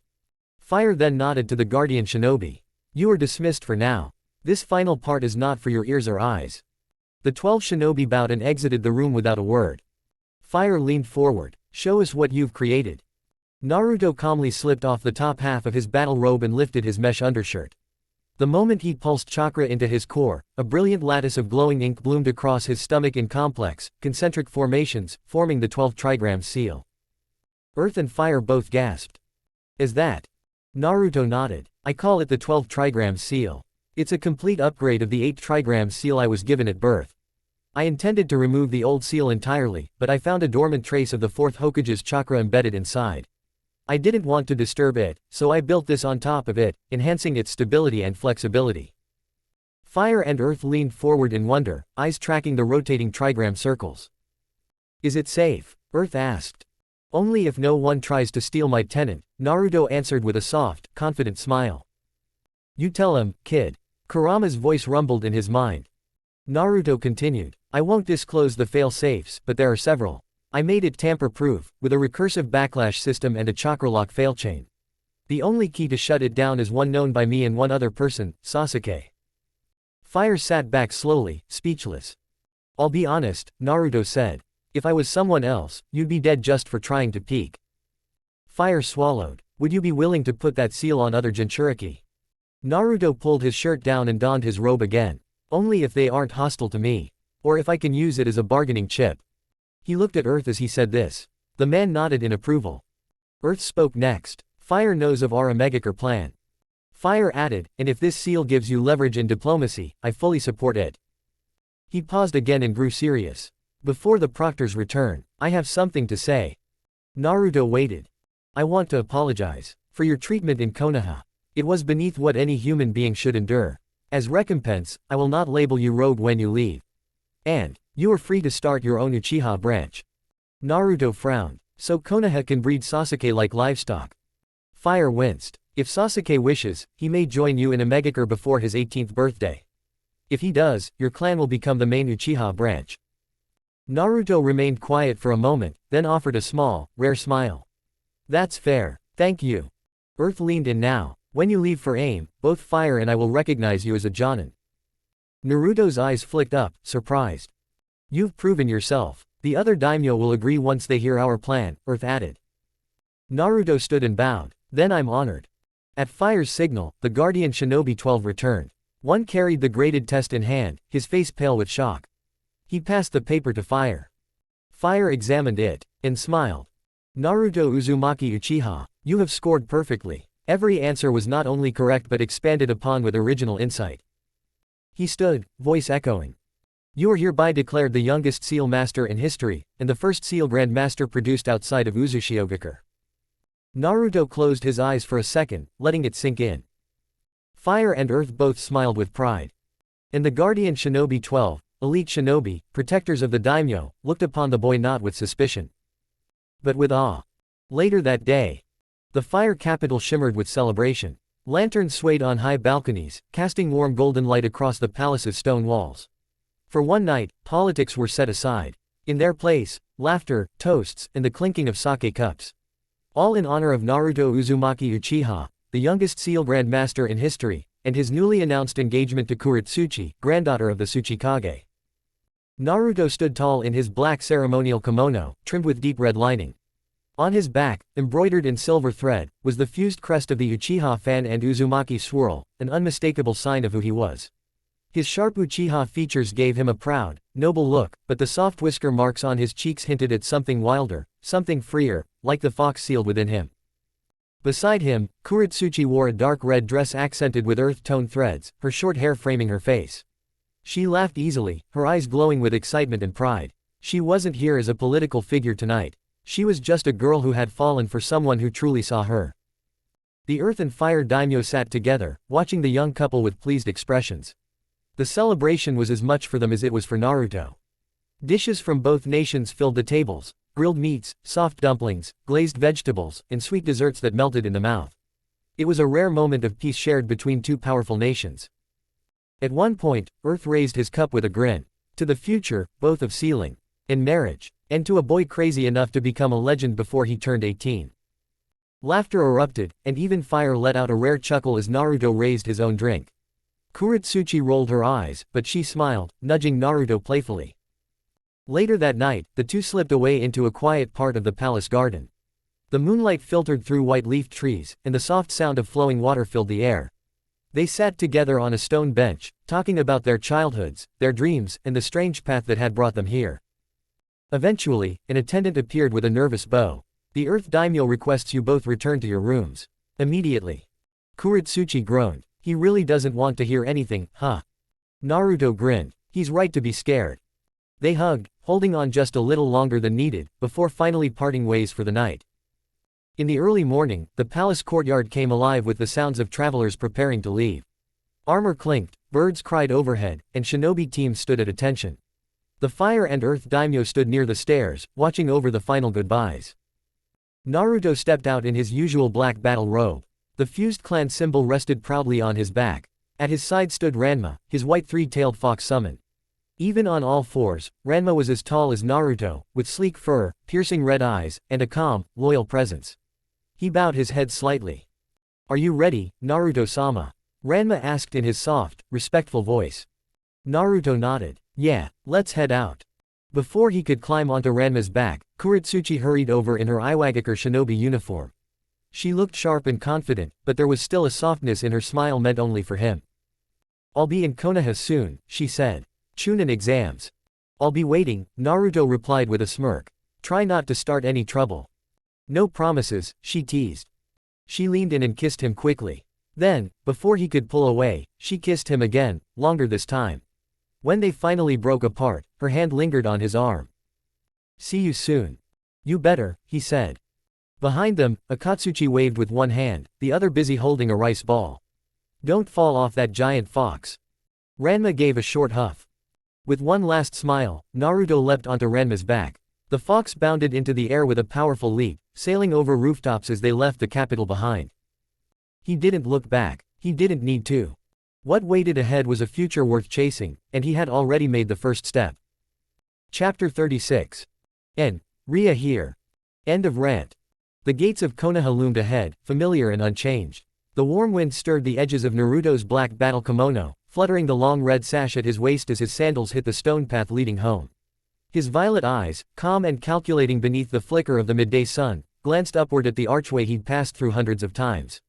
But this time felt different.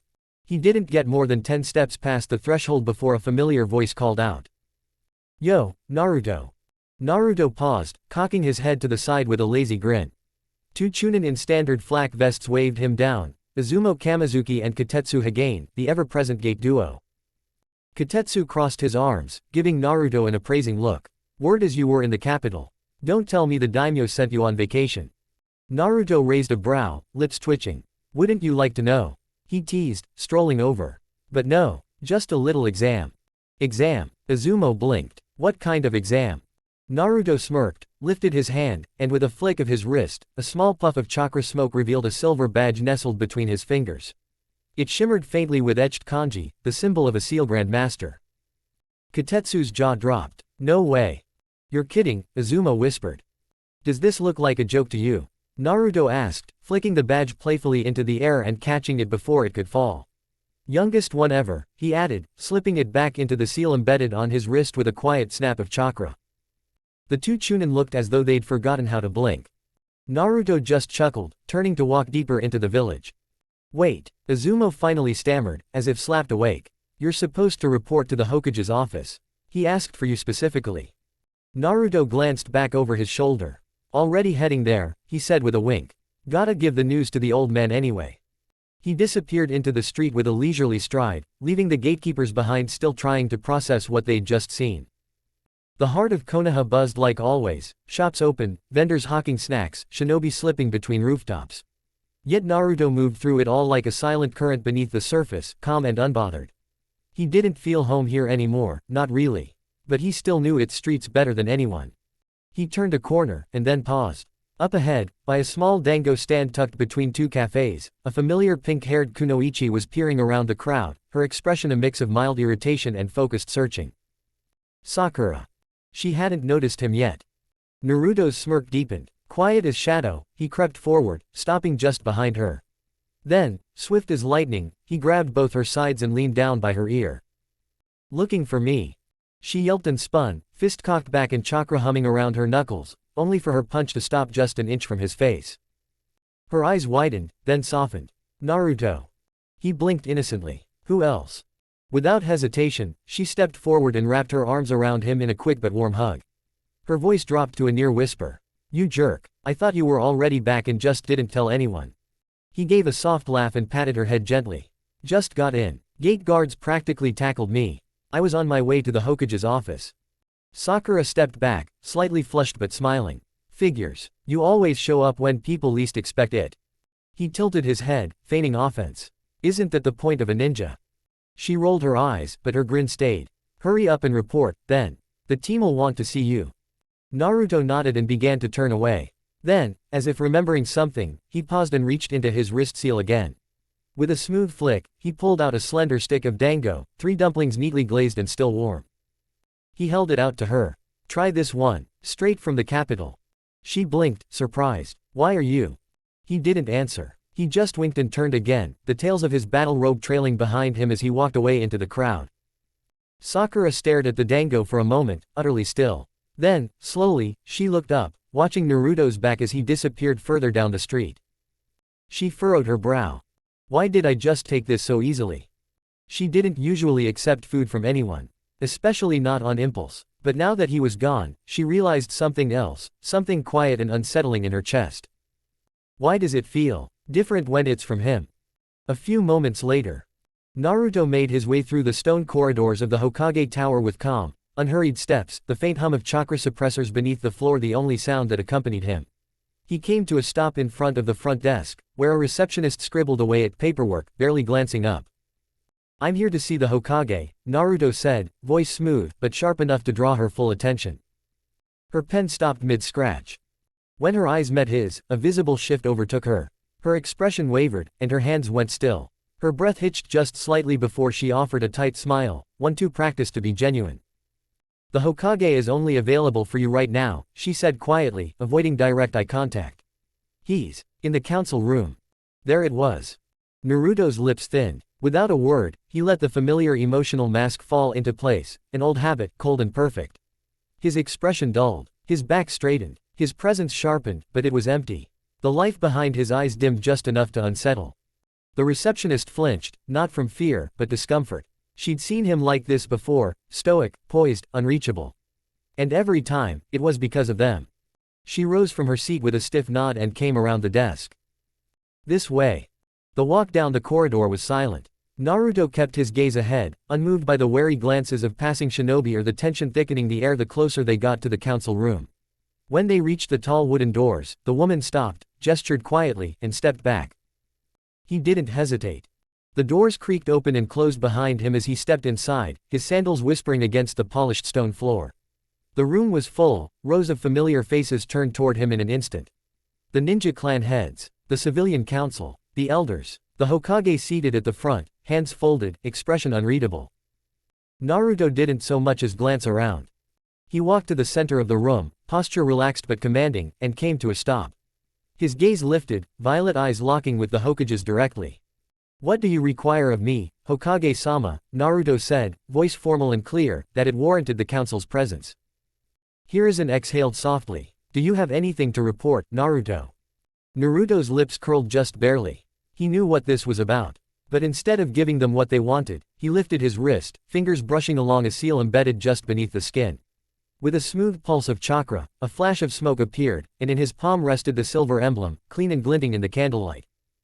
He held it up so the entire room could see. "I've been recognized as a seal Grand Master. The first outside of Uzushiogakure."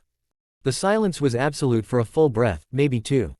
Then, one by one, the ninja clan heads began to clap. It started with Shikaku Nara, slow, but firm, and was quickly joined by Inoichi, Hiyashi, Choza, Sume, and even Shibi. They didn't just applaud out of courtesy, they applauded out of respect. Naruto bowed slightly toward them and offered a small, sincere smile, brief, but honest. He turned back to the front as the Hokage raised his hand. The clapping quieted, and the room grew still again. Anything else important you wish to report? Hiruzen asked, though his tone had shifted. Amusement tugged faintly at the edge of his voice. Naruto's eyes glinted.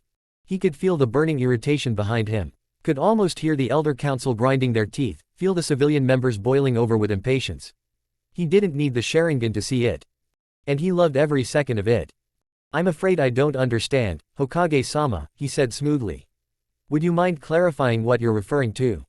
The bait was deliberate, shameless. If they wanted to waste his time, he would return the favor with interest. Hiruzen stared at him for a long moment. Then, with a sigh and the barest upward twitch of his lip, he leaned forward. Perhaps you could explain how you left for a 2-day journey. And came back engaged to the Tsuchikage's granddaughter. Naruto blinked slowly. Oh, Kuro-chan. He said it with such offhanded detachment, it sounded like he'd just been asked about a training partner or someone's pet cat. The nickname rolled off his tongue like it had no connection at all to a potential international political scandal. Hiruzen's face almost cracked. He actually had to look down for a second, hiding the twitch at the corner of his mouth. Of all the things he'd expected, this was exactly what Naruto had promised before leaving, to improve relations with Iwa. He just hadn't expected the boy to take it this literally.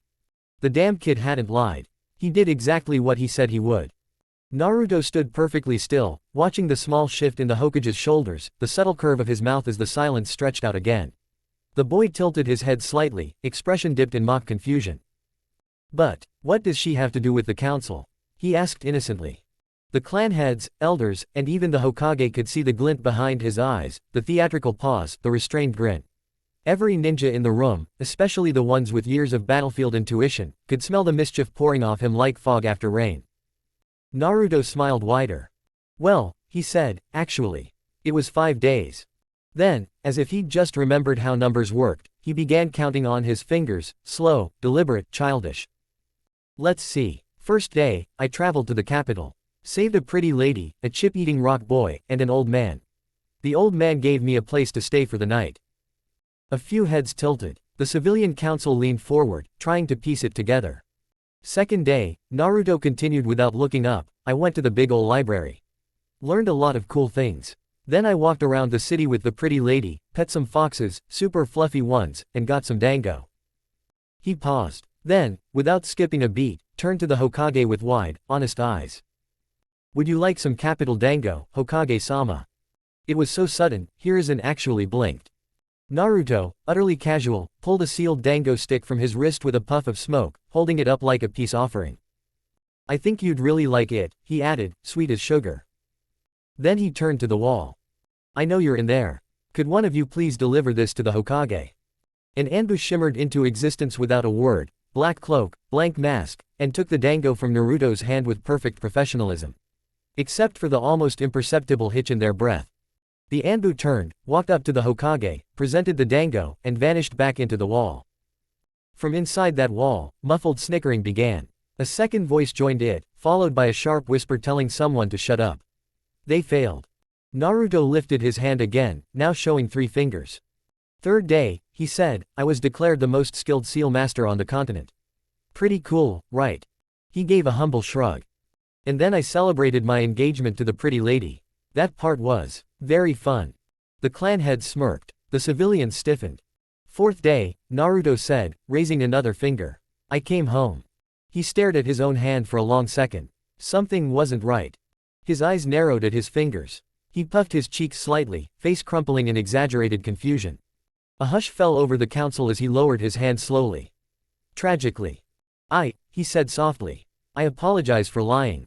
The whole room leaned forward, the elders practically salivating, the civilian council sharpening invisible knives. Even Hiruzen leaned in a touch. I said 5 days, but it was 4. He looked absolutely devastated. The walls exploded.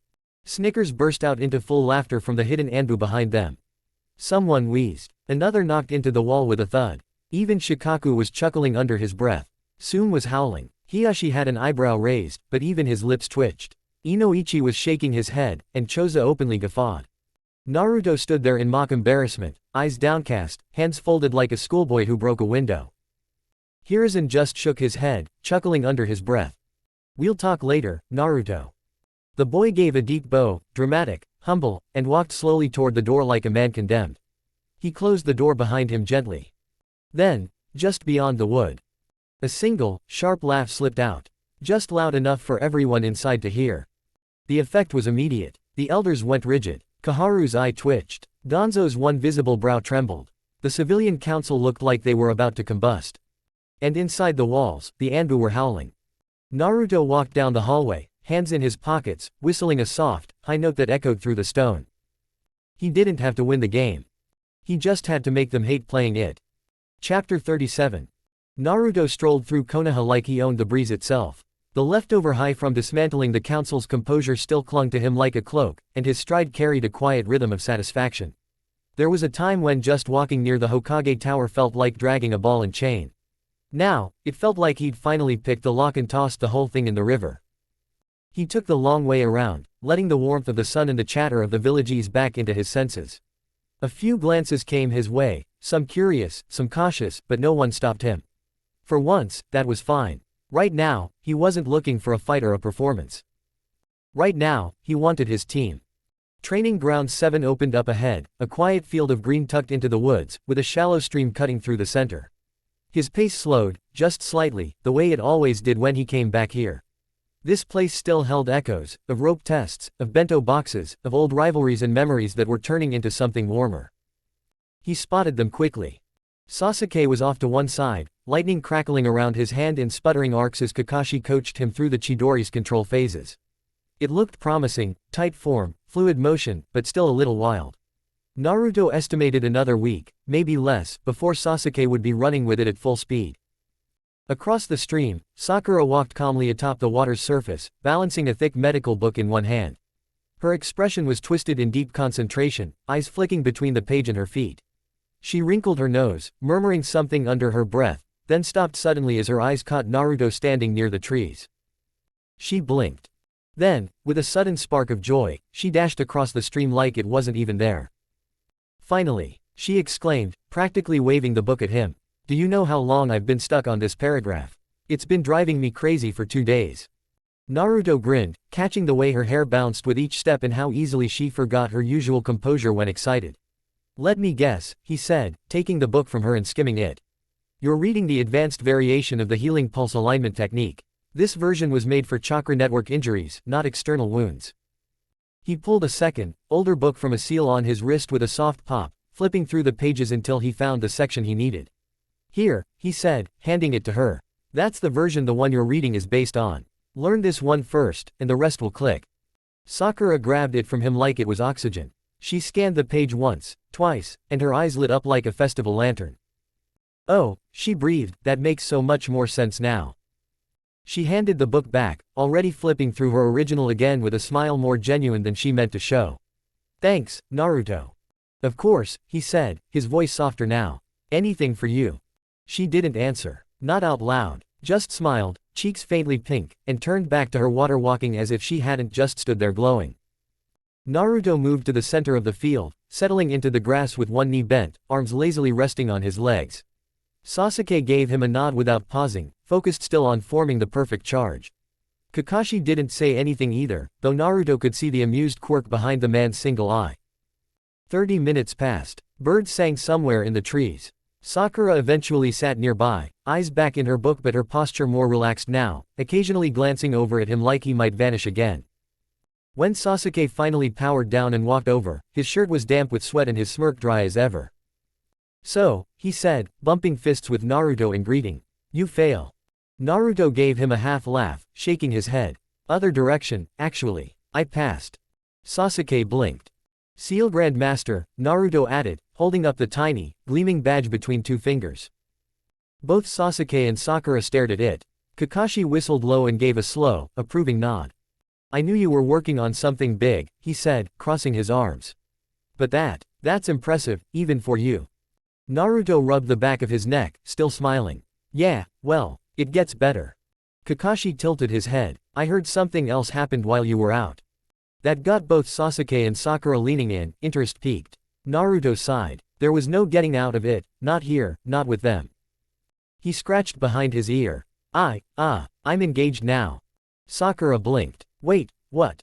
Sasuke stared. To who? The granddaughter of the Tsuchikage, Naruto said casually, like he was talking about the weather.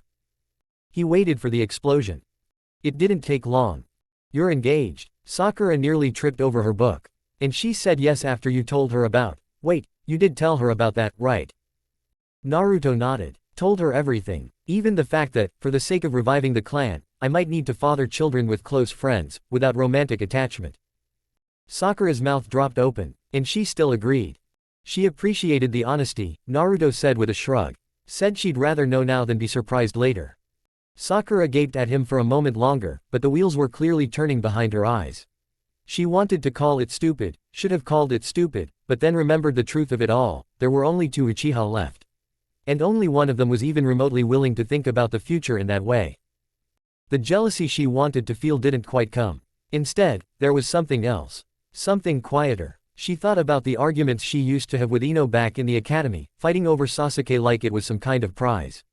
But Ino never knew what she did now. About what it meant to stand beside someone like Naruto. Her fingers curled a little on her book. She'd been selfish, she knew that now, but it wasn't too late to fix it. I should apologize to Ino later, she murmured under her breath. Naruto didn't ask, he just let her think. And for a little while, under the warm sun of Training Ground 7, Team 7 felt whole again. The team sat quietly for a moment after Naruto's explanation, each of them sorting through the whirlwind of details he'd just dropped. Sasuke leaned back with a thoughtful look on his face, arms crossed as he stared up at the sky. Sakura glanced at Naruto more than her book now, lips pressed together, clearly still turning it over in her head. Even Kakashi looked more present than usual, his lone visible eye following Naruto with quiet interest. Naruto gave them space to process, letting the wind blow through the trees as background noise while he relaxed in the grass. Eventually, he sat up, dusting off his sleeves. There's actually something I need to talk about with you too, he started. But Kakashi raised a hand.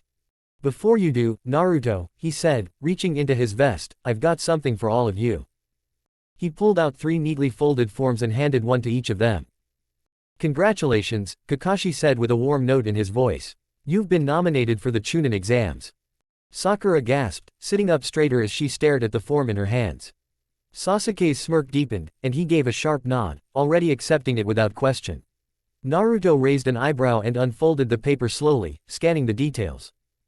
Kakashi went on, his tone more sincere than usual. I've never seen a team mesh the way you 3 do. You cover each other's gaps, you fight like you've trained together for years, and you trust each other more than most Chunin squads have seen.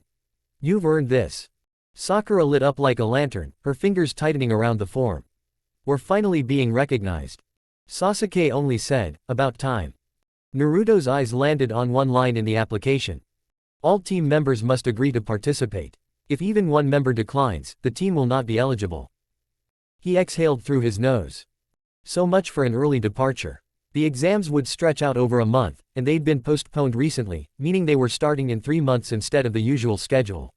By the time the 2nd and 3rd rounds came around, he'd already be 15. Not ideal, but maybe not a bad thing. He looked up, eyes scanning his team, their excitement, the way their shoulders were straighter now. Yeah, he could give it a little more time. Spend these next few months with the people who mattered to him before he left for AIM. Naruto folded the form again and tucked it into his seal storage. We've got about 3 months to prepare, then, he said. Let's start designing a new training regimen. Kakashi perked up. Actually, I'd like to hear your analysis first, Naruto. What do you think about your team's current state? Naruto smirked and stood up, brushing off his pants. Sure, he said. Let's start with Sasuke. He turned toward him. Can I touch you? Sasuke rolled his eyes. You always do when you make training plans. Just get on with it. Naruto stepped forward and began pressing lightly into the muscles on Sasuke's arms, shoulders, and sides, observing how the tissue flexed and reacted, where resistance formed and where the stretch was clean. Sasuke stayed perfectly still, used to the routine. But Sakura wasn't. Watching Naruto grope his best friend with medical precision and near-reverent focus stirred something in her chest she didn't fully expect. Even knowing why Naruto was doing it didn't make it easier to witness. Her face reddened slightly, and she quickly looked back down at her book, even though she wasn't reading anymore. After a few seconds, Naruto stepped back. "All right, I'm done." He folded his arms and turned toward the group. "Sasuke's muscle composition is highly flexible, more than I thought. You've been stretching more while I was gone, haven't you?" Sasuke nodded once. "Yeah, wanted more range for spinning kicks and backward dodges." Naruto pointed. "Exactly. Your agility's one of your biggest strengths, so moves that limit that, like the Chidori, aren't a perfect fit." Kakashi raised a brow but stayed quiet, listening. Naruto continued. "Chidori's fast, yeah, powerful, sure, but it forces you into a straight line once you launch. You can't adjust your angle mid-run, which makes you predictable if your opponent sees it coming." Sasuke narrowed his eyes thoughtfully. "So here's what we'll do," Naruto said. "Once you've got the Chidori fully under control, we're going to stress test your Sharingan. I want that third Tomo awakened before the exams." Kakashi tilted his head. "And after that?" Naruto looked over at him. "I want you to perform the body flicker technique for Sasuke. With his Sharingan active." Kakashi raised an eyebrow. "You want him to watch it?"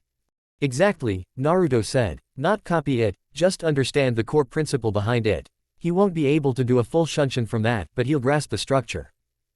Kakashi nodded slowly, then frowned. "And what do you plan to do with that?" Naruto smiled. "We're going to merge it with the Chidori." He let that sink in.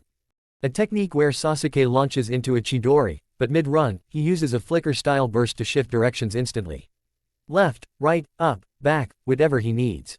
Sudden angle changes, mid-attack. It'll make him almost impossible to predict. Sasuke's eyes lit with dangerous interest. Sakura looked at Naruto like he'd just rewritten the laws of movement. Kakashi gaped. "You're calling it what, exactly?" Kakashi asked after a beat. Naruto grinned. "Chidori flicker." Kakashi blinked again, then muttered, "Dear Lord." Naruto just shrugged. "Told you I had a plan." Chapter 38. Kakashi crossed his arms with a book in his hands, his tone casually curious. "Is it possible for me to learn the Chidori flicker too?" Naruto didn't answer right away. Instead, he let his eyes drift upward, watching a lazy swirl of leaves spin in the warm wind. "That depends," he finally said. "Kakashi-sensei, do you know why people think Kekkei Genkai chakra releases, like lava, ice, or magnet, are exclusive to certain clans?" Kakashi blinked behind his book. "Well, bloodline limits. Unique chakra natures tied to the DNA of a clan. That's been the conventional explanation for decades." Naruto grinned faintly and lowered his gaze. "I used to think that too. But then I started thinking about it differently." Sakura tilted her head. Sasuke's eyes narrowed with interest. Naruto continued, "What if Kekkei Genkai chakra releases aren't genetic in the way we think, but psychological? Most of those people come from families or villages where that release is all they see growing up. They're exposed to it constantly, either watching their parents use it, or being trained from childhood to believe it's just what they do. So when it's time to manifest their chakra, it simply follows that mold. They've already been conditioned." Sasuke frowned. "So you're saying anyone can learn them?" "I'm saying anyone can potentially learn them," Naruto clarified. "But most don't, because of two things." He held up a finger. "Muscle memory. Then another. And chakra memory." Kakashi lowered his book completely now. "Go on. If you've trained your chakra to move a certain way for years, let's say to mold fire or lightning, then your muscles get used to channeling it in those exact patterns. That pattern becomes ingrained. The same goes for your chakra pathways. If you try to introduce a new flow that conflicts with those memories, your body literally fights it. That's why it's so hard for Jonin, even you, to replicate combined releases." He stepped forward, catching a few drifting leaves from the air as they passed by. "To actually learn a combined release like flare, lightning and fire, you'd have to erase those memories. Reset both your body and chakra. Then, relearn both releases at the same time, until they blend naturally." Naruto raised his left hand and funneled chakra into it. One of the leaves spontaneously caught fire, curling and blackening in a quiet blaze. In his right hand, the other leaf crinkled inwards with sharp precision, cracking with tiny sparks of lightning dancing across its surface. Sakura's mouth parted in surprise. Sasuke leaned in closer. Kakashi said nothing, but his eye was locked onto Naruto's hands with complete focus. "Once you reach this level," Naruto said calmly, dropping the scorched and crinkled leaves, "the only way to truly master it is to create a jutsu of your own. One your chakra understands. He turned, walking past them without another word. A small path stretched ahead, flanked by evenly spaced trees. At the far end sat a boulder, half sunken in the dirt and dappled with moss. Watch, Naruto said. He stepped into position, raising his right hand. His fingers were shaped into a tiger hand seal, 2 fingers straight up. His left hand, inverted in a bird seal, pressed palm to palm with his right. The shapes meshed into a complex formation, sparks already flickering at the joint. He pulled his right hand upward, the 2 fingers still raised, and pointed them forward like a drawn blade. Flare style, flare line. There was no roar, no scream of chakra or burst of light. Just a sudden, electric crack in the air, and then a piercing streak of blue energy burst from Naruto's fingers in a perfectly straight line. The beam was silent and fast. Too fast. Even the flickering afterglow it left behind took longer to register than the attack itself. A hole, exactly the width of his 2 fingers, appeared through every tree in its path. Wood splintered in silence, each trunk pierced cleanly as if carved by a blade of light. At the end of the line, the beam punctured straight through the mossy boulder. A hole burned through the center, steam rising from the surrounding stone. And still, the flare kept going, straight into the distance, until it vanished at the edge of the horizon. The whole forest seemed to fall still. The only sound was the faint hum of lingering heat, and that ghostly, shimmering line of blue chakra hanging in the air like a scar. Sakura stared, wide-eyed, lips parted. Sasuke's brows furrowed, eyes locked onto the trail of devastation. Kakashi finally exhaled, his voice barely audible behind his mask. That wasn't ninjutsu. That was a sniper's shot. Naruto lowered his hand. The hole's clean, he said, turning back. No chakra distortion, no blowback. It cuts straight through what it touches. Kakashi still hadn't blinked. How far does it go? 100 meters, Naruto replied. 3 kilometers if Kurama lends me some chakra. Silence followed. Even Sasuke looked rattled. Not in fear, but awe. Naruto simply shrugged. So yeah, if you want to learn the Chidori flicker, just be ready to unlearn everything you've ever known first. He walked back to them, completely casual, like he hadn't just carved a highway through the woods with his fingertip. Sasuke scowled, eyes narrowing as he crossed his arms again. Why didn't you tell me this earlier? He asked, irritation tightening his voice. If I'd known about the chakra nature rule, I could have learned flare style by now. Naruto gave him an understanding nod and offered a small, apologetic shrug. Sorry, bro, I didn't think to explain it back then. Then, a bit more quietly, he added, besides, you'd already learned fire release before we even met. Sasuke blinked. His mouth opened like he wanted to argue, but then closed again. That was true. He'd picked up basic fire release even before academy graduation. It was a part of his identity, part of what defined him as an Uchiha. His frustration faded with a quiet exhale. He let it go. Naruto offered him a brief, apologetic look, genuine, and then turned his attention toward Sakura. You're next, he said. Sakura blinked, pulled from her daze. She'd been staring at Naruto's fingers, replaying the flare line attack in her mind and mentally sorting all the new chakra knowledge she'd just absorbed. She looked at Naruto, puzzled. What? Then it clicked. Her face paled slightly as she remembered what he'd just done to Sasuke. She glanced at Kakashi. Their teacher had put his book away. Completely. His one visible eye curved in delight, like he was settling in for a front row seat at a stage play. Sakura gave Naruto a deadpan look. You just want to embarrass me. Naruto said nothing, just smiled sweetly, the same innocent grin that had preceded more than a few moments of chaos in the past. Sakura took a breath and rolled her shoulders. Fine, two could play that game. She stepped over to him, back straight, chin lifted. Try anything pervy, she warned, and I'll tell your new fiancé. She flashed him a taunting little smirk. Oh, Naruto hummed, gently taking her arm and starting his inspection. And what exactly would you tell Kuretsuchi? His voice dropped to a whisper, smooth and low near her ear. That you enjoyed getting groped by her fiancé. Sakura's brain stuttered. Her spine straightened, but she didn't flinch. That would give him too much satisfaction. Naruto moved on, checking her biceps, down to her wrists, then her thighs and calves. His touch was clinical, mostly, but that smile, that damned smile, was anything but. Kakashi and Sasuke both noticed it. Sasuke made a faint sound of disgust and turned away, shaking his head. He wanted no part of whatever was about to happen. Naruto paused at her back, that same devious grin tugging at his lips. You've been working out, he murmured as he traced the muscles just below her shoulder blades. Solid development. Sakura stayed still, though her ears burned. He moved lower, hands brushing lightly across her lower back. She stiffened, but didn't swat him away. You know, Naruto said conversationally, I was actually thinking about introducing you to Kuro-chan when she visits for the Chunin exams. Her breath hitched. He slid upward, tracing her shoulders with careful pressure. I think you two would get along. Sakura felt like her heart was caught in her throat. She couldn't tell if it was from embarrassment or something else entirely. Naruto's voice turned gentler, sweeter. I wonder how I should introduce you. He moved around to her side, fingers skimming her obliques. As my teammate. His hand moved across her stomach, tracing the faint outline of her developing abs. She swallowed hard, biting her lip. Naruto leaned in just a little, brushing dangerously close to her chest, but never actually crossing that line. Maybe. As a friend. His words laced with honey now, deliberate and slow. His hands slid to her hips, firm and steady. She trembled. Or maybe, he murmured, as one of my close friends. The implication landed like a kunai to her thoughts. Her brain instantly filled in the blanks. Close friends, like the ones he mentioned before. The ones he might have children with, for the sake of the clan. Her mouth opened. Do you mean? Clap. Naruto stepped back with a sudden burst of cheer. All done, he announced brightly. Sakura stood there, a pink mess from the ears down, her eyes wide and her mouth working silently. She finally snapped. Why do you always do this to me? Naruto gave her a grin so bright it could have outshone the sun. Because it's fun. Kakashi was chuckling behind his mask. Even Sasuke, still turned away, was trying not to shake with laughter. Naruto straightened his back and turned to Kakashi. Anyway, I've got her training plan worked out too.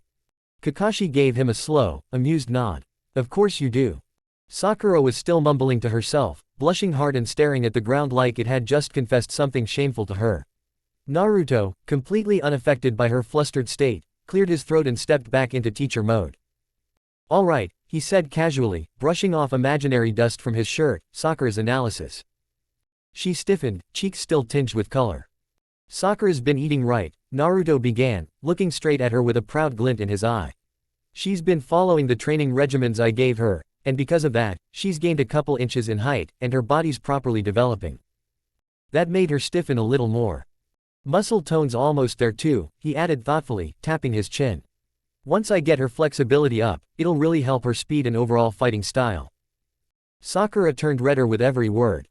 But the real game changer, Naruto continued, eyes sharpening, is her chakra. Sakura's chakra control is insane. Like, perfect. Probably the best on the team, hands down. That caught Kakashi's attention. But, Naruto said, tone shifting to something more serious, I think her smaller chakra pool is holding her back.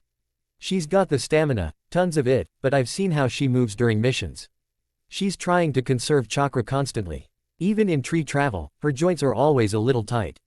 She's not slowing down from lack of strength, it's because she's trying to move efficiently.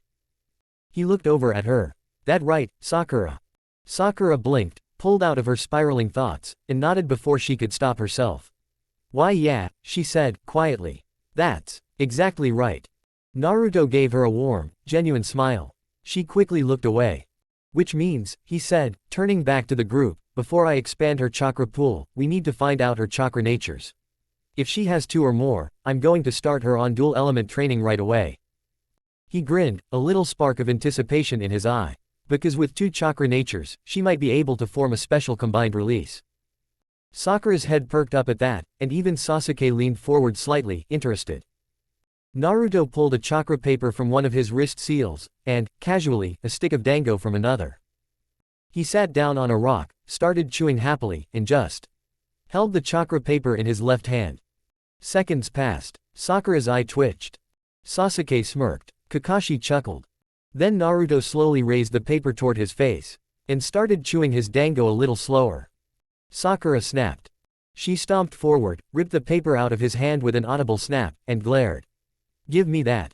Still chewing, Naruto just smiled like a man deeply pleased with the outcome. Sakura turned away from him, focused her chakra, and began channeling into the paper. It started to darken, moisture spreading like ink.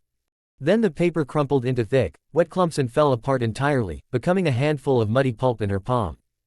Sakura blinked. What the? Naruto's dango stick dropped from his mouth. For a second, he just stared. Then, quietly, he began to laugh. A little at first, then more, and more, Until it turned into full, joyous, chest-deep laughter that echoed across the training field. Before anyone could react, he stepped forward, gripped Sakura gently by the waist, and lifted her off the ground in a joyful spin. Sakura yelped in surprise as her feet left the dirt. "Wah, Naruto. You did it." Naruto laughed, spinning her in a wide circle before setting her back down. "You've got two chakra natures. Sakura, I'm so proud of you." She stood frozen for a second, dumbfounded. No one had ever said that to her like that. Not her parents, not teachers, not even Tsunade in her future path.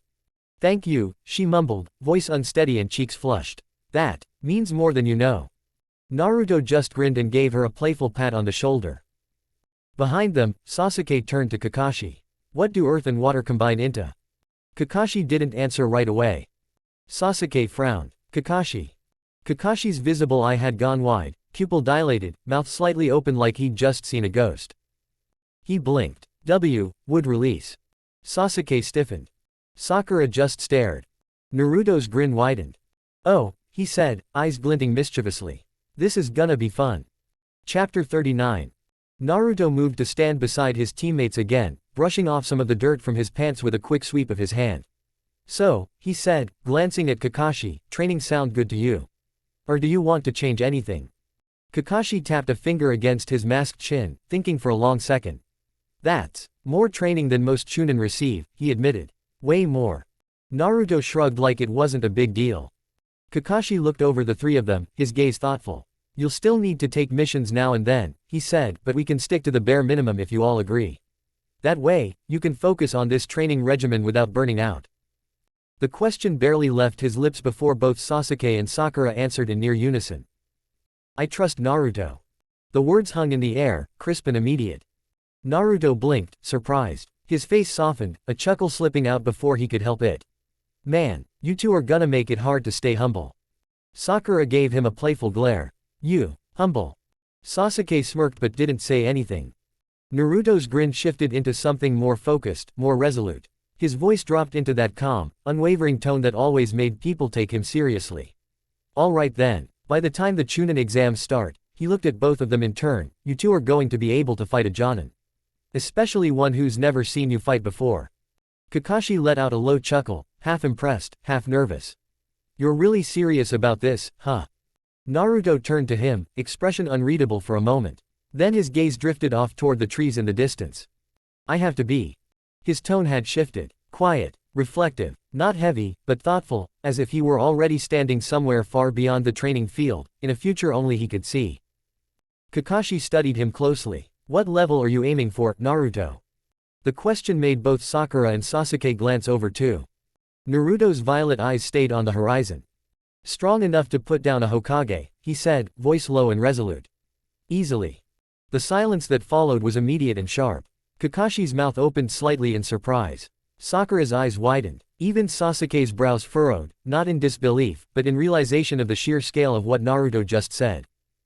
"But I've still got a ways to go," Naruto added, shaking the moment off with a shrug.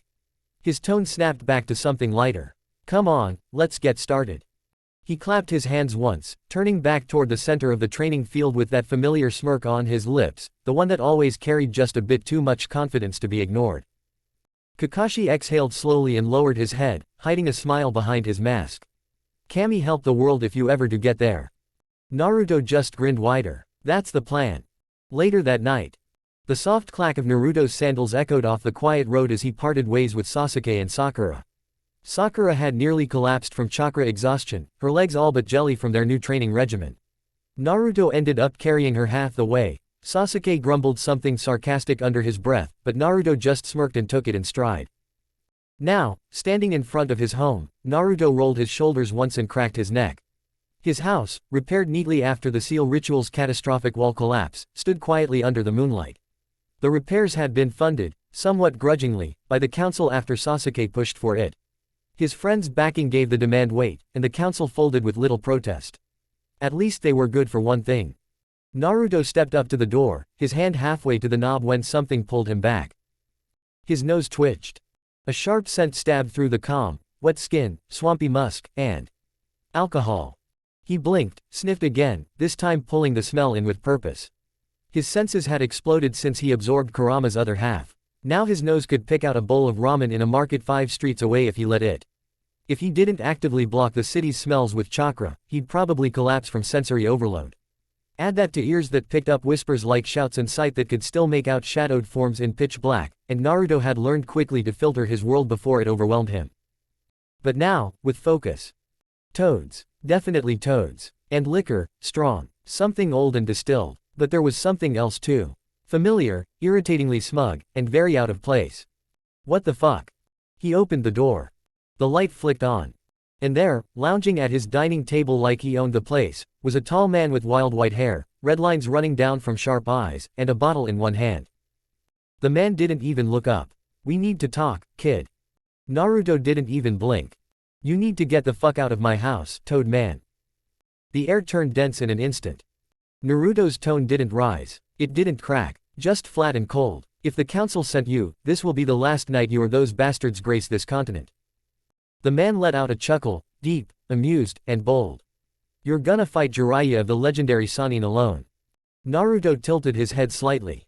The name tickled something familiar in the back of his mind. He remembered hearing it once or twice from the Hokage or Kakashi. But it didn't matter. He didn't care what people called themselves. In the depths of his mind, Kurama stirred. Finally, the fox purred, voice dripping bloodlust. "Give the word, and I'll make the walls drip red.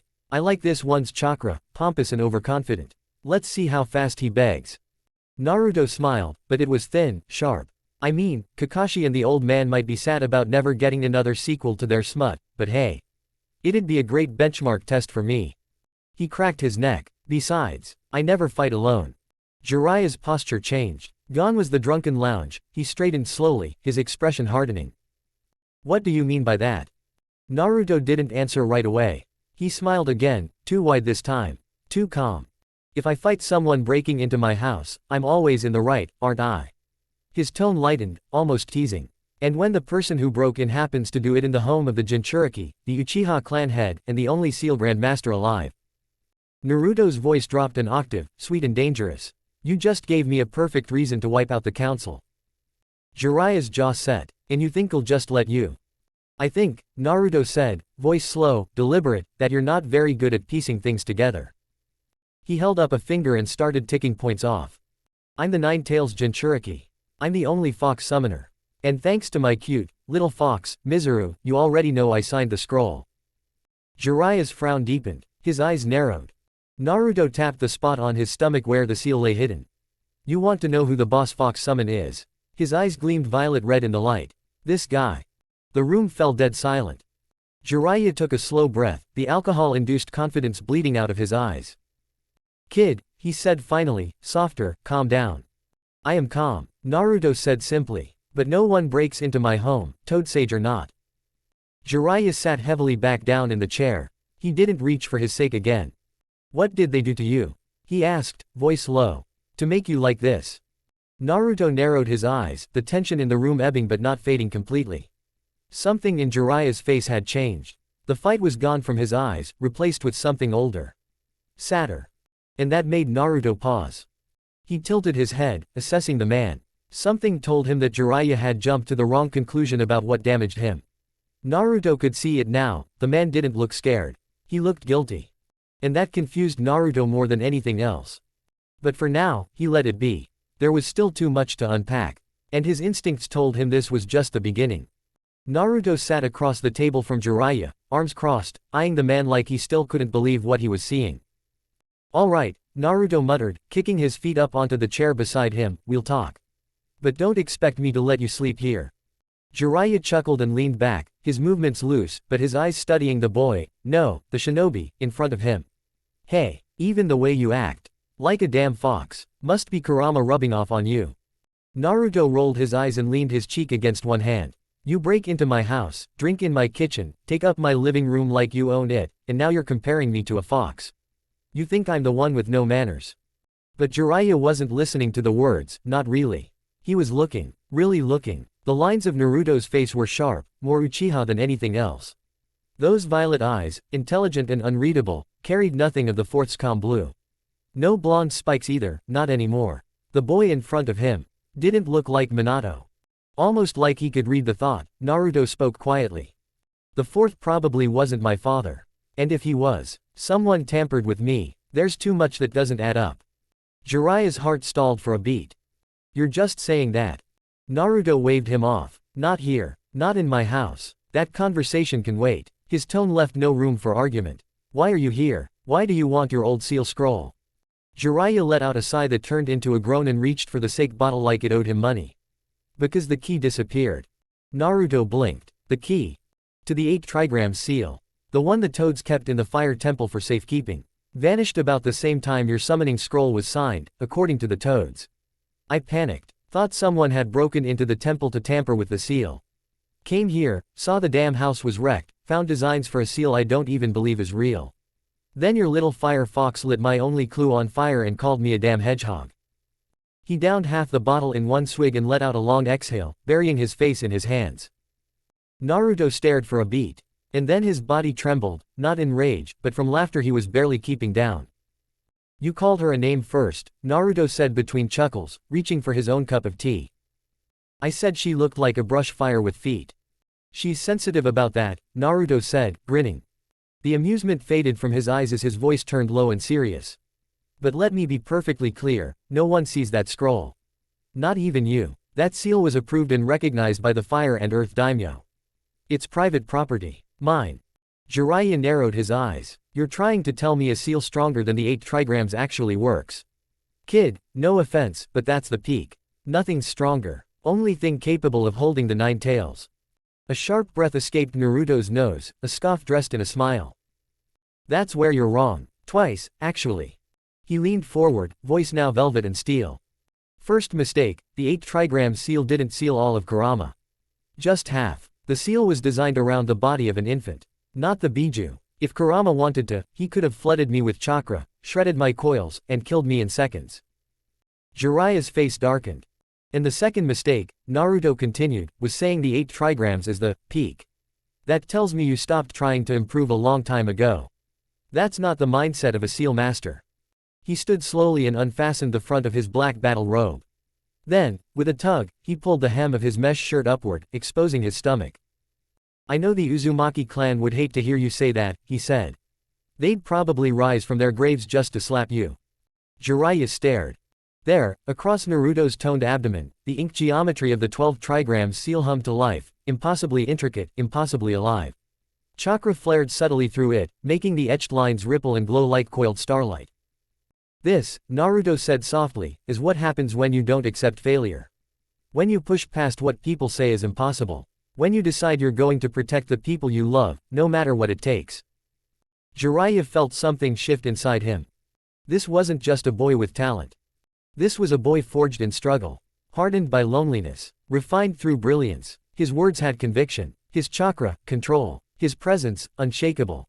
He hadn't just inherited the will of fire. He was reshaping it. I had you wrong, Jiraiya said, barely above a whisper. You're stronger than I thought. Naruto lowered his shirt and stepped back into his robe. Yeah, most people say that, after they piss me off. He sat back down and poured himself some more tea. So, you still want to fight me for the scroll? Jiraiya let out a tired breath and leaned back in his chair. Nah, not tonight. Naruto nodded. Good. Because tomorrow I have to train a future Mokuden user and help Sasuke flicker with lightning. Jiraiya blinked. Mokuden, a wood user. Naruto grinned. Long story. Chapter 40. Naruto found himself leaning back on his rooftop, hands folded behind his head, eyes fixed on the sky. The late afternoon sun cast golden rays across the village, and the wind rustled his long black hair, streaks of red catching the light like flickers of flame.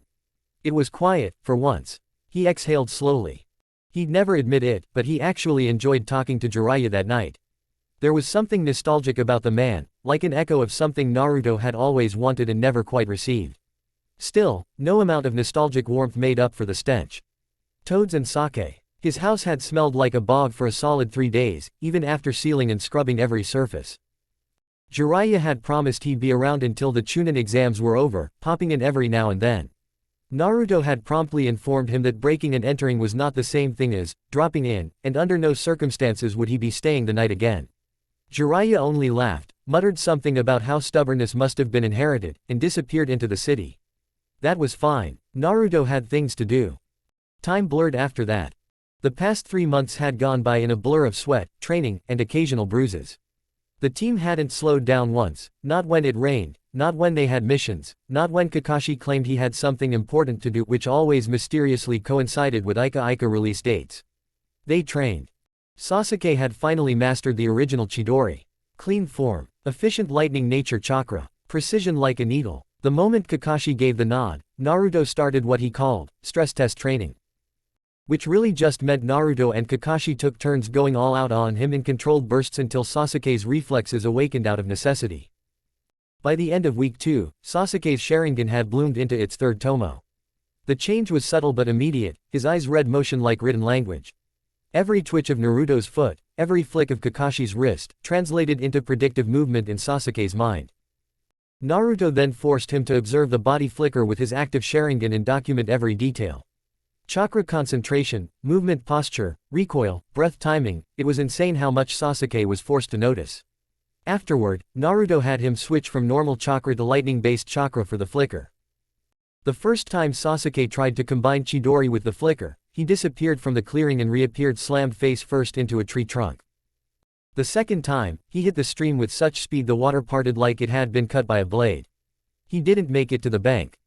Naruto and Kakashi nearly died laughing both times. But by the end of month 3, Sasuke could flicker left, right, straight, and backward with Chidori humming in his hand. It wasn't just powerful, it was lethal. Meanwhile, Sakura had devoted herself to chakra nature training with a level of determination Naruto hadn't seen since their bell test. Under his watchful eye, she learned to run both water and earth chakra through separate leaves at once, crumpling one with lightning-like spasms while soaking the other. The first time she succeeded, Naruto surprised her with a soft laugh and handed her a small, delicate cherry blossom sprout. For training, he told her, plant it somewhere meaningful. Focus your chakra into it a little every day. She chose the space next to the 3 old stumps in Training Ground 3, the spot where their team first truly began. Sakura was able to coax it from a sprout to a healthy little sapling, the bark soft, the leaves a pale pink. It became her daily ritual. Combat-wise, she was beginning to integrate dual chakra flow into her movements. It took time, but sparring with Naruto and Sasuke every day had carved her instincts into something sharp and reactive. The added flexibility training from Naruto's earlier assessments helped round her speed. Her punches hit harder. Her movements became fluid. Kakashi still trained with them when he wasn't being, mysteriously summoned, by his publisher. He offered Sasuke insight when needed, but he largely left Sakura to Naruto. Medical chakra and elemental combinations weren't Kakashi's strength, and he admitted it openly. Still, he couldn't deny it, Sakura was fighting like a true combat medic. Strategic, unrelenting, smarter than most full-fledged jonin. Naruto had quietly told him he was proud. What shocked Kakashi most, however, was that Naruto had kept up with his own training in the middle of managing theirs. He developed a 6th reflection in his Zenkyoken style, a phantom so clean and elusive that even Guy had apparently been speechless when he heard about it. No one had seen the 6th reflection in battle yet. But from the way Naruto moved, always like the wind just barely missed touching him, it was clear the style was evolving into something unreal. Kakashi could only offer prayers to the poor bastard who had to fight Naruto in the exams. Now, a week remained. 1 week before the Chunin exams. And the village was already different. Foreign shinobi were everywhere. Leaf Nin patrolled in tighter formations. The barrier team had quadrupled their checkpoints, and vendors were rolling in from other nations to set up near the village center. You could feel the tension in the air, the pressure, the excitement, the underlying hum of danger cloaked in polite diplomacy. Naruto stood once again at the edge of the rooftops, this time looking toward the front gates. A Sand Nin caravan had just arrived. One of them, red hair, dark ringed eyes, was looking up at the village like it was prey. Naruto narrowed his eyes and tucked his hands into his sleeves. The Chunin exams had always been a test of strength and skill. But this time, it was going to be something more. He could feel it. Something was coming. Something big. And he'd be ready. A little later. Naruto strolled through the streets of Konoha with his hands in his sleeves, his long hair drifting behind him like black smoke in the evening breeze. The setting sun had begun to cast a warm orange glow on the village rooftops, but Naruto wasn't watching the sky. He was humming a tune Kurama had grown to loathe, making his way toward the gate where Kuretsuchi would be arriving any minute. He was looking forward to this. For once, things felt peaceful, his team was training hard, the exams were coming, and Kuretsuchi was coming home to him. It was rare for everything to be in place like this. Then, a voice broke the rhythm of his thoughts. I'm only gonna say this once. Put the kid down, or you have 5 seconds before you regret it. It was Sakura. Naruto's curiosity piqued. He turned a corner and caught the scene just in time. Some face-painted shinobi in a full black jumpsuit had Konohamaru dangling by his scarf, feet kicking midair, and was too busy laughing at his own joke to notice the storm incoming. 5 seconds. Sakura moved like a whip. Her hand flashed out and caught the boy by the throat, lifting him off his feet just as he'd done to Konohamaru, her expression flat, her strength unflinching. The blonde girl next to him, fan on her back, scowl on her face, moved to intervene. She never got the chance. Her hand froze mid-motion, a larger one resting firmly on her back, palm flat over the base of her fan. Naruto. She hadn't even seen him. And then there were more of him. A copy caught Konohamaru mid-fall, gently setting the boy down. Another clone emerged from behind Sakura, placed a hand on her shoulder, and whispered something only she could hear. She blushed faintly, then released the makeup-wearing boy, letting him drop like a sack of rocks. One by one, the copies flickered and faded, like illusions breaking in the breeze. All 3 sand nin stood still, processing. A voice from above cut through the silence like a blade. Sue, this your team for the Chunin exams. They looked up. Naruto was perched casually on a tree branch above them, knees bent, one hand resting on the hilt of his white chikuto. His expression was somewhere between amused and bored. He was looking directly at the redhead standing behind the other 2, green eyes, dark-rimmed. Still, cold, watching. You're his squad leader, yeah. Naruto continued. If they're your teammates, and they're really dumb enough to threaten the grandson of the 3rd Hokage, then I can execute them right here. No paperwork, no consequences. The temperature seemed to drop. And you, Naruto pointed at the redhead. You're carrying something you shouldn't. Kurama doesn't like your tenant. Says he's annoying. So if you act out, I'll rip Shukaku right out of you, sell him back to Suna, or give him to a Megakure. Depends on how generous I'm feeling. Then it happened. The killing intent poured out. Not his own, Kurama's. The air turned heavy. Sakura flinched slightly. The sand trio went pale. The fan blondie took a step back. The boy Sakura had already lifted before now couldn't move at all. But the redhead, he was hearing something in his head. Naruto could tell. His eyes twitched. His mouth tightened. Naruto smiled like a predator. Keep Shukaku in check while you're in my village, he warned softly, or he's fox food. Then he dropped. One smooth motion, he landed beside Sakura and casually threw his arm around her shoulder, leaning toward the sand trio like he was welcoming them to a very polite execution. Sasuke, he called behind him, come meet the visitors. Sasuke dropped from a nearby rooftop, landing on Sakura's opposite side. His smirk matched Naruto's perfectly. None of them had rehearsed it. None of them needed to. Team 7's intuition was terrifying when aligned, and right now they were having too much fun. Naruto asked, what do you think of these genin? Sasuke glanced them over. Some of them look your age, he said casually, but I don't think they've killed before. He paused. Except him. He pointed at the redhead. Naruto tilted his head. I was thinking the same thing. Before any of them could respond, a voice rang out from near the gate, sharp and sweet at the same time. Naruto. He blinked. His entire demeanor, gone in an instant. Like his killer instinct had vanished into the wind. He turned toward the voice and called back with a sheepish grin. I'm handling something. Gimme a sec. The voice came again, louder. I gave you 3 months. He winced and chuckled nervously. Sakura stepped to the side. She already knew who it was. The moment she heard the voice, saw the way Naruto reacted, she understood. And despite herself, she stepped back to give space, unsure how to feel. Sasuke followed suit, raising a brow at Naruto's sudden shift but staying silent. Then she turned the corner. Kuretsuchi. She didn't hesitate. She jumped into his arms and kissed him without care for who was watching. The sand nin just stared, confused, tense, trying to keep up. Naruto laughed softly and kissed her back. Missed you too, he said, his voice like warm rain. You're early. I figured if I waited any longer, you'd be running this village. She looked toward the sand nin and her eyes gleamed with understanding. Naruto was already grinning. You picked up on it too.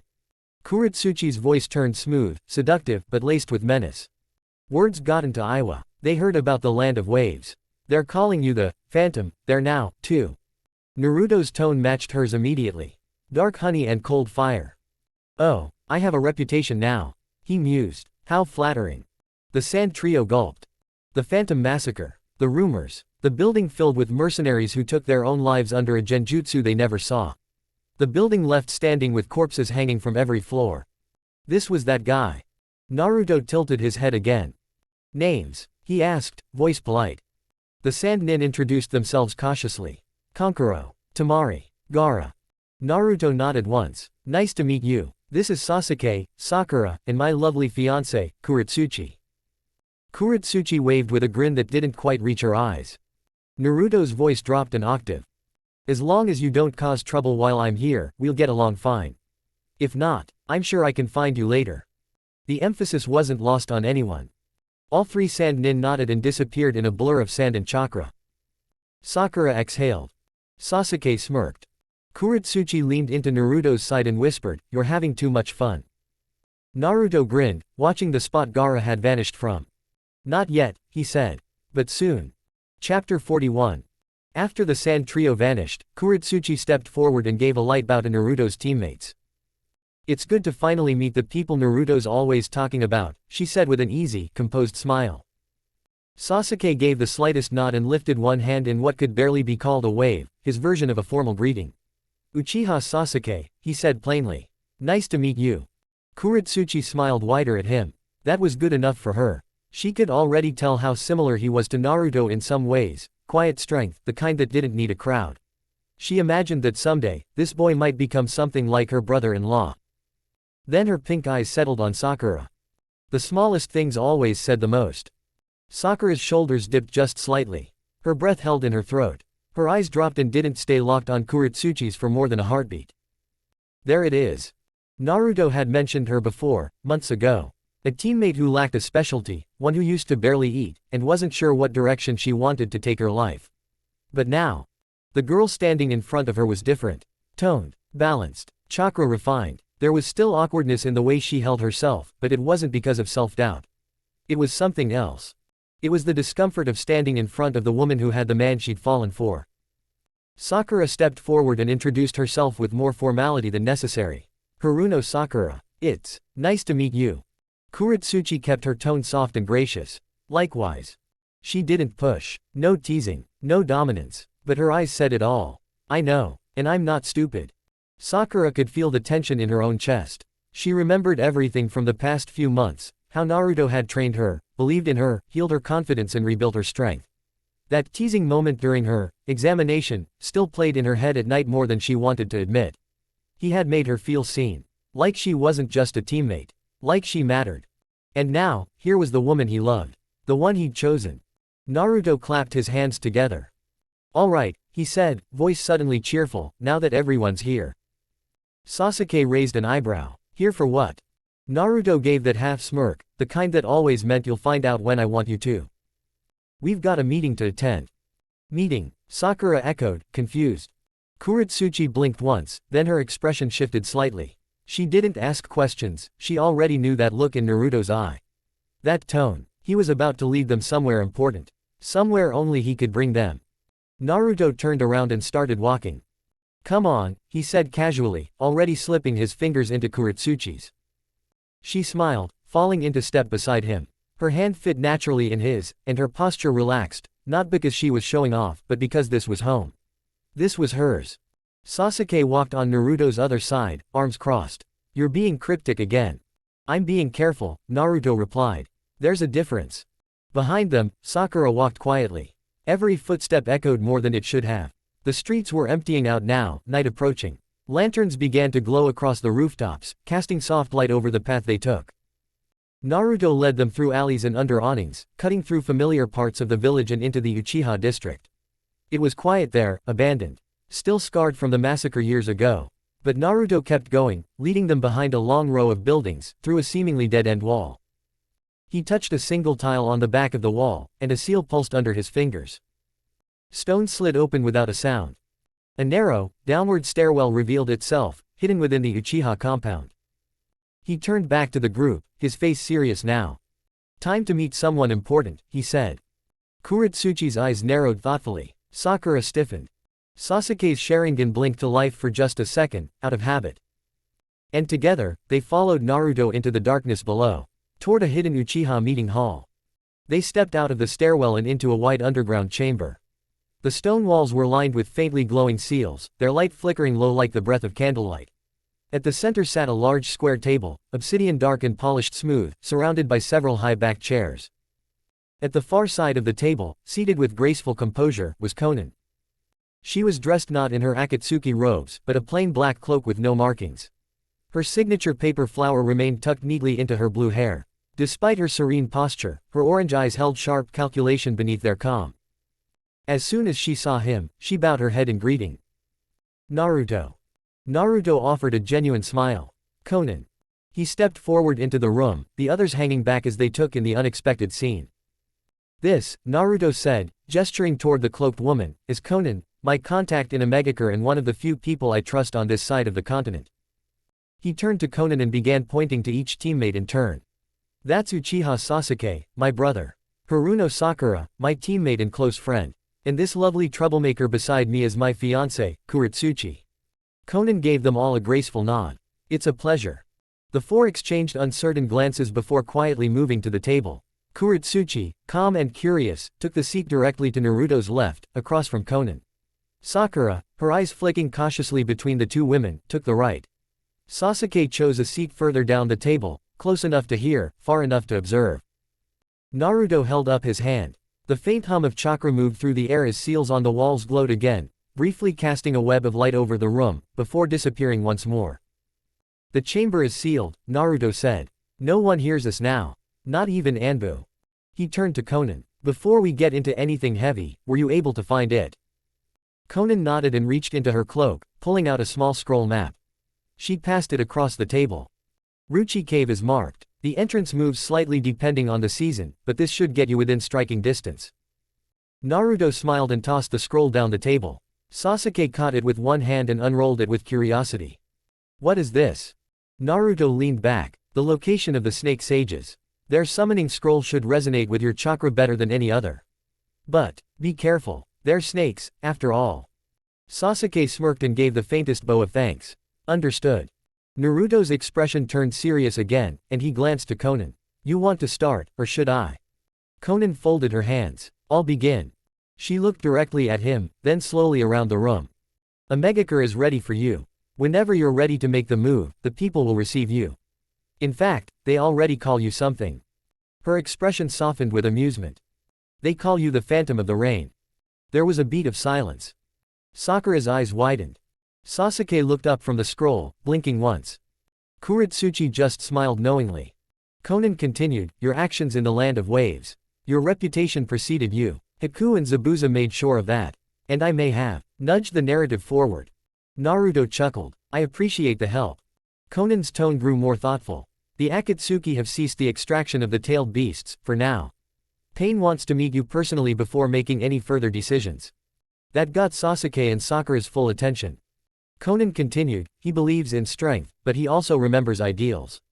And you, Naruto, you've disrupted his vision enough to make him curious. He's watching, but not in hostility. At this moment, he wants to help. Sasuke glanced at Naruto, confused but silent. Sakura looked unsure whether to feel relieved or more anxious. Konan finished, until you leave the village, I am your only contact. I'm the only member of Akatsuki without a bounty on my head. Naruto nodded. Thank you. That's more than enough. He took a breath and straightened in his chair. Now my turn. He looked to Sasuke and Sakura. Remember when I said I had something big to tell you? This is it. Naruto leaned forward, hands folded. The Fire and Earth daimyos. They've been talking, secretly, and they proposed something no one expected, making Omegakure a neutral hidden village. Sasuke's brow twitched. Sakura leaned forward slightly. Neutral, Naruto repeated, meaning not loyal to any one nation. Instead, it'll be governed collectively by all 5 daimyo. The village itself would have autonomy, but its leadership would be answerable only to the full council of daimyo, by unanimous vote. Konan's breath hitched slightly at that, her expression showing genuine surprise.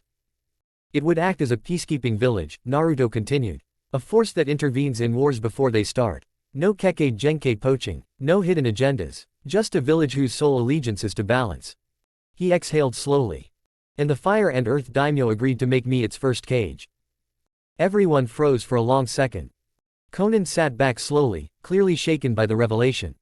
Sakura's mouth opened slightly but no words came out. Sasuke narrowed his eyes, but said nothing. Kuretsuchi was the only one smiling. Naruto looked to Conan. The plan includes giving me full Jonin status, acknowledging the Uchiha as a legitimate clan again under my protection, and allowing AIM to develop without interference from any other hidden village. He paused. This wasn't just my idea. It started with the Earth Daimyo. He wanted to stop another war before it ever started. And he thinks, I can do that. Conan stared at him for a long time, then slowly shook her head, not in denial, but in awe. You're becoming more than Yahiko ever dreamed, she said softly. And I think he'd be proud of that. Naruto said nothing, but he smiled gently, a shadow of pain and warmth crossing his face. He looked at his team. Now, I'll answer whatever questions you've got. And just like that, the weight in the room shifted, because the future wasn't just coming. It had already begun. Chapter 42. The room was silent for several seconds after Naruto's words ended. The seals along the walls flickered faintly, as if the air itself was holding its breath. Then, so, Sasuke said flatly, breaking the stillness, when were you going to tell us that you were leaving? His tone wasn't angry, but it wasn't calm either. Naruto met his brother's gaze with a steady one of his own. I planned to tell you the moment I knew you were ready. Strong enough to survive without me hovering. Sasuke's eyes narrowed, but he didn't argue. TCH, I see. Sakura leaned forward next. Her voice was more vulnerable. Were you planning to say goodbye? Naruto turned toward her, pink warmth in his eyes, softened only when she was looking. No, he said gently. I was planning to say, I'll see you soon. A megacure isn't the end for us, Sakura. It's just the beginning of something bigger. Sakura looked down at her lap, chewing the inside of her cheek. Kuretsuchi reached under the table and gave Naruto's hand a gentle squeeze. Sasuke spoke again, his tone colder now. You're really going to be a cage. But for another village, not Konoha. There it was. Naruto nodded. I stopped being Konoha's long ago, Sasuke. You know that. They never saw me as theirs. Not really. Sasuke glanced to the side. He didn't argue. He couldn't. Sakura raised her head again. What happens to us, then? Are you expecting us to follow you? Naruto shook his head. I expect nothing. What I hope is that you'll make the choice that makes you happiest. If that path ever brings you to a megacure, my doors will always be open. If not, you'll always be my team. He paused. And my family. Sasuke looked at him carefully, still quiet. Will you be safe? Sakura asked. Really safe? Naruto gave a small, tired smile. Conan will help. Zabuza, Haku, and others will back me. And Kurama's always with me. But there's no such thing as safe, Sakura. You know that better than anyone. All we can do is build something worth protecting, and be strong enough to protect it. Sasuke leaned forward now, finally serious. This new village, if it's meant to be a peacekeeping force, then I want in. Kuretsuchi blinked. Sakura turned her head. Even Conan arched a brow. Naruto's eyes widened slightly. You, what? Sasuke shrugged. Konoha has nothing for me. Not anymore. You're my brother. And if you're going to change the world from the shadows, I want to see it happen. Naruto was quiet, then nodded slowly. I'd be honored, Sasuke. Sakura's knuckles were white in her lap. She spoke up next, hesitant but honest. I don't know if I can leave Konoha. Not yet, but if it's true that you're building a village meant to protect people instead of using them, she looked up at him. Then I'll support it from here. And if I can't, maybe I'll come one day. Naruto's gaze was soft, but proud. You've already come so far, Sakura. I'd never ask more than what your heart allows.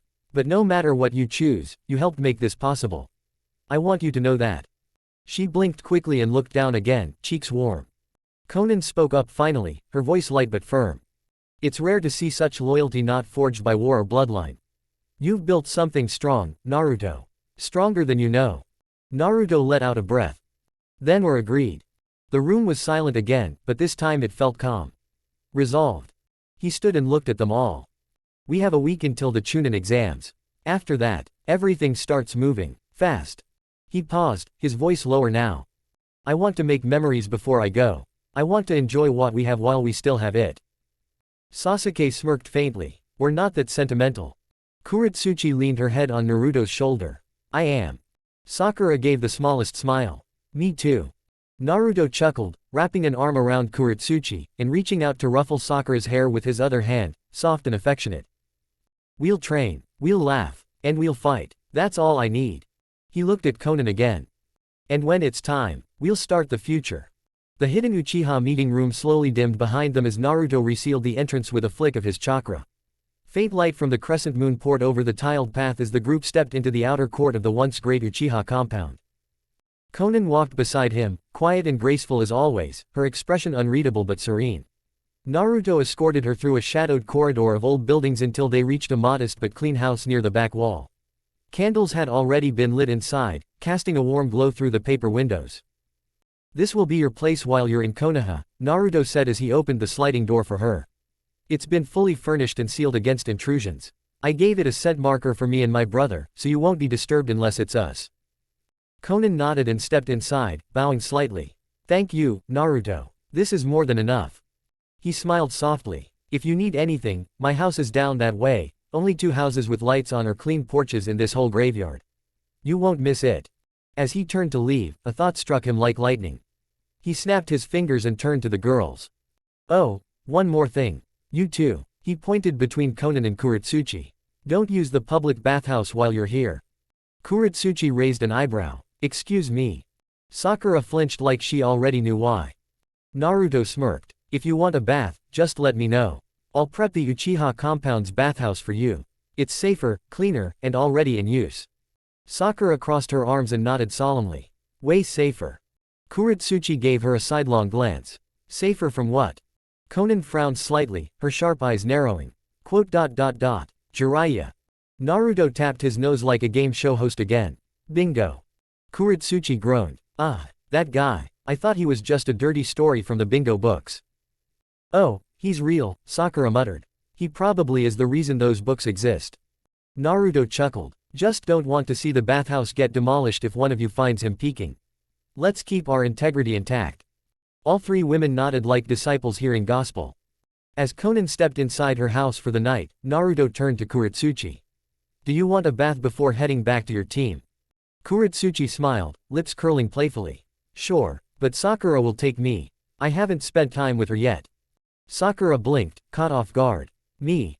Kuretsuchi linked her hands behind her head, striding forward confidently. "I figured it's time we talk, girl to girl." Naruto raised an eyebrow but nodded. "All right then, my house is over there if either of you needs anything. Night." He turned and headed off, grumbling under his breath. Sticking my brother in a ghost town. What kind of twisted psyche experiment was that? As his silhouette faded into the moonlight, Sakura and Kuretsuchi began walking the tiled path toward the bathhouse. The compound's eerie stillness wrapped around them like a blanket. "It's spooky at night," Kuretsuchi muttered, glancing at the crumbling buildings. Sakura nodded quickly. "Yeah, it's even worse when the wind starts howling." After a few moments of walking in silence, Kuretsuchi spoke again, softer this time. "Is he always that carefree with you guys?" Sakura let out a quiet sigh. "Only with us. Out there, he's cold, standoffish. The villagers avoid him, or fear him now. The council tiptoes like he's a bomb." She paused. "When we were kids, our parents told us to stay away from him. Like he was cursed. I didn't even know he was an orphan for years." Kuretsuchi raised an eyebrow. "He looked like an Uchiha," Sakura continued. "So I assumed he had family. He was always quiet, even when loud. But after Sasuke joined the academy, Naruto started waiting outside after class to walk him home. That's when it changed." Sakura looked ahead. "I think so. I was obsessed with Sasuke. But Naruto, he was always nearby, even when no one noticed."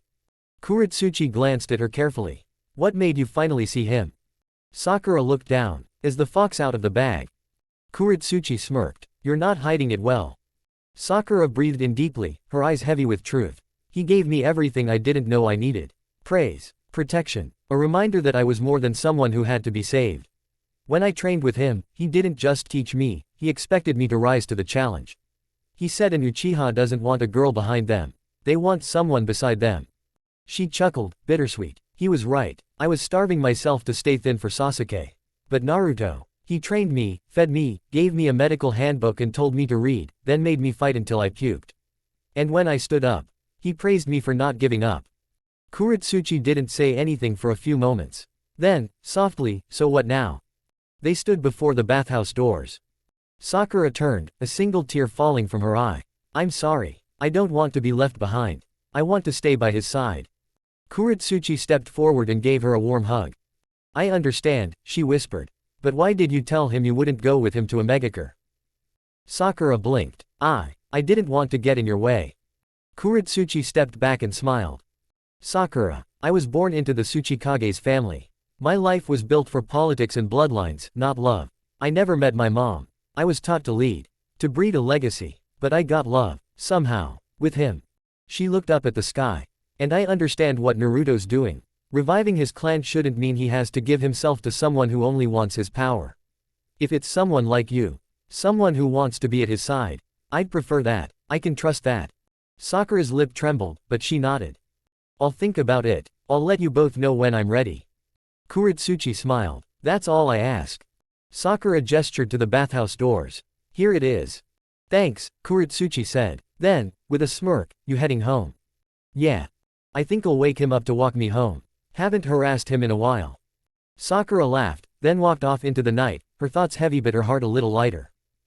Behind her, Kuretsuchi entered the bathhouse, silent, pensive, and grateful.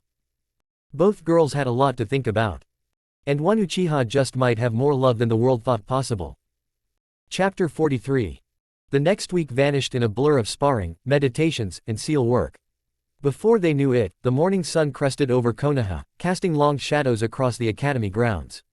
Naruto, Sasuke, and Sakura stood side by side before the old building where their shinobi lives had truly begun. Kakashi, for once, was already there, hands tucked in his pockets, his lone eye curving cheerfully. Room 301, he said simply. Good luck, and don't cause too much permanent damage.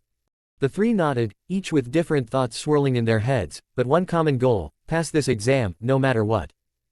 As they entered the building, it didn't take long before they encountered their first obstacle, a genjutsu masking the second floor as the third. Two disguised chunin, Katetsu and Izumo, argued with a couple of hot-headed genin in front of a sealed classroom door. But with two Sharingan and a battle-hardened Pinkett, Team 7 didn't hesitate.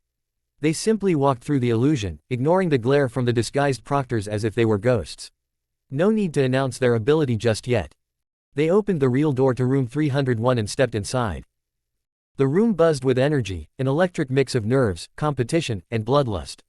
Foreign ninja lined the walls, whispering amongst themselves. Some stood like statues, gauging everything. Others sat relaxed, feigning ease. But all of them watched each other. Naruto gave a calm, friendly nod to the Konoha clan kids scattered around the room. Kiba spotted him and immediately bounded over with his usual boisterous energy.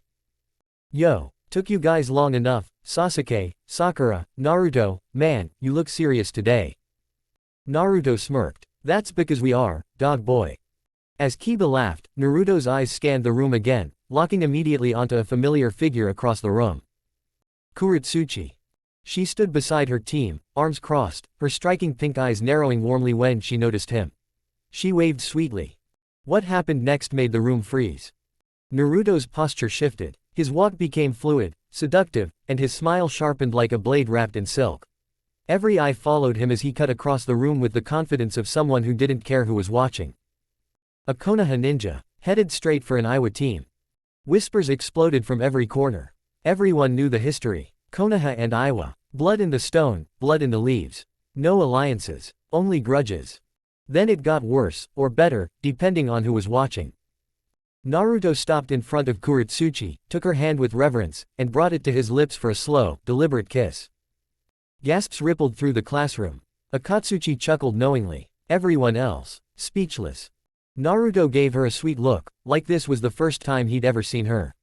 Forgive the forwardness, but I couldn't resist. My name's Naruto, Phantom of the Rain. And I would gladly fight both Konoha and Iwa if it meant I could get more time with you. Kuretsuchi's cheeks flared red despite herself. She knew he was up to something, but damn if he wasn't good at it. With a smirk, she pulled him into a kiss. The entire classroom erupted, gasps, some cheers, most frozen in stunned disbelief. Even Kankura whistled. Yo, that guy's got moves. Tamari tried to look elsewhere, cheeks tinted pink. But the spectacle was impossible to ignore. At the back of the group, a boy with silver gray hair and glasses appeared beside Kiba, Sasuke, and Sakura, smiling casually. Well, your teammate certainly knows how to make an entrance, the boy chuckled. Sakura narrowed her eyes. Who are you? The boy bowed slightly. Yakushi Kabuto. Pleased to meet you. This'll be my 7th time attempting the Chunin exams. Sasuke exchanged a glance with Sakura. Neither of them recognized this guy, and they knew most active genin. Not a good sign. But Kiba, ever trusting, grinned. 7th time. Damn, man, that's either dedication or insanity. Kabuto laughed softly. Bit of both. He then pulled out a deck of cards, flicking one out between his fingers. I made these, ninja info cards. Gathered intel on most of the participants. Want me to show you one? Before anyone could answer, Naruto's form flickered, disappearing from beside Kuretsuchi and reappearing silently in front of Kabuto like a wraith. Both Kabuto and Kiba yelped. Damn it, Naruto. Kiba shouted, hand over his heart. Stop doing that. Naruto ignored him, pointing calmly to a red-haired girl standing quietly among the grass ninja. Her, the redhead. Back row. I want info on her. Everyone turned. The girl blushed, caught off guard by the sudden attention. Her eyes met Naruto's, briefly, and she looked like she was about to vanish into her cloak. Kabuto raised a brow. Bit bold of you, don't you think? You sure you want her info read out in front of everyone? Naruto's smirk was pure Uchiha confidence. In exchange, you can read mine. More gasps. Even Kabuto blinked. Well, alright. Kabuto shuffled through his cards, flicked one, and read aloud. Her name is Karen Uzumaki. Naruto raised a hand, stopping him there. Knew it. Then, loud enough for the room to hear, to everyone in this room, if anyone tries to harm that girl, I will come for you. I don't care where you hide or who your sensei is. Try it, and the phantom will turn you, and your loved ones, into fox food. Kurama's low chuckle echoed in Naruto's head. Now that's how you make a statement, Kit. Karen's face flushed red again, but she stared at Naruto with a mix of confusion and awe. She hadn't even spoken to him, and yet. The entire room went silent. Everyone now knew one thing. Naruto Uzumaki Uchiha was not to be trifled with. Kabuto adjusted his glasses and gave a casual, rehearsed smile. All right then, Naruto-kun. You fulfilled your end, so I'll fulfill mine. He sifted through his ninja info cards, pausing when he reached one marked with a red tag.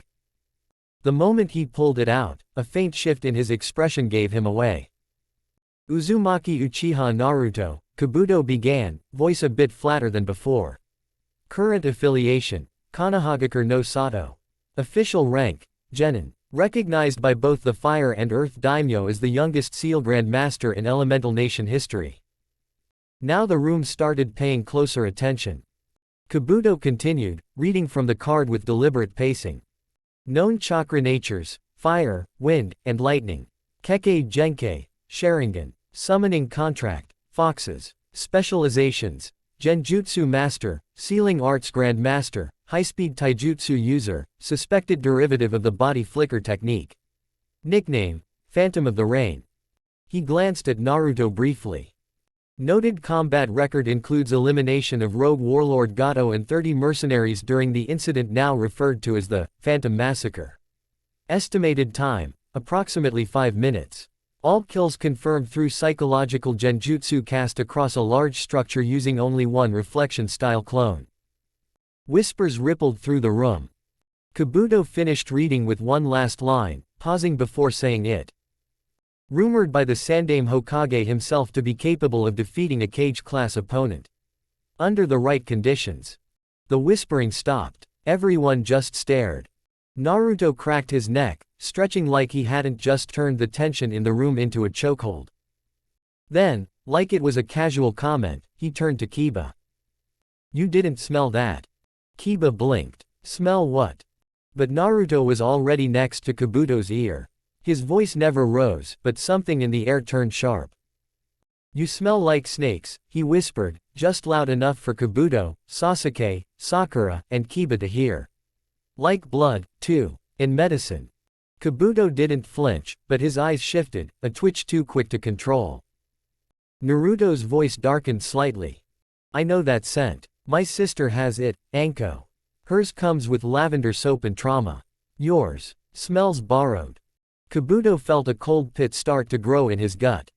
I don't know who you're here for, Naruto continued, tone still quiet but lethal. But if you or your master lay a finger on my friends, my brother, or any Uzumaki, I'll tell the Akatsuki exactly where to find you. And I'll enjoy doing it. Kabuto barely kept his composure. He knows. He smells Orochimaru's chakra on me. How? Then Naruto added, still smiling softly, I've got a fox's nose. One day, too, if I'm napping. That's all I'd need to track you down. Before Kabuto could respond, boom. A burst of sound screamed through the air as one of the sound genin fired a sonic blast at Kabuto. Naruto didn't blink. His white Chikudo was drawn and sheathed in a single flash.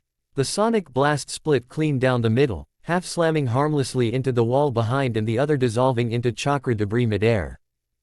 Naruto turned to the room, smiling. Let's not get carried away before the exam starts. The sound genin backed up, suddenly unsure of every decision they'd made that morning. The room door creaked open. A scarred man with a stone gaze entered. Morino Ibiki. His boots echoed on the wood floor. His eyes scanned the room like he could already tell who would fail. He nodded once toward Naruto. Thanks.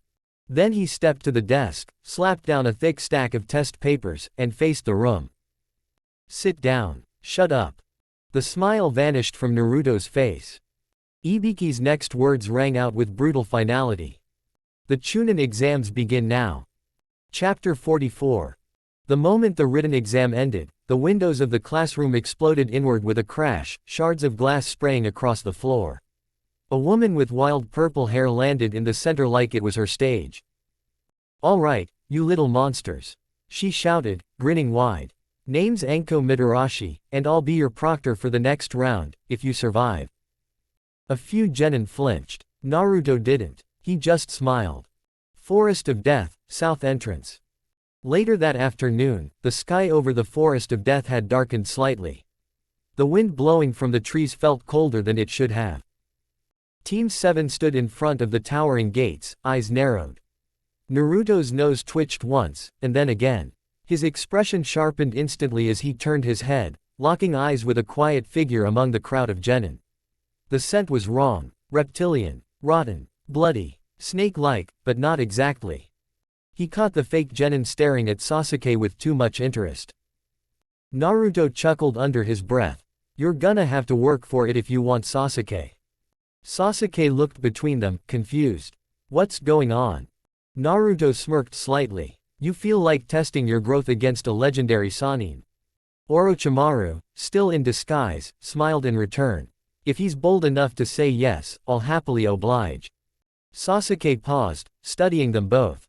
Then a slow, dangerous grin crept onto his face. I'm in. Just before the tension could go any further, Enko reappeared out of nowhere and slung herself over Naruto's shoulders with a laugh, ignoring the sharp looks from both Sakura and Kuretsuchi. Relax, relax, no killing each other before I hand out the test, she said, dangling the scrolls from her fingers. She handed Team 7 an earth scroll and moved on. Naruto leaned back with his arms crossed and watched as another team stepped forward, sound nin. He recognized Dosu, Kin, and Zaku, and the scroll in their hands, heaven. He activated his Sharingan without a word and gave a quick whistle, catching their attention. The three turned toward him on instinct, meeting his gaze. Naruto walked up and held out his hand like an old friend. Dosu, right. Good luck. Show us what sound can do. Then he gave Kin a soft wink, causing her to freeze mid-blink. The sound team scoffed and turned back around, unaware of what had just happened. As Naruto strolled back to his team, his Sharingan faded. From behind, Enko let out a loud laugh. Sasuke frowned. What did you do? Naruto reached into his cloak and revealed the heaven scroll, flipping it in his hand casually. Just borrowed something they won't notice for a while. Sakura's eyes widened. You put them under genjutsu. They never even blinked, Naruto said with a grin. Orochimaru, still watching from the crowd, narrowed his eyes. His team had failed to notice a simple deception, and yet Naruto had pulled it off effortlessly. Disappointment, followed by intrigue. All the teams stepped back toward their assigned gates. With the sun falling behind the trees, the second stage of the Chunin exams was about to begin. The bell rang across the Forest of Death. A sharp clang echoed, and all the massive iron gates creaked open in unison. Team 7 didn't charge inside like most others. They walked. Sasuke led slightly ahead, tense but collected. Sakura stayed alert, pink hair tied back and ears tuned to every branch snap and leaf rustle. Naruto followed just behind them both, hands in his pockets, walking like they were headed for a picnic instead of a survival challenge. They passed the first 10 trees in silence before Naruto finally spoke. "All we really need to do is get to the tower," he said casually. "We already have both scrolls. But Sasuke, you've got a fight to get ready for." Sasuke's eyes narrowed. "Yeah. Any questions?" Sakura shifted her stance slightly, still keeping her ears open for approaching teams, but she turned just enough to hear clearly. Sasuke was quiet for a moment, then asked, "How did you know that guy was a Sannin?" Naruto chuckled low in his throat. "Chakra," he said simply. His signal was way more oppressive than anything else I've felt out here. Like getting stared down by a predator that already decided your prey.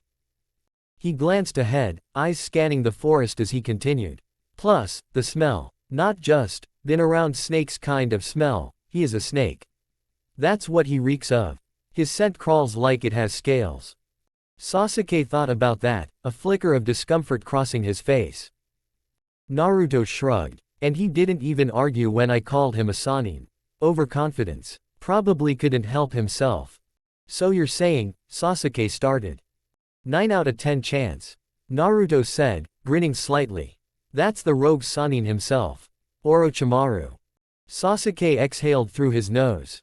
"Perfect." Sakura didn't say anything, but her grip tightened slightly. She knew Sasuke wouldn't back down from a challenge, especially not one like that. But hearing Orochimaru's name still made her stomach twist.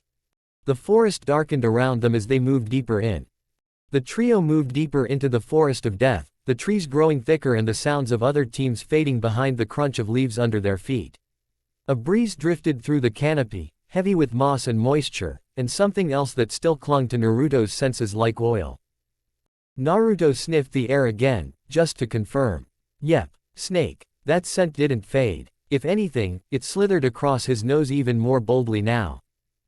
"Hey, Kurama," Naruto thought casually, tilting his head slightly. "What the hell is up with that smell? Orochimaru legit smells like he's got scales under that henge. You think he's got a forked tongue, too?" "Hey." Kurama's deep voice rumbled with amusement. "You're not wrong. He probably does have features under there. My guess. That man's either a snake sage or damn close to becoming one." Naruto blinked. Snake sage. Kurama's tail flick of a tone returned. "There's a place deep in the world called Ruchi Cave, the one you're gonna send Sasuke to. It's like the fox realm, but for snakes. The nature chakra there saturates everything. It lets people bond with snakes and even start to become like them. And once they get good enough, they tap into what's called sage mode." Naruto narrowed his eyes, stepping over a twisted root without missing a beat. "So what's nature chakra, then?" "Nature chakra is the raw energy of the world," Kurama said, shifting from amused to serious in tone. "It's everywhere. In the wind, the trees, the dirt, the sunlight. When someone learns to absorb it and blend it with their physical and spiritual chakra, they enter sage mode. That form massively boosts strength, reflexes, perception, even healing. But it takes perfect balance. One misstep, and your body turns to stone." Naruto took that in, eyebrows furrowed. "So wait, if someone trained with the foxes instead of the snakes, and learned sage mode that way, would they get more fox stuff?" Kurama went quiet for a breath, then chuckled again. "That's exactly what would happen. But for you, it'd be a little different." Naruto raised a brow. "How different are we talkin' here?" "You're already compatible with my chakra," Kurama explained, his voice thoughtful now. "If you trained in fox sage mode, your body would accept nature chakra faster, too fast, maybe. Your features would change. Probably permanently. Fox eyes. Fangs. Claws. Maybe a tail if you aren't careful. And your body would adapt in other ways to make using nature chakra easier. The line between you and a fox might blur a bit. You'd be permanently stuck in sage mode." Naruto imagined it for a second, fox features, slitted eyes, maybe even a red tail like Mizuru's. He snorted. Well, better than turning into a toad with warts and those weird goat eyes. Kurama laughed. Agreed. But there's no going back. That kind of change sticks forever. There was silence for a moment between them. The sound of rustling leaves filled the gap as Team 7 continued forward, unaware of the conversation going on inside Naruto's head. Then Kurama asked, "Are you sure, Kit? I didn't bring it up before because I thought you'd hate being different again. It's one thing to have whiskers. It's another to not look human anymore. You've spent your life being ostracized. And this would make sure it never stops." Naruto didn't answer right away. He stepped under a low branch, his eyes catching Sakura scanning the treeline with sharp awareness. Sasuke walked just ahead, arms relaxed but ready, chakra coiled tight in his core like a loaded spring. He thought about everything they'd been through. The trust they'd built. The promise to build something greater. The future they were walking toward. He took a quiet breath. "I'll be fine," Naruto finally said. "It would have crushed me before. Now, I can deal with it. If anything, it's worth it. I'll climb higher, and I'll pull Sasuke with me. We'll both be sages. And when we stand at the top, no one will be able to tear us down." Kurama's voice came through with deep approval. "That's the spirit, Kit. We've got time in the forest. When you're ready, we'll begin." Naruto nodded slightly, then glanced at his team. "Hey," he said aloud, "before we get to the tower, there's something I want to try. It won't take long." Sakura glanced back. "You've got a plan?" Naruto grinned. "Sort of. Just a little detour. Let's find a clearing." Sasuke raised a brow but followed without hesitation. Sakura gave a nod and stepped into formation. They didn't need to ask questions. Naruto didn't need to explain. They trusted each other. Chapter 45. They reached a small clearing in the dense forest, dappled with filtered sunlight and edged by moss-covered trees. The wind rustled the leaves overhead, and birds quieted as chakra began to stir in the air. Naruto stepped into the center of the clearing and turned to face his teammates. "All right," he said, voice calm but steady with purpose. "Here's how this is gonna go." Sasuke crossed his arms, focused. "Sasuke," Naruto began, "I trust you with this. I'm not gonna interfere. This is your fight." Sasuke's eyes narrowed slightly. "I'm not saying you'll win. Not yet," Naruto admitted, "but I know you'll make that snake sweat." A smirk tugged at the edge of Sasuke's mouth. "Good." Without hesitation, Naruto bit down on his thumb and dropped to a knee, slamming his hand against the grass-covered earth. A red seal flared under his palm, and with a loud poof, Ranma, the tall, elegant white fox with 3 sweeping tails and piercing red eyes, appeared beside him. Ranma dipped his head respectfully. "Naruto-sama." Naruto rose and gestured with his chin toward Sasuke. "Stay at a distance. This is his fight, but if he's about to get taken out for real, get him out of there. Orochimaru's not allowed to kill him." Ranma nodded solemnly. "Understood." Naruto turned to Sasuke. "He's waiting east of here. His chakra stopped moving about 100 meters out. He's not hiding, he's expecting you." Sasuke gave a small nod, his Sharingan flickering to life. "Then I'll go meet him." Without another word, he vanished into the trees, Ranma blurring after him with a sweep of white fur and wind. Naruto watched them disappear, then exhaled slowly and turned toward Sakura. She stepped closer, brows knitting with concern. "What do you need from me?" Naruto looked at her with soft eyes. "I'm gonna be out of it for a while, focusing all my energy on channeling chakra. That leaves me wide open. I need someone to keep me safe." Sakura blinked, taken off guard. "You want me to protect you?" "For a few hours," Naruto nodded. "Then I'll rest. After that, I should be adjusted." She hesitated, eyes searching his face. "And if we get attacked?" "I trust you," Naruto said quietly. "You're strong enough now to stand beside someone instead of behind. I've seen it. You've proven it." Sakura's breath caught in her throat. She stared at him for a long second before nodding, a flush rising on her cheeks. "Thank you," she whispered. "I'll protect you. So just do what you need to do." Naruto smiled gently and began lowering himself to the ground. Before he could close his eyes, Sakura spoke again. When this is done, she said, we need to talk. His expression didn't shift, but there was warmth behind his smile now. Yeah, he murmured. I know. With that, Naruto closed his eyes and let the outside world fade, slipping seamlessly into the quiet pull of his mindscape, ready to begin what came next. Sasuke. Sasuke moved like a shadow through the trees, barely a whisper against the branches. The tension in the air changed before he even saw the clearing, like something ancient had uncurled its presence and was waiting just beyond the leaves. He landed softly on a thick branch and stared down into a clearing surrounded by withered trees and crushed underbrush, the smell of snake musk soaking the wind. There he stood. The disguised genin had dropped the act. Pale skin, yellow eyes with slit pupils, black markings creeping up his face like cracked ink. Orochimaru was no longer pretending. Sasuke stepped forward into the open, letting his presence be known. His eyes burned crimson, 3 tomo spinning slowly in each Sharingan. You're bold, Orochimaru said, voice smooth and cold. I expected hesitation, maybe even fear. Sasuke stared him down. You're not the scariest thing I've met. Orochimaru's brows lifted in amusement. Kurama, he guessed. Sasuke gave a slight smirk. You could say I've had worse breathing down my neck. The Sannin chuckled, fingers twitching at his side. Still, this is impressive. That calm, that look in your eyes, it's just like Itachi's. The mention of his brother made Sasuke's gaze sharpen, but he didn't bite. Orochimaru opened his arms, mock welcoming. Come, then, let's see if the last loyal Uchiha has teeth. Sasuke didn't waste time. He flickered forward, Chidori beginning to spark around his palm, but not fully formed, just enough to amplify his speed. Orochimaru's hand snapped up and blocked the hit with a wrist coated in hardened chakra. He countered with a strike toward Sasuke's ribs, but Sasuke twisted, blocking with his elbow, and spun out of the way. Lightning arced as Sasuke's body shimmered. He flickered to Orochimaru's side and slammed a spinning kick into the Sannin's arm, forcing Orochimaru to slide back. You're faster than I expected, Orochimaru murmured. You're slower than I hoped, Sasuke shot back.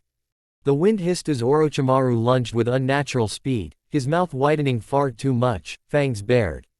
A tongue lashed out toward Sasuke like a spear. Sasuke ducked, flipped back, and fired a burst of fire at point blank. Fire style, Phoenix Flower Jutsu. The small flame projectiles exploded outward, but Orochimaru melted into the ground like oil, dodging every shot. Sasuke's eyes followed the trail of chakra, and just as Orochimaru re-emerged behind him, Sasuke spun and deflected the kunai meant for his back. Their blades clashed. Then again. And again, faster now, a blur of metal and sparks as Orochimaru tested him, and Sasuke met every strike with calculated precision. Still not afraid? Orochimaru asked, his voice slithering through the sound of steel. Sasuke shoved back, Sharingan glowing. You think just because you've killed before that makes you terrifying. Even gods bleed. Orochimaru's grin widened, manic. Then bleed for me, little Uchiha. He suddenly vanished. Sasuke's eyes snapped up, but not fast enough. A wave of pressure dropped from above. Orochimaru came down with a full-force axe kick. Sasuke crossed his arms, chakra flooding into his limbs as he caught the kick and was driven hard into the dirt, but his feet held. He skidded back in a crouch, dirt and leaves flying up around him. He looked up, lip bleeding but grin still there. The cursed wind blew through the trees again. And then, Sasuke disappeared in a flicker of lightning. Orochimaru turned just in time to see the new Chidori fully formed and aimed for his heart. Sakura. The forest pressed in on her. Still and humid, the trees hung heavy with fog-like silence. Leaves rustled just slightly, but no wind touched her skin. Sakura stood with her back to Naruto, her body still and eyes sharp. His breathing was uneven behind her, a low grunt breaking from his throat every few seconds. Sweat darkened the collar of his shirt. His chakra was swirling violently, like a whirlpool trying to suck itself down. It made her stomach tighten. She could feel it. Whatever he was doing, it was hurting him. But she didn't move. She trusted him. She just had to make sure nothing interrupted him. That's when she felt it. Not chakra, not sound, something more primal. The feeling of eyes locking onto her spine. The subtle tensing of the world right before a storm hits. She shifted her weight, eyes scanning the treetops. Then 3 blurs dropped from the branches with the light thuds of trained feet landing on earth. Dosu, Zaku, and Kin. The sound ninja. Of course. Dosu stepped forward first, his face wrapped in bandages and his voice flat. "You're the bitch who let that bastard steal our scroll." Sakura didn't blink. "You're the idiot who got played like a civilian." Zaku growled, raising one arm with the air cannon embedded in it. "You really want to go there, Pinky?" "I do," she said simply. Kin smirked, twirling a senbon between her fingers. "TCH. Just a little medic. She's nothing without her team." Sakura's gaze sharpened. Her heart beat steady. No fear. Just calculation. These weren't the same 3 who attacked in the hallway. They were angry now. Sloppy. But that didn't make them harmless. Sakura took a slow step forward and spoke calmly. "I'm not the one who should be worried." Zaku snapped his arm up and fired. The burst of air tore across the clearing, kicking up a wave of dust and cracking a tree in half. But it hit nothing. Sakura had already moved. She dashed low, chakra surging to her legs as she blurred beneath the blast. Her speed wasn't graceful, it was efficient, explosive. Zaku's eyes barely had time to widen before her foot came up. A perfect roundhouse. Full force. His jaw cracked, and he flew back like a ragdoll, slamming into a tree with a crunch that echoed through the forest. Kin's smile vanished. She reacted instantly, flinging senbon laced with genjutsu, each one pulsing with a subtle whine of chakra. Sakura saw it before it even settled. The illusion hit, but didn't stick. She pulsed her chakra outward and shattered the genjutsu like glass. Her form reappeared in front of Kin a heartbeat later, chakra scalpel glowing along her fingers. She didn't give the girl time to scream. One cut, sharp and deliberate, straight into the muscle of Kin's shoulder. Kin's arm dropped, and she crumpled with a scream, collapsing to one knee and clutching her limp limb. Sakura stepped back, breathing a little heavier, but focused. Her gaze was already shifting toward Dosu. He hadn't moved yet. He was watching, studying. "Not bad," he muttered, raising his gauntlet. She tightened her stance. This was the real threat. He didn't yell, didn't posture. Just fired, a compressed pulse of sound that screamed through the air like a banshee. Sakura dropped, sliding across the dirt on one leg and one hand, letting the blast howl above her head. Bark exploded off a tree behind her, torn open like paper. She stopped her slide with a pivot and snapped upright. Dosu's eye narrowed behind the bandages. Sakura's voice was calm. "He taught me to hear the air shift before you move. You're loud." She stepped forward slowly now, like a predator, not rushing. Just reading. Her boots crunched over dead leaves. She could feel her chakra pulsing in her veins like heat, steady and focused. She moved her hand slightly, readying another chakra scalpel. Dosu hesitated. And for just a second, he looked worried. That's when it happened. Behind her, Naruto cried out. His body jolted, and a sudden pressure rolled off him like a silent explosion. The clearing itself seemed to bend under the weight of it. Sakura turned, just for a second. Instinct. Concern. But that second was all Dosu needed. He moved, silent and fast. His gauntlet was raised, slicing through the air toward the side of her face. Sakura turned back, eyes wide, too late to dodge. Naruto. The forest in Naruto's mind was quiet too. Not an empty kind of silence, but the kind you felt when the whole world held its breath. Naruto sat cross-legged at the center of a clearing that didn't exist, wrapped in light fog and soft rustling leaves that shimmered like starlight. His breathing was calm but steady, eyes closed, the entire atmosphere dense with focus. This was his sanctuary, his mindscape. It reflected him, calm on the surface, but something ancient and dangerous stirred just beneath. And now, that something was changing. Naruto's chakra was in motion, cycling through his body with precision. He could feel the difference the moment he focused on it. His usual chakra was dense and fast, like a river cutting through stone. But the new energy he was calling to. It felt ancient. Nature chakra. He reached for it like threading a needle blindfolded, trying to feel the right current through instinct. Each time he pulled too much, he felt heavy, off balance. Pulled too little and it simply scattered like mist in the wind. Kurama's voice echoed, a low hum of patience.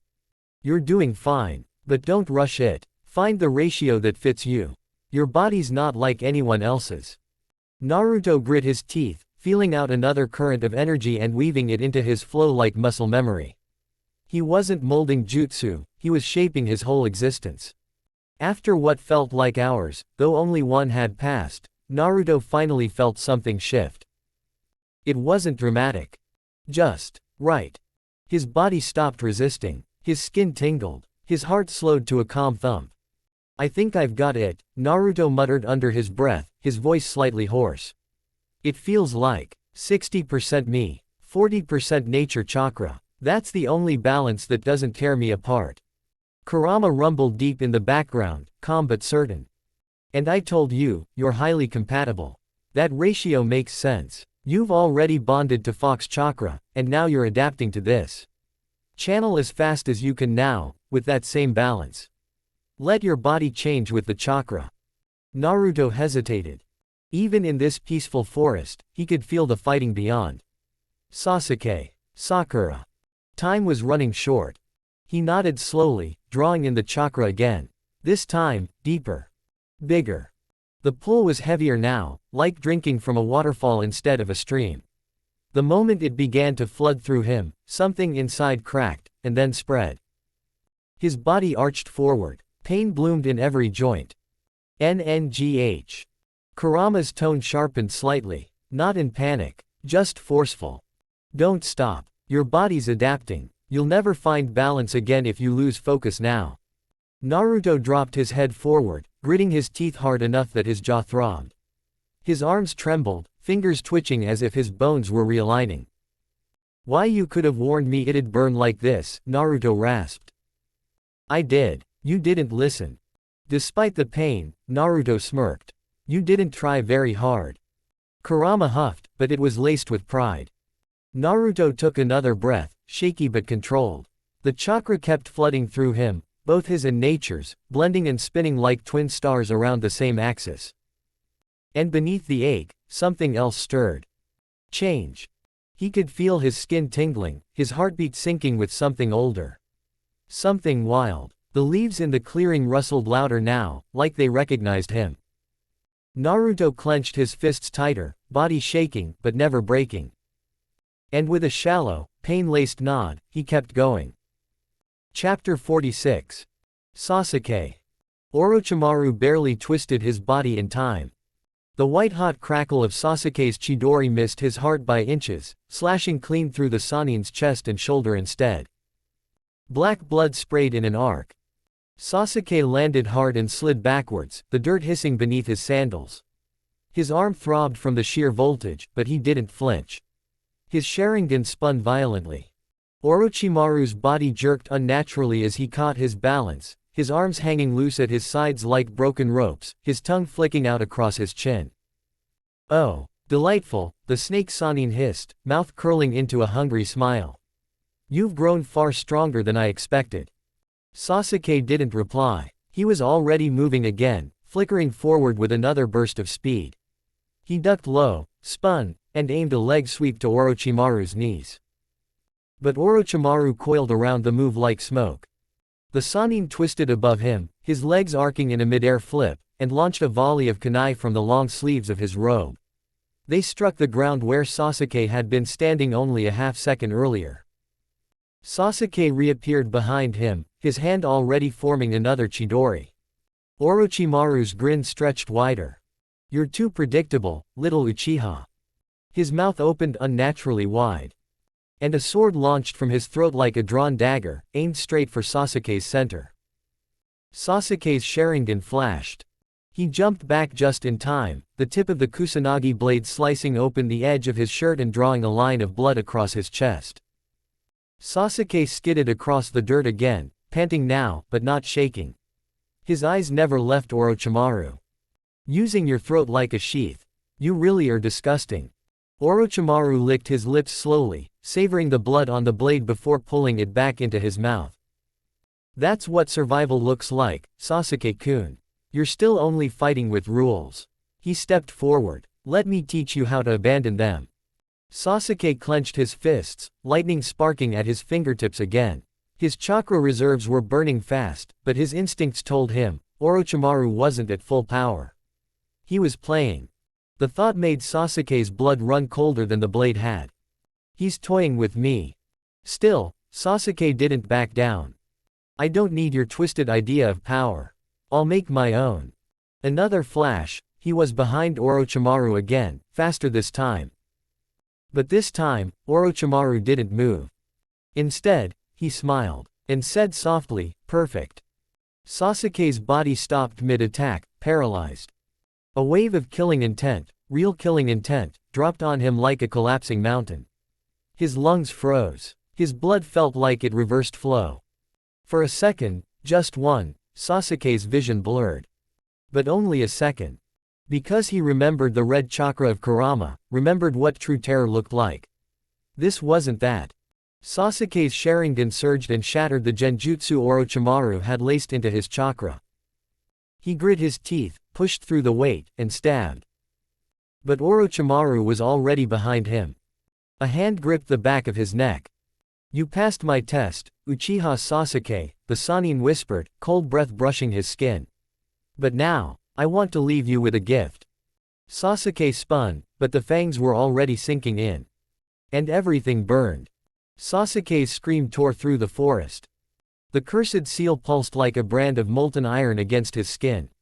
He dropped to his knees, gasping for breath, eyes wide in disbelief at the sheer pain. It wasn't physical anymore. It was spiritual. The 3 black tomo marks spiraled out from the bite on his neck, spreading like poison. Orochimaru chuckled low and satisfied. "That's it. Feel it, Sasuke-kun. Let it in." Sasuke's hands dug into the dirt. His vision warped, his chakra felt like it was boiling beneath his skin, twisting, changing. Suddenly, white fur blurred across the clearing. Ranma, Naruto's 3-tailed fox summon, emerged in a flash, landing between Orochimaru and Sasuke with his body low and his red eyes sharp. He growled once, a deep, thunderous warning. Orochimaru's grin widened, showing too many teeth. "Ah, the fox. How loyal." Ranma didn't reply. With practiced speed, he crouched beside Sasuke and nosed beneath the boy's limp arm. "Easy," he muttered, slipping his head and shoulders under Sasuke's weight. "Naruto-sama said not to let you die. And I don't break promises." Sasuke groaned faintly, barely conscious as the seal continued to burn into him. His hands trembled as they clutched at Ranma's thick fur. Ranma stood fully, balancing Sasuke across his back. He turned, claws digging into the ground. Orochimaru just watched, amused. "I'll be seeing you again, Sasuke-kun," he called softly, licking the blood from his lips. "Take good care of that power. Until it breaks you." Ranma didn't respond. He shot forward, vanishing into the tree line with a powerful leap, branches snapping around him as he bolted through the underbrush like a white lightning bolt. Behind them, Orochimaru's laughter echoed, slow and slithering. Ranma growled under his breath, low and dangerous. "Coward snake." He pressed harder into the run, feeling Sasuke's fever burning hotter against his back. "Hold on, Uchiha. We're almost there." The scent of nature chakra and fox fire began to fill the air again. Ranma didn't slow. He just prayed Naruto would be ready for what came next. Sakura and Naruto. Dosu's gauntlet sliced down through the air, the blade glinting, closing in fast. Sakura turned, eyes wide, too late. Boom. A pulse of raw, monstrous chakra exploded through the clearing like a shockwave. Wind ripped through the trees. The leaves recoiled. Dust shot outward like a ring from where Naruto sat, still cross-legged, still silent. Dosu's strike halted mid-swing. His gauntlet trembled. All 3 sound ninja froze. Even Sakura's eyes widened as the oppressive chakra filled her lungs like smoke. And then, Naruto moved. A low, guttural grunt escaped his throat. He gritted his teeth as something started changing, visibly. His whisker marks deepened and stretched like wild scars across his cheeks. His limbs elongated, subtle at first, then clearly pushing the fabric of his pants and sleeves back as bone and sinew reshaped themselves. His back hunched slightly, spine shifting under pressure as his body adapted. His teeth, sharp. Fangs now. His fingernails, longer, curved, black-tipped claws. F-U-C-K, Naruto hissed in soreness, slowly rising to his feet. His kimono battle top ripped at the seams, thread popping. The mesh armor beneath strained and gave up next, splitting open across his chest and shoulders as his body bulked with dense, compact muscle. His arms and legs, now visibly longer than before, poked out past the limits of his clothing, his pants nearly at his knees now. Sakura's face flushed red in an instant. A line of drool slid down the side of her lip before she wiped it away in a daze. Then he opened his eyes. Still violet, but the round pupils were gone, replaced by the sharp, menacing slits of a fox. Naruto glanced down at his ruined clothes and gave a soft scoff. Great. I look like a damn oversized toddler. With no ceremony, he grabbed his shredded kimono top and mesh, yanked them off, and tossed them aside. His bare chest rose and fell with deep, steady breaths. His muscles rippled, like carved stone, but moved fluidly as if coiled to strike. Sakura's brain short-circuited. "Why, you're hot," she blurted out, then slapped her hand over her mouth immediately after, turning redder than a tomato. Naruto raised an eyebrow and grinned wickedly. "Is that a new greeting?" She looked away, covering her face with both hands. "You don't even have clothes on." Naruto just chuckled and cracked his knuckles. Then his eyes, still sharp, still fox-like, locked onto the sound trio. His tone dropped low and serious. "Did these idiots try to hurt you?" Sakura looked up. Her heart pounded, not in fear, but from the weight of that question. She hesitated. But she nodded. Naruto's grin returned, far darker than before. "I won't kill them," he said softly. "For now. But they need to learn consequences." He raised his right hand and pointed at Dosu. His chakra flared, flames that shimmered with white-blue heat, like burning sunlight. Flare style, flare line. The line of chakra fired from his fingertip like a whip of molten light, piercing the air, and slamming straight into Dosu's lower back. There was a split second of silence. Then, ah! Dosu collapsed, clutching his stomach, screaming in agony. A hole smoldered in the lower part of his flak vest, his muscles twitching from nerve damage. Naruto's expression didn't change. He turned his glowing eyes to Zaku and Kin. "Leave, now." They didn't argue. They bolted into the woods like terrified rabbits, not even bothering to check on Dosu. Naruto let out a breath and staggered back against a tree, sliding down to sit. His claws dug a little into the dirt as he winced, shoulders rising and falling. Sakura was at his side instantly, kneeling beside him. Her fingers touched his chest gently, scanning for wounds. "You okay? Are you in pain?" she asked, brushing his sweat-damp bangs from his forehead. He gave a short laugh. "I feel like I hit puberty all at once." She giggled, hands still resting over his chest. "Honestly, you kinda did." Just then, a white flash bounded into the clearing. Ranma. He landed hard and dropped low, Sasuke sprawled over his back. The moment Naruto saw Sasuke's limp body, he tensed, eyes narrowing. Ranma set him down gently beside Naruto. "He's alive, just unconscious." Naruto looked him over, his breathing was stable, no fatal wounds. But then Naruto's eyes found it. The mark.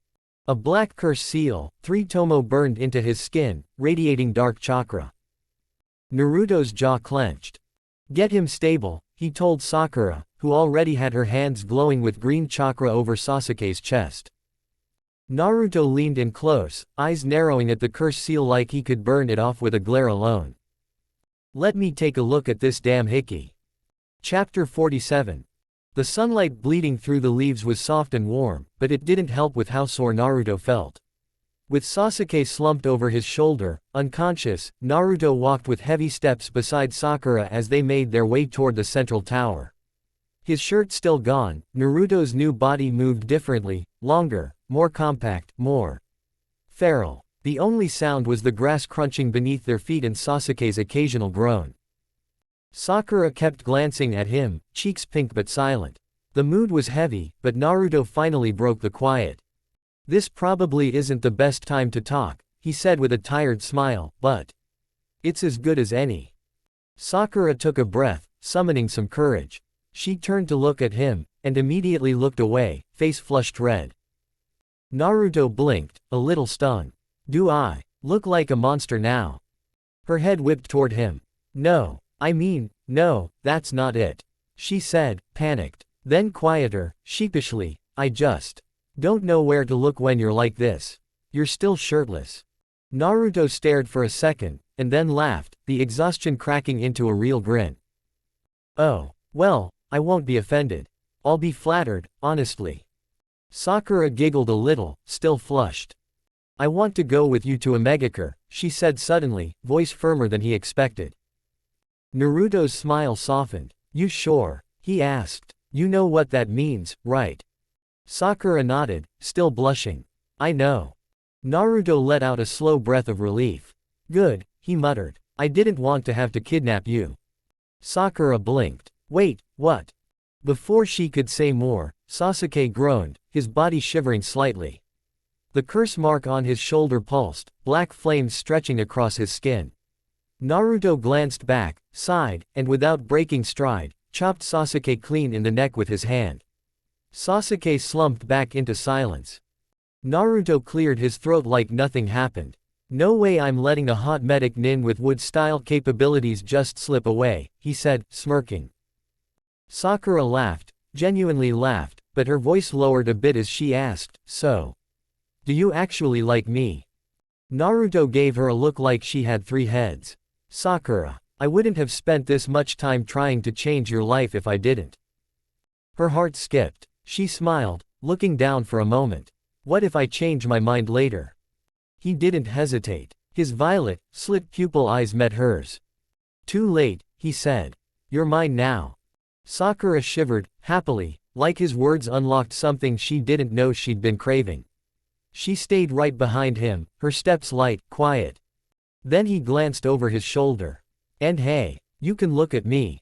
I mean, if even you and Kuretsuchi can't look at me, who could?" Sakura snorted through her nose, flustered but grinning.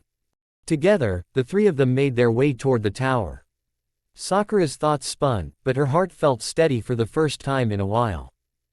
The heavy metal doors creaked as Team 7 entered the central tower, the warm glow of sunlight replaced by cool stone walls and a quiet stillness. Naruto, worn and sluggish from the transformation and the fight, lowered Sasuke to the ground with a long exhale and dropped to sit beside him. "Phew," he muttered. Sakura gave a little laugh, brushing her bangs aside. "Want me to do the honors?" Naruto gave her a lazy smile and nodded, then let his entire frame slump back across the floor. The sound of cracking joints filled the hallway as he tensed and stretched his new muscles for the first time.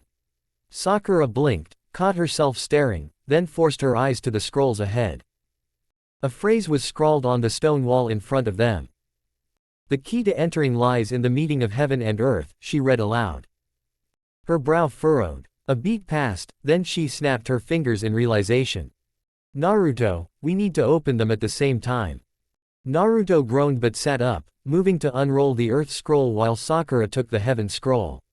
With a nod to each other, they unsealed them both. A burst of smoke appeared, followed by a familiar voice. "Congratulations, Team 7. Iruka stood smiling, until his eyes landed on Naruto. He blinked. Then blinked again. Then rubbed his eyes. "Nope, nope, I need glasses. Or sleep. Or both." Then he screamed. Naruto flinched, covering his enhanced ears and wincing as a little blood trickled out. "Shut up, Iruka-sensei. Seriously." Iruka fumbled to regain his composure. Sakura, giggling softly, stepped up beside him. "Where can we rest?" Iruka nodded hastily. Yes. Upstairs. You can rest there for the next 2 days. This phase is officially over." Naruto gave him a thumbs up, picked up Sasuke like a sack of potatoes, grabbed Sakura's hand in his other, and casually walked toward the stairs, leaving Iruka frozen with wide eyes. Iruka turned and wandered off, already muttering about reporting this to the Hokage. At the top of the stairs, Naruto kicked open the nearest door. Inside were three very startled sand ninja, one of them Gaara, staring as if they'd seen a ghost. Naruto tilted his head. Oops. Sakura, eyes wide, quickly closed the door. That was Gaara, she whispered as Naruto dragged her off again. The next room he kicked open was empty, a few beds and a small bathroom off to the side. Perfect.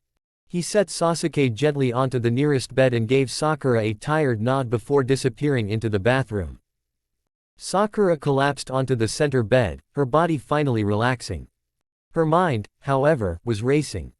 Everything today had moved so fast: Naruto's transformation, the fight, the sound ninja, the way he'd looked at her, possessive and bold.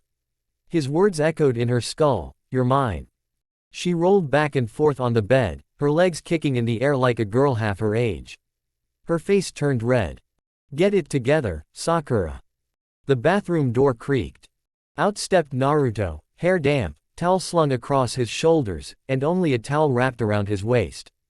The rest of his body, sculpted and far more defined than before, glistened slightly under the light. Sakura sat up straight. Blood trickled from her nose. Naruto raised a brow, then smirked like a fox catching a rabbit. His voice went soft. "Sakura-chan." Sakura squeaked. "Think you can check around the tower for any spare clothes?" Her brain short-circuited. She stood, nodded, and left the room without a word, her face burning hot. As soon as she was gone, Naruto gave a little sigh and summoned Mizuru. The small red fox popped into view with a chirp. "Yes, master. I need a clothing run. Here's the sizing, new measurements, and here's a sealed payment. Rush order." Mizuru grabbed the scroll and wagged her fluffy tail. "Of course, Naruto-sama. Leave it to me." She vanished. Naruto leaned back against the bed, letting his head fall against the wall. "What a week," he muttered. Chapter 48. After Naruto put on the spare clothes from Sakura, his eyes fluttered closed as exhaustion finally caught up to him. Sakura watched him for a moment, a soft smile playing on her lips, before she quietly slipped into bed herself. Morning light filtered gently into the room. Sakura stirred awake and blinked sleep from her eyes. But what she saw made her do a double take. There were three versions of Naruto, each busy with a different task. One Naruto sat on the bed, carefully writing in a scroll. Another crouched by Sasuke's side, scrutinizing the curse seal with intense focus. The third was on the floor, scribbling detailed notes in a cipher, surrounded by diagrams of the seal's structure. Sakura rubbed her eyes, still half dreaming. The Naruto on the bed looked up, smiled warmly, and bent down to kiss her on the lips. "Good morning, Sakura-chan," he said softly. Too tired to feel flustered, Sakura returned the smile. "Good morning." She sat back and watched the three Narutos work in sync, the room humming with quiet determination. After a minute, realization hit her, and a blush crept across her cheeks. "Is something wrong?" the Naruto on the bed asked, glancing up. Sakura took a deep breath and shook her head, offering a bright smile. "No, nothing's wrong." "What's going on?" she asked. Naruto's smile softened. "I'm analyzing the curse seal on Sasuke's neck. Sorry if I woke you." "It's fine," Sakura said, thinking to herself how she wouldn't mind waking up to this every day. Naruto's expression grew serious. "Now that you're awake, I'll wake Sasuke." He reached out, placing a finger gently on Sasuke's forehead and sent a pulse of chakra through him. Sasuke's eyes snapped open, and he instinctively gripped his neck, wincing slightly. "What happened?" "Orochimaru put a curse seal on your neck," Naruto explained. "He wants to give you power to lure you to his side." Sasuke scoffed. "Then Naruto, earn your seal Grand Master title and get it off me." Naruto chuckled. "Fair enough. Can you channel some chakra? I want to analyze how the seal spreads." Sasuke nodded, focusing his chakra around the mark. The curse seal's pattern began to creep outward. One of the Naruto clones activated his Sharingan, quickly recording the movements and details of the seal with astonishing speed. Naruto nodded. "You can stop now." "I felt a lot of power coming from that thing," Sasuke muttered. Naruto smirked. That curse mark lets your body enter a fake sage mode. A pale imitation. How do you know that? Sasuke asked, eyes narrowing. Naruto casually gestured to himself. Because this, he said, is real sage mode. Sasuke's eyes widened as he took in Naruto's changed appearance, the sharper features, the fox-like eyes. So this is what you were doing in the Forest of Death. Naruto nodded. Yup. It's permanent now. Sasuke's expression turned serious. Can you turn it off? No, Naruto said, shaking his head. My body's so compatible with Fox Chakra, thanks to Kurama, that it just sucks in nature chakra like breathing. My body adapted, and now Sage Mode is always on. Sasuke processed this quietly. The little fake Sage Mode on your neck. Naruto continued. That's just a taste. The real thing's at Ruchi Cave. Sasuke frowned. Will I get snake features like Orochimaru? Naruto chuckled. Kurama said no. Orochimaru messed up somewhere along the way. Might changes happen for the opposite reason. Naruto continued, if you do get snake features when using Sage Mode, they'll disappear as soon as the nature chakra leaves your body. Sasuke nodded. Then hurry up and remove this curse seal. Naruto grinned. I can do it now, but I found a piece of Orochimaru's soul inside. I want to make him feel a little pain first.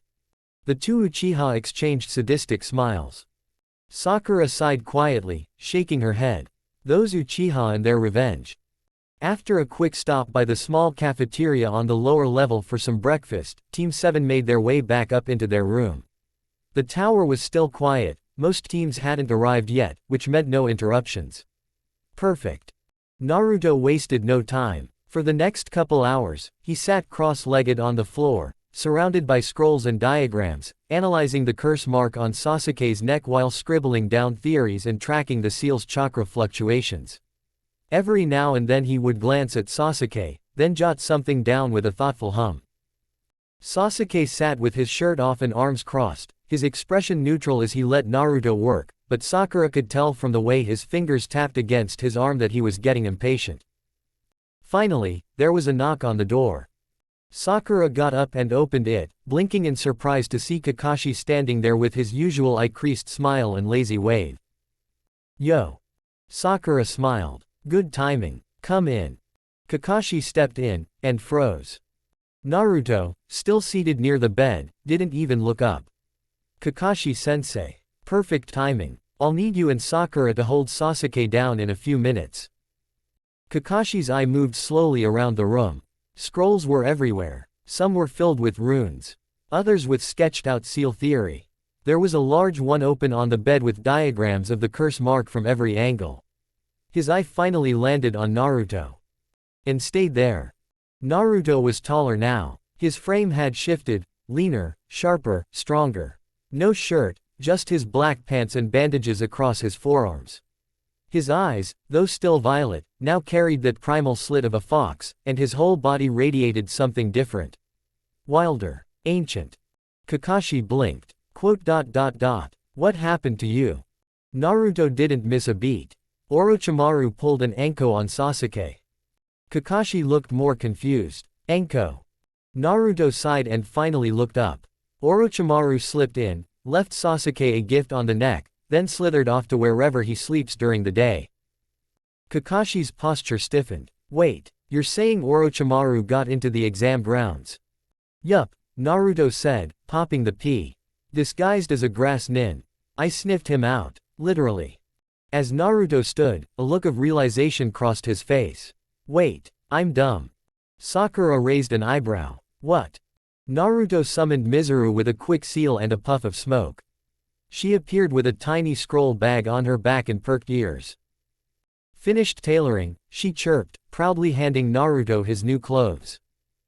Thanks, Naruto said, scratching behind her ears affectionately. Hey, Mizuru, have you ever seen Anko Mitarashi?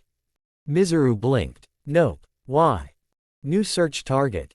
Mizuru squealed with delight. Another Naruto masterpiece. She sniffed the paper, committing the scent to memory, and vanished in a puff of red smoke. Naruto turned and walked into the bathroom to change. As he passed Kakashi, he smirked, standing tall beside him and comparing their heights. Same height now, Naruto muttered with satisfaction. He came back out moments later in his full outfit, his black battle kimono now perfectly tailored for his new frame, the V-neck opening down the chest more than before, and the sleeves cut slightly shorter to reveal his arms. The fabric draped off his shoulders with an ease that made it feel natural on him. Everyone stared. Kakashi, finally recovering, let out a long sigh. I hate to ruin the mood. But what the hell happened to you? Naruto shrugged. I'm a fox sage now. Kakashi opened his mouth to press further, but stopped. That answer somehow actually explained it. Naruto began gathering all the scattered scrolls and notes. He stacked them neatly on the side table, then used a burst of fire chakra to ignite the pile. A quick swipe of wind chakra sent the smoke out the open window, leaving no trace. All that remained was the large scroll on the bed. Naruto picked it up and tucked it under his arm. We'll need space to do this properly. Kakashi-sensei, is the arena open?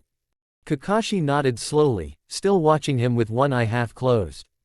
Yeah, come on, I'll lead the way. With that, Team 7 followed Kakashi out, ready to face the curse left behind by Orochimaru. Moments later, Team 7 strolled into the arena at a casual pace, the morning sun spilling light through the high, open ceiling. In the center of the wide stone floor stood the third Hokage in full robes, Enko Mitarashi with her arms crossed and eyebrow raised, and Mizuru bouncing excitedly between them. The red delivery fox's ears perked as she spotted Naruto. With a joyful chirp, she ran over and circled around his legs. I found her. Mizuru beamed proudly, then turned and pointed at Enko. And just like always, she looks exactly like Naruto-sama's drawing. Enko blinked. Drawing.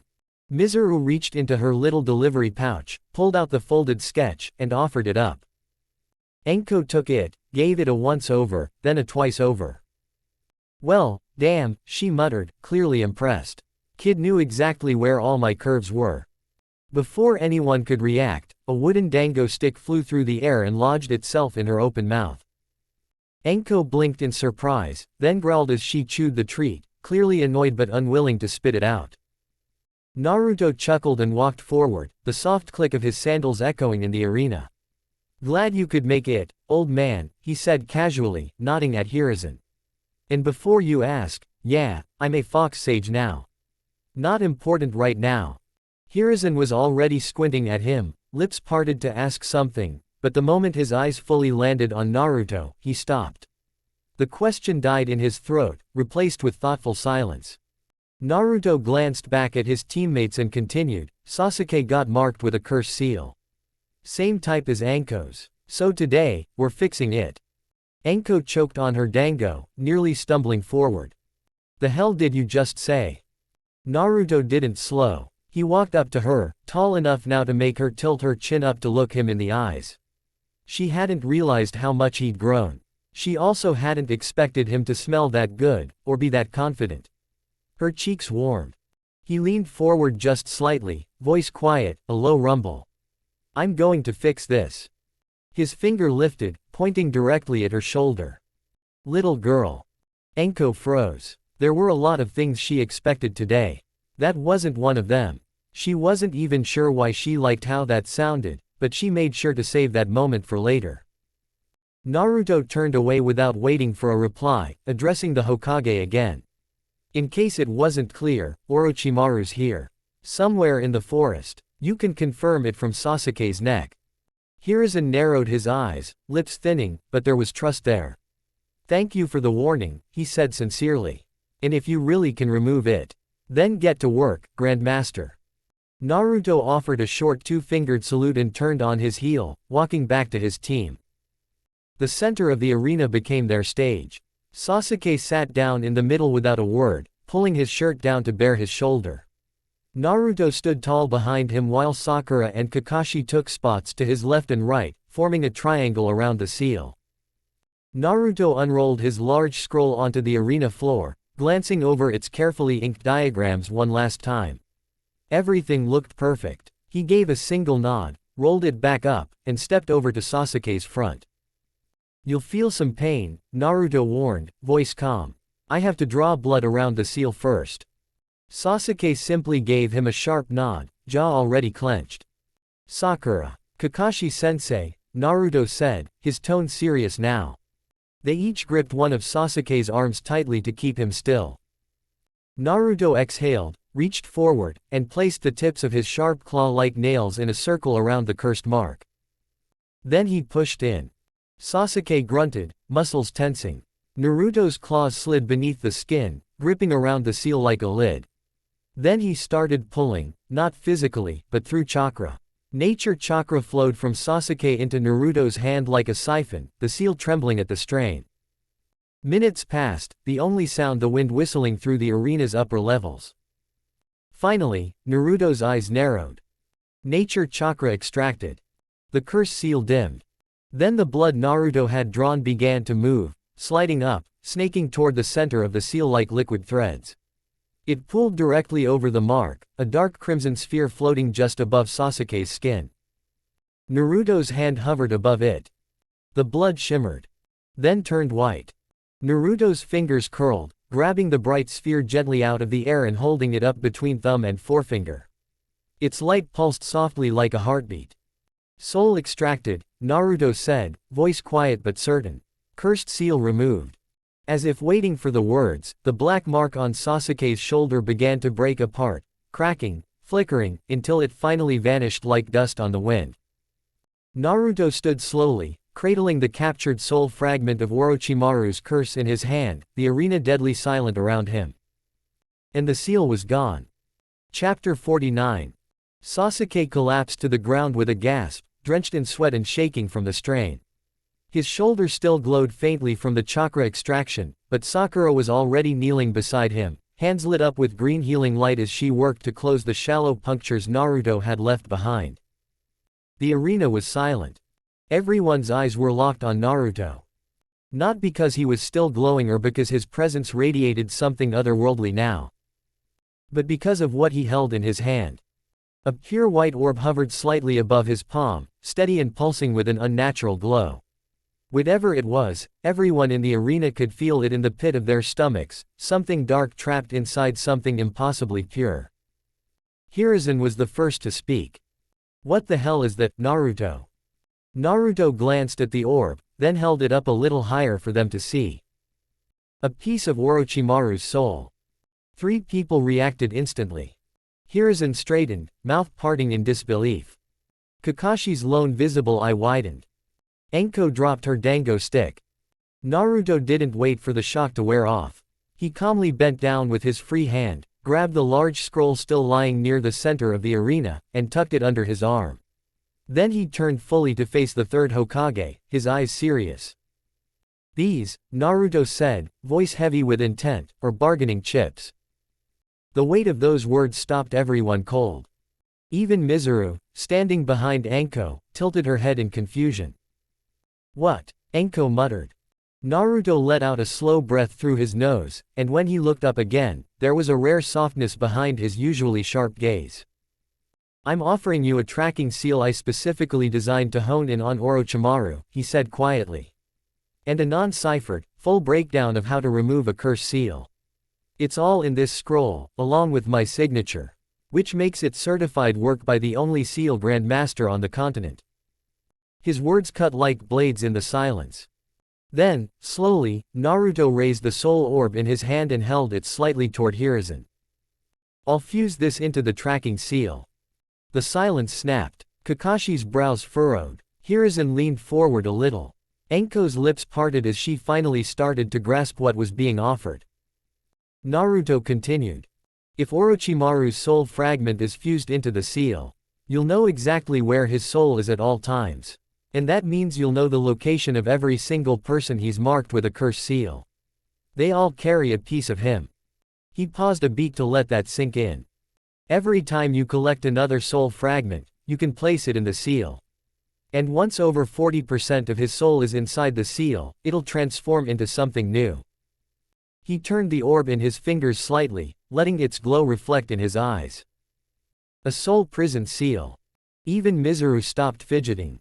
Naruto's tone dropped a little lower, steady and grim. The seal will synchronize with every fragment of Orochimaru's soul left in the world. It'll trigger an unbearable, non-stop pain across every single person he's marked. Their bodies will lock up. Their minds will collapse under the pressure. They won't be able to move or breathe properly until the soul fragment inside them is destroyed. Hiruzen was visibly stunned now, eyes slightly wide as he processed each word. Naruto rolled his shoulders and looked down at the orb again before adding one more detail, calmly. The soul prison seal diagrams are in the scroll. But there's no explanation included. If you try to replicate it, you might be the one that ends up sealed. The Hokage gave a slow nod. There was no accusation in his expression, no anger, just a deeply thoughtful, almost reverent silence. You're offering me something invaluable, Hiruzen finally said. But what do you want in return? The tension in the room spiked again. Kakashi turned slightly toward Naruto. Enko's eyes narrowed. Even Sakura looked up from Sasuke with a questioning look. Naruto let out a breath and stared down at the soul orb. I want to leave Konoha after the Chunin exams. That made Enko's expression harden instantly.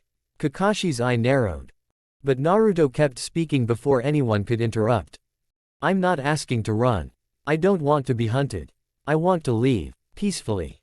His eyes moved to Hiruzen's face again, quiet and sincere. And I want anyone who wants to come with me to be able to do that without any trouble. Sakura's breath caught in her throat as she stared at him. Her fingers had stilled, green chakra fading from her hands. Her expression softened. Hiruzen stared at the boy in front of him. No, not a boy anymore. Whatever remnants of childhood Naruto once carried had been shed, like an old skin. What stood before him now was a shinobi with the presence of a clan head and the mind of a strategist. Where are you going? Hiruzen asked, voice quiet, almost hoping Naruto would tell him it was just for a mission. That he would return. That this wasn't what it sounded like. Naruto looked down for a moment, turning the white soul orb slowly in his fingers. Then he met Hiruzen's eyes, calm but resolute. A Megakure. Enko and Kakashi both stiffened. Hiruzen blinked. Why? Naruto gave a faint smile. That's not something I can talk about right now, he replied honestly. It's not my place. That answer didn't sit well with the third Hokage. His eyes narrowed slightly, not in anger, but concern. Is it dangerous? Naruto chuckled softly and shook his head. Everything is dangerous, he said. But this is something I have to do. The words hung in the air like the toll of a bell. For several long moments, no one spoke. Then Hiruzen let out a long, quiet sigh. The lines in his face seemed to deepen just a little more. His shoulders drooped beneath his robes, the weight of the village, his regrets, and now. This. There's nothing I can say to make you stay, is there? Naruto's gaze softened. No. Silence again. Hiruzen studied him a moment longer, then nodded once, just slightly. Then I won't stop you. A faint breath of relief escaped Naruto's lips. He walked forward, holding the white orb in one hand and the scroll tucked under his other arm. I'll never be on bad terms with you, Naruto said quietly, stopping in front of the old man. If you ever need to contact me, go through the daimyo. I'll always answer for you. Hiruzen gave a short laugh at that, sad, but grateful.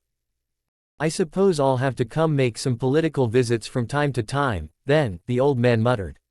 His eyes flicked up and held Naruto's. But, I want you to enjoy the exams. Spend time here a little longer.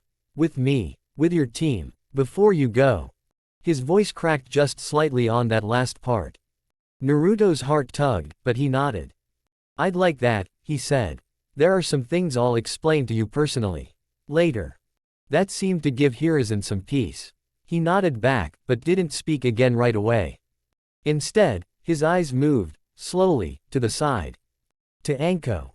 Then if you want to prove your apology, the Hokage said, start by extracting her seal. Anko's eyes widened slightly. She wasn't expecting that, at all. Naruto gave a quiet chuckle. That's why I called her here in the first place. Anko blinked, then narrowed her eyes suspiciously. Wait, what apology? Naruto just smiled, and walked toward her, the white soul orb glowing gently in his palm. Naruto tilted his head toward the center of the arena and gestured for Anko to sit down. Sasuke, now steady on his feet, stepped aside, giving her space. Enko looked unsure for a moment, but Naruto gave her a soft, encouraging look, and she slowly walked to the center and sat cross-legged on the stone.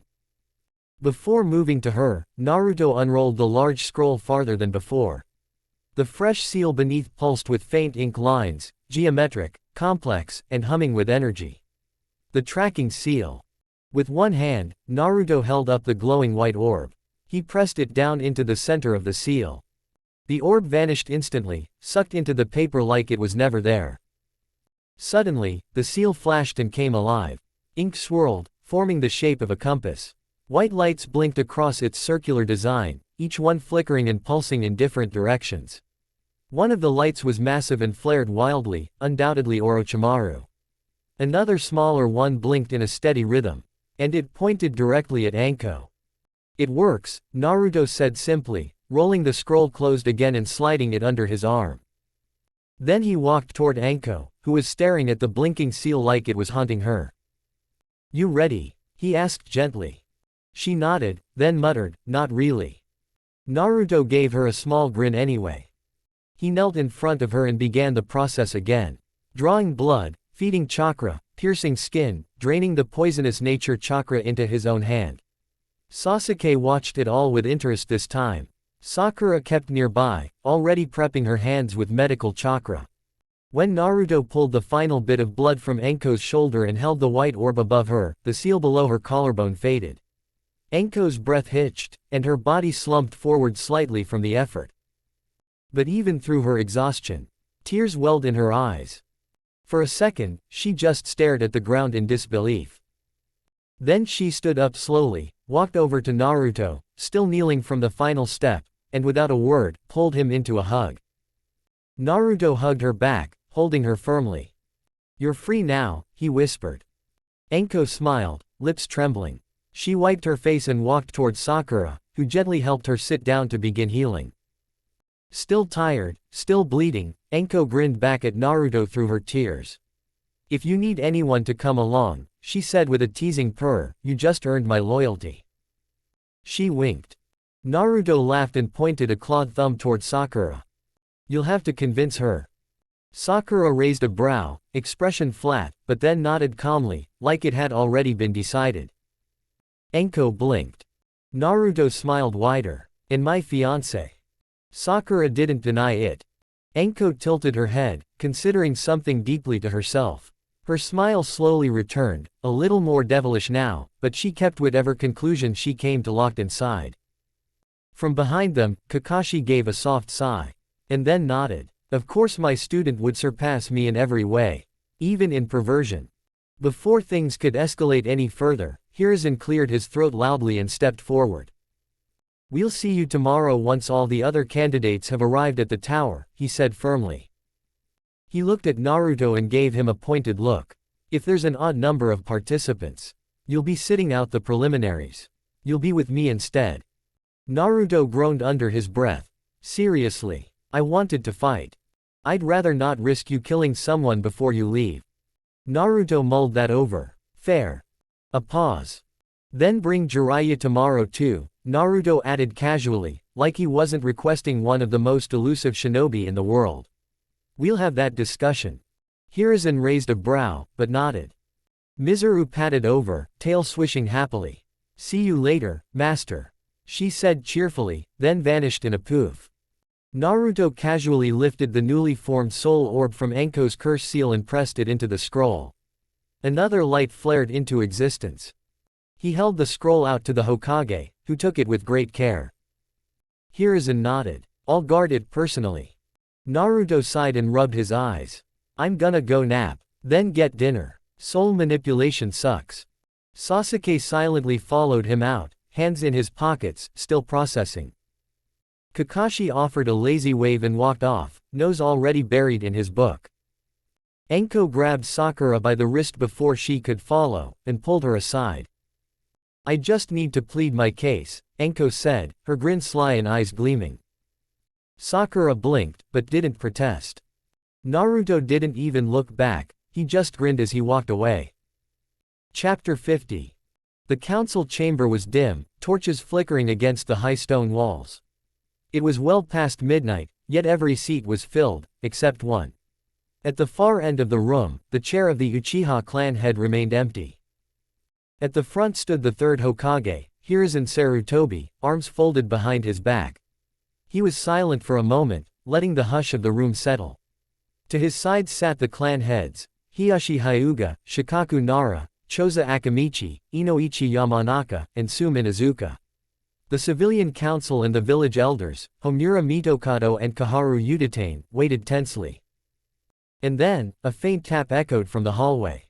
Danzo Shimura stepped out of the shadows and into the council chamber, his cane hitting the floor with a steady rhythm. He didn't greet anyone. He simply took his seat, his visible eye watching Hiruzen carefully. Hiruzen spoke without preamble. This meeting has been called to address the events that took place today at the Chunin exam tower, specifically regarding Naruto Uzumaki Uchiha. Several members of the civilian council murmured. Kaharu narrowed her eyes. Danzo leaned forward slightly. He's finally made a move, has he? In a way, Hiruzen replied. Naruto removed the curse seal of heaven from Uchiha Sasuke. And from Mitarashi Anko. Both. Completely. Homura leaned forward, eyes sharp. Impossible. Even the Uzumaki clan would have needed a full sealing team, Kakashi's voice said from the side. He had been silently watching from the shadows near the wall. But Naruto did it alone. Gasps sounded around the room. Hiyashi's brow furrowed. Shikaku didn't react, only muttered, knew it. Kaharu stiffened. This power, was it tied to the Nine Tails? No, Hiruzen said. Naruto has become a fox sage. He underwent a full transformation, permanent. He draws on nature chakra naturally now through foxes. Danzo's eye twitched. And you let him walk free with this kind of power. The Hokage raised a scroll and placed it on the table with care. It radiated pressure, a quiet but overwhelming weight. This scroll contains a unique tracking seal. One that uses a fragment of Orochimaru's soul, extracted from Sasuke's seal. The seal will track Orochimaru himself, as well as anyone carrying his curse seals, permanently. Once more than 40% of Orochimaru's soul is recovered and sealed into it, it will evolve into something Naruto calls a soul prison seal. Any fragment of Orochimaru left alive will experience constant, inescapable pain, until their soul is purged. Silence gripped the room. And why, Danzo asked slowly, would he give us this? Because he wants to leave the village, Hiruzen answered. Not as a traitor. Not as a rogue. He simply wants to go. And he wants anyone who chooses to go with him to do so without consequence. Unacceptable, one civilian councilman barked. He's too dangerous. He's a Jinchuriki. Say that word again, Sune growled, her voice low and dangerous, and I'll rip your throat out. The room went quiet. Hiyashi nodded once. He's the fiancé of the Tsuchikage's granddaughter. That makes him politically untouchable. To harm him would provoke Iwagakure. Kaharu looked to Danzo. Surely you see the danger this presents. I see it clearly, Danzo said calmly. But I also see the danger of denying him. His allegiance is no longer tied to this council, nor even to Hiruzen. The daimyo know his value. If we push, he could have 5 nations behind him by the time we blink. Shikaku smirked. And besides, he's not hiding anything. He walked into the arena with the Hokage, removed a curse seal in front of half the tower, then handed us a soul weapon as casually as someone offering tea. He doesn't need to be feared. He's asking for peace, Inoichi added. That's more than most of us would do. Kaharu muttered bitterly, but didn't push the issue. Danzo's eye closed for a moment, then opened. Where is he going? Amegakure, Hiruzen said. He wouldn't say why, only that it's not his place to reveal the reason yet. Homura frowned. And you just let him go. Hiruzen's voice was calm, but final. I told him he will never be a missing nin. That I will visit him when I can, and keep in contact through the daimyo.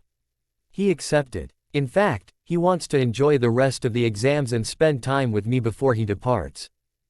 Choza exhaled. He's still a good kid. All this power, and he's not holding it over us. Yet, Danzo murmured. No, Hiruzen corrected, eyes on him. Never. Another pause. Then Danzo stood with his cane. Then let him go. But mark my words, he will return to us. As an ally, or as a storm. And with that, he turned and walked out of the chamber. The rest sat in silence for several heartbeats. Hiruzen finally closed the scroll and tucked it under his arm. This is no longer a question of whether we trust him. This is a matter of whether we support him before the world realizes who he truly is. Shikaku, Sume, Hiyashi, and the other clan heads nodded. Then it's settled, Hiruzen said, turning toward the door. Naruto Uzumaki Uchiha will finish the exams, and then he walks out of this village, not in shame, but in peace. The council chamber was quiet once again. But the shape of Konoha's future had just shifted forever. The next morning, the cafeteria buzzed lightly with quiet conversation and the clatter of chopsticks and trays. It was late morning, and most of the teams that had passed through the forest of death had gathered for one last meal before the deadline. Team 7 sat at a corner table, half-finished plates in front of them. Naruto leaned back in his seat, arms draped lazily over the backrest, eyes flicking toward the other side of the room. Across the cafeteria, the Sand team sat, Temari and Kankuro eating quietly while Gaara stood next to them, arms crossed and gaze distant. The gourd on his back loomed behind him like a silent sentinel. Every now and then, one of the Sand siblings would glance toward Team 7. Naruto sighed and set his chopsticks down. "I'll be right back," he mumbled, pushing his chair back with a loud scrape. Sasuke looked up from his rice. "You going to mess with them again?" Sakura raised an eyebrow. "Yeah, what are you planning?" Naruto gave a half smile. "No messing. Just diplomacy. I can't have enemies everywhere." Sasuke and Sakura exchanged a glance but nodded as Naruto strolled away, casual and unhurried. As Naruto walked across the room, Kankuro stiffened and leaned toward his siblings. "He's coming over here," he muttered. Naruto reached their table, dragged an empty chair toward him, and spun it around, dropping into it backwards beside Kankuro with a soft thud. His violet eyes met each of theirs in turn, even Gaara's, before he spoke. "Relax," Naruto said with a small smile. "I only said we'd have problems if you did something stupid." Temari narrowed her eyes, but said nothing. Gaara's gaze shifted from the wall to Naruto's face, his expression unreadable. Naruto looked directly at Gaara now, his tone softening. "When was the last time you slept?" Gaara's eyes twitched, just slightly. "Mother doesn't let me sleep. She wants blood." Naruto blinked slowly, then turned his head to Kankuro and Temari. "Does he always say weird stuff like that?" Gaara scoffed and looked away. Temari and Kankuro both tensed, not knowing how to answer. "I'll take that as a yes," Naruto muttered. He turned back to Gaara, brow furrowing. "Why do you call the one-tail your mother? Its name is Shukaku." Temari's face paled. "How do you know that name?" Kankuro's hand twitched toward his puppet scroll. "How do you know he's got a... What are you two to him?" Naruto asked, cutting them off. There was a beat. "We're his siblings," Kankuro said cautiously. Naruto looked at Gaara again. Slowly, he lifted his hand and placed it on Gaara's shoulder. The Sand didn't move. All three Sand siblings stared in shock. Naruto's gaze was gentle. "I was going to be jealous of you for having siblings. But if they treat you like a monster too," he paused, eyes full of quiet sadness, "then no wonder you turned out like this." Gaara flinched, his jaw trembling. "Shut up. I have to prove my existence." Naruto's hand stayed firm. "No, you don't. I'm a Jinchuriki too, remember? I know what it means to be feared for something no one understands." He gave a wry smile. "Which means we're brothers. Burdened ones." Gaara's breathing hitched. He stared at Naruto, frozen. Naruto nodded toward Gaara's forehead. "Is that what that's about? That's why you carved love there, isn't it? You just want someone to acknowledge you." He reached forward and wrapped his arms around Gaara, pulling him into a hug. "Then from now on, I'll be your brother, okay?" The entire cafeteria paused in that moment. Temari and Kankuro were silent. Gaara's whole body was stiff, but his eyes filled with tears. His voice cracked. "You're sure you won't hate me like the others?" "No matter what Shukaku says," Naruto said firmly, "as a fellow Jinchuriki and your new big brother, I won't abandon you if you accept me." He held Gaara a little tighter. For the sake of brotherhood. No more fear. No more proving yourself. And then the impossible happened. Gaara cried. Real, unfiltered, human tears. They streamed down his cheeks as he clutched Naruto back. Temari's hand shot to her mouth. Kankuro's jaw dropped. Temari snapped. What do you even know about us? She shouted. I love my little brother. I'd die for him in a heartbeat.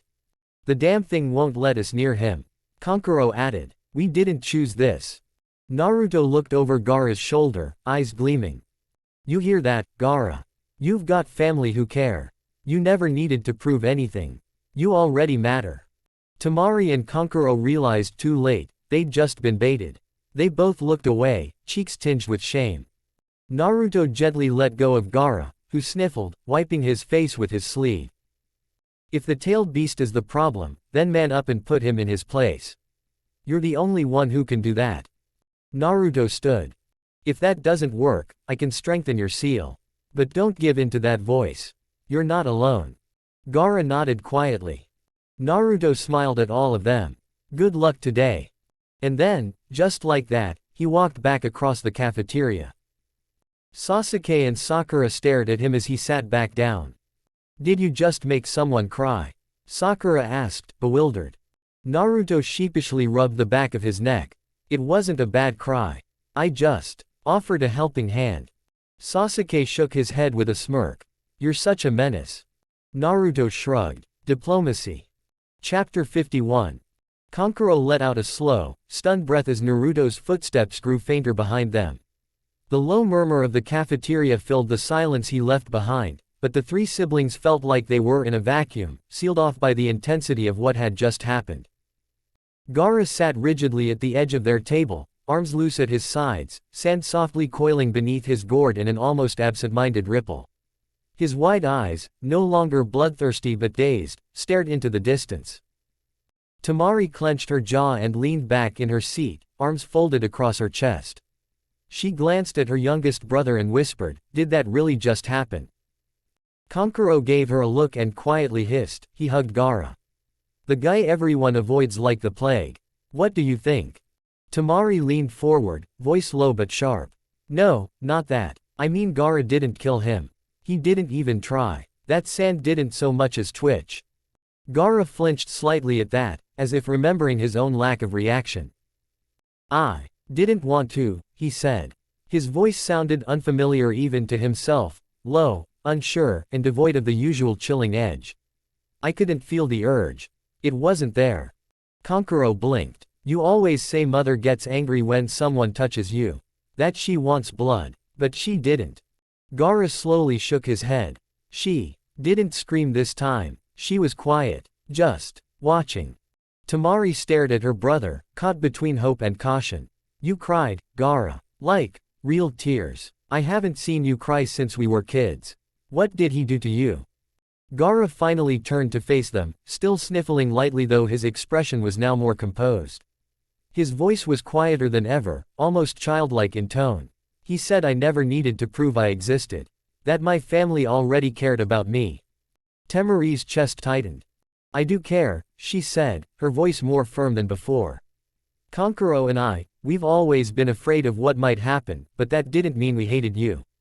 We just didn't know how to help. Gaara nodded once, then looked down at his palm as if seeing it for the first time. His thumb brushed across the red I carved into his forehead. He called me his brother. Kankuro whistled under his breath. Yeah, and he meant it. That wasn't some act. That guy's got the same kind of crazy in his eyes that you do. But it's not hate. It's like he'd tear the world apart for the people he loves. Like he's protecting something sacred, Temari added. I don't think I've ever seen someone so ready to risk everything. Just to reach someone. Gaara's hand curled into a fist. I was supposed to prove my existence with bloodshed. By killing. But he said that's not the only way. That, maybe it's never been the right way. There was a long silence between the three of them. Temari and Kankuro sat still, letting Gaara's words sink in.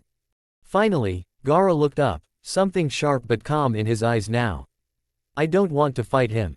Not during the invasion. Not ever, if I can help it. Kankuro leaned in, voice hushed. You're serious? Gaara nodded slowly.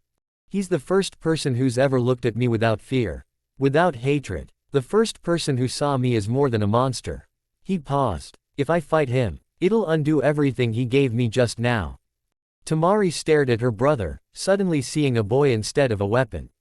A boy desperate for meaning, who had just found it for the first time. But what if they order us to fight him during the invasion? She asked softly. Then I'll hold back, Gaara said without hesitation. I'll lose if I have to. I don't want to hurt my brother. Kankuro exhaled a breath he hadn't realized he was holding and rubbed the back of his neck. Guess we're really in it now, huh? Friends with a demon fox. Little bro has a brother now. And somehow, I don't hate any of this. Temari allowed herself a small smile. Yeah, it's terrifying, but it also feels like something finally changed. Gaara looked toward Naruto's table again. The boy, no, the young man, was laughing quietly with his teammates, the weariness on his face just barely hidden behind the edge of a grin. Naruto, Gaara whispered, tasting the name as if it were sacred. He reached up and touched the red kanji on his forehead. Maybe, this mark doesn't have to mean loneliness anymore. A few minutes later, Team 7 walked quietly through the tower halls, their steps light but tired. The cafeteria had begun to buzz with last-minute arrivals and whispers, but Naruto, Sasuke, and Sakura slipped away from it all, heading back to the safety of their assigned room. As soon as the door clicked shut behind them, Naruto moved with a practiced hand, using his summoning seals and slapping 3 small tags across the doorframe and walls. A light hum of chakra reverberated across the room as the concealment and silencing seals activated. There, Naruto muttered, dusting off his hands. Now nobody outside can hear or sense us. Sakura blinked. What are you doing? Sasuke narrowed his eyes. Yeah, what's with the secrecy? Naruto stretched his arms overhead with a grin and said casually, in about 2 minutes, I'm gonna need you both to hold me down. Sakura's eyes widened. What? Why? Naruto turned toward them, chuckling as he pulled his shirt over his head. You two really think I can just walk around like this? With these fox features? I mean, people already stared at me when I just had whisker marks. Sasuke actually let out a short laugh. You're positive attention now. You look like Madara. Naruto snorted. Exactly. I'm dangerously attractive. He shook his head in amusement and sat down in the center of the room. Anyway, while I was working on removing that curse seal from you, he looked at Sasuke, I got a deeper understanding of how nature chakra imprints itself onto the body. So I designed something that is the opposite. Sakura tilted her head. The opposite. Naruto nodded. Instead of injecting nature chakra into my system, it suppresses it and slowly expels it.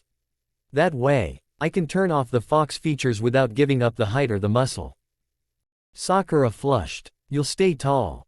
Naruto smirked knowingly. Don't worry, Sakura. I'll stay tall and hot, just for you. Sakura's face turned bright pink, and she looked away quickly, betrayed by her silence. Naruto summoned a shadow clone with a puff of smoke and gave one last stretch before sitting cross-legged on the floor. The clone knelt behind him, chakra already flaring from its finger. Okay, Naruto said, tone more serious now. Couple things. First, this seal's gonna mess with my chakra flow for a bit.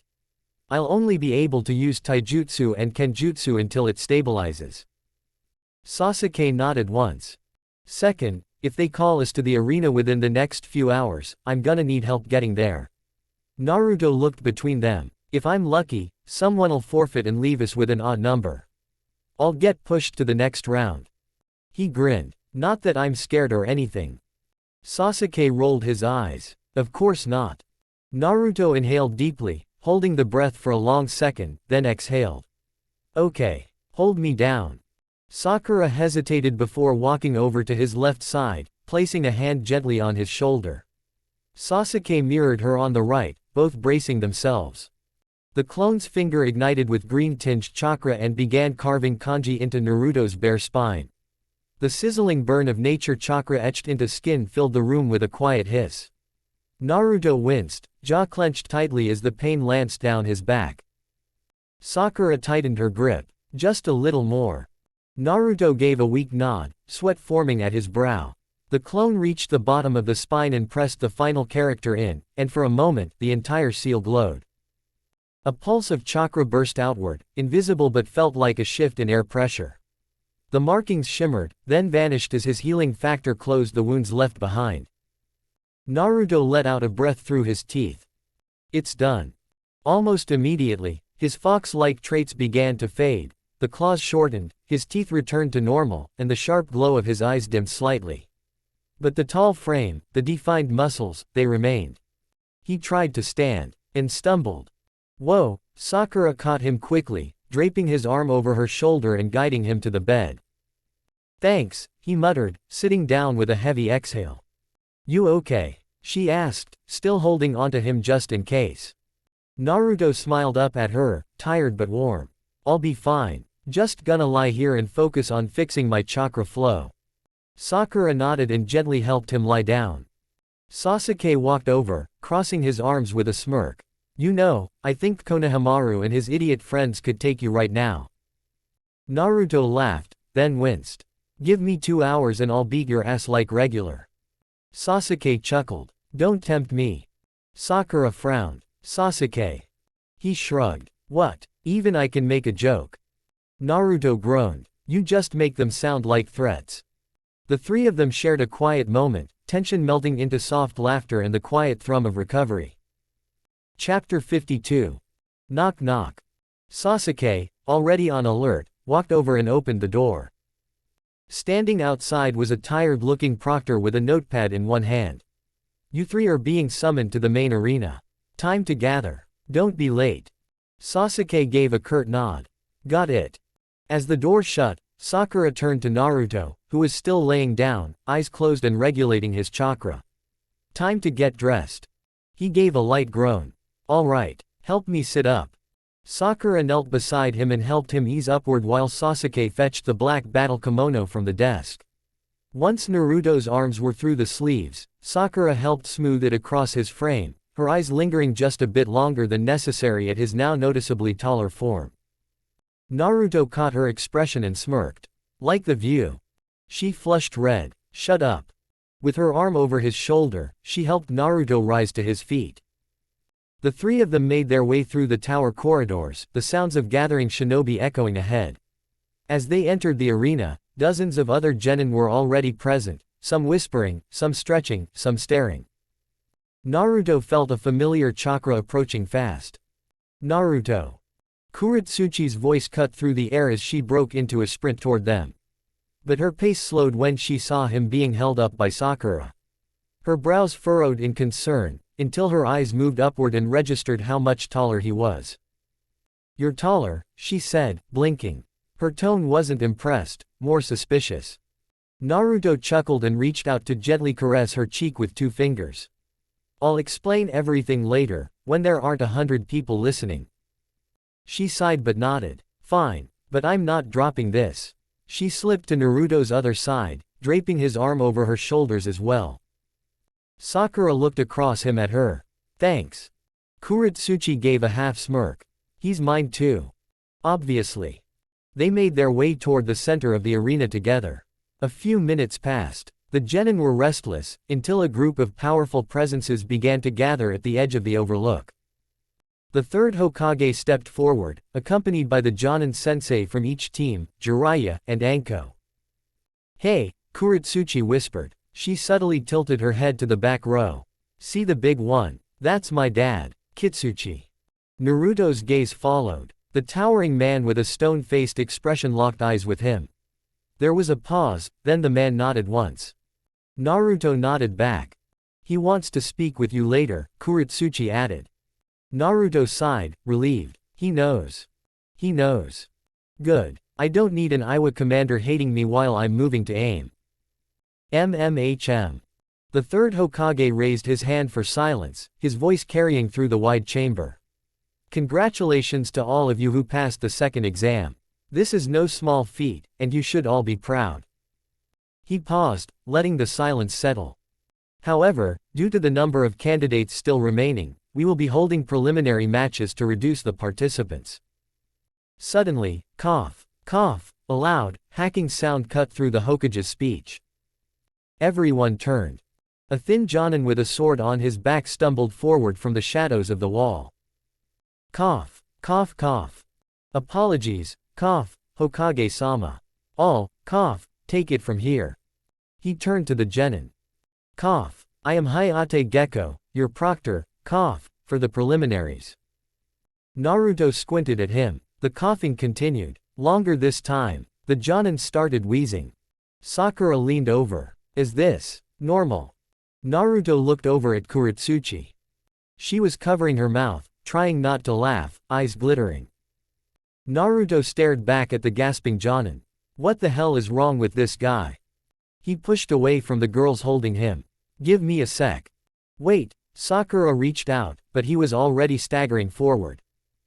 Don't worry, he muttered. I refuse to look weak in front of the cough reaper. He glanced over his shoulder. Sakura. Cough drops. Now. Sakura blinked, rummaged through her pouch, then tossed a small sealed bag forward. Naruto snatched it out of the air without breaking stride. Hayate was still hacking when Naruto walked up and unwrapped one of the drops. Open. Wah, cough. Naruto shoved it into his mouth. Hayate blinked. Sucked once.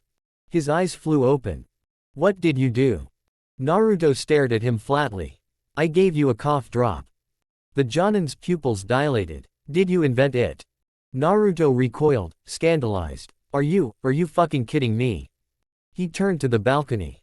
Hey, not one of you thought to give this guy a cough drop. Ever. Kakashi looked away and scratched his temple. Guy gave a thumbs up, then slowly lowered it. Kurenai started to speak, then sighed. Asuma exhaled smoke and said nothing. Naruto stared. Unbelievable. He tossed the entire bag at Hayate's face, turned around, and started walking back to his group. Behind him, Hayate smiled more purely than anyone had ever seen in his life. Thank you. Thank you. Naruto sighed.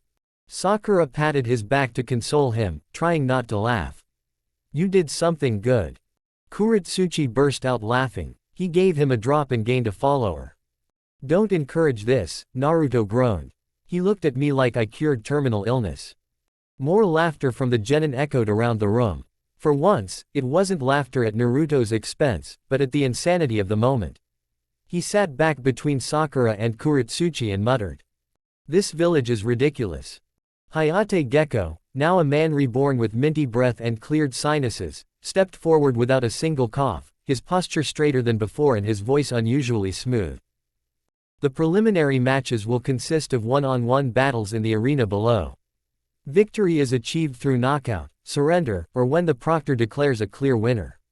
Killing is discouraged, but not forbidden, he said, calm and composed as if he'd never wheezed a day in his life. You will fight until only one of you is left standing from each match. There was a pause as Hayate scanned the crowd. If there is anyone who does not wish to proceed, now is the time to step forward.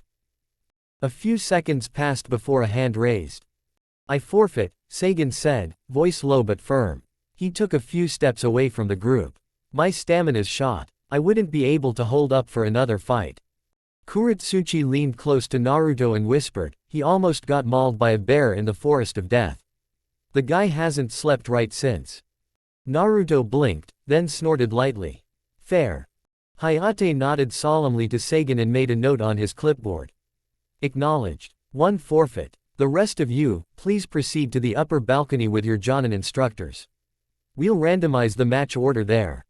The genin began to shuffle toward the stairs. Naruto remained still for a moment, eyes flicking up toward the balcony where Hiruzen Sarutobi stood next to Jiraiya. The Hokage met his gaze and gave a slight nod. Naruto grinned and turned to his team. Looks like I'm on break this round. Huh? Sakura asked. Wait, seriously. I'll be with the old man and the perv. Gotta represent the fan club. Before either of them could stop him, Naruto blurred. A trail of mist lingered behind where he'd stood as he reappeared beside the Hokage and Jiraiya in a flicker of speed and silence. Sakura's jaw slackened. Wah, he said he couldn't even use his chakra. Sasuke folded his arms and smirked. That bastard doesn't use chakra for that. Kuretsuchi narrowed her eyes. Wait. What does that mean? Sasuke glanced at her. That was pure speed. Kuretsuchi stared back at Naruto, who now stood casually beside the Hokage, chatting like nothing was special. To be honest, Sasuke continued, I've only ever seen him use chakra for genjutsu, seals. And that flare thing. Sakura's brows furrowed. What about Zenkyoken? He uses genjutsu layers with each reflection, Sasuke said, but the movement, the fighting, that's all taijutsu. And if he draws his sword? Kenjutsu. Kuretsuchi and Sakura exchanged wide-eyed glances. Sasuke's voice dropped just slightly. He created flare style. A combination nature technique people thought was a bloodline limit. If that's what he does without chakra-based ninjutsu, imagine what he's hiding. There's no way he doesn't know more. They went quiet for a beat. Sasuke looked at them both. Don't guess. Just ask him. You're on the short list of people he actually trusts. Kuretsuchi's eyes softened at that. Sakura smiled faintly. All right, Sakura said. Yeah, Kuretsuchi agreed. The three of them turned and made their way to join their respective sensei, just as the match board began to light up. Naruto watched from above, standing next to the Hokage with his arms crossed and his expression quietly observant. Jiraiya leaned in beside him. You really like dramatic entrances, huh? Naruto smirked. They're more fun when people think I'm out of commission. The monitor buzzed and flickered before settling into its randomized selection. Letters flashed across the board. Akatsuchi vs Sasuke Uchiha. From the balcony, a bright, affectionate voice called out in stark contrast to the tension in the air. Do your best, little brother. Naruto leaned over the railing with a wide, encouraging smile, his voice dripping with gentle sarcasm and teasing warmth. But be nice, okay? I love my fiancé, and I don't want trouble with Iwa. Kuretsuchi nearly tripped over her own breath, eyes flying wide. Love, she stammered, turning a dangerous shade of red. He said love, he actually. From beside her, Kitsuchi chuckled with the thunderous boom of a boulder rolling down a mountain. I've never seen you make that face, daughter. Not even when I made you clean the academy latrines. Kuretsuchi scowled, trying to bury her face in her arms, but the word, love, kept echoing in her head like an aftershock. She crouched down, grabbing her skull as if trying to stop her thoughts from spiraling. Ha! Embarrassing bastard. Kitsuchi just laughed louder, wiping a tear from his eye. So this isn't some political game after all. That boy's clearly head over heels. Then, from the arena, his booming voice echoed outward. Akatsuchi. Show Konoha the pride of Iwagakure. Akatsuchi pumped a fist and gave his signature thumbs up. Got it, boss. Sasuke, already stepping down the stairs to the arena floor, gave no such enthusiasm. Just his signature Uchiha scowl, quiet, calm, and carrying the weight of rising fire. Back on the balcony, Jiraiya leaned over with a grin that could only belong to a lecherous toad sage. Save some of that passion for the bedroom, kid. The genin nearby all snickered or rolled their eyes, but Naruto's smile vanished like smoke, his face reverting to that serene, unreadable blank. His violet eyes stared down toward the arena. Passion has its place, he replied flatly.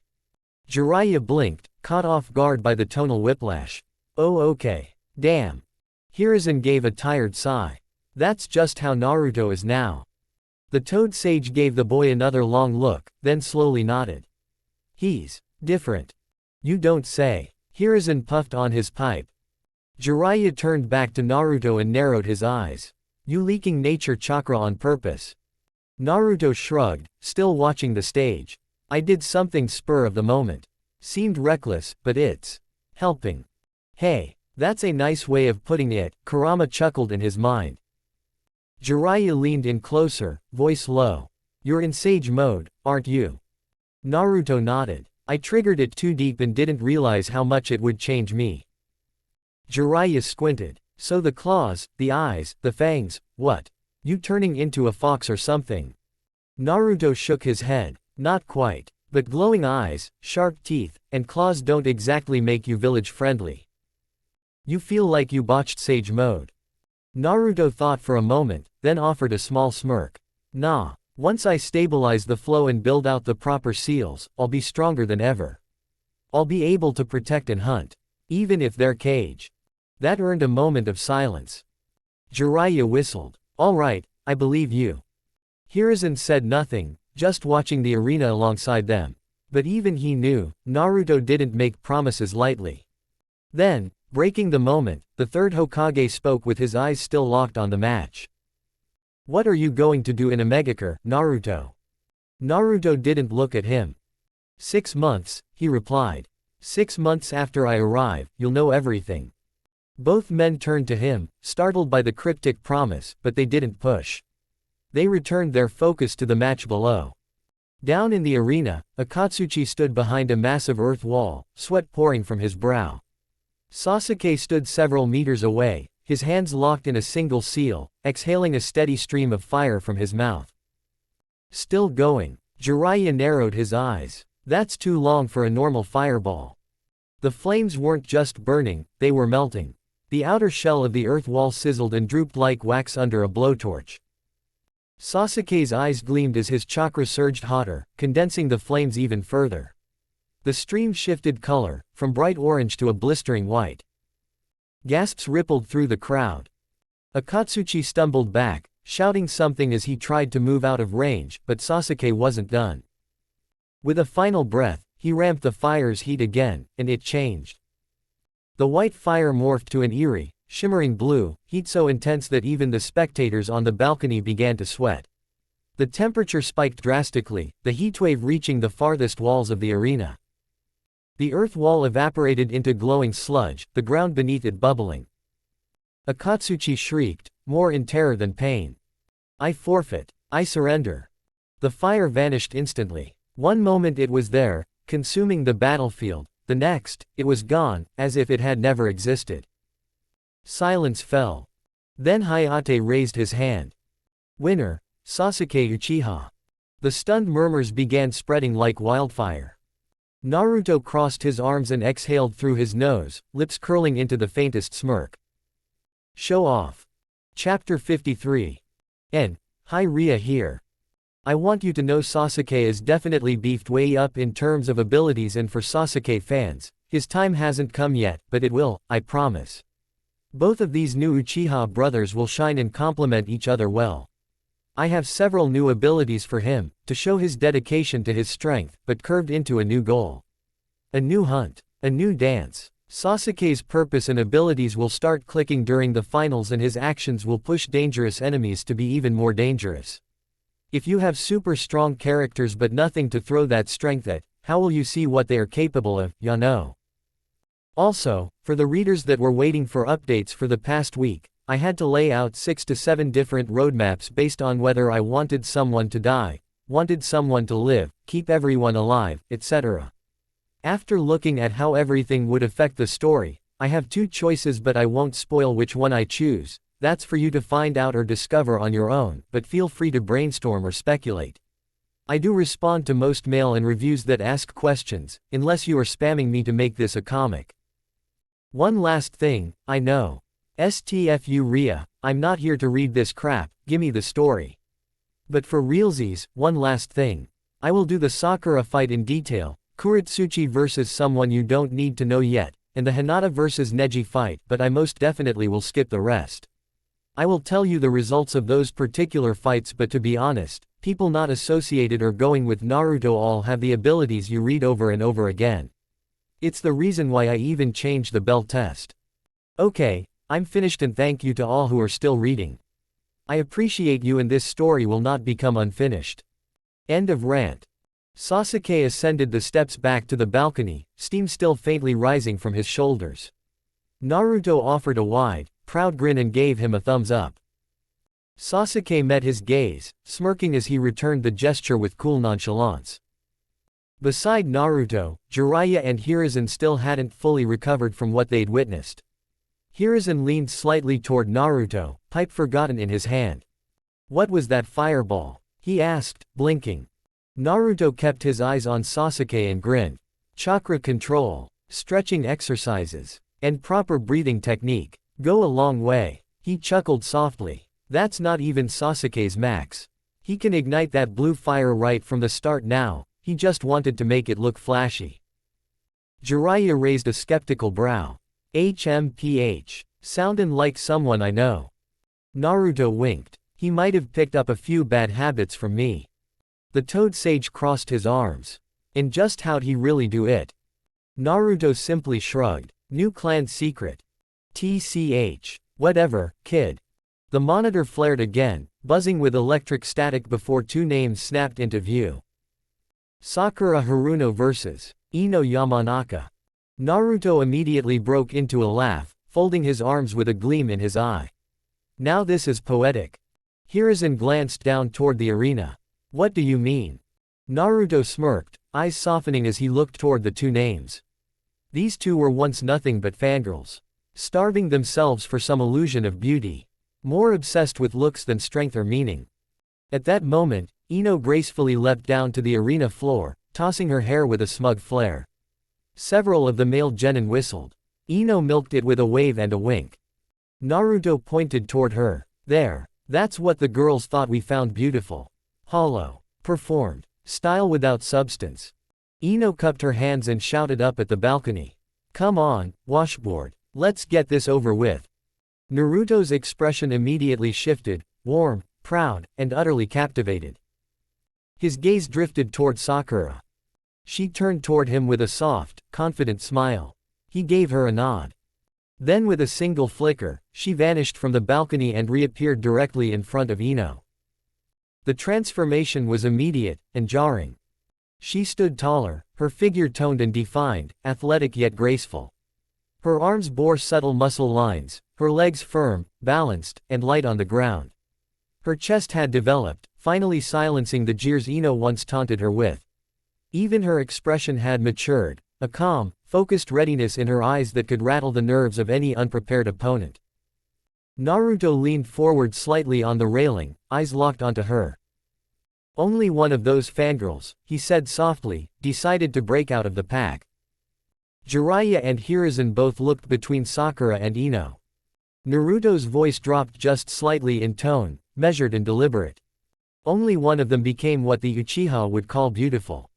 He turned toward them, his smile like Madara's smirk in his prime. Only one changed her diet, pushed her body, learned to fight, not for praise, but to stand at my side. At Sasuke's side. That is Sakura Haruno. Hiruzen's brows furrowed deeply, eyes scanning Sakura again with newfound clarity. There was strength there, undeniable, carefully honed, not gifted, but earned. He turned toward Naruto slowly. What exactly is she capable of? Naruto tilted his head with that same arrogant Uchiha calm, the gleam in his violet eyes sharpening. Competing with most jonin, eventually surpassing them. Jiraiya narrowed his gaze. That much. Naruto's smirk deepened. You know Tsunade. Jiraiya scoffed. Obviously. Well, Naruto looked back toward the ring, eyes glowing with quiet pride. Think Tsunade. With full genjutsu proficiency. The two men blinked. But Naruto wasn't finished. To me, she's better. Because she has something Tsunade should have had. But doesn't. He didn't elaborate. He didn't need to. The meaning hit them both immediately. And neither man dared speak it aloud. They simply turned their gazes back to Sakura, now standing tall before her childhood rival, her eyes filled not with arrogance or vanity, but purpose. Hiruzen let out a long, slow breath. Will she need to use it? Naruto shook his head gently, smile softening. No, she won't need to use that against a genin. The two men let out a quiet sigh, though their expressions remained stunned. Jiraiya rubbed his chin, lips curled into a begrudging smile. Damn brat, you're really building your own generation, huh? Naruto said nothing. But the pride in his eyes said everything. Sakura stood in the ring, her body relaxed but coiled with strength. She could feel her heartbeat, but not from nerves. It was from clarity, resolve. Across from her, Ino stood with her hands on her hips, eyes scanning Sakura from head to toe. A flicker of hesitation crossed her face. You don't really think you can win like that, do you? Ino scoffed, still flat as a wash. Sakura raised an eyebrow, her voice calm, cool, and sharp.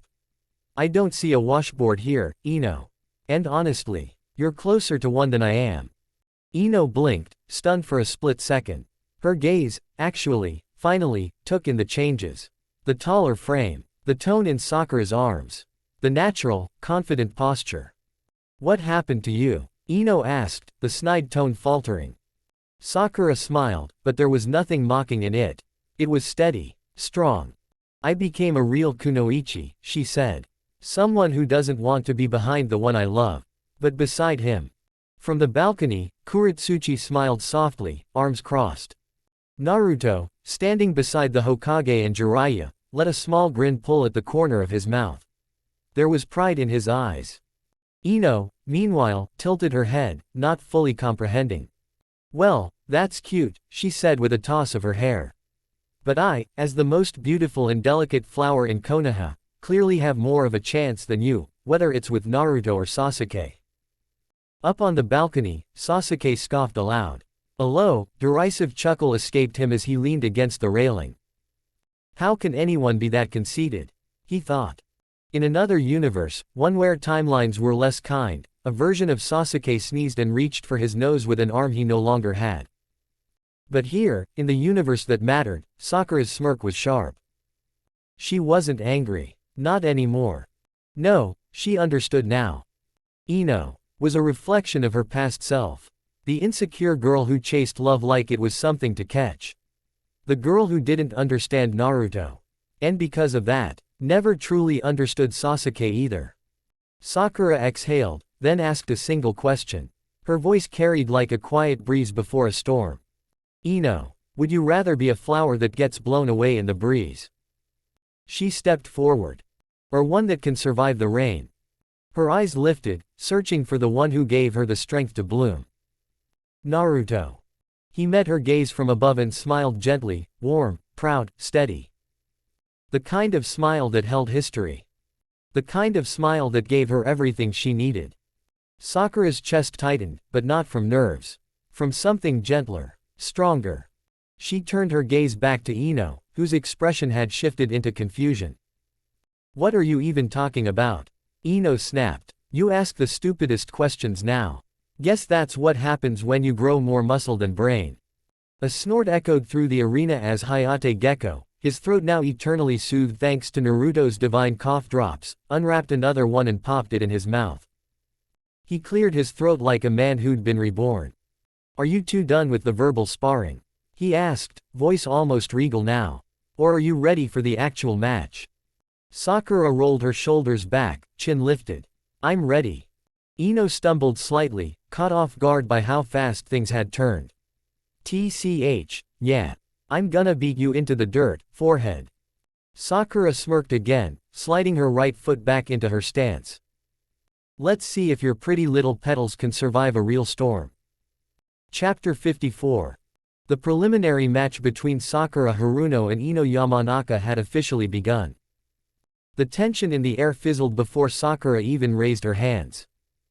Ino threw the first kunai. Sakura didn't flinch. She tilted her head just enough to let it whistle past her cheek and land behind her with a thud. Her hands remained down. "Is that your opener?" she asked, voice calm. "You've had years of training for that." Ino clenched her jaw, already thrown off. "Don't play coy," she snapped, throwing 3 more kunai in a fan pattern. Sakura walked forward. Not dodged. Not ran. Walked. Each kunai missed as if it had never been intended to hit. "That's what you never understood, Ino," Sakura continued, her voice unnervingly even. "You try to impress with noise and sparkles. But when it comes to real power..." Sakura stopped just a meter from her. "You don't have any." Ino snarled and rushed forward with a chakra-charged punch. Sloppy. Predictable. Sakura raised a single hand and caught it mid-swing. Her fingers didn't even tremble. "I'll give you credit," Sakura smiled sweetly, "you're prettier than you used to be. But beauty fades." She twisted Ino's wrist gently, making the other girl drop to her knees in a wince. "But power evolves." Ino pushed off and jumped backward, clutching her arm. "You're so full of yourself now," she shouted. "You think you're hot just because Naruto's been flirting with you." Sakura paused, then smirked. "No," she said, walking forward again. "I think I'm hot because Naruto's going to be mine." Ino's mouth twitched. Sakura saw the hit land, not physically. Emotionally. Why you're so sure of yourself? Ino scoffed. Did you forget he's engaged to the Tsuchikage's granddaughter? Before Sakura could answer, a voice rang out from the balcony. I approved her. Kuretsuchi shouted proudly. Heads turned. Kuretsuchi stood next to Naruto, hands on hips. She's family now. No problems here. Sakura turned her gaze back to Ino, her smile wide now. She even tilted her head like Naruto sometimes did when taunting people. You heard the fiancé, she said. Uchiha property, fully cleared. Ino turned red with embarrassment and rage. I bet Naruto's just a sleazeball anyway. She snapped, grasping for anything. Silence. Sakura's eyes changed, not with anger, clarity. Even Ino's breath caught. Ino hesitated. I didn't mean that. Sakura nodded slowly, walking forward without another word. I know. Then, before Ino could prepare, a single chakra-enhanced fist crashed into her stomach, the shockwave shaking the arena floor. Ino was driven down like a nail through concrete, breath exploding from her lungs. Sakura calmly stepped forward and straddled Ino's body, one leg on either side of her waist, and lowered herself until her face was only inches from her former friends, hidden from the crowd's view. Her bangs cast a shadow over her eyes. Her voice, low and steady, only for Ino to hear. Do you know what I'm going to have, Ino? Ino blinked, still dazed. I'm going to spend every day beside the person I love. Sakura leaned closer, eyes sharpening like scalpels. I'll go where he goes. Live where he lives. Fight beside him. Heal him. Laugh with him. Then, a twist. Her expression shifted, into something dangerous. Possessive. Her smile stretched unnaturally, a blush rising to her cheeks. And when everything is calm. Her voice dropped to a whisper. We're going to pump out enough children to fill a village. Ino's eyes widened in horror. A shudder ran through her spine. Before she could scream, Sakura's hand came down and chopped her on the neck, instantly knocking her out. Silence blanketed the arena for a moment. Then, Sakura stood up. She brushed off her skirt, adjusted her gloves, and turned to the proctor with the sweetest, most innocent smile. Hayate blinked, still stunned. Winner, Sakura Haruno. Jiraiya's face twitched. Hiruzen narrowed his eyes. Both men turned slowly toward the source of their discomfort, Naruto.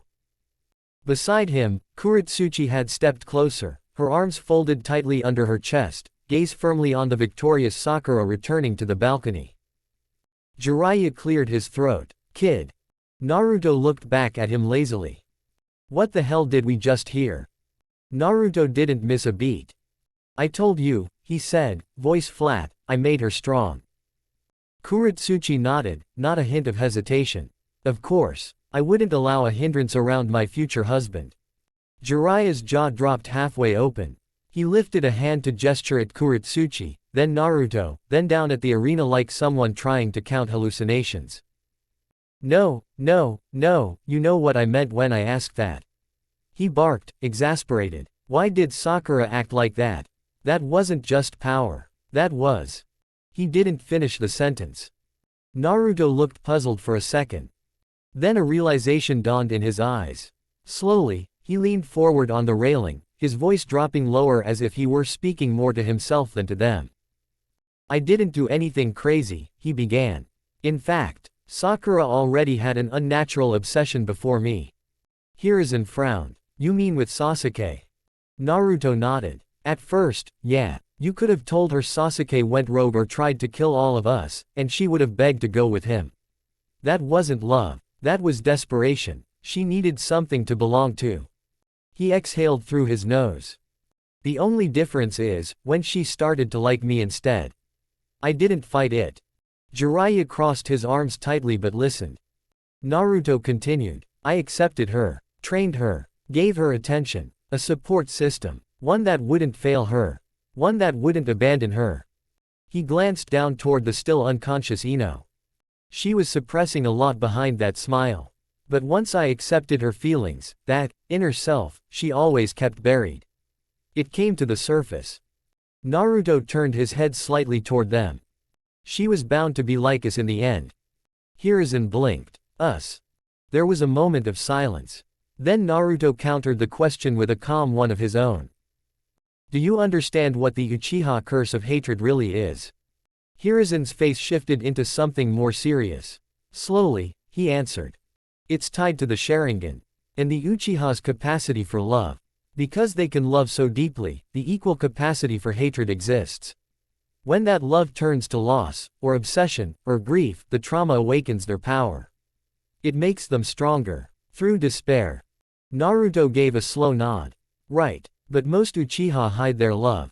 They fear being hurt. That's how they're raised. It becomes their cage. Jiraiya's voice cut in quietly. What are you saying? Naruto's violet eyes glinted as he turned back toward the arena, watching Sakura rejoin her teammates. I'm saying, he started, tone soft but unnervingly cold, what happens to a boy who wants nothing more than to be loved, by anyone or anything, who keeps his heart open his entire life? He gripped the railing. Only to be rejected again. And again. And again. Hiruzen's breath caught in his throat. To be beaten in alleyways. Kicked out of orphanages. Killed over and over again. Naruto's voice dropped lower. Only to be brought back each time by the tailed beast the villagers already hated him for carrying. He let the silence sink in. Like a stone into a deep lake. Neither of the old men responded. Kurama chuckled softly inside Naruto's mind. You should let them stew in it a little longer. The truth always tastes better when it's slow cooked in guilt. Naruto's face didn't shift. He just waited, watching if they'd dare try to answer. Naruto's gaze drifted down the balcony, toward the girl leaning beside Sasuke. Sakura had her arms resting gently on the railing, still flushed from the adrenaline of her fight. Her breathing had evened out, her expression relaxed, but when she looked over and saw Naruto watching her, her smile bloomed like spring. Naruto's face softened. He raised a hand and gave her an exaggerated thumbs up, grinning in that warm way that only she knew now. Her cheeks lit up and her grin widened as she instinctively returned the gesture, her chest swelling with something bright and prideful. Naruto made a quick sign with one hand, I'll be over there shortly. She nodded, then turned to speak with Sasuke, still smiling like her heart was trying to climb out of her chest. Naruto turned back to the two men beside him. His smile dropped. This, he said quietly, is what happens. With that, his violet eyes bled red as three tomos spun into life, resting evenly in each iris. He didn't turn them off. He didn't blink. Jiraiya and Hiruzen flinched, not from the visual, but from what it meant. The Hokage's hands tightened behind his back. Jiraiya looked away first. I awakened these when I was 6, Naruto began softly. Too young to understand what it meant. I didn't even know what the Nine Tails was.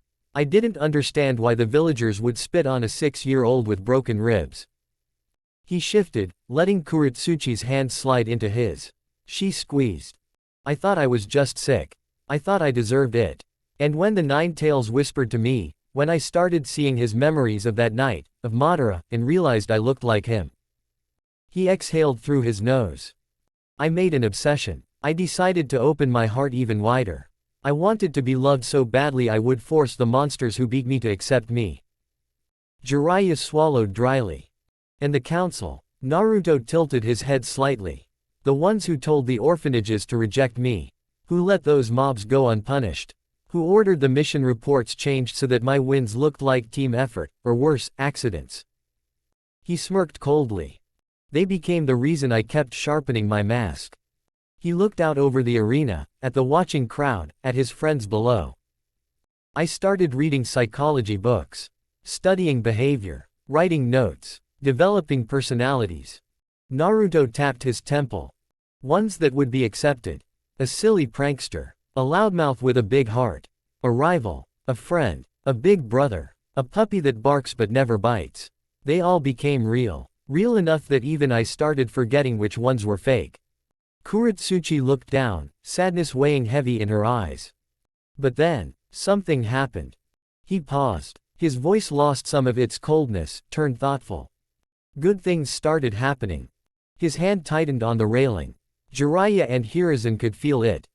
That's when it got worse. I started flinching at kindness. I wondered, Was this a trap? Did they really like me?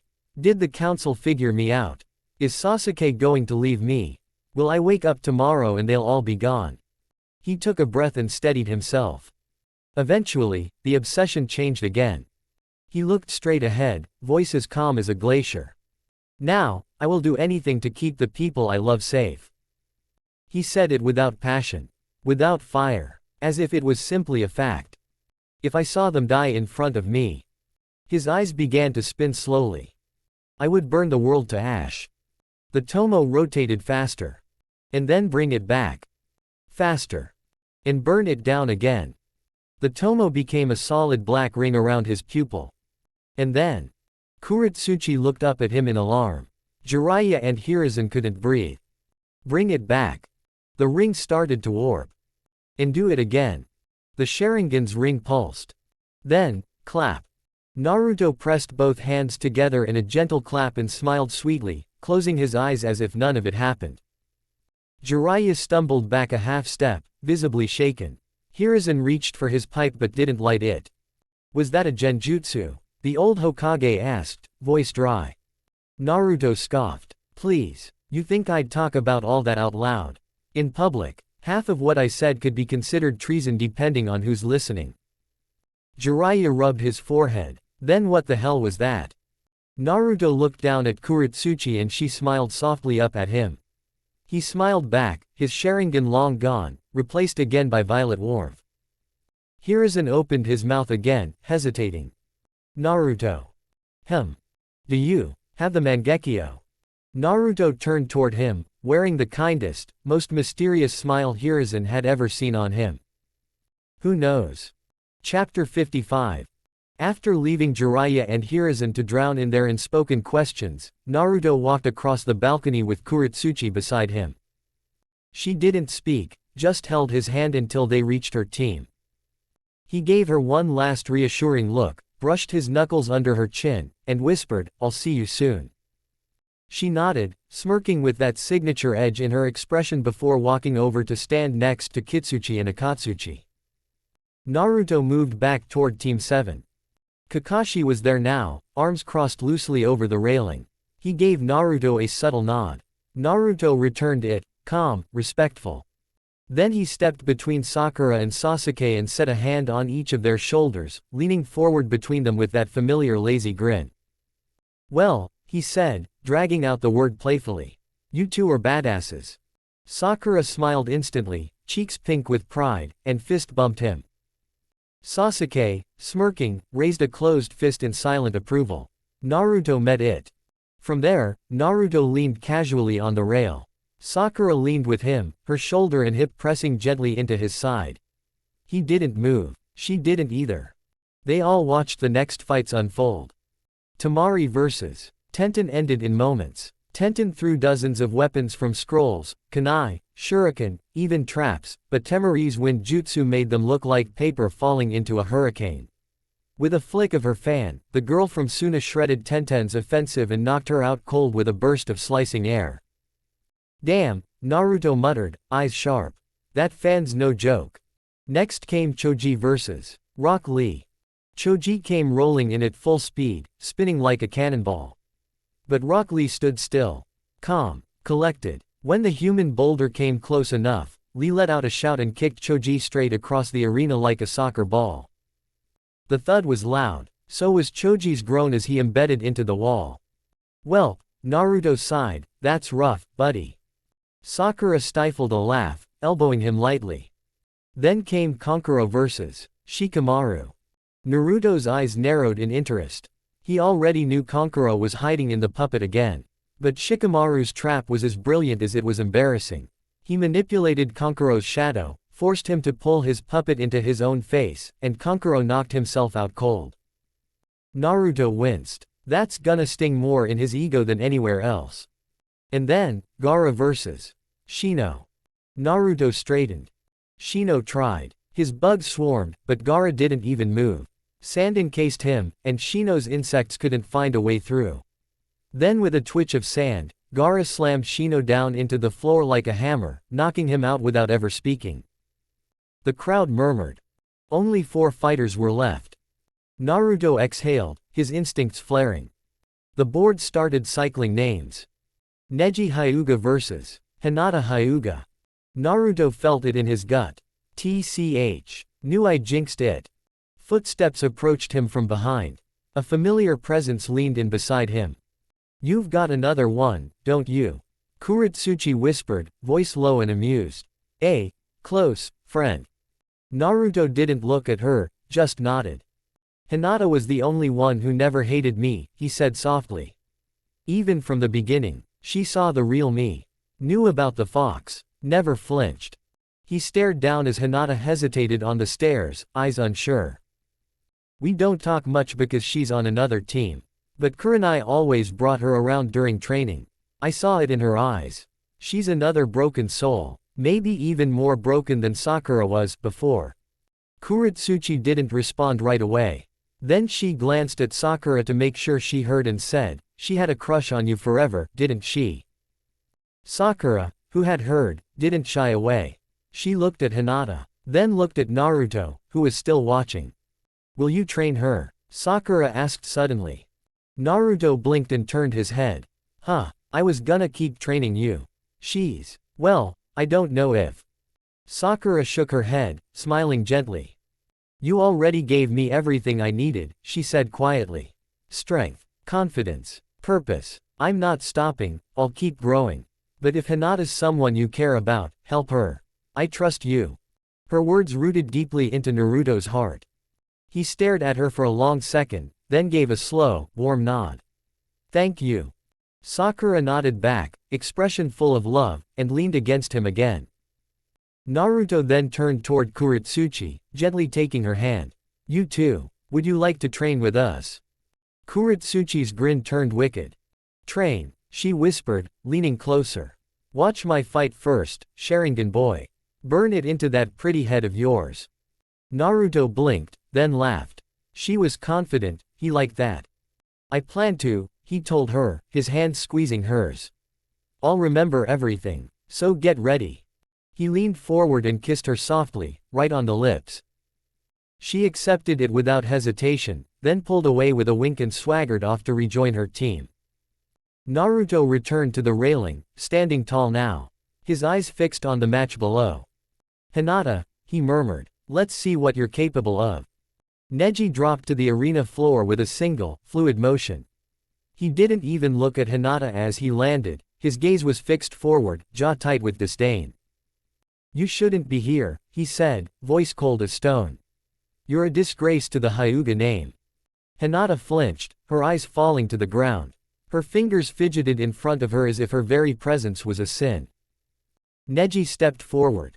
It is my fate to punish the weakness of the main branch.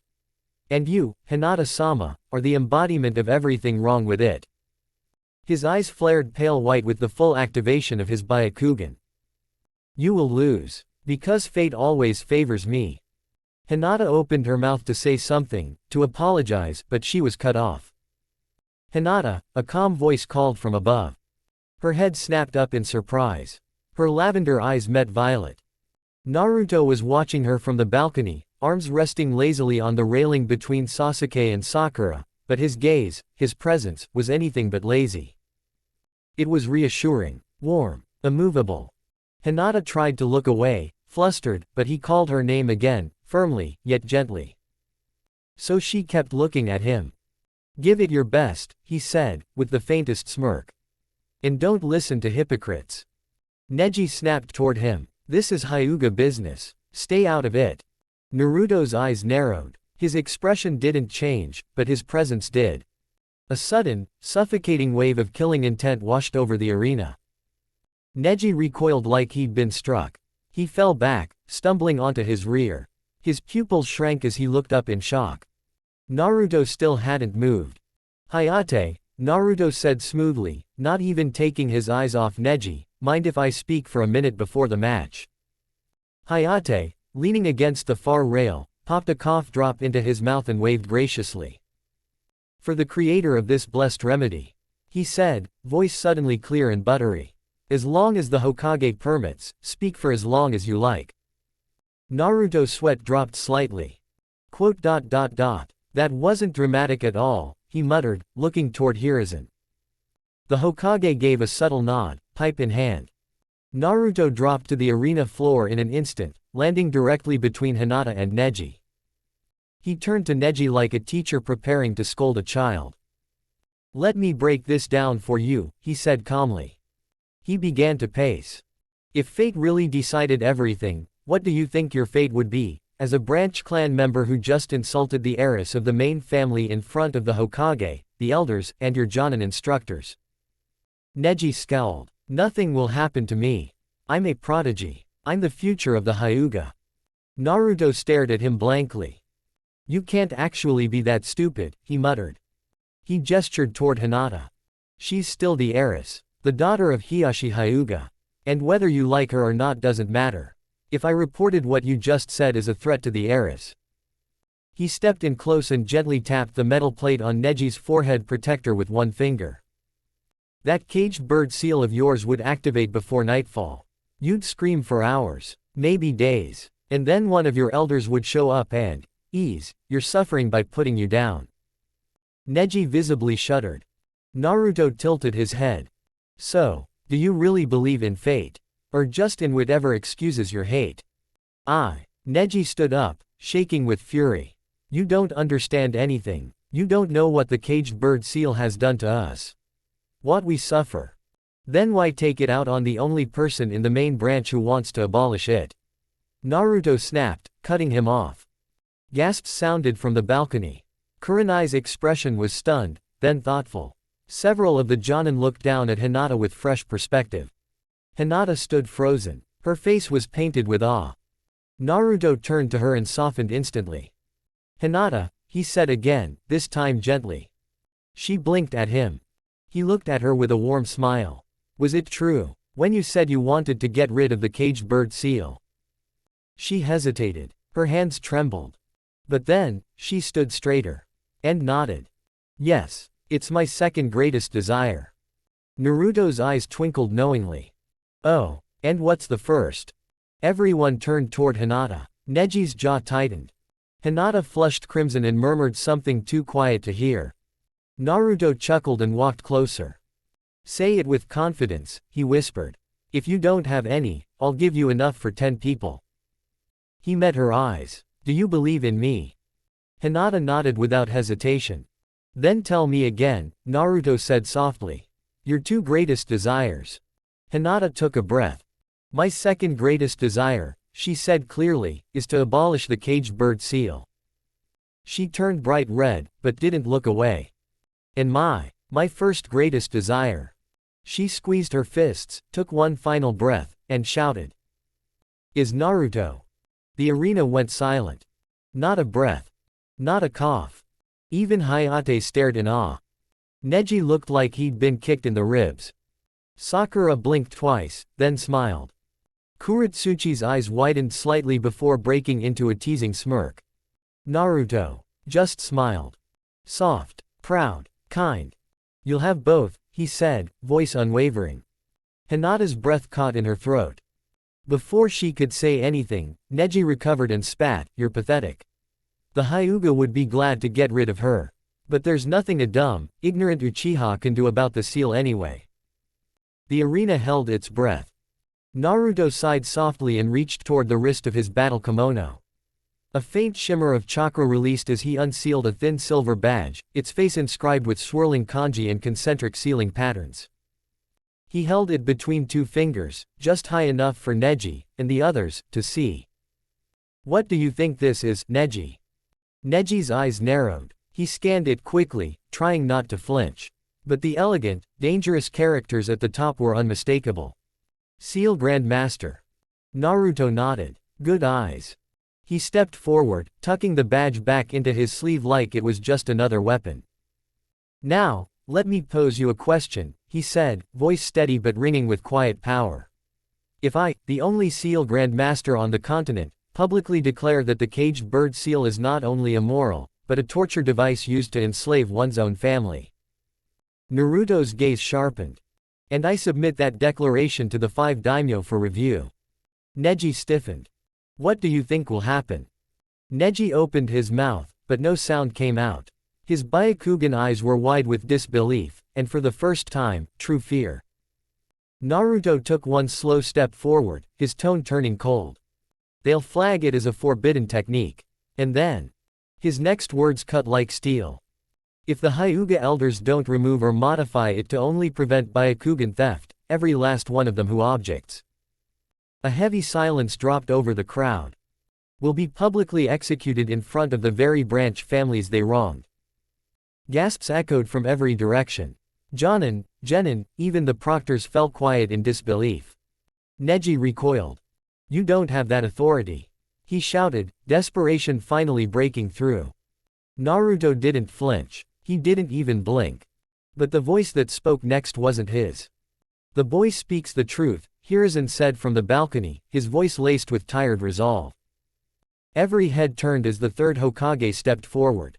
The Seal Grandmaster's designation holds weight with all 5 nations. If Naruto submits such a report and recommendation, especially one this ethically grounded, it will be taken seriously. Even Jiraiya gave a solemn nod. This isn't politics anymore, kid. It's justice. Hinata, still standing off to the side of the ring, blinked rapidly. Her heart thudded in her chest. She looked at Naruto, trembling, but not in fear. In hope. Do you really promise? She asked, barely above a whisper. Naruto tilted his head, smiling faintly. Promise what? She looked down, then back up, eyes glossy with emotion. That I can really have both. The whole arena leaned in, curious.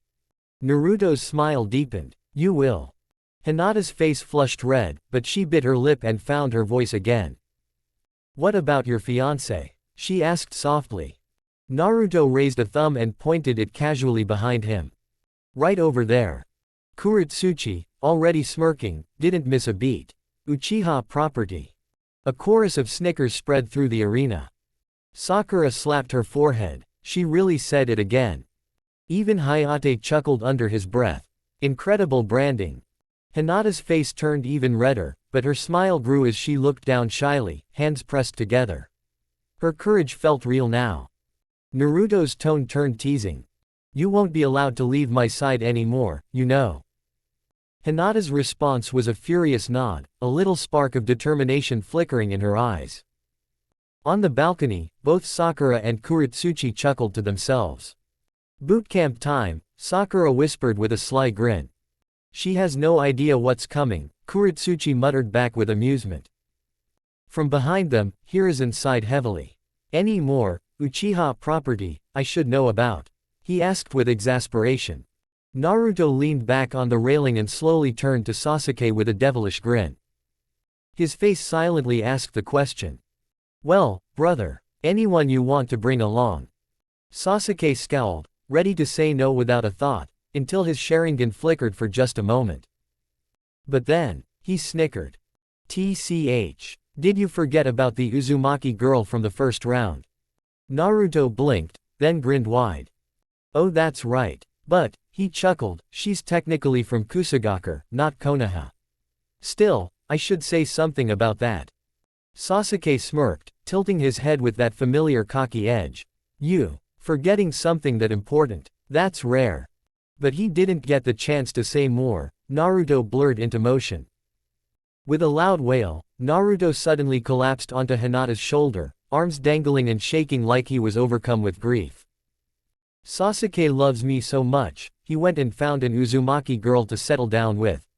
So his kids could be like me. Hinata nearly short-circuited. Her entire face turned crimson. Her soul tried to evacuate her body on the spot. But when Naruto didn't move, still dramatically clinging to her, she took a trembling breath, gently placed a supportive hand on his back, and whispered, I'm happy for him. Sasuke's face twitched, then turned red with rage. You absolute bastard. That's not even. You're just. Fuck you. He launched into a barrage of curses that had every Jonin raising a brow. Kurenai covered her ears. Kakashi just turned the page of his book. Jiraiya was crying laughing. Naruto, still dramatically collapsed on Hinata, peeked up and grinned. Then he placed both hands on her shoulders and met her eyes. Hey, believe in the me that believes in you, okay? Hinata froze, then slowly, shakily nodded. Her eyes shimmered with resolve. Naruto smiled gently, gave her head a pat, and she giggled softly. But before he left the arena floor, Naruto's gaze drifted to Neji. His tone sharpened, a cold steel sliding into his voice. Neji, get your head straight. You're a Hyuga. Pride comes with the name, but only if it's earned. Doesn't matter if you're branch or main. You wear that name, so act like it. Neji looked away, jaw clenched. But Naruto stepped closer. Just enough to whisper. I'll help with any revenge you want. But only when I'm free too. Not caged. Neji's eyes widened. He didn't speak, but Naruto saw it. He understood. Naruto smirked. Fate has determined one thing, Neji. That I'll break that cage. And then, in a blur of motion, Naruto vanished, reappearing high above on the balcony beside his team like a ghost. Hands casually in his sleeves, he tilted his head and looked down at the Hyugas. Have a good fight, he said, his voice calm and sweet, before it dipped with menace. But if you say one more word about her in a negative light, Neji. His eyes narrowed. I'll scrape off your palms and break your fingers so badly, not even Tsunade can fix them. The entire arena went silent. Neji stiffened, then nodded slowly. Naruto, satisfied, turned to Hayate and offered a small, courteous nod. Thank you for the time. Chapter 56. Hayate stepped back, one hand raised. This match. Begin. But Neji didn't move right away. He stood tall, arms folded behind his back in the stance of the gentle fist, and looked Hinata directly in the eyes. For once, there was no venom in his words. As a show of goodwill, Neji said calmly, I'll give you the honor of witnessing the full height of the gentle fist. He lowered into his stance. His chakra flared with precision, controlled, refined. Every strike I land, hammer it into your skull. Remember it. Engrave it. That's my way of showing you mercy. Hinata, startled at first, steadied her breathing. She didn't flinch this time. Instead, she bowed slightly, and slid into her own stance, mirroring the same form, though with less rigidity. I understand, she said softly. And, I'll accept it. They moved. The first clash came fast. Neji darted forward like a snapping serpent.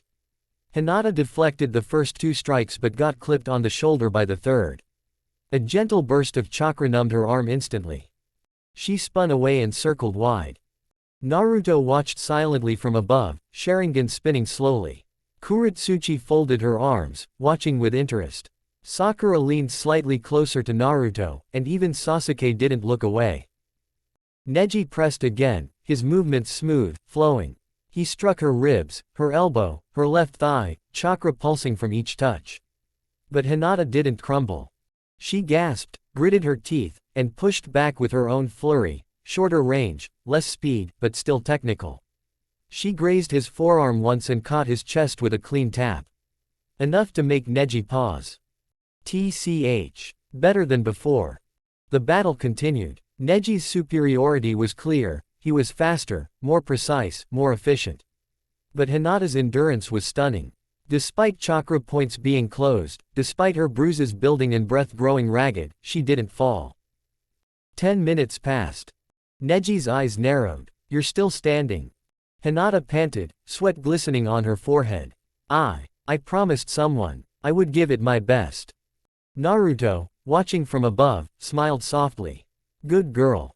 Neji exhaled sharply. For a moment, something in his face shifted. Not pity, respect. All right then, let's end this with dignity. Neji surged forward, his strikes were a blur, a waterfall of pinpoint attacks. Hinata blocked a few, dodged one, but her foot slipped. Her chakra flow was crumbling. Neji's final strike landed square on her shoulder, severing her last reserve of chakra flow. Hinata collapsed forward. But she didn't fall like a broken doll. She dropped to her knees, still trying to push herself up again with trembling arms. Neji stared at her, his eyes wide. You're trying to stand. She looked up at him, dazed, blood on her lip, one eye nearly closed from swelling. I'm not done yet. And then, her eyes rolled back. Hinata collapsed forward in a heap, completely unconscious. Hayate stepped forward. Hinata Hyuga is unable to continue. Neji Hyuga is the winner. There was a long pause before the crowd started clapping, some respectful, some uncertain. Naruto, however, didn't clap. He simply watched. Hinata had given it her all. She didn't win, but she fought with every ounce of strength in her body. She stood up for herself, for her beliefs, and for him. Naruto turned to Kuretsuchi and Sakura and whispered, "She's ready." Kuretsuchi smiled. "Guess it's time we train the next prodigy." Sakura smirked. "She'll survive the boot camp." Naruto's grin widened. "No, she'll thrive in it." Medics rushed out from the tunnel as Hinata stirred gently on the cracked arena floor, her chakra nearly gone, her skin pale with exhaustion. She blinked up at the cloudy sky, then turned her head just in time to see a familiar shadow crouching beside her. Naruto's hand was already stroking her bangs aside as he leaned over her, his expression soft, gentle in a way few people ever got to see. "You did great, Hinata," he said in that soothing voice of his, fingers brushing back her hair like she was made of glass. "I'll come see you when I can." Her cheeks turned crimson instantly, but she nodded slowly, managing a weak smile. "I'll be waiting for you," she whispered, eyes fluttering halfway closed again. Naruto smiled sweetly and kissed her forehead, then stood up as the medics carefully lifted her onto a stretcher.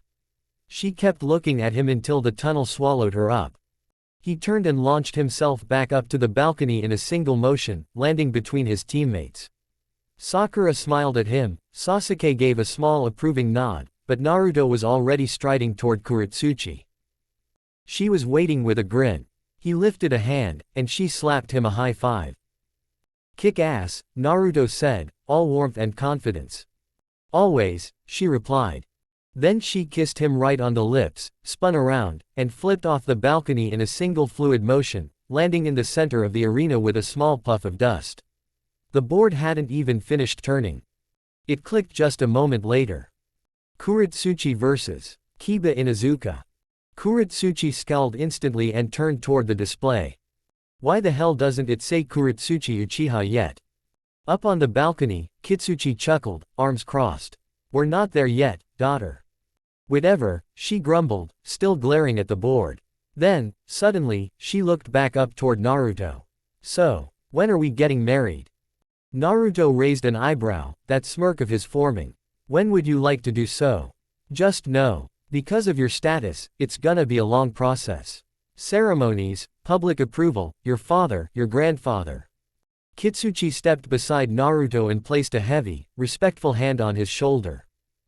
"I appreciate your sense," Kitsuchi said calmly. "Someone around here has it." "I get it from Sasuke," Naruto deadpanned. Kuretsuchi just gave a sly smile. Yeah, but both the Earth and Fire Daimyo already approved it, right? So all we really need is paperwork." Naruto was about to reply when a loud scoff echoed across the arena. "Oh my god, enough with the wedding talk." Kiba shouted as he leapt down with Akamaru beside him. "You can do all that boring crap after I kick your ass." He pointed at Kuretsuchi confidently. "I'm an alpha. I've never lost to some girl, and today won't be the first." Naruto let out a long, slow sigh. Then, with his voice dropping into something dark and smooth, he called down. "Kuro-chan." She twitched slightly. That voice always did something to her. "If you kick his ass, I'll submit the paperwork tonight. Mizuru will deliver it." There was a poof of smoke as Mizuru appeared right next to Naruto, her fur fluffed out, tail swaying with righteous fury. She didn't speak. She simply leapt down onto the railing, posed with a paw extended like a kunoichi ready to throw down, and glared directly at Kiba. Kiba blinked. Is the fox serious right now?" Kuretsuchi said nothing. Her fists tightened. Her feet slid into a stance. The air around her began to shimmer with heat from her latent chakra. She was ready. Kiba swallowed nervously but forced a cocky grin back onto his face. Naruto leaned against the balcony railing beside Kitsuchi, watching with mild amusement. The older man was sweating a little now, watching the tension. "Maybe you're a little impulsive too," he muttered. Naruto grinned without looking his way. "I prefer the term decisive." Kitsuchi huffed, but a deep chuckle rose from his chest anyway. Anyone who picks a fight with a Megakure, he said to himself, shaking his head, is going to be chased to the ends of the earth. Hayate coughed politely just once, miraculously, and raised his hand. Match. Begin. Kiba cracked his knuckles and crouched low, Akamaru barking beside him. Let's go, he yelled as both of them surged forward with four-legged speed.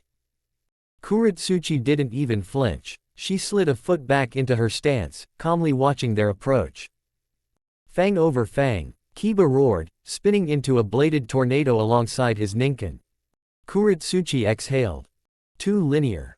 She slammed her palms together, earth style, earth and rise, and a massive chunk of stone shot up directly in front of her. The spinning pair crashed into it hard, both of them ricocheting off in different directions. Kiba growled midair, landing on all fours. Akamaru shook his fur beside him. You trying to hide? He spat. I'll flush you out. But Kuretsuchi wasn't hiding. She walked straight out from behind the rock like a queen taking her time through a battlefield. You said something about never losing to a girl. She asked, voice cool and dripping with disdain. Let me fix that for you. Kiba lunged again, wild and fast. This time Kuretsuchi met him head-on. She ducked the first swipe, sidestepped the second, and spun into a vicious roundhouse that caught him across the jaw. Kiba stumbled, seeing stars. She didn't stop. A palm strike to the gut. Elbow to the temple. Knee to the ribs. Then a shoulder throw that planted Kiba into the arena floor. Akamaru barked and lunged to protect his partner, but Kuretsuchi already had her hands moving. Fire style, ember barrage. Dozens of glowing embers shot out like shrapnel, forcing Akamaru to dodge or risk being scorched. Naruto chuckled from above. She's just getting warmed up. Back in the arena, Kiba was panting now, barely up on one knee. Damn it, you're tougher than you look. I look like I belong to an Uchiha, Kuretsuchi said flatly. We don't do weak. She inhaled deeply. Her cheeks puffed slightly, chakra shifting with a sharp snap. Kiba's eyes widened. Wait. Lava style, caustic spit.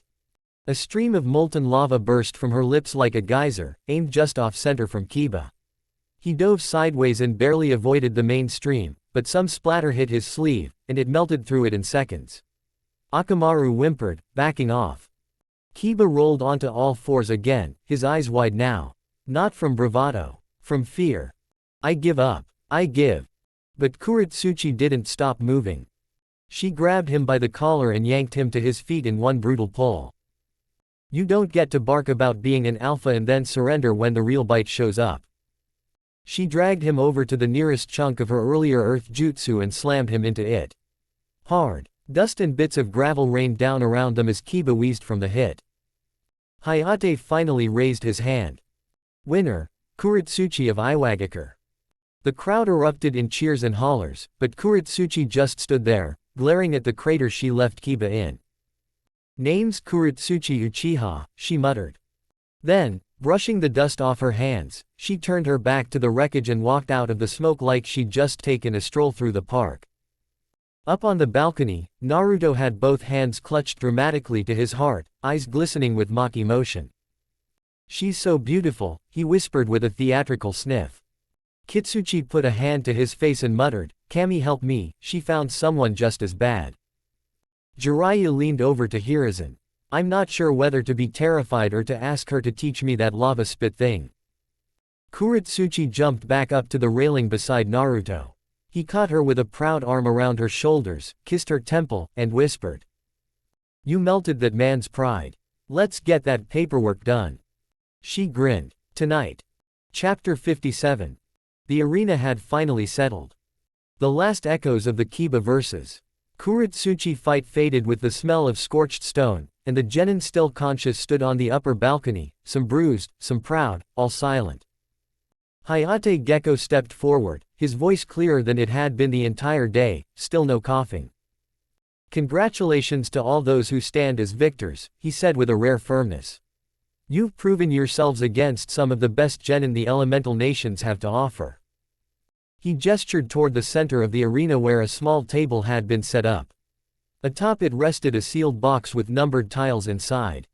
It is now time to determine the matchups for the final tournament of the Chunin exams.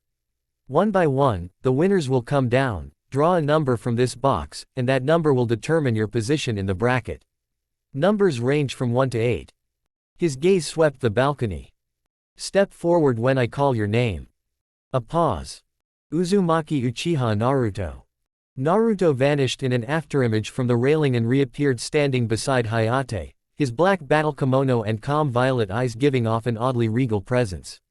He smiled faintly as Hayate opened the box. Naruto reached in, pulled a tile, flipped it over. Number 1, he said clearly, with a sly grin. How poetic. Kuretsuchi snorted from the balcony. Of course he gets number 1, she muttered proudly. Next, Hyuga Neji. Neji leapt down, his movements still smooth despite his bruises. He glanced at Naruto as he passed him, the heat between them lingering, then drew his tile. Number 4, he announced quietly. Next, Sabaku no Tamari.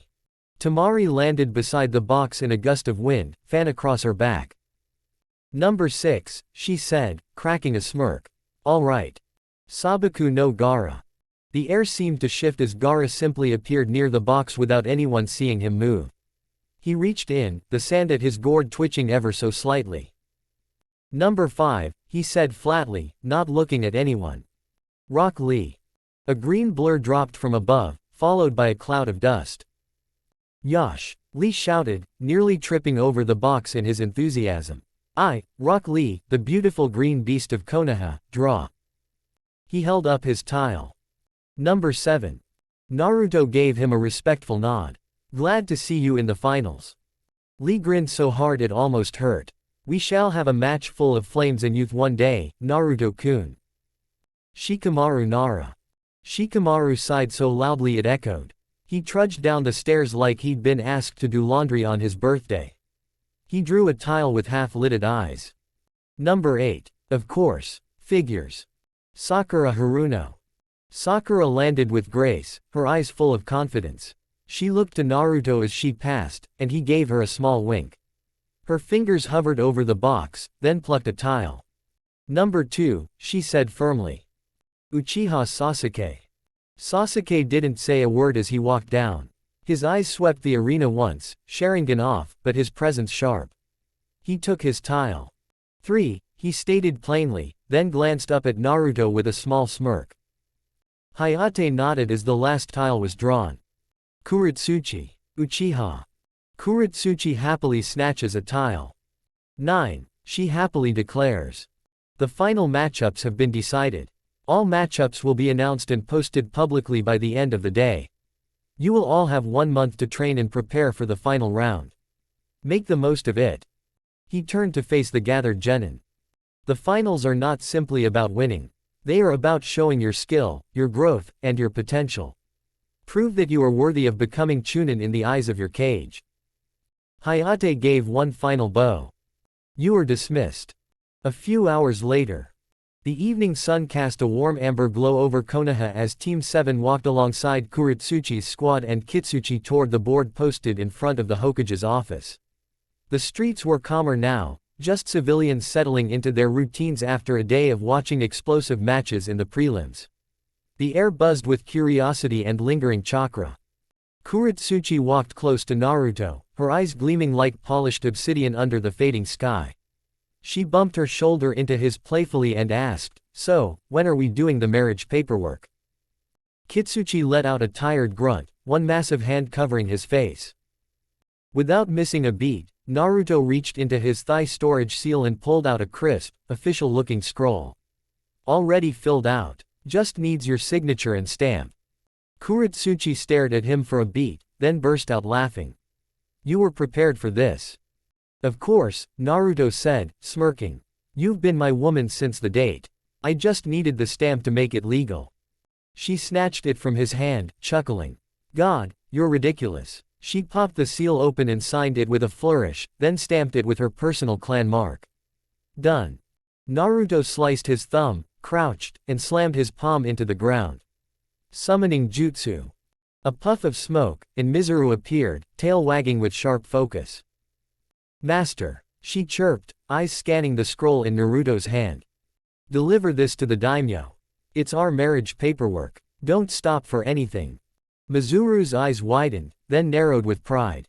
Understood. She gently took the scroll in her jaws, bowed to Kuretsuchi, and vanished in another puff of smoke. Kuretsuchi leaned into Naruto and whispered, I like that she calls you, master. She winked. Naruto chuckled. By now, the group reached the board. Each name was carved cleanly into wooden panels beneath a simple header, Chunin Finals, Match Assignments. Looks like we're up first, Naruto said, spotting his name. I got Shikamaru. That'll be annoyingly interesting. Sakura leaned forward and sighed. I have Rock Lee. Wonderful. Naruto tapped his chin. If you use that smart little brain of yours, you'll be fine. Just stay calm. Sakura nodded thoughtfully, already calculating counters in her head. Sasuke groaned beside them. I have to fight a girl. Naruto burst out laughing while both Sakura and Kuretsuchi turned to shoot him identical frowns. Careful, Sasuke. This is your chance to find out if you like her. Strong women are your type, aren't they? Sasuke flushed slightly and hissed, shut up. Akatsuchi chuckled from behind. Naruto's the one who's gonna be fighting girls all day anyway. Kuretsuchi squinted at the bottom of the board. Hey, I'm number 9. That means I fight the winner of Naruto vs Shikamaru. She gave Naruto a toothy grin. Guess you'll be fighting me and Sakura back to back. Naruto grinned and crossed his arms. Good. I'll push both of you to your limits. Let everyone see just how dangerous the women around me are. Sakura blushed slightly but stood a little taller.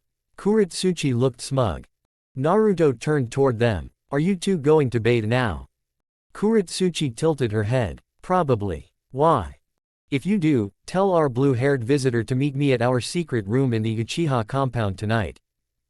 Kuretsuchi broke away from her team and slinked up to Naruto's ear, lips close enough to brush it. Would you like to join us? She asked softly, just loud enough for Sakura to hear. Sakura stiffened, face burning red. Her eyes shifted toward Naruto, curious. And a bit conflicted. Naruto let out a loud laugh. I'm sure our visitor wouldn't appreciate that. If she's even there. Kuretsuchi's grin turned devilish. And if she's not? Sakura turned even redder, hiding her face behind her hair. Sasuke sighed and stepped back. I'm leaving early tomorrow for Ruchi Cave. I need rest. He bumped fists with Naruto. Don't do anything too stupid. Naruto grinned. You know I will. After Sasuke disappeared into the darkening street, Naruto rubbed the back of his head. Anyway, I've got a lot to do the next few days. Gotta talk to Hiyashi, prep for training. Sakura gave him a side glance, her voice soft. I'm fine with it. Naruto smiled and stepped between the two girls. Sure, I'll take you both up on that offer then. Kuretsuchi's smirk said everything. Sakura just looked away, but the pink on her cheeks hadn't faded. Steam billowed gently through the quiet halls of the Uchiha compound's private bathhouse, the ancient wooden beams warm from decades of use. The soft sound of bare feet patted against the polished floors as Naruto, Sakura, and Kuretsuchi walked through the misty corridors wrapped in towels. Once inside, the girls split off toward the water, placing their clothes in the bamboo baskets near the changing benches. With satisfied sighs, they stepped into the steaming pool. The heat sank into their bones, loosening days of tension from training, battle, and emotional chaos. Sakura leaned her head back against the smooth stone and groaned with relief.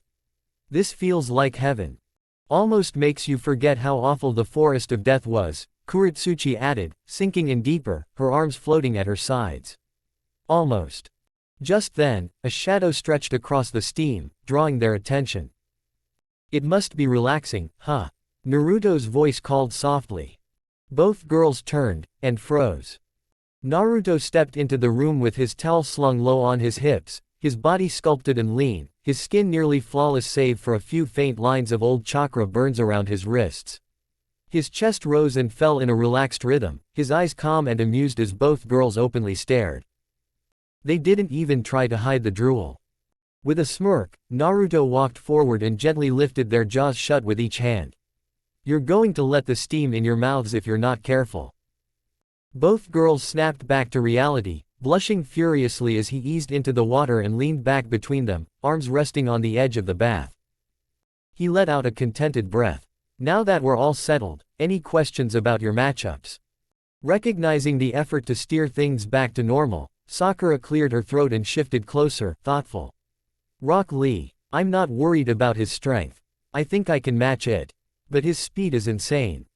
Naruto nodded. His taijutsu is top-notch, but it's all muscle memory and bursts of gates-enhanced movement. He doesn't understand passive chakra use. Catch him before he opens the gates, and you'll have an opening. Sakura blinked. Wait, that means I could. Genjutsu. Excited, she hugged Naruto without thinking, her face bright with realization. As soon as her chest pressed to his side, her eyes widened, and she started to pull back. Sorry. Naruto wrapped one arm around her gently, keeping her close. Hey, don't apologize. That's what I'm here for. Sakura flushed even deeper but didn't resist the hug. Naruto turned his head. What about you, Kuretsuchi? Kuretsuchi, already pressing into his other side, smirked. Would you really tell me your fighting style? I am your opponent after all. He chuckled and put his other arm around her too. You've never seen me actually fight. Makes it more fair, don't you think? She hummed, pleased. Fair enough. Just let me watch when you're training Hinata. Of course. For a few moments, the three simply soaked in silence, the comfort of warmth and connection easing the weight of their roles. Then Naruto stood and stretched. I'll give you two some privacy. I need to get ready to meet Konan anyway. The girls nodded, watching as he toweled off and walked calmly toward the exit. His presence lingered even after he was gone. Kuretsuchi turned to Sakura with a small grin. So, you looking forward to your match? Sakura tilted her head, water rippling around her shoulders. Not the one with Rock Lee. But the next one, against Naruto. She smiled. He'll win, no question. But I want to show him how far I've come. I want to make him proud. Kuretsuchi's grin softened. You're a great kunoichi. I'm looking forward to working with you in the future. Sakura flushed and nodded. Thanks. Then Kuretsuchi smirked. So, that whole, fill a village with babies line you dropped on Ino. Sakura's eyes glazed over for a moment, her expression blissful, until she snapped out of it and started waving her hands. I mean, I wasn't thinking clearly. She was provoking me and I. Kuretsuchi laughed, flicking some water at her. You don't need to make excuses when you're that loyal to my husband. Sakura paused, her eyes dipping slightly. You don't think I'm creepy for it. I know I'm going to get clingy. What if I push him away? Kuretsuchi leaned back and exhaled. Sakura, Naruto's someone who had to fight for every scrap of love he ever got. Someone like that, receiving unconditional love like yours, it's exactly what he needs. Sakura stared at her, lips slightly parted. Kuretsuchi glanced toward the ceiling, repeating Naruto's words from the prelims. He'd burn down the world over and over again. Would he really? Sakura asked. Yes, Kuretsuchi answered without hesitation. Sakura blinked. And then, slowly, her face changed, an obsessive, starry-eyed smile spreading across her lips. Then I won't hold back. Amegakure's Uchiha clan is going to be filled with little ones with pink hair and violet eyes. She stared into the ceiling, hands on her cheeks in utter bliss. Kuretsuchi laughed and splashed her lightly. Fine by me, but I get to go first. Sakura looked at her like it was the most obvious thing in the world. Of course, you're married to him, why wouldn't you? Kuretsuchi blinked, stunned for a moment. Then laughed even louder. Damn right. The steam curled around them as the two girls sat side by side, already dreaming of the future they were building. One soaked in love, strength, and a shared madness they both knew Naruto would never run from. He'd chosen them, and they'd follow him anywhere. Chapter 58. The warm glow of paper lanterns gently lit the modest interior of Naruto's home within the Uchiha compound. He sat calmly on a cushion at a low table, hands folded, posture relaxed yet dignified. The steam from his teacup curled upward, trailing into the evening air like whispered thoughts. A knock echoed at the front door. Come in, Naruto called, his voice smooth but commanding. The door opened, and Konan stepped in, dressed in a casual black tunic and fitted pants, nothing like her usual paper cloak or angelic presence. The tension she often carried seemed to have melted away during her stay. "Good evening, Naruto," she greeted with a soft smile. Naruto returned a nod and motioned to the cushion across from him. "Evening, Konan. Please, sit." She moved gracefully across the room and took her seat. He poured her a cup of tea with a practiced hand. "Have you been comfortable in the guest house?" he asked, voice polite and even. Conan's expression softened further. "Yes. It's been rather nice not having to concern myself with worldly affairs. The bathhouse especially. A rare luxury." Naruto gave a small, genuine smile. "Good. I'm glad. You deserve a place to breathe." But then his expression dropped back into its usual stoic calm. "Now that we've had our pleasantries, the legendary Sannin, Orochimaru, is in the village." Conan's face instantly shifted to seriousness, her eyes narrowing. "The Akatsuki has interest in him. Certain circumstances." Naruto leaned forward slightly. "Is it important that I know?" Konan hesitated, then asked, "How involved does the future Amekage want to be in Amegakure's darker dealings?" Naruto's gaze turned sharp. "There's no such thing as light without shadow. The closer I work with the shadow, the easier it is to mask its movements with the light. As long as you're honest with me about your intentions, I might even justify it. Frame it as an official action of Amegakure."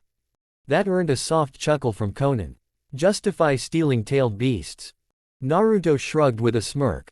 "Depends on the intention. After all, I'm a Jinchuriki too, so tell me, will the Akatsuki come after their new Amekage?" Konan thought back to her last conversation with Nagato. Her smile returned, faint but sincere. "They might have once. But my real friend, his true self is starting to return. The one who dreamed of peace." She continued, "The fake Madara, though, he might still make a move. But he and Zetsu, the plant guy you warned us about, have vanished. If you can truly build a peace corps worth fighting for, many in the Akatsuki would support you. Some may dissent, but others will ask to be officially indoctrinated into AIM." Naruto nodded once. "I'll approve it gladly." Konan offered him a respectful dip of her head. "Thank you. I'll relay this to my friend. As for Orochimaru, I'll inform him as well. We'll collaborate if the snake appears. With his taste for theatrics, the finals would be a perfect time." Naruto exhaled thoughtfully. "I was thinking the same." There was a brief silence. Then Naruto looked up. "Anything else you wanted to bring up?" "In 2 days, I'll be deep in training, myself and a new ally." Konan tapped a finger against her cup, eyes thoughtful. "What do you plan to do when you arrive in Amegakure? Just claim the cage hat and take over?" Naruto laughed quietly. "That wouldn't be smart. First, I'll spend 6 months learning the people, the history, the land. I'll protect what's mine, but I need to know how to serve it." He continued, more passionately, "If it's education they lack, then we'll build the greatest universities in the continent. If it's disease and hunger, then AIM will lead the world in medical research and supply. And if people feel vulnerable because of our location." He paused, then smiled again. "I'll convince other Jinchuriki to move there. Build a new academy where you don't graduate until you're already Chunin level. Eliminate genin entirely. Raise the floor." Konan's eyes widened, stunned. "You're ambitious." Naruto nodded. "A desperate village is like a wild animal pushed into a corner. Capable of incredible feats. And if survival is the goal, then so be it. I'll give a Megakure teeth no one will ever forget." Konan leaned back slowly, visibly impressed. "I never thought about it like that." He met her eyes with his calm gaze. "Then it's time someone did." She chuckled, then stood and offered him a graceful bow. "I'll pass all this along to my leader. And I'll see you around. Shadaime." Naruto blinked, then laughed. "That's the first time someone said it to my face." Konan smirked and waved as she exited the house. "Get used to it." As the door shut behind her, Naruto sat alone in the warm room, moonlight streaming across the floor. He reached for his tea and took a long sip. "Shadaime, huh?" He let the title linger in the air, and smiled. The next day, the sterile white halls of Konoha's hospital were still dim in the early morning light, though bustling with quiet activity. Naruto stepped through the front doors wearing a blank expression, the same one he wore every time he came here. The scent of antiseptic and strained politeness lingered in the air. He approached the front desk where a middle-aged receptionist glanced up at him, and immediately looked away with a sneer, returning to her paperwork without a word. Naruto sighed through his nose. So the farce continued. Without another word, he turned on his heel and walked down the corridor, heightening his senses. His chakra subtly reached out, brushing past the presence of medical staff, flickering lights, and whispering patients. Then, there, a soft, familiar scent like faint lavender.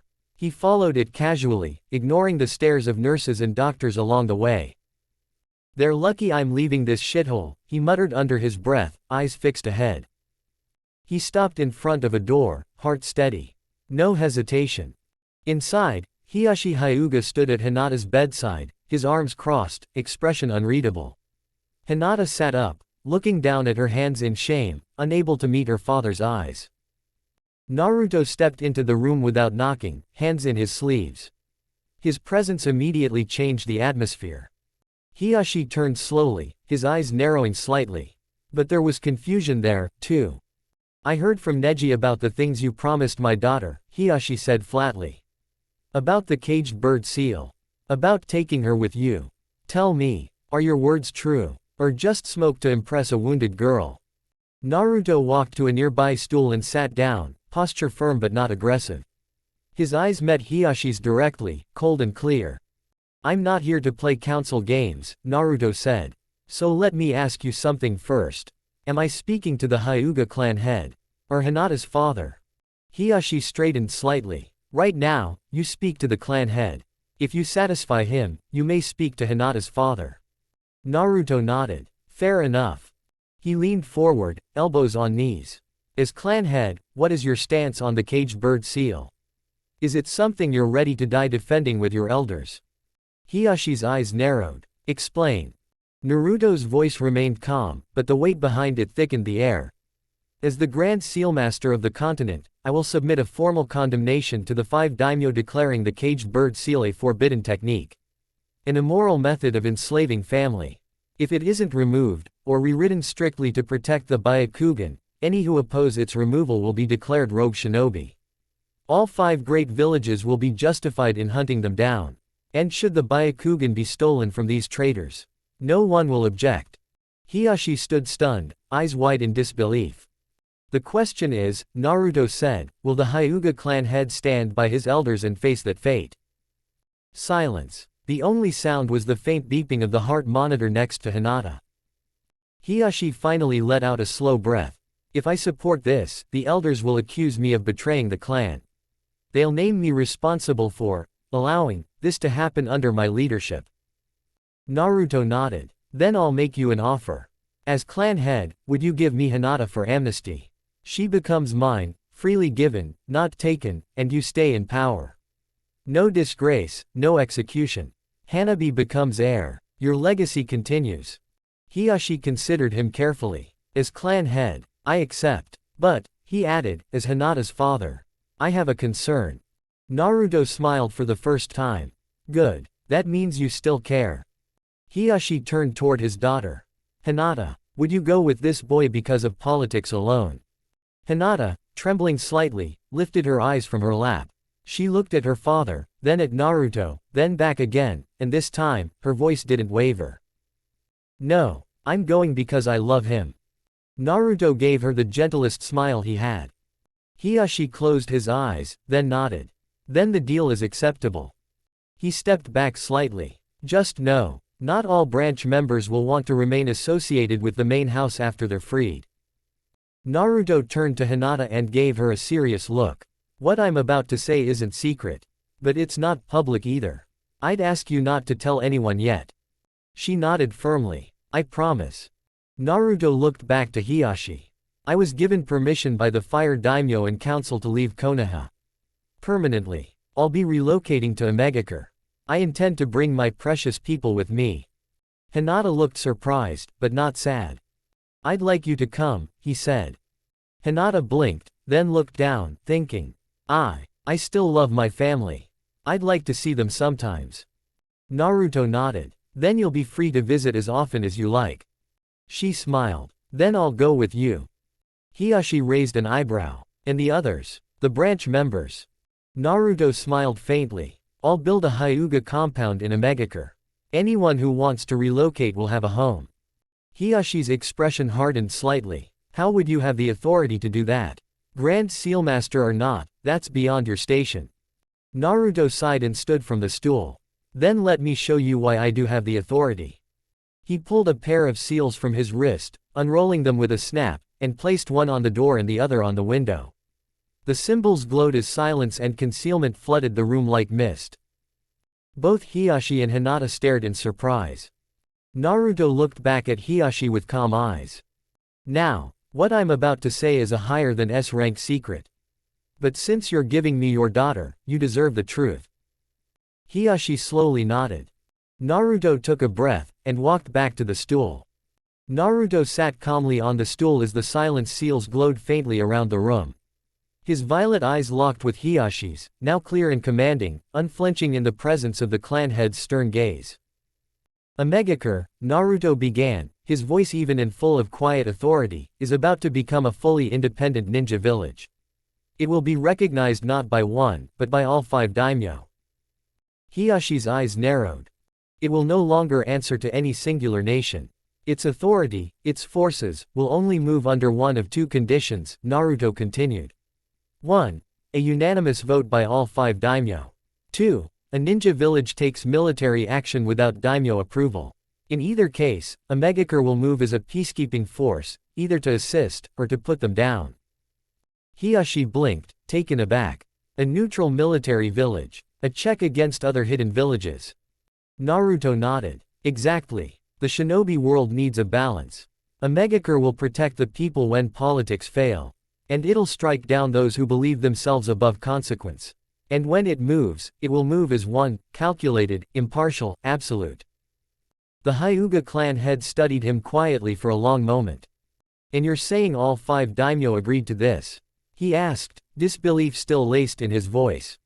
Naruto didn't answer with words. Instead, he reached into the seal on his thigh and pulled out a tightly rolled scroll, bound in red silk and gold thread. He tossed it lightly across the space between them. Hiyashi caught it and slowly unrolled it, eyes scanning the elegant brushstrokes of the political decree.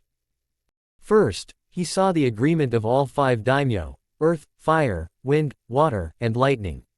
5 seals. 5 signatures. And then, beneath the final line of the declaration, Hiyashi's eyes stopped cold. There it was. Henceforth, we declare Naruto Uzumaki Uchiha the Shadaima Mekage, to assume the mantle upon his own willing acceptance. His hands trembled slightly as he reread it. My gods, Hiyashi whispered. You weren't bluffing. Naruto's tone remained light, but his grin was unmistakably fox-like. So, does the Shadaima Mekage have the authority to build a Hyuga compound and give sanctuary to the freed branch family? Hiyashi closed the scroll slowly, and for the first time in a very long time. He laughed. A soft, almost disbelieving sound at first. But it grew into something genuine, warm, tired, like a man releasing years of tension all at once. You live up to your name, he said, handing the scroll back. A maelstrom indeed. No one's realized they've stepped on the fox's tail. Naruto chuckled, the same mischief glinting in his eyes. And this fox doesn't forget. Hiyashi's expression softened as he stood, folding his hands behind his back. There could be no greater authority to approve this. Very well, I accept the deal. Naruto smiled and rose from the stool, offering a respectful bow, only to be stopped by Hiyashi raising a hand. A cage does not bow, he said firmly.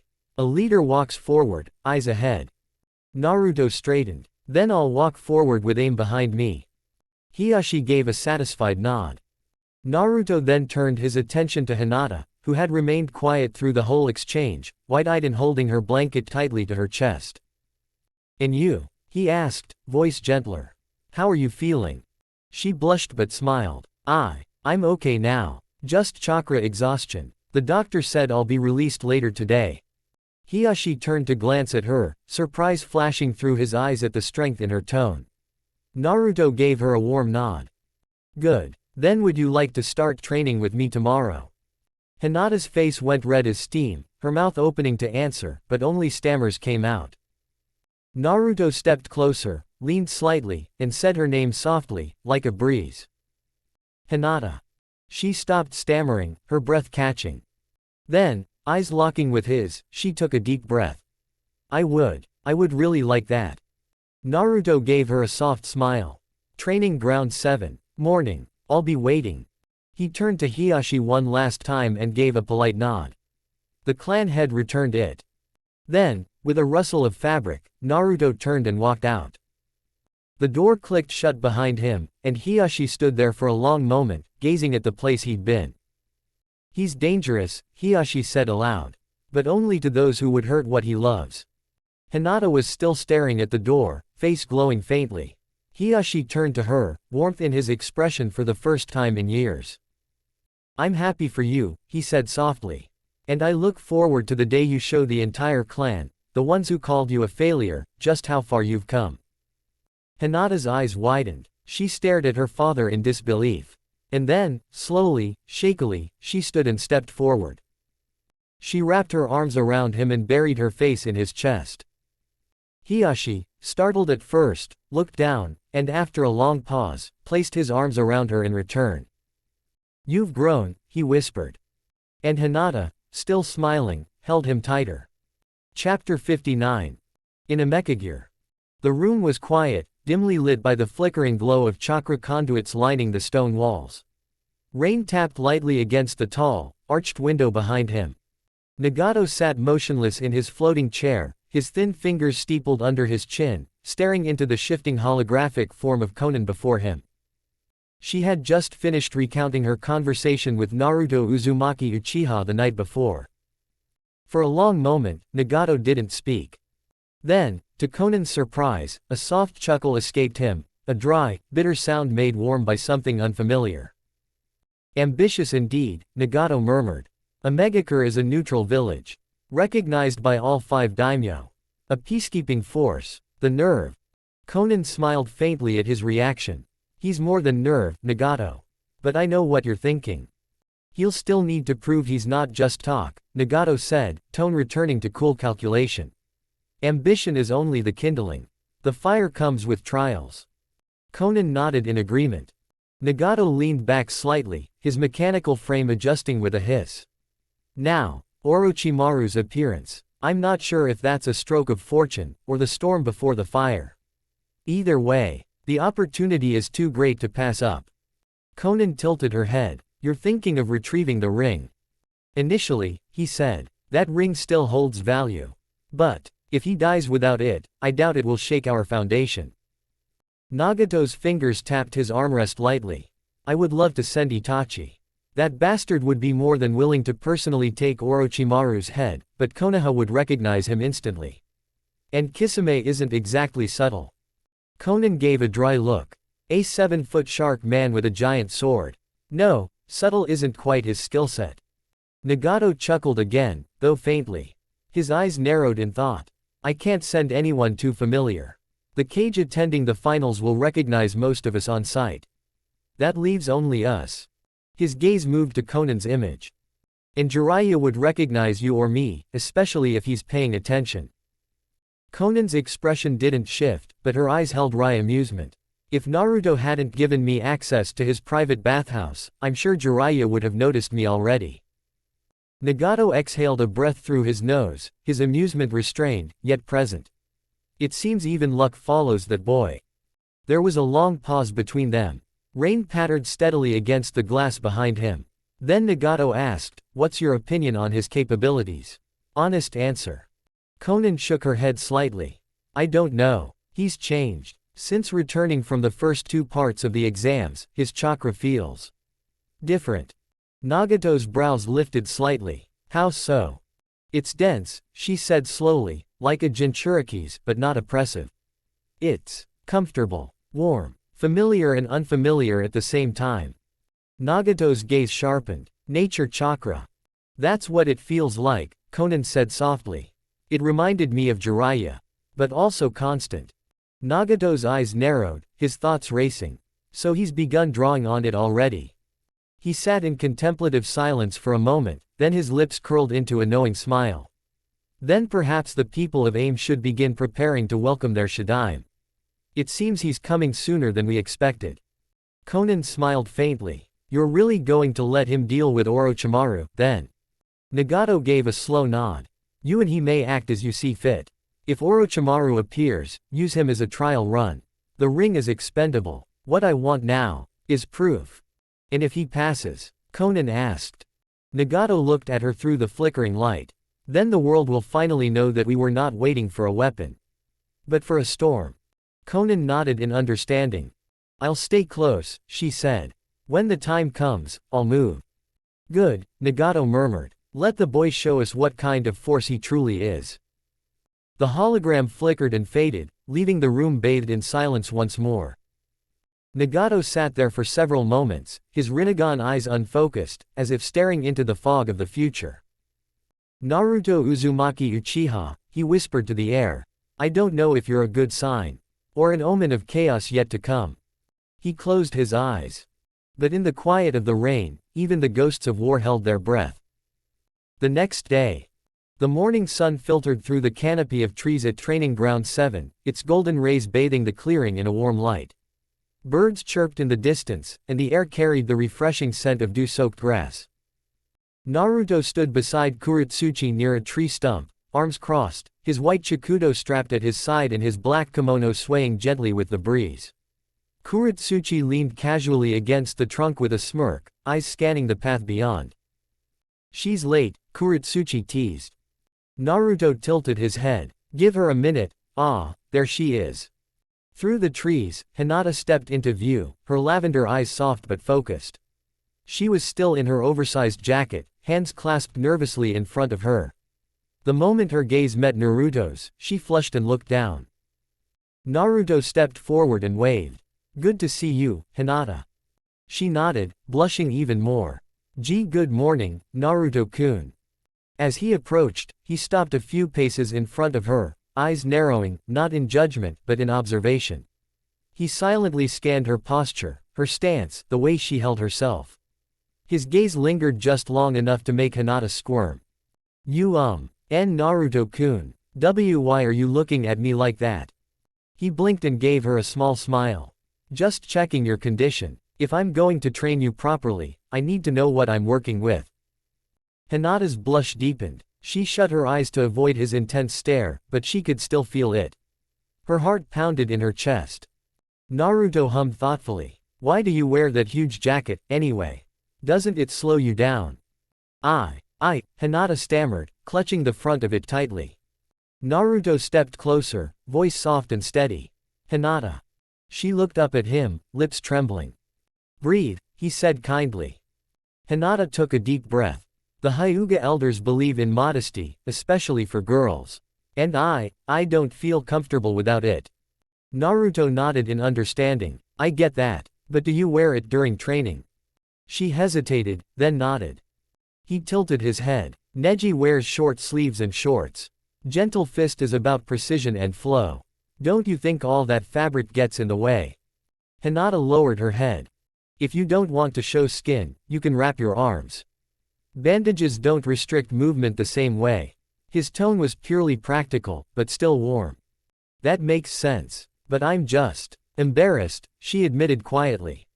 Naruto's voice softened even more. Are you self-conscious about your body? She nodded, ashamed. I don't look like the other girls, she muttered. So I figured, if I stay covered, I won't be judged. Naruto smiled gently. Are you wearing something underneath? Why yes. A long-sleeved shirt. Hinata, you realize you're overheating yourself, right? Wearing that much makes it easier to pass out. She blinked, genuinely surprised. I didn't think about that. He chuckled. It might even be why you faint sometimes. Your body's just overwhelmed. So, would you be willing to take off the jacket? I promise, I'm not shallow. I won't judge you. She looked at him, unsure. He continued, voice calm and sincere. You've got a beautiful face. I highly doubt you have anything to be embarrassed about. Hinata hesitated, then slowly nodded. Okay, if you promise. Naruto stood patiently as she unzipped her jacket. She moved slowly, nervously, slipping it from her shoulders 1 inch at a time. She's taking it off like it's some kind of striptease, Naruto thought, sweat dropping slightly. The heavy jacket fell to the grass with a thud. Hinata stood there in her fitted undershirt and pants, arms crossed tightly over her stomach as she turned her face away in embarrassment. Kuretsuchi, still leaning against the tree, whistled. Damn, girl, you're hiding all that under that marshmallow. Naruto stepped closer and gently tilted Hinata's chin so she faced him again. Her eyes widened as he smiled warmly. You're really beautiful, Hinata. You should be proud of how you look, he said softly. Honestly, don't ever tell another girl you're insecure again. There are plenty of girls your age who'd kill for curves like yours. Kuretsuchi gave a low chuckle. If I didn't know how Naruto felt about you, I might have tried to kill you just for saying that. Is it really true? Hinata asked, voice trembling. Naruto gave her a sweet smile and stepped back to admire her build now that the jacket was off. Completely. You've got natural muscle tone and you're way more athletic than you think. I'll help you see that. Hinata flushed but managed a small smile. Would you like me to wrap your arms? He asked gently. She nodded quickly, and Naruto pulled out clean bandages from his thigh seal. He stepped forward and began wrapping her arms with practiced hands, careful and respectful, the fabric snug but not tight. The bandages stopped 3/4 of the way down her forearms. There, he said with a nod. Now you've got better mobility and still feel comfortable. Ready to train. Hinata looked at her arms, then back up at Naruto, and for the first time, she stood up a little straighter. Yes, she said with newfound determination. I'm ready. Naruto smiled, eyes full of quiet pride. Hinata blushed even harder. Why are you looking at me like that? Naruto scratched the back of his head and grinned. I need to get a feel for how your body moves, your muscles, your posture, your tension, so I know how best to train you. I promise it's nothing weird. Then, jokingly, he added, unless you want it to be. Hinata's eyes widened like a deer caught in a trap. Too soon, she squeaked, but then glanced away and added in a whisper. But you can check. Naruto chuckled. Relax, I'm just going to evaluate your muscle alignment, not grope you. Though if you freeze up like that, it'll be harder. Hinata went rigid, standing stiff as a board. Kuretsuchi leaned in from the side, eyebrow raised in amusement. Naruto approached her carefully and placed his hands on her arms. Wow, you're tense. Can you relax a little? Hinata tried, but her shoulders stayed locked. I can't. This is a lot right now. Well, guess I'll just have to help with that, Naruto said, stepping around her. What does that mean? Hinata gasped as his fingers gently pressed into the pressure points between her shoulder blades. A soft groan escaped her lips before she could cover her mouth, her face flaring crimson. What was that? Pressure points, Naruto explained casually. Gentle Fist didn't invent them, just weaponized them. I'm loosening the stress buildup. Hinata tried to reply, but her breath hitched again as he pressed a spot in her lower back. Her knees nearly buckled. Kuretsuchi blinked. Are his hands always this good? Naruto continued, expertly tracing along Hinata's arms, thighs, and sides, his touch firm but respectful. As he worked, Hinata's body softened, her breath heavy but calm, the tension she carried melting away. After the final tap to her abdomen, Naruto stepped back and crossed his arms. There. All done. Hinata slowly opened her eyes. Her face was flushed, her hair sticking slightly to her cheeks from the heat rising in her skin. She looked at him, truly looked, and then without a word, stepped forward and wrapped her arms around him. Then she kissed him. It was gentle at first, hesitant. But Naruto's eyes widened in surprise, and then he grinned into the kiss. His arms circled her waist, pulling her closer as he returned it with warmth. They didn't notice when they tipped over, Hinata landing on top of him, still kissing. Kuretsuchi stood frozen in place, nose bleeding. What the hell just happened? High above, hidden in the trees, two figures watched in disbelief. Kakashi slowly closed his book. Then sighed and tossed it into the river. Worthless, he muttered. Next to him, Jiraiya was hunched over a notepad, blood running from both nostrils, mumbling furiously as he scribbled ideas. Young lioness pounces. Training ground passion. Oh, this one's gold. Chapter 60. Hinata finally pulled back from the kiss, breath shaky, her face flushed deeply. She stared down at Naruto beneath her, lips parted slightly as her mind slowly caught up to her actions. Naruto, lying casually on the grass, gave her a relaxed smile with his eyes closed. You ready to start training now?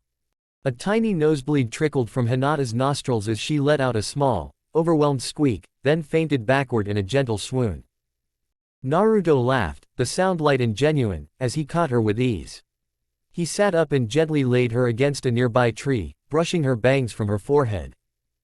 Kuretsuchi, who had been fanning herself off to the side, cleared her throat to regain composure. You know, she muttered, she might end up being the most dangerous one. Naruto grinned, leaning back on his hands beside the still-out Hinata. Wouldn't surprise me. After a few minutes, Hinata stirred, blinking as her eyes fluttered open.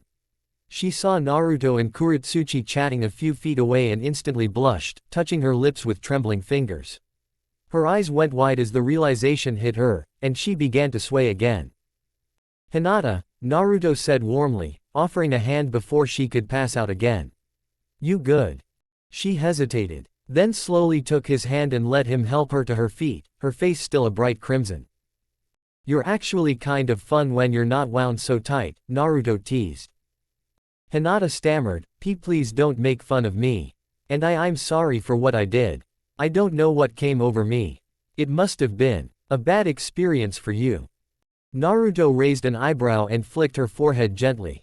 Don't apologize. If you can survive my training, you can do that whenever you want. Sound like a good incentive. She stood stunned, eyes wide, but then nodded shyly, a little smile forming on her lips. Good. Naruto's tone shifted back to business. Now that we're on the same page, let's talk about what we're working on. Hinata straightened, the air of seriousness helping her focus. You're incredibly flexible, Naruto began, which means Neji's version of the gentle fist, rigid, traditional, isn't right for you. You've got a different build, a different rhythm. We're going to build around your strengths. Hinata's attention locked onto him, her Byakugan practically begging to activate with anticipation. My range, she echoed. Naruto nodded. The gentle fist relies on emitting chakra from the fingertips or palms to strike pressure points. That technique is short range by nature, but what if it didn't have to be? He lifted a finger and focused chakra to the tip, forming a faint blue glow. Like this, he said, then released a burst of chakra. It zipped through the air and faded after a few inches. That's the standard. Hinata nodded. Now, he pointed at a tree several meters away. A focused pulse of chakra shot from his finger like a small sphere and hit the tree with a thud.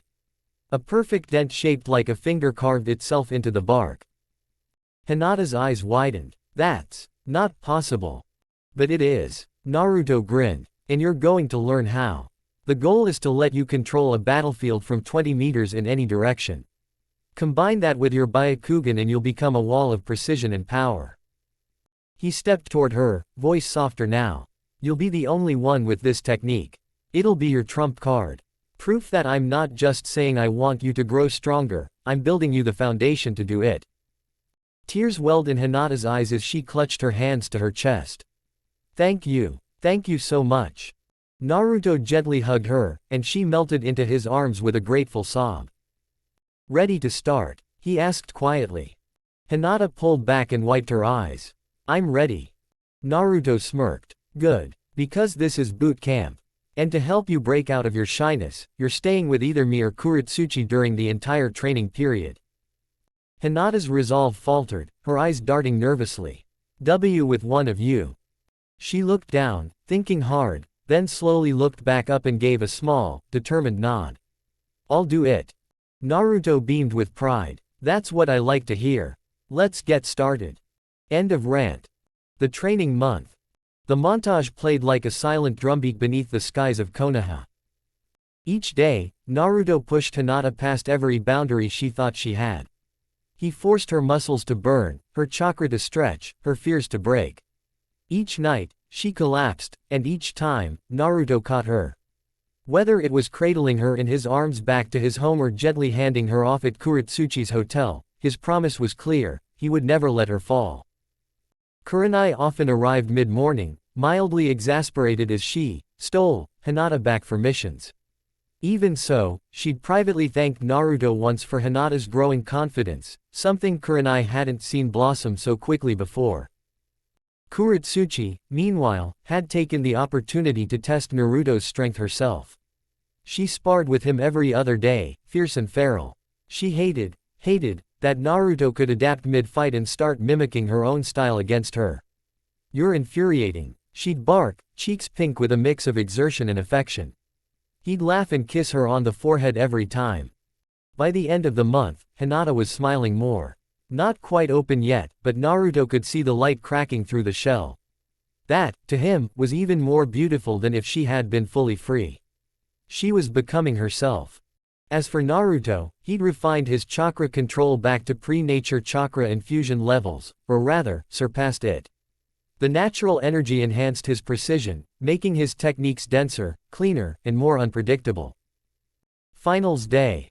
The wind brushed gently across the tiled roofs as Sakura, Sasuke, Hinata, Naruto, and Konan walked together toward the arena. The crowd in the distance was already roaring with anticipation, like thunder waiting to crack.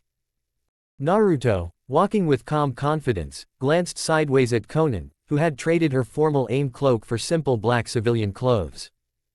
"You're being real bold out in the open," he noted casually.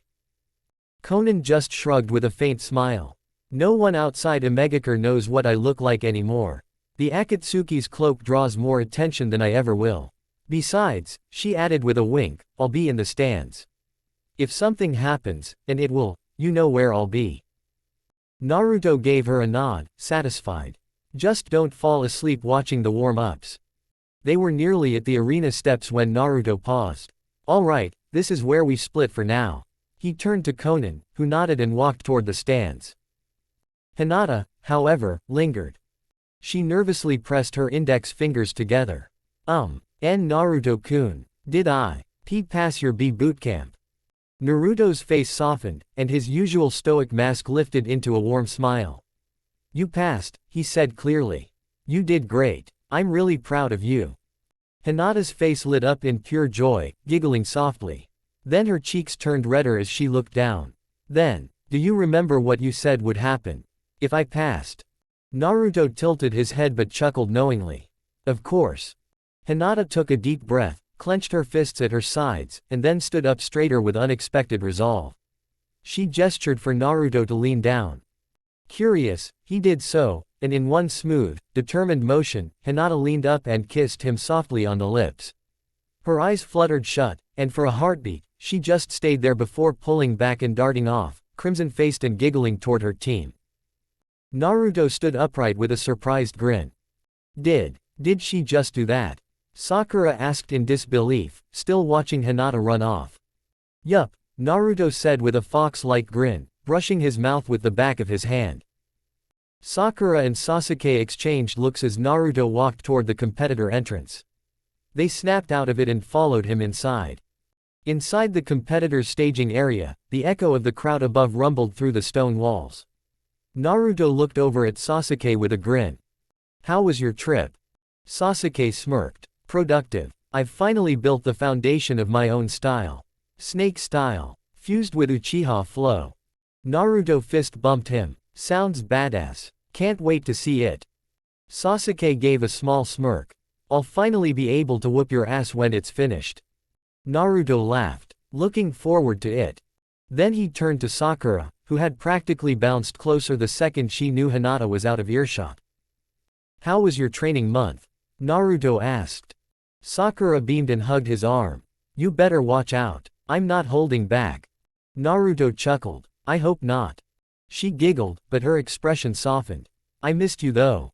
Naruto gave her a reassuring smile. "You didn't need to stay away like that. But I understand." Sakura nodded, a quiet affirmation. "I had to figure out some things. But I'm feeling good now." Then she leaned in close, whispered in his ear, "You're not getting away now, though." Naruto's eyes gleamed. "I wouldn't dream of it." Just then, Gaara caught Naruto's gaze from across the hall. The redhead nodded, and Naruto nodded back. "I'll be right back," Naruto said, placing a kiss on Sakura's forehead. She pulled him back quickly, and kissed him full on the mouth before letting go with a smug grin. Naruto laughed aloud and turned to go. The final exam was about to begin. And the world was about to watch. Chapter 61. The hallway hummed with tension as Naruto walked over to the far wall and leaned casually next to the Sand siblings. His eyes didn't miss the subtle shift in their posture, wariness mixed with something deeper. Guilt. Hesitation. "What's up, bro?" Naruto said with an easy smile, looking toward Gaara. Gaara's turquoise eyes locked onto his, serious and sharp. "We need to talk." Naruto's smile faded into focus. He leaned in slightly, his voice dropping. "Go ahead." Gaara glanced at Temari and Kankuro, then spoke with grave calm. "The invasion begins during my fight." Naruto's teeth clicked. The sharp sound made Temari stiffen and Kankuro glance around, hand drifting toward a scroll. Naruto raised a hand lazily. "Relax. I'm not mad at you," he muttered. "I was just looking forward to these damn matches." He sighed, brushing his hair back. "Who's leading the raid?" Temari stepped away and looked up toward the cage's box, scanning the balcony above the arena. "Our father," she said, voice dry. "He wants the attack to prove Konoha's weakness. If it works, the Wind Daimyo will cut funding from Konoha and funnel missions back to Sunagaku." Naruto's expression darkened. "So that's the game. Greed and pride, the old fuel of war." He exhaled slowly, noting that this would need to be addressed when Omegakure's Neutrality Council formed. He followed Temari's gaze to the balcony. The third Hokage sat centered, aged and composed. To his left, the third Tsuchikage, Onoki, small and stern with a suspicious glint in his eyes. And beside him, Naruto's gaze froze. The fourth cage. Something was wrong. "Naruto." Kurama's voice echoed in his mind, low and alert. "Open your senses. Now." Naruto didn't hesitate. His breath slowed as he channeled chakra to his senses, scent, sound, presence. And there it was. Snakes. Not just the wild scent of Orochimaru's chakra, but layered with medical salves, decay, and deceit. Naruto's eyes narrowed. "Orochimaru's here." "Agreed," Kurama rumbled. "But it's not just presence. He's cloaked in flesh. He's hiding." Naruto turned slowly toward the Sand siblings. "Is Orochimaru involved?" he asked tightly. Temari hesitated, then nodded. "He brought the invasion plan to our father." Naruto's gaze shot back to the cage. Still, something didn't sit right. It wasn't just his presence, it was his absence. "Kurama." "It's him." The fox's voice was cold. "The cage. That's Orochimaru." Naruto's Sharingan snapped open, spinning with intensity. "I'm declaring high alert," he whispered to himself. But before he could move, "All participants to the arena floor," called Genma Shiranui from the center of the stadium. Naruto exhaled sharply through his nose. Of course.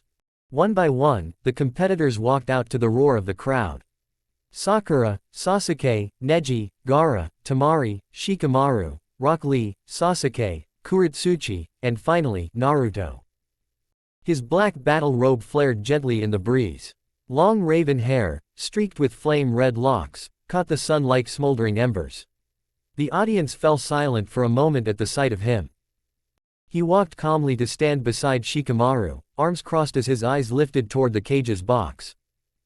The third Hokage met his gaze, calm, old, and wise. Onoki shifted uncomfortably as soon as Naruto stopped moving. If Madara was the ghost, the old man muttered to himself, then that boy really is the phantom. That glare. Even the cage's golden eyes blinked slowly, calculating. Naruto's Sharingan pulsed again, locking onto Hiruzen. He raised one hand and subtly signed a single message in Anbu code. "Open the Orochimaru tracking scroll." Hiruzen's eyes widened. He didn't nod, but he understood. Naruto closed his eyes and murmured to Kurama, "I can't find the signature. It's being suppressed somehow." Kurama's silence was heavy, but then. "It's the cage. I'd bet my other half on it." Naruto's eyes opened sharply, red and spinning. He looked back up at the Hokage, whose eyes were now locked directly on him. Hiruzen's voice rang out over the arena. "Welcome, one and all, to the final stage of the Chunin exams. The crowd roared. We are gathered here today to witness the brilliance of the next generation, the future of our villages. Hiruzen turned, gesturing to his left. Joining us today, we are honored by the presence of the third Tsuchikage, Lord Onoki of the Rock. Onoki nodded curtly, eyes still on Naruto. Hiruzen turned next. In representing the Land of Wind, the fourth Cage, Lord Rasa of the Sand. Naruto's eyes narrowed further. His Sharingan spun as he stood perfectly still. His presence, chakra, and sheer stillness demanded respect. He was no child in this arena. The third Hokage gave him one confirming last look before finishing. Let these exams begin. May the strength of our youth blaze a path to peace. He sat down. But the real storm had just begun. The arena buzzed with anticipation as Hayate Gecko raised his voice. All participants besides Naruto Uzumaki Uchiha and Shikamaru Nara returned to the observation deck. One by one, the remaining genin ascended the stairs. Naruto placed a hand on Shikamaru's shoulder as they remained behind, his touch oddly grounding. Give me the best you've got, he said with a sly grin. Shikamaru sighed, his lazy smile tugging at the corners of his mouth. Troublesome, he muttered, but his eyes sharpened as they stepped into position.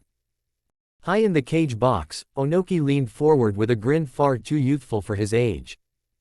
You seem interested in your new grandson, Hiruzen noted, stroking his beard. Onoki gave a gravelly chuckle. Was planning on embarrassing the brat. But this one, he gestured to Naruto in the center of the arena, this one's presence made me change my mind. If I'm right, Kuretsuchi hit the damn jackpot. Hiruzen laughed softly. Naruto always makes things interesting. The Cage, his golden mask concealing dark intentions, tilted his head. Is the boy really that impressive? Hiruzen's eyes never left Naruto. The fight between him and Gaara will speak for itself. The Cage was silent for a moment, then subtly gestured behind him. In the shadows, Kabuto adjusted his glasses and nodded. The plan was now on hold, until Gaara fought Naruto. Back on the field, Hayate coughed and raised a hand. Are both combatants ready? Naruto stood with his arms folded, eyes half-lidded, and gave the smallest of nods. Shikamaru grunted. Yeah. His tone was lazy, but his posture betrayed a readiness, his eyes locked on Naruto like a predator analyzing prey. Hayate brought his arm down. Begin. Naruto smiled faintly, his voice calm, carrying across the arena like a whispered riddle. Mirror my steps, shadow my foes. Let truth blur. First reflection. The air stilled. Naruto began to walk. No, sway. His movements looked natural at first, but the cadence of his steps didn't match the sound they made. His arms seemed to lag behind his body just slightly, then snap forward too quickly, creating flickers, afterimages, that refused to vanish. Shikamaru narrowed his eyes. Troublesome, he muttered again, this time with unease. He jumped back instinctively, squinting at the sun to calculate the angle of Naruto's shadow. It wasn't there. Instead, Naruto's shadow shimmered on both sides of him, then behind him, then warped forward. It danced, split, merged, as though the sun had fractured its grip on reality. Shikamaru blinked. What the hell? From across the arena, Naruto's voice was soft and amused. You're clever. Don't be a one-trick pony though. A real dance partner's supposed to keep in step. Shikamaru's breath hitched. This wasn't genjutsu, at least he didn't think so. No chakra tug. No disruption to the field. This was footwork. Optical deception. A perverse mastery of control. Naruto tilted his head, shadows flickering like candlelight over his face. There's only one way you'll grab my shadow, Shikamaru. He tapped his white chikudo against his thigh, THMP, and the blade disappeared into the storage seal beneath his loose pants. You're going to have to come to me. The breeze caught Naruto's hair just then, the black waves and crimson streaks shifting like liquid flame. His battle kimono billowed lightly, the spiral fan crest gleaming against his back. With his Sharingan dormant, his violet eyes seemed almost serene. But Shikamaru wasn't fooled. He adjusted his stance, sweat starting to bead at his temple. TCH. Should have played sick. And Naruto smiled, as if he heard it anyway. Shall we dance? Shikamaru gritted his teeth as Naruto swayed toward him, arms loose, feet silent on the stone, body leaving behind flickering echoes with every casual step. Shikamaru tried again to calculate the angles, but the shadow kept shifting, curling left, sliding right, disappearing entirely like it no longer obeyed the sun. Damn it, I can't pin it. His fingers moved quickly, 2 shuriken, 1 kunai, classic spread. With a flick of his wrist, they spun through the air toward Naruto's torso and limbs. Distraction pattern C. Clink, clang, swish. Naruto didn't even blink. His arms moved in a fluid whip, deflecting one, sidestepping the second, and letting the kunai graze his sleeve, which hissed as a thread snapped. And then, he vanished. Not with speed, with flow. Shikamaru's heart skipped, then Naruto reappeared behind him, body low, sweeping a kick toward his legs. Shikamaru jumped, just barely clearing the sweep.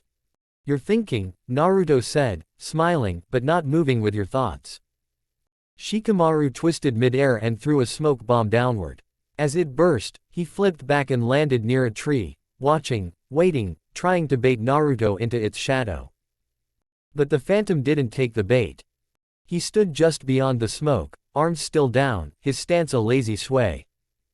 You're trying to trap me instead of fighting me, Shikamaru. If your jutsu fails, what's your body worth? Shikamaru clicked his tongue. TCH. You're preaching now. Naruto walked again, side to side, his limbs dragging afterimages like slow-moving ghosts. The motion wasn't aggressive, but it made Shikamaru flinch with every step. He's hurting me. He ran. Not away, forward.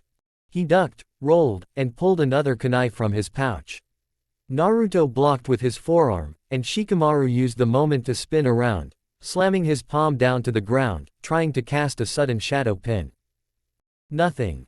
The shadow twisted again, stretching left instead of right, as if the sun had moved. Not going to happen, Naruto said. You're still waiting for your jutsu to fight for you. He moved in, and this time it was deliberate. Shikamaru blocked high, Naruto's palm crashing into his guard, but a second arm struck low. A flickering afterimage followed a heartbeat later, catching Shikamaru's foot mid-step and knocking him slightly off balance. Your body's smart, Naruto said, twisting with a backhand to the ribs. But your reflexes are lazy. Shikamaru grunted as he stumbled back, sweat dripping into his eyes. I'm trying to help you, Naruto said, cracking his neck. You won't always have shadows. What if your team needs you in your underground, or it's a cloudy day? Or there's no light at all? Shikamaru's breath caught. Naruto had closed the distance again. He ducked instinctively, but Naruto vanished from above. No. Naruto had slipped into the first reflection again, his leg trailing echoes, before spinning into a roundhouse from the left. Wham! Shikamaru's body crashed into the arena wall with a deep thud, leaving cracks in the stone. Silence. Naruto walked over slowly and crouched, watching as Shikamaru pulled himself from the indentation, coughing. I surrender, Shikamaru wheezed. This fight's not worth the concussion. Hayate blinked in surprise, then raised his hand. Winner, Naruto Uzumaki Uchiha. Cheers erupted. From the stands, Onoki laughed. Yup, that's not just a Uchiha. That's Madara's ghost with a pulse. The cage narrowed his eyes. On the field, Naruto extended a hand to Shikamaru, who took it with a groan. As Naruto helped him up, he smirked and said, not bad, partner. You danced longer than I thought you could. Shikamaru chuckled weakly. Next time, maybe you fight fair. Naruto grinned. I did. I even taught you something. Shikamaru nodded with a sigh. Yeah, that I need a second style. They both laughed as they limped back toward the observation deck. Chapter 62. As Shikamaru trudged up the stairs, Naruto made his way back toward the competitor's box. Sakura was already walking toward the steps, a determined look on her face. As they crossed paths, Naruto held out his hand. Sakura caught it in a crisp, solid high five. I believe in you, Naruto said, his voice smooth and grounding. Sakura's face lit up with a radiant smile, the lingering nerves completely vanishing as she headed down to the stage. Across the arena, Rock Lee didn't bother with the stairs, he vaulted clean over the balcony railing, dropping down to the arena floor with a loud, theatrical thud, his eyes locked onto Sakura with burning intensity. Naruto leaned lazily against the balcony railing, positioning himself just within earshot of Temari and Gaara. He stared down at the field, his voice dropping to a low, casual rumble that carried perfectly to the two Sand siblings. "Your father isn't here." Temari's brow furrowed, irritation crossing her features. She gestured sharply toward the high cage box. "Are you blind? He's sitting right there next to the Hokage." Naruto let out a soft chuckle, turning his head slowly to look directly into her eyes. The sheer seriousness in his calm, violet gaze caught her off guard, causing a sudden, faint blush to rise to her cheeks. "The man in that box isn't the cage," Naruto stated flatly. "It's Orochimaru." Temari stiffened. Naruto subtly tapped the side of his nose. "I don't smell an ounce of desert sand on him. Just makeup, dead flesh, and snakes." The realization hit Temari like a physical blow. She remembered exactly who, and what, stood beside her. This was the Nine-Tails Jinchuriki. If anyone in the elemental nations had an absolute, infallible radar for sense, it was him. She looked back up at the golden masked figure of the cage, her voice dropping to a tense, anxious whisper. "What should we do?" "Someone's listening to us right now," Naruto replied smoothly, his eyes casually tracking upward. "So it probably won't be long before this whole charade falls apart anyway." With a sharp side eye, Naruto locked his gaze directly onto a specific guard standing within the high-tier crowd above them, the only other presence radiating that distinct, reptilian stench. Behind a standard Proctor mask, Kabuto Yakushi froze. He registered the piercing, unnatural focus of Naruto's eyes and realized his cover was completely blown. Without a sound, Kabuto vanished in a high-speed shunshin, abandoning his post. Naruto looked back down at the Sand siblings, his expression relaxing into a lazy smirk. "As long as you stick to what you know is right in your own minds, there is no wrong answer concerning what you should do next." He let out a slow breath, the tension melting from his shoulders. "In the meantime, I've got a great fight to watch." Down on the stone floor, Sakura and Lee stood face to face. Lee flashed his blindingly bright, trademark grin, thumbs up locked in place as he shouted loud enough to echo through the rafters. "Sakura-san, please, give me a chance. If you accept my feelings, I promise I will make you the happiest girl in the entire world." Up on the balcony, Naruto burst into a loud, thoroughly amused laugh. Sakura caught the sound, instantly rubbing her temples as a massive sigh escaped her lips. "Lee-san, I'm sure you're a really great guy," Sakura said, a soft blush rising on her cheeks as she smiled warmly, completely veering into a full-scale rant. "But honestly, I already hit the lottery. Naruto and I are going to move to Omegakure, and we're going to build a beautiful home together, and then we're going to fill the entire Uchiha compound with little pink-haired, violet-eyed babies, and match. Begin." Hayate Gecko's regal voice cut sharply through the air. Lee was completely caught off guard, his head tilting in a mix of confusion and pure distraction as he tried to process Sakura's intense marital timeline. Boom. In a fraction of a second, Sakura completely blitzed him. The ground shattered as she exploded forward, her fist ripping through the air toward his head. Lee's reflexes saved him by a hair's breadth, his eyes dilated in sheer shock as he threw his body sideways to avoid the trajectory. But Sakura hadn't missed, she had deliberately altered her course. Her chakra-infused fist crashed directly into the dirt where Lee had been standing, cratering the stone floor into a massive cloud of dust as if she had never intended to clip him at all. From the balcony, Naruto's three-tomo Sharingan snapped open, spinning slowly as he tracked her movements through the thick haze. Within the veil of dust, Sakura pulled a heavy storage scroll from her wrist seal with practiced precision. Snapping it open, she unleashed a massive, stacked payload of paper bombs and custom paralysis seals, all meticulously crafted by Naruto during their training month. With a fluid, sweeping motion, she whipped them outward in every single direction, seeding the entire battlefield. "What?" Lee gasped, his sandals hitting the stone as the smoke cleared. Bang! Boom! Burst! A rapid-fire chain of tactical explosions tore through the arena floor. Lee was forced into a frantic, chaotic rhythm, bouncing wildly from one fractured stone tile to the next. Every time his feet neared the ground, a glowing script of a paralysis seal would appear, forcing him to coil his muscles and leap again, only for the adjacent zone to erupt in a concussive flash. Sakura stood calmly at the center of the grid, tracking his mid-air movements. "You are incredibly strong, Lee-san. Your hard work and dedication are completely outstanding," she admitted openly, her voice steady. "You are definitely stronger than me in raw combat." Lee prepped to drop down into a clear patch of dirt, his breath heavy. "But because I'm not as strong," Sakura continued, a sharp smirk pulling at her lips, "I'll ask for your forgiveness for supplementing my shortcomings with a well-thought-out plan."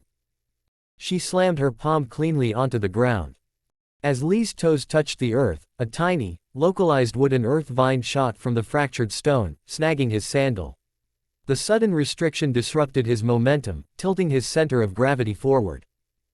"Ah!" Lee cried out, dropping his hands instinctively to the floor to execute a rapid forward handspring, planning to launch his body back into the safety of the upper air. But the moment his palms pressed firmly into the stone, his entire body locked. Lee's pupils shrunk as his gaze flicked downward. Positioned perfectly beneath his hand placement was a crisp, glowing blue paralysis seal. "Oh," Lee sighed sadly. His momentum failed completely. Paralyzed from the neck down, his rigid body flipped awkwardly over itself, landing flat on his back with a soft, helpless thud. Sakura walked over carefully, looking down at him with a gentle, appreciative smile. "I couldn't let you open any of the gates, Lee-san. If you had reached that level of speed, I would have lost immediately." Even completely immobilized, Lee managed to shine his bright smile up at her. "Your youth, your intelligence, and your beauty are shining more than ever, Sakura-san. I am deeply frustrated that I could not show you my full power, but I must admit I was terribly nervous about accidentally hurting the girl I like." Up on the Jonin balcony, Might Guy erupted into a torrential waterfall of tears, clutching his face in his hands. "Lee, your honor toward the sanctity of women is so beautiful. Truly, the flames of youth burn bright within your soul." The entire stadium collectively sweat dropped at the display. Sakura let out a soft giggle, shaking her head as Lee laid the compliments on thick. "Just try to dress a little better, Lee-san, and I'm sure you'll find the right girl one day." Hayate Gecko stepped forward, raising his hand cleanly. "Winner, Sakura Haruno." He then lowered his eyes to the arena floor, which was currently littered with hundreds of active, humming paper tags. A deep, tired groan escaped his lips. "Great. Now I have to clean all of these up." Sakura laughed sheepishly, scratching the back of her head before turning and sprinting up the stairs with a massive, triumphant smile to rejoin Naruto. Down below, Hayate turned toward the cage box, sweeping his arm out toward the highly explosive, seal-encrusted terrain in a silent question of whether to bring out the janitorial squads. High above, Hiruzen Sarutobi slowly shook his head. No. His hands remained tucked within his robes, his fingers already brushing against the texture of Naruto's tracking scroll. He viewed the seated battlefield not as a mess, but as a perfect, accidental defensive perimeter against the storm he knew was brewing right beside him. Standing fully to his feet, the third Hokage's voice resounded across the massive stadium, carrying the weight of a seasoned ruler. "Attention, guests and competitors. There will be a 1-hour intermission to clear the remaining tactical components from the field and allow our esteemed visitors to gather food and refreshments. Prepare yourselves to witness further glory from the hidden villages." As the crowd's roaring chatter shifted into the bustling movement of thousands of spectators leaving their seats for the intermission, Sakura bounded up the stone steps of the competitor's balcony, her heart hammering with a mixture of leftover adrenaline and pure, unmatched triumph. The moment her boots cleared the top step, she didn't hesitate. She launched her athletic frame straight into Naruto's space, her arms wrapping securely around his neck as a radiant, breathless laugh escaped her lips. "Did you see that?" She beamed, her face pressed close to his as she held onto him with intense, unyielding pride. "I didn't let him breathe. Not a single second." Naruto caught her with practiced, effortless stability, his arms circling her waist as a low, genuinely amused chuckle rumbled from his chest. "I saw, Sakura. Flawless execution. You targeted his blind spot before he could even register the rhythm of the match. I told you that smart little brain of yours would dismantle him. Standing right beside them, Kuretsuchi folded her arms beneath her chest, her lips curling into a sharp, appreciative smirk. She leaned in, nudging Sakura's shoulder playfully. Not bad, Haruno. The way you used those earth vines to tilt his balance directly into a preset seal grid. That's the kind of dirty tactical thinking I can actually respect. You're turning into a real menace. Sakura pulled back slightly, her cheeks still flushed bright pink, but she didn't let go of Naruto's arm, her fingers tightening against his sleeve as she offered Kuretsuchi a confident, competitive grin. I had a good teacher. And I'm not stopping here. When it's my turn to fight Naruto, I'm going to make him work for every single inch of that arena. I'm counting on it, Naruto said, his violet eyes gleaming with quiet pride as he gave her waist a reassuring squeeze before letting his arms drop back into the loose, elegant sleeves of his black battle kimono. But as the warmth of the moment settled, the casual air around Naruto evaporated.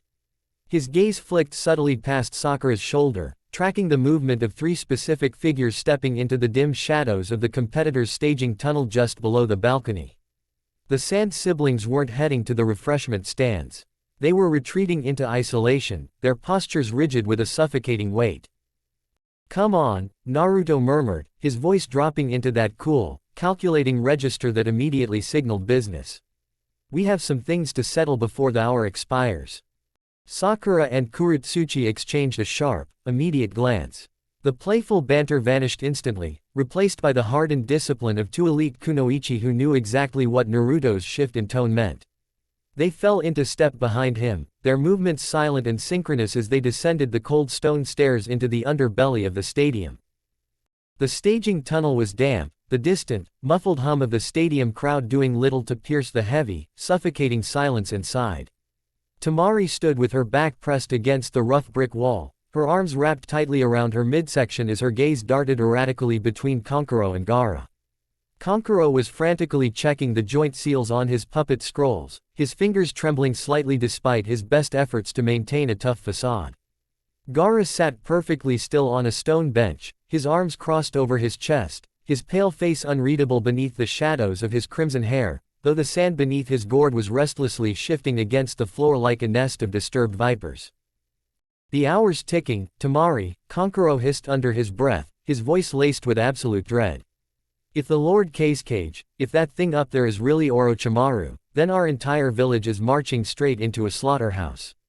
The Leaf's barrier squads, the Jonin. They're going to tear our vanguard apart the second the signal drops. Shut up, Kankuro. Temari snapped, though her own voice lacked its usual biting authority. We don't know what the plan is anymore. If Naruto is right, then our father is already dead. We're acting on orders from a ghost wearing his skin. You're acting on orders from a parasite, a smooth, dark voice cut through the gloom. The three siblings flinched, their heads snapping toward the entrance of the corridor. Naruto stepped out of the shadows, flanked closely by Sakura and Kuretsuchi. His raven hair, streaked with liquid flame, seemed to capture what little light filtered into the tunnel, and his violet eyes were entirely devoid of their earlier warmth. They were cold, focused, and absolute.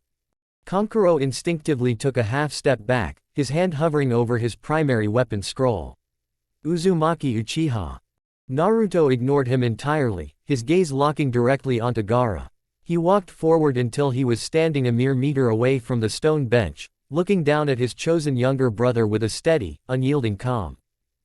The Leaf knows, Naruto stated flatly. I've already signaled the Hokage. The tracking system is active, and the Anbu barrier squads are currently reinforcing the perimeter walls of the stadium. If your vanguard attempts to breach the western gate when the signal drops, they won't find a weakened village.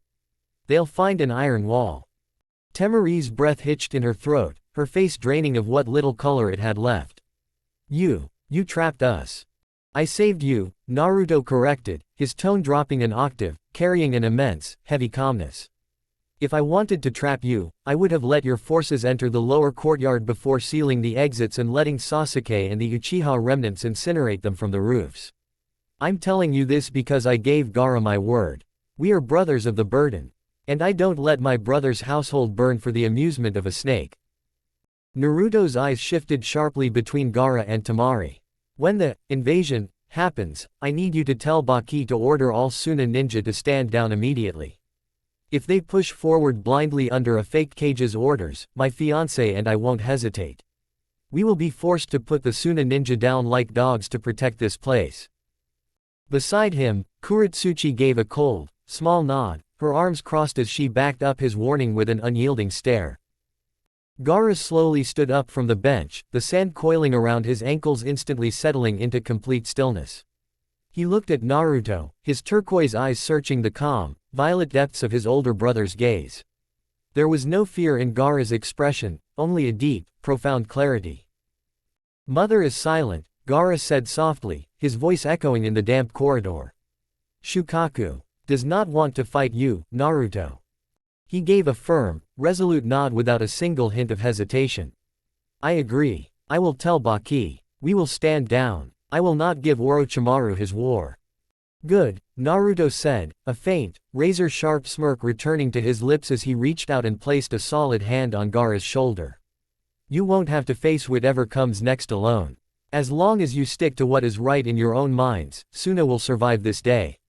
But the old ways, the ways of letting parasites dictate the blood of your shinobi, end here." Temari stared at him, her chest heaving as the sheer terror of the situation gave way to an unfamiliar, overwhelming sense of relief. She looked at Gaara, seeing the calm, human stability in her little brother's eyes, a stability he had never possessed until Naruto broke through his walls.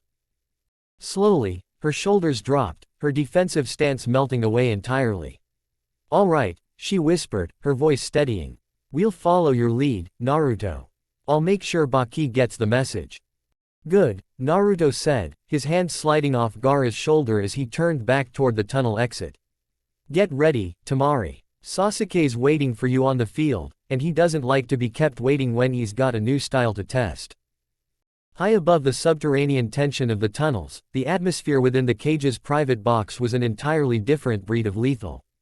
The heavy aroma of premium tobacco smoke from Hiruzen Sarutobi's pipe swirled lazily through the air, mixing with the crisp, cool afternoon breeze sweeping over the balcony. The third Hokage sat comfortably in his central throne, his old eyes fixed entirely on the fractured arena floor below. His hands were tucked deeply within the voluminous sleeves of his robes, his fingers rhythmically brushing against the thick, leather-bound texture of Naruto's tracking scroll hidden in his lap.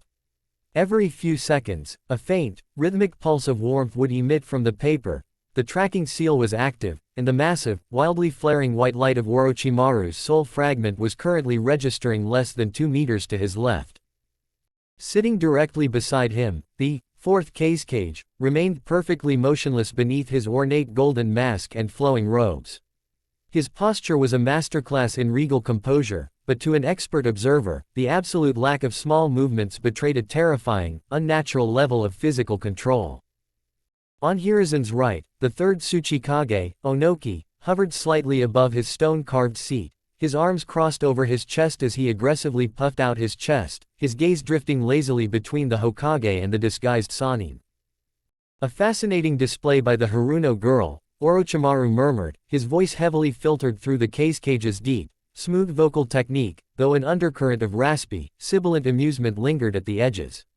To cultivate such precise, high-mass chakra expulsion in a civilian-born asset. Konoha's training methods continue to bear remarkable fruit, Hokage Dono. Hiruzen took a long, deliberate drag from his pipe, exhaling a dense cloud of gray smoke into the space between them. The credit belongs entirely to the young generation's capacity for adaptation, Kage Dono. When a child is given a stable foundation and a clear sense of purpose, they tend to discard the limitations their elders spent decades trying to enforce. He turned his head slowly, his old, wise gaze locking directly onto the golden mask of the Sand Ruler. Though, of course, some elders never learn that lesson. They believe they can manipulate the growth of the young from the shadows, using old trauma and stolen skin to build an illusion of power. But a house built on rot always collapses when the storm arrives. Behind the golden mask, Orochimaru's eyes narrowed into razor-thin slits. The venomous subtext was entirely unmistakable. The old man wasn't just throwing out vague philosophical musings, he knew. The tracking scroll in Hiruzen's lap was radiating a specific, high-density containment chakra that Orochimaru's own residual soul networks could feel in the pit of his stomach. It was an agonizing, magnetic pull. A grim outlook, the disguised case replied smoothly, his fingers tightening just a fraction of a millimeter against the silk of his robes. But surely, a hidden village must sometimes use unconventional means to ensure its survival. The desert is a harsh master, Hokage Dono. If one must align with a snake to secure the safety of his people, can a true leader really be blamed for baring his fangs? Before Hiruzen could offer a counterstrike, Onoki let out a loud, gravelly snort, his small frame shifting in the air as he glared directly at the cage. Fangs. Don't make me laugh, Sand Boy, the Tsuchikage barked, his voice carrying the thunderous weight of a man who had traded blows with Uchiha Madara himself. You talk about baring fangs like you're the only apex predator in the grass. Let me tell you something clear and simple. My granddaughter, Kuretsuchi, has already signed her name and stamped her clan seal onto an official international marriage alliance with Naruto Uzumaki Uchiha. Onoki leaned forward, his ancient, weathered face tightening with a terrifying, mountain-crushing intensity. That boy is no longer just a Konoha asset. He is the future patriarch of an independent, sovereign household backed entirely by the iron military of the Hidden Stone. If any snake or parasite thinks they can use this tournament as a playground to execute a petty, back-alley assassination or an illegal invasion, they'll find 5 Iowa Vanguard divisions flattening their entire territory before the sun sets tomorrow. The absolute, unyielding finality of the Tsuchikage's threat left the cage box completely frozen. Orochimaru's thoughts raced behind his stolen flesh. The political landscape had completely mutated during his isolation. He had planned for a simple, localized strike to dismantle the leaf and test his curse marks. Instead, he was sitting in a vice grip between a fully prepared Hokage holding a soul-destroying weapon and a furious Tsuchikage ready to launch a massive war to protect his future grandson. Hiruzen let out a soft, satisfied sigh, returning his pipe to his lips as the tension reached a beautiful, agonizing equilibrium. The hour is nearly spent, the old Hokage murmured, his voice calm and smooth. Let us return our focus to the field. I believe the next match will show us exactly how hot the fire of youth can burn when it's pushed by the wind. The heavy iron gates of the competitor's tunnel ground open with a harsh, metallic screech, cutting through the residual chatter of the audience as the 1-hour intermission officially expired. The spectators flooded back into their seats, their voices building into a massive, echoing wall of sound that vibrated through the very foundations of the stadium. Down on the arena floor, the bubbling, cracked stone from Kuretsuchi's earlier lava-style match had been safely contained, the entire field leveled out into a clean, white expanse of pale gray dirt. Hayate Gecko stood dead center in the ring, his posture impeccably straight, his breathing entirely silent as he popped one final, minty cough drop into his mouth. He looked toward the upper balconies, his voice ringing out with an unusually smooth, regal clarity that commanded immediate silence from the crowd. The intermission has concluded. Will the contestants for the second match of the first bracket please descend to the arena floor? From the sand balcony, Temari took a slow, deep breath. She reached back, checking the heavy iron hinges of her iron fan, her fingers steady now. She looked at Gaara one last time, receiving a calm, reassuring nod from her little brother, before she vaulted over the railing, her cloak flaring outward as she caught a localized draft of wind to glide gracefully down to the dirt. She slid into a wide, defensive stance, her fan still tucked against her shoulder, her sharp eyes fixed on the opposite tunnel. From the leaf balcony, Sasuke Uchiha didn't use a flashy entrance.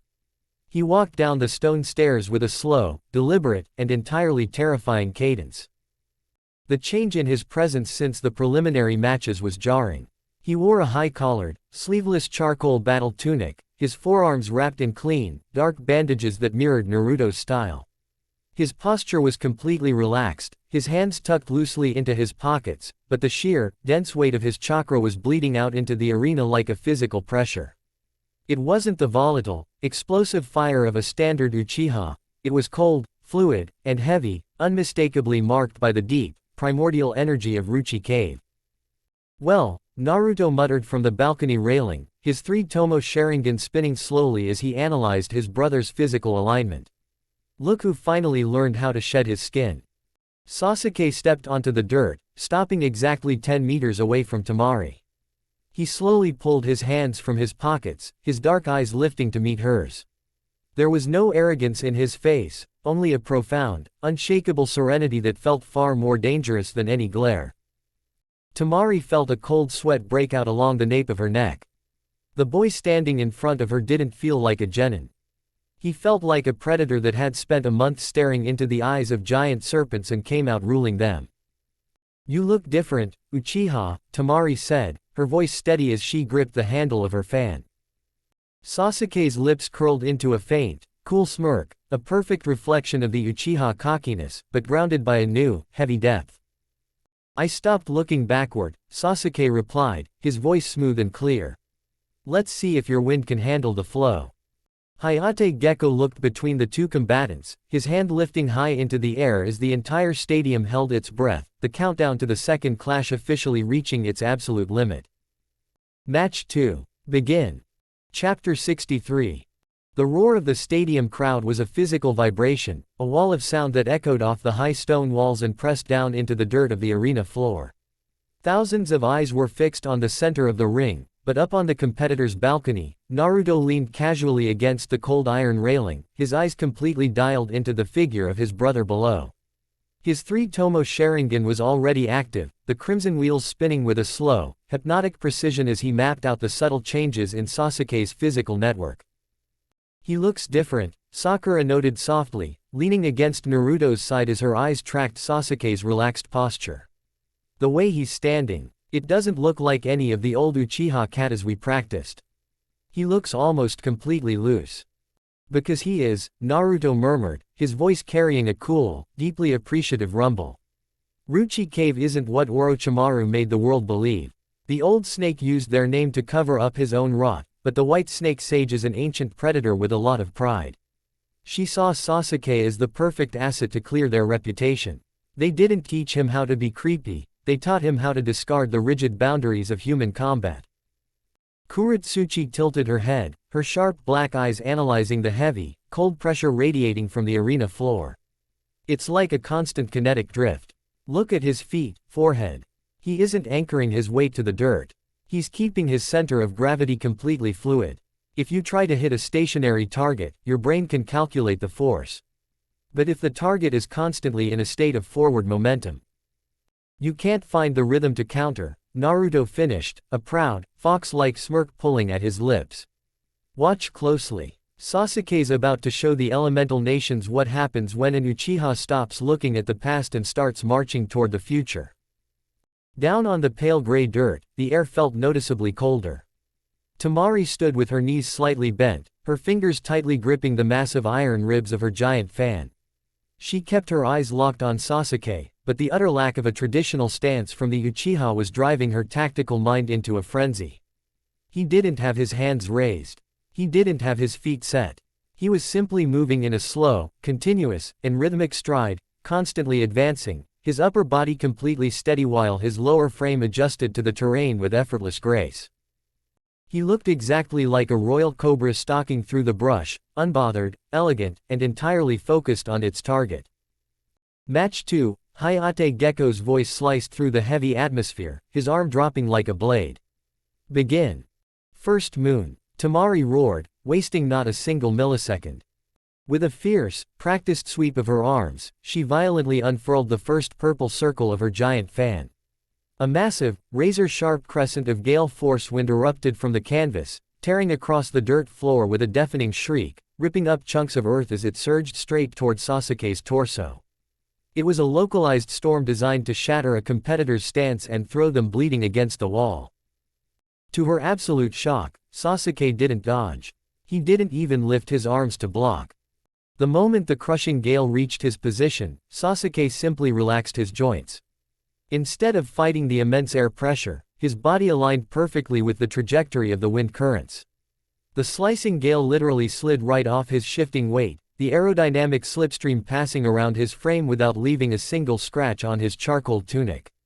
Even more terrifyingly, Sasuke used the residual kinetic push of her own wind to glide forward across the dirt, his forward march accelerating as he closed the distance with terrifying smoothness. What? Tamari gasped, her pupils shrinking. He hadn't just survived the blast, he had ridden it. Second moon, she yelled, swinging the fan back with a double-handed grip to unleash a rapid, overlapping cross-grid of wind blades. Sasuke remained in constant, unbroken motion. Moving with a fluid, serpentine cadence, he twisted his torso at seemingly impossible angles, his frame bending smoothly beneath the slicing drafts while his feet never stopped advancing. He didn't use flashy afterimages or explosive bursts of speed like Naruto. Instead, he maintained a continuous, forward-marching pressure that systematically suffocated her available space. Within seconds, Sasuke was directly in the pocket. Driven by pure instinct, Tamari used the heavy iron chassis of her folded fan as a blunt weapon, thrusting the reinforced base straight toward Sasuke's sternum to force him back. Sasuke invited the contact. The moment the iron frame slammed into his guard, he didn't resist the heavy force. Instead, he absorbed the entire momentum through a fluid rotation of his shoulders, utilizing a seamless technique that turned her own driving weight against her. Sliding smoothly up the length of her fan like a viper scaling a branch, Sasuke twisted his body at a jarring, off-balance angle and launched a blinding, whip-like kick straight around her guard toward her jaw. Thwack! Tamari managed to throw her forearm up just in time, but the sheer, dense weight of the impact rattled the bones in her arm, sending her skidding backward across the dirt. She tried to reset her heels to swing the fan again, but before she could even raise the handle, Sasuke was already there. His continuous stride meant he never had to recover from a missed strike or a reset stance. He was a perpetual machine of forward pursuit. "You're relying entirely on the space your weapon creates," Sasuke said, his voice incredibly smooth, cool, and clear as he slipped past another frantic short-range swing. "But once the predator is inside the grass, the wind doesn't matter." Realizing she was completely trapped in close quarters against an opponent who could strike from any impossible angle while off balance, Tamari resolved to blast the entire area to pieces. Third moon, sea foam jutsu, she cried out, slamming the fully opened fan into the dirt to create a massive, circular shockwave of concussive gale force wind to clear her perimeter. Sasuke's dark eyes flashed with a serene, unshakable focus. He formed a single-hand seal with blinding speed. Fire style, Viper's piercing embers. Instead of exhaling a massive, wide wall of flame, Sasuke released a highly compressed, razor-thin stream of liquid-like white embers directly from his lips. The compressed fire took the unmistakable, elegant shape of a striking cobra, moving in an unpredictable, zigzagging serpentine path that defied standard physics. The high-velocity piercing fire round didn't explode upon contact with her wind barrier. Instead, it punched directly through the high-pressure gale with acidic, piercing heat, melting the wind current entirely and forcing Tamari to violently twist her body away to avoid being skewered. The stream missed her shoulder by an inch, completely incinerating a section of the stone arena wall behind her into a glowing pile of slag. Tamari stumbled, her breathing ragged as she backed up against the concrete boundary. She raised her fan to defend herself, but her arms were trembling from the sheer, suffocating pressure of his relentless pursuit. "It's over," Sasuke said softly, his stride bringing him right into her guard. Before she could execute a desperation strike, Sasuke's dark eyes locked onto her wrists. With a sharp flick of his forearms, the clean, dark bandages wrapped around his sleeves suddenly infused with chakra. The fabric unraveled and extended at lightning speed, transforming into sleek, ink-black cobras that darted through the air. Striking shadow snake bind.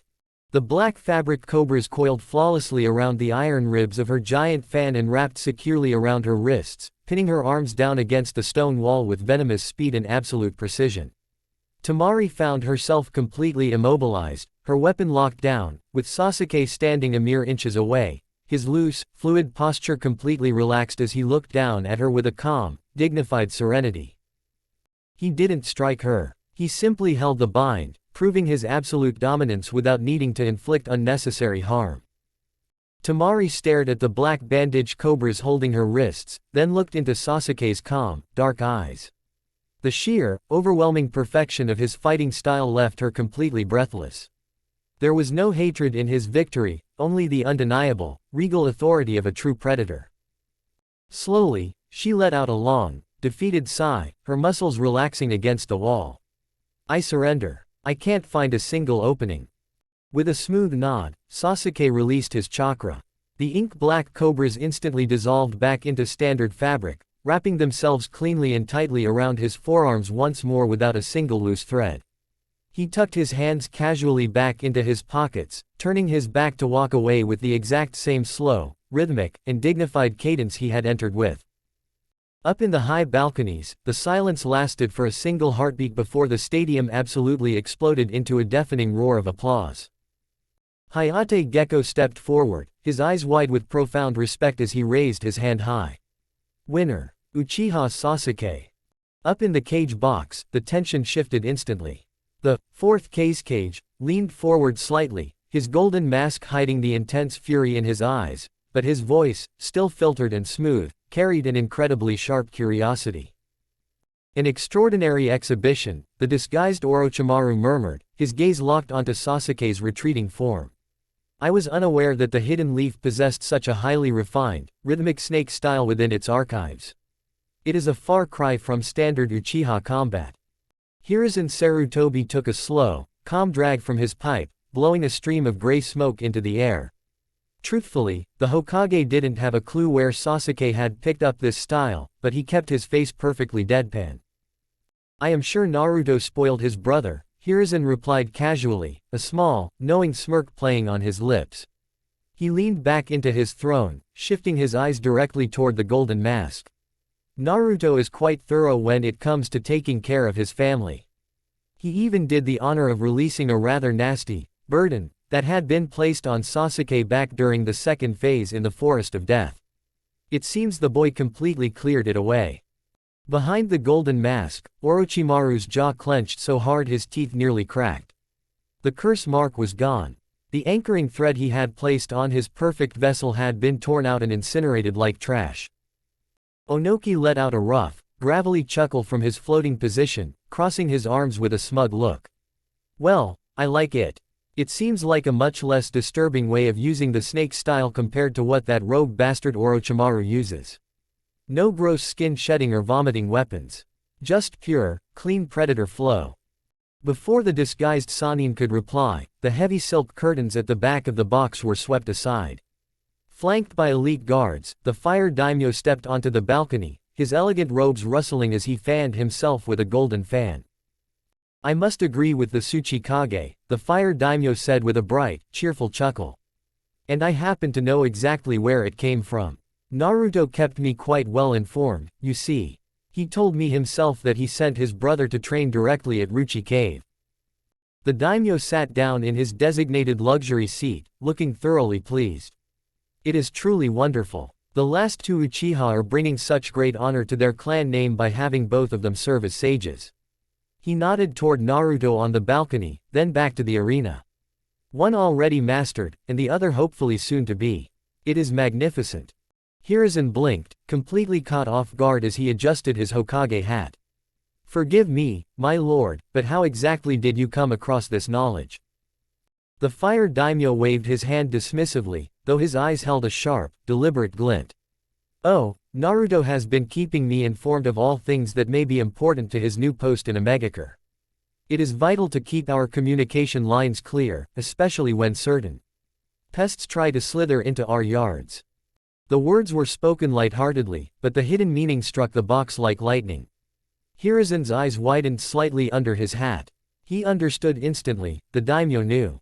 He knew about the tracking scroll, he knew about the danger, and he knew Orochimaru was active. But the way the daimyo worded it made it clear that while he knew the snake was in the building, he didn't realize the cage sitting right next to them was the imposter. Hiruzen coughed slightly, trying to probe further without blowing the trap. Ah, I see. I must admit, when Naruto first mentioned heading to Omegakure, I wondered if it was simply a smokescreen so he could join your guardian shinobi 12.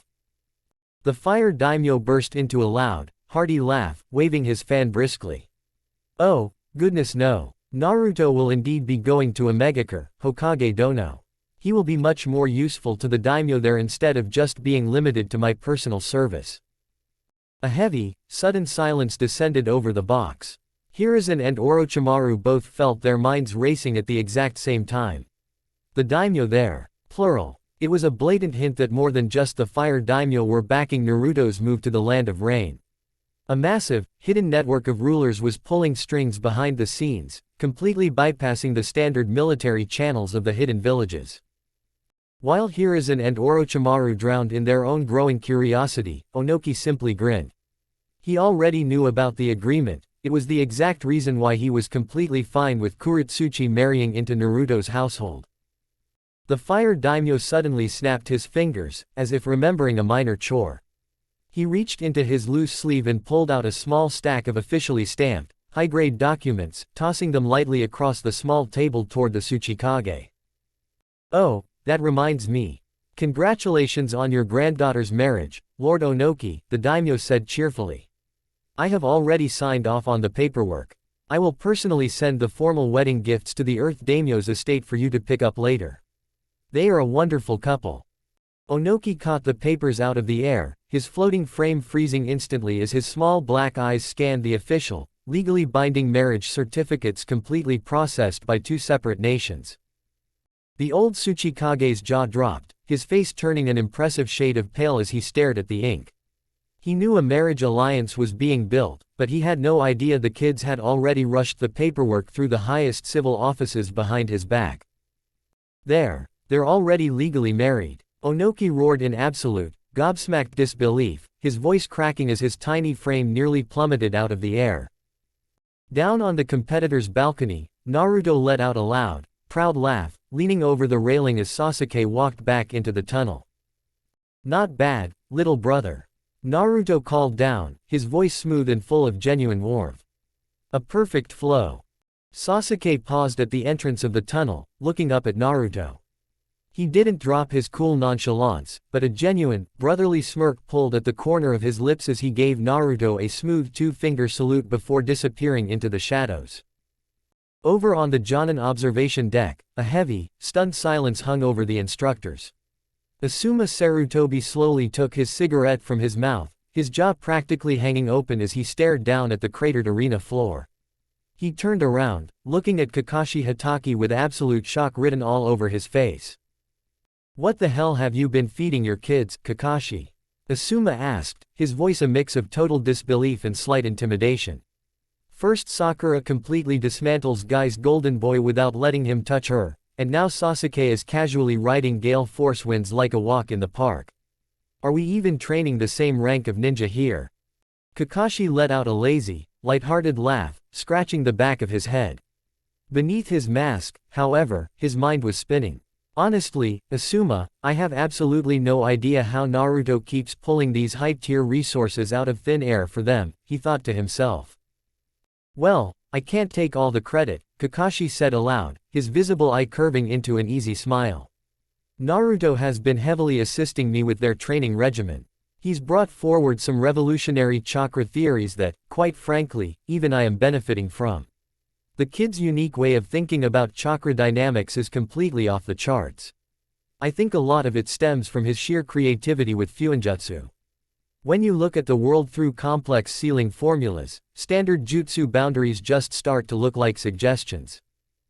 Kurenai Yuhi stepped closer, her red eyes glistening with intense curiosity.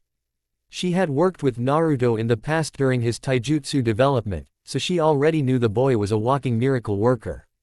"What kind of chakra theories, Kakashi?" "For starters, he came up with a working theory that elemental Kekkei Genkei are not strictly genetic," Kakashi explained calmly. "He proved that if a shinobi's chakra control is polished to an absolute, flawless degree, they can manually split their chakra network to mold and fuse two distinct nature transformations simultaneously. The bloodline limit just makes it a passive trait, but with enough calculation and raw control, it can be engineered from scratch." Asuma scoffed, looking at Kakashi with deep doubt, a grin tugging at his beard. "Come on, Kakashi. Engineered bloodlines. That sounds impossible. If anyone could just sweat their way into a Kekkei Genkei, the entire balance of the 5 nations would have collapsed decades ago." Kakashi chuckled softly, shifting his weight. "If you don't believe me, Asuma, you should ask Naruto to show you his developed flare style sometime." Or, if you really want a massive headache, you can ask Sakura to see her new developed Kekkei Genkei. Kurenai's eyebrows shot up. Sakura. What exactly is her new nature element? Kakashi gave a smooth, mysterious wave of his finger. Now, Kurenai. I'm not about to go around telling all of my cute Genin's secrets. Kurenai considered his words for a moment, her gaze tracking over the silver-haired Jonin. A small, knowing smile graced her lips as she realized something else. You know, you've changed a lot recently, Kakashi. For the better. I mean, look at you. You haven't read that trashy smut book of yours in public for an entire month.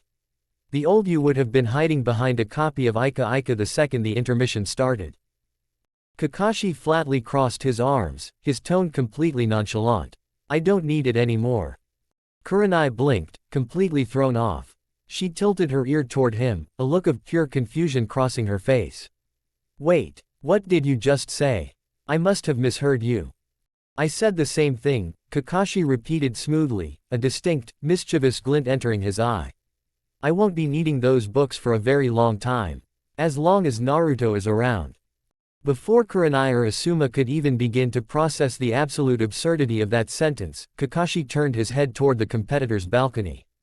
He watched as Kuretsuchi and Sakura both shamelessly leaned their bodies against Naruto's sides, practically draped over his arms as they chatted happily about Sasuke's victory. Seeing his student living out a real-life romance novel that completely blew Jiraiya's fictional stories out of the water, Kakashi suddenly brought a hand over his mask and let out a high-pitched, muffled giggle like a schoolgirl watching her favorite drama unfold. Asuma and Kurenai slowly moved away from him, completely sweat-dropping. Chapter 64. Up on the competitor's balcony, the atmosphere was a stark contrast to the brewing storm across the rest of the stadium. Kuretsuchi leaned against the cold iron railing, a massive, immensely smug grin plastered across her face. Sakura stood right beside her, hiding her face behind her hand as she giggled uncontrollably at the distant, muffled roars of outrage echoing from the high cage box. They looked up and saw the daimyo holding what looked like the same form they filled out for their marriage and can assume easily what happened. Naruto stood between them, entirely unbothered, his hands tucked loosely into the elegant sleeves of his black battle kimono. Efficiency is an Uchiha trait, Naruto remarked casually, his voice carrying a smooth, lazy hum. Why spend 6 months planning a boring political ceremony with old men arguing over seating arrangements when a civil clerk can stamp a paper in 5 minutes? Kuretsuchi tossed her head back, her short dark hair catching the sunlight as she gloated openly. Exactly. The look on my old man's face must be absolutely priceless right now. I officially secured my territory, kept my clan's name intact, and completely bypassed a 5-hour lecture on diplomatic etiquette from the Earth Daimyo. It's a flawless victory. Before Sakura could add another teasing comment, a sharp pop of smoke signaled the arrival of an incredibly frantic, sweating Iwagakure messenger shinobi. The poor man looked like he had just sprinted through a gauntlet of exploding tags, his uniform disheveled and his knees visibly trembling as he dropped to one knee right in front of Kuretsuchi.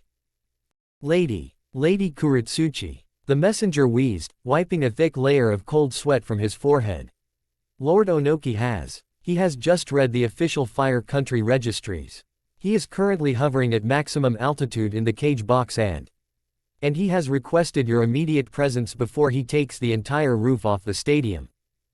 Kuretsuchi didn't even blink. She merely waved a hand dismissively, her smug grin never fading for a single fraction of a second. Tell my grandfather I'm currently mentally preparing for the upcoming matches and cannot be disturbed by minor administrative paperwork. He can yell at me after the tournament is over. The messenger looked like he was about to faint on the spot, shooting a desperate, pleading glance at Naruto before vanishing back into a high-speed shunshin to deliver the suicidal reply. Naruto chuckled softly, his violet eyes drifting down toward the arena floor as Hayate Gecko's voice suddenly rang out through the rafters, cutting cleanly through the residual chatter of the audience. Will the contestants for match 3 please descend to the arena floor? Hyuga Neji vs. Sabaku no Gara. The crowd immediately erupted into a fresh wave of excited cheers. This was a highly anticipated heavyweight clash, the legendary gentle fist of the Leaf's premier genius against the terrifying, blood-carved reputation of the Sand's absolute defense. Neji stepped up to the balcony railing, his long dark hair swaying gently behind him. His traditional white robes were pristine, his posture impeccably straight. But his eyes, the pale, milky spheres of the Byakugan, held a calm, grounded stillness that was completely different from the arrogant, fate-obsessed teenager who had entered the forest a month ago. His intensive training with Naruto had thoroughly humbled him, sharpening his vision past the narrow boundaries of his clan's old teachings. Across the expanse, Gaara was already moving, gliding down from the sand balcony on a smooth wave of coarse, rustling sand that deposited him gently onto the pale gray dirt below. As Neji prepped to take his first step toward the stairs, he paused. He looked toward Naruto, and a brief, silent memory flashed through his mind from a late-night training session just 2 weeks prior. He had been working himself to near exhaustion in the compound courtyard, trying to perfect the rotation speed of his Kaden. Hinata had walked out into the moonlight, carrying a tray of cool water. As she handed him a cup, she had looked down at his bruised knuckles and spoken in a quiet, casual passing tone. "Be careful with high-density sand, Neji-Nisan," she had said softly, her voice steady and wise. "Naruto told me that when sand is compressed under intense chakra pressure, it becomes denser than reinforced iron. The gentle fist relies on striking the tenketsu through direct physical contact. If a meter of hyper-compressed sand absorbs the impact before your palm can even touch the skin, your chakra cannot penetrate to reach the network. It just wastes your stamina and leaves you wide open to a counterstrike." Standing on the balcony, Neji's eyes narrowed into a look of profound realization. Hinata hadn't just been offering casual advice. That knowledge had come directly from Naruto. It had been his subtle, brilliant way of relaying the tactical reality of the matchup without breaking the formal boundaries of their training groups. Neji shifted his gaze to Naruto. The raven-haired boy met his eyes and gave him a slow, knowing nod from the railing, a silent confirmation of the truth. "Thank you," Neji murmured under his breath. With complete composure, Neji turned and walked down the stone stairs, his steps slow and deliberate as he entered the wide arena. He stopped exactly 10 meters away from Gaara. The stadium held its breath. Thousands of spectators leaned forward, waiting for the young Hyuga to strike his classic, aggressive gentle fist stance. Down in the ring, Gaara stood perfectly still, his arms crossed over his chest, the heavy cork stopper of his sand gourd already floating slightly in the air as a protective mist of tan grains began to form a dense perimeter around his boots. Neji looked at the floating sand. He looked at the massive weight of the gourd. Then, he looked down at his own hands. His mind calculated the mathematics of the fight with cold, quick logic. To win, he would have to expend a massive amount of chakra just to burn through the outer automated defense.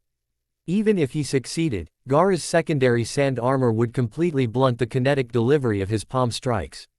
Trying to force a victory through pure taijutsu against a literal mountain of automated, self-repairing sand wasn't brave, it was mathematically foolish.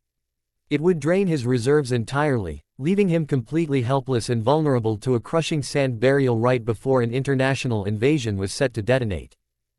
A true genius didn't fight an impossible equation. A true genius changed the terms of the problem. Hayate Gecko took his position between the two boys, his hand lifting high into the crisp afternoon air. Match 3. Prep. Before the proctor's hand could drop to declare the match officially open, Neji calmly and smoothly raised his right hand straight into the air. His voice was clear, loud, and entirely devoid of hesitation as it echoed across the silent stadium. "Proctor, I forfeit this match." The entire arena went dead silent. The excited cheers froze in the throats of thousands of spectators. On the Jonin deck, Asuma nearly dropped his cigarette again, and Guy's jaw went completely slack. Even Hayate blinked in absolute shock, his hand hanging awkwardly in midair as he stared at the young Hyuga genius. "Contestant Neji." Hayate coughed, clearing his throat. "Are you certain? The match has not even commenced." "I am entirely certain," Neji replied, his voice smooth and steady. He lowered his hand, his expression completely relaxed. Gentle fist relies on striking an opponent's internal network. Against a defensive system built entirely on compressed physical mass that absorbs chakra before contact can be made, forcing an exchange is a dead end. A true shinobi knows when a matchup yields zero tactical advantage. Neji shifted his eyes back to Gaara. The Sand Genin's turquoise eyes were wide with a mixture of confusion and pure surprise. He had spent his entire life facing people who either ran away from him in terror or threw themselves at him in a desperate, suicidal rage. He had never had someone simply look at him, calculate the reality of his power, and walk away with absolute, unbroken dignity. Neji offered Gaara a short, deeply respectful nod. "You are a formidable wall, Sabaku no Gaara. It would be a waste of both our times to stage an exhibition at this moment." With his head held high and his spine perfectly straight, Neji turned around. He didn't look defeated. He didn't look ashamed. He walked back toward the stone steps with the unshakable grace of a man who ruled his own fate, completely rewriting what it meant to be a genius of the Hyuga clan. Up on the balcony, Naruto let out a low, deeply satisfied smile. Neji had discarded the old, foolish pride that used to dictate his every move. He had chosen survival, logic, and long-term tactical awareness, the exact traits of a true commander. Hayate Gecko let out a slow, tired sigh, lowering his hand cleanly. Winner by forfeit, Sabaku no Gaara. The walk back up the cold stone stairs felt completely different than Neji had expected. For years, his family had drilled the same harsh rules into his head. You never back down from a fight, and you certainly don't surrender in front of a massive crowd. Walking away from a major match with the Fire Daimyo and the Hokage watching would usually mean a brutal lecture and an even worse punishment from the clan elders.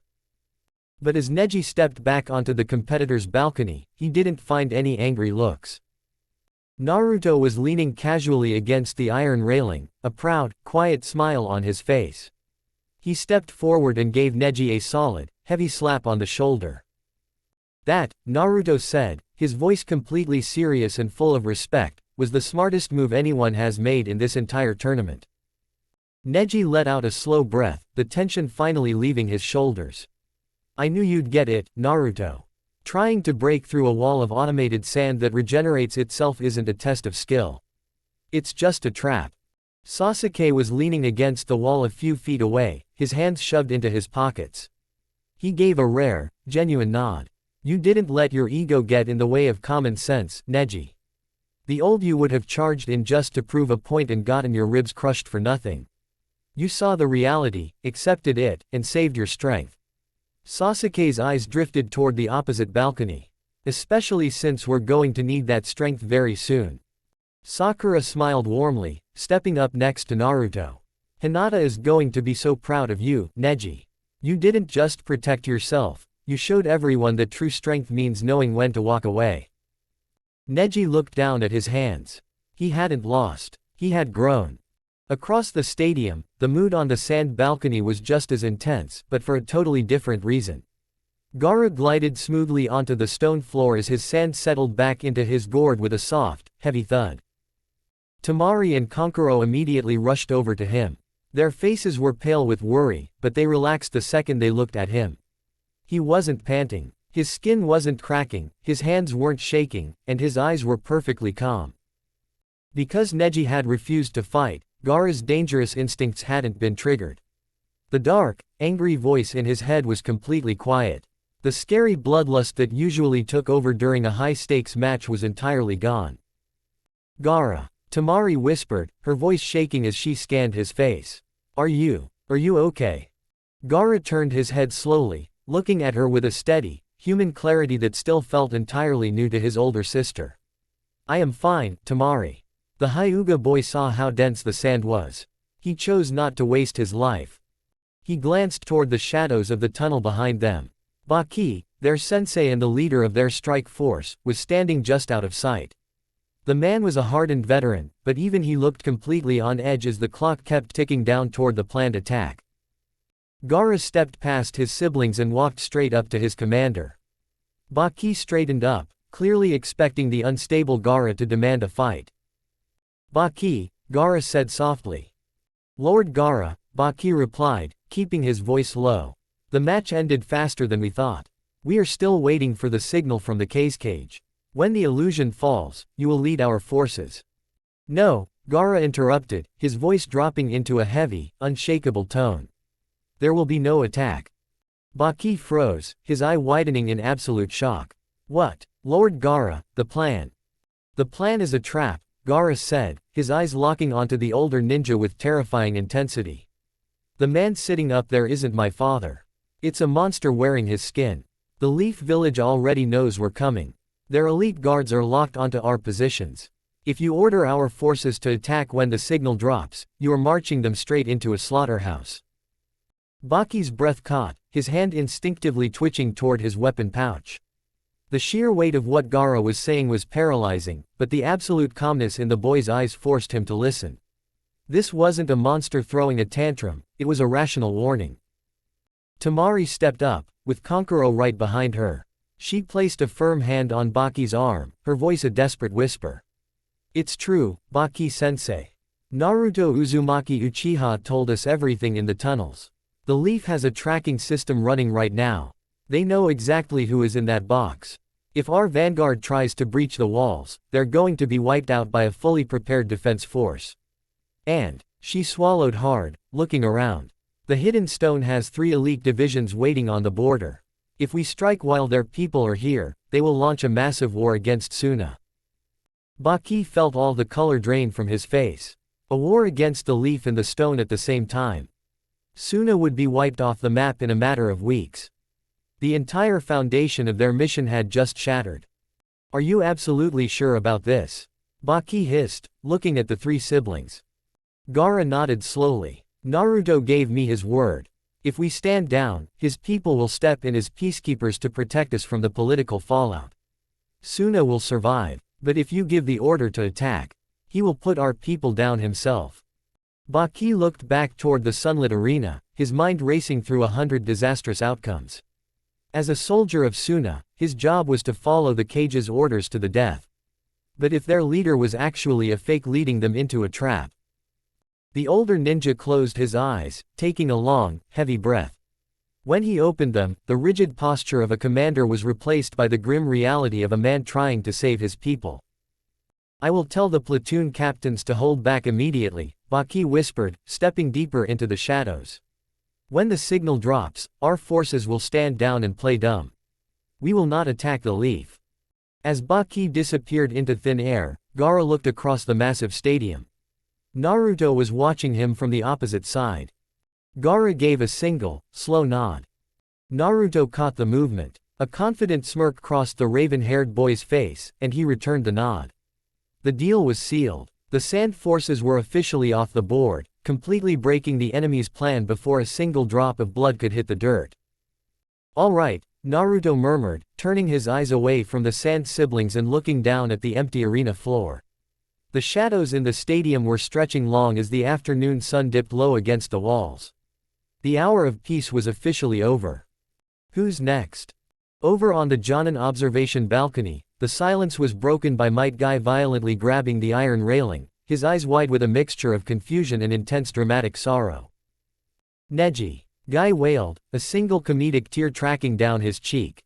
To abandon the flames of youth before the match has even ignited. My star pupil. Choosing to step away from the ultimate challenge. Asuma Sarutobi let out a long stream of smoke, tapping the ash off his cigarette as he looked down at the arena floor where Neji was already walking back to the stairs. Calm down, Guy. If you look at it rationally, the kid just made a textbook captain's call. He looked at a bad matchup, realized he'd just be wasting his energy and risking an injury, and called it. That's not a lack of youth, that's called having a brain. He's right, Guy, Kurenai added softly, her red eyes watching Neji's calm departure. Neji didn't run away because he was scared. He walked away because he knew his style couldn't bypass that Sand defense. A real leader knows when to preserve his team for the fights that actually matter. He's showing incredible maturity. Kakashi Hatake didn't say a word out loud. He just kept his arms crossed, a small chuckle escaping his mask as he glanced over at the competitor's balcony. He could see Naruto giving Neji a respectful pat on the shoulder. You're teaching them all how to think like rulers, aren't you, Naruto? Kakashi thought, a proud glint in his visible eye. No empty pride, no useless sacrifices, just cold, brilliant efficiency. Up in the cage box, the mood was a volatile mix of absolute shock, hidden panic, and smug satisfaction. Lord Onoki was still floating a few inches off his chair, his face a bright, furious shade of red as his fingers tightly crumbled the official marriage certificates the fire daimyo had handed him. He was vibrating with pure rage at the fact that his granddaughter had completely bypassed him to get legally hitched, but as his eyes tracked Neji's exit below, the old Tsuchikage let out a rough, appreciative grunt. HMPH. At least one of your leaf brats has some sense, Onoki grumbled, tossing the paperwork onto the table with a heavy sigh. The Hyuga boy is right. Trying to smash through a self-healing mountain of sand with nothing but your bare hands is a fool's errand. It's a waste of a good soldier. Hiruzen Sarutobi took a slow, deliberate drag from his pipe, blowing a smooth ring of gray smoke toward the ceiling. He leaned back into his throne, shifting his eyes toward the rigid golden mask of the fourth cage, sitting right next to him. Our youth are learning to value their lives over empty pride, Lord Tsuchikage, Hiruzen said, his voice dripping with a calm, pointed authority. A true commander doesn't view his subordinates as disposable tools to be thrown into a meat grinder just to prove a point. They are assets to be preserved. It seems the new generation understands the value of human life far better than the ghosts of our past. Behind the golden mask, Orochimaru's eyes narrowed into slits of pure venom. He knew the Hokage's words were a direct jab at his own philosophy, but he had much bigger problems to worry about. Just a few seconds prior, out of the corner of his eye, he had caught a glimpse of Kabuto standing in the upper walkways. His right-hand man had subtly flashed him the hand sign for extreme danger, the signal that their perimeter security had been compromised and the invasion variables were failing. Before Orochimaru could even begin to process the warning, the fire daimyo let out a cheerful, booming chuckle, waving his golden fan briskly as he leaned forward in his luxury seat. Well, that was certainly a fascinating turn of events. The daimyo declared, his eyes twinkling with a sharp, hidden amusement. He turned his head toward Hiruzen and Onoki, a theatrical smile on his face. Hokage Dono, Lord Tsuchikage. Tell me, the next match on the bracket is between young Naruto and Lady Kuretsuchi, correct? Yes, my lord, Hiruzen replied, blinking in slight confusion. They are scheduled to fight next. Excellent. Splendid. The fire daimyo clapped his hands together, his smile widening. In that case, I have a small request. I would like to make a formal, live announcement to the entire stadium immediately after those two honeymooners finish duking it out. Onoki's eyebrows shot straight up, his jaw dropping slightly. An announcement, my lord. In the middle of the finals. Oh, absolutely. The daimyo said, his tone perfectly lighthearted but his eyes holding a cold, unshakable steel. By the time their match concludes, everyone will have been able to put on a magnificent show for us. It is only fair that I put on a bit of a show myself, don't you think? Besides, it has been quite a while since the public has heard directly from me. People really ought to know who their daimyo is, and this is the perfect arena to talk to everyone at once. A heavy, suffocating silence dropped over the table. Hiruzen's hand froze on his pipe. Onoki's eyes narrowed to tiny pinpricks. The two legendary old ninja exchanged a single, high-speed glance, their brilliant tactical minds arriving at the exact same conclusion within a fraction of a second. The fire daimyo wasn't just asking for a speech. The phrasing was a code. He wanted to initiate the strike. By choosing to make a massive, stadium-wide announcement right after Naruto's match, the daimyo was setting the exact stage for the Leaf and Stone forces to spring their trap. He was taking the initiative away from the invaders, forcing the hidden defense squads to lock down the arena on his cue, rather than waiting for Orochimaru to drop the illusion feathers. Sitting right beside them, Orochimaru was completely paralyzed by a rare wave of genuine confusion. His brilliant mind was racing, trying to piece together the chaotic variables. Kabuto had just signaled a major danger warning, the sand forces downstairs were acting completely calm and holding their positions, and now the fire daimyo, a man who was supposed to be a clueless, pampered politician, was suddenly demanding the microphone right at the exact hour the invasion was supposed to detonate. What is happening here? Orochimaru thought, his golden eyes darting frantically between Hiruzen and the daimyo. Does the old man know? Did the daimyo catch on to the plot? Or is this just an absurd coincidence? The robe Sanin quickly weighed his options. If he refused the daimyo's request, it might cause a scene and blow his cover as the cage before his sound barriers were fully erected. But if he allowed the daimyo to speak, it would buy him just a few more minutes to mentally prepare, figure out what Kabuto's warning meant, and potentially use the distraction of a royal speech to launch his assassination strike on Hiruzen from a completely blind angle. "I see no harm in it," the disguised Orochimaru murmured, his filtered voice completely smooth and compliant. "It would be an honor to hear the wisdom of the Fire Daimyo on such an auspicious day. Let the young couple have their match, and then we shall all listen to your piece." "Wonderful." The Fire Daimyo beamed, snapping his golden fan shut with a sharp, definitive crack. "Then it is settled. Let the honeymooners take the field." Down on the competitor's balcony, the heavy iron gears of the stadium clock clicked forward, the deep, mechanical sound echoing lightly against the stone walls. "Will the contestants for match 4 please descend to the arena floor?" Hayate Gecko's voice echoed across the stadium, a distinct note of exhaustion creeping into his tone. "Uchiha Naruto vs. Kuretsuchi of the Hidden Stone."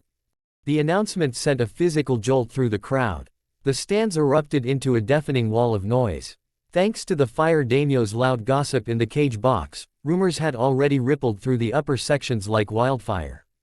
This wasn't just a clash between two of the most dominant genin in the tournament, it was a battle between the newly revealed honeymooners of the global stage.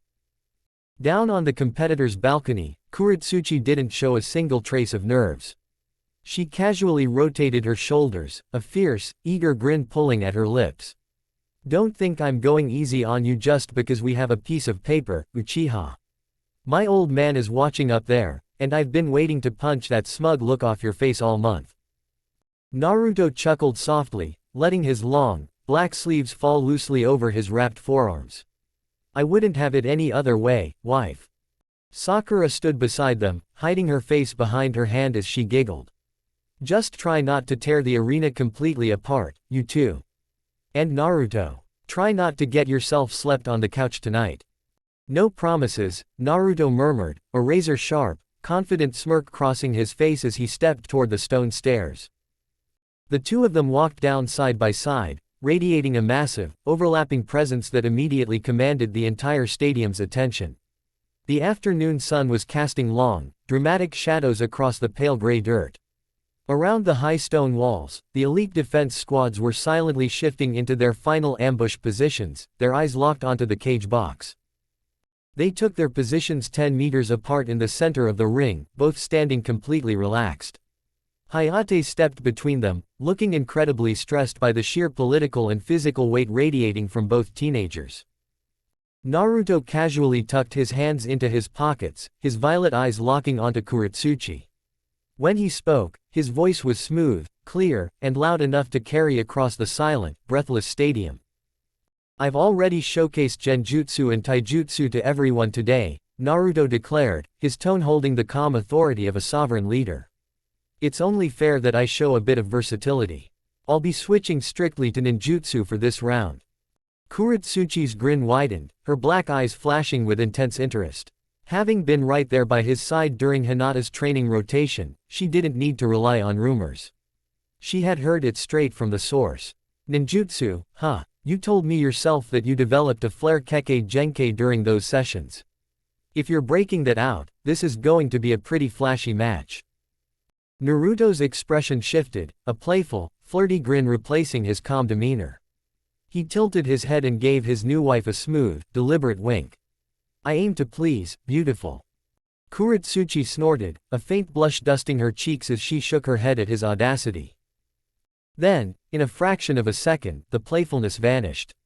A complete, chilling mood switch washed over Naruto's frame.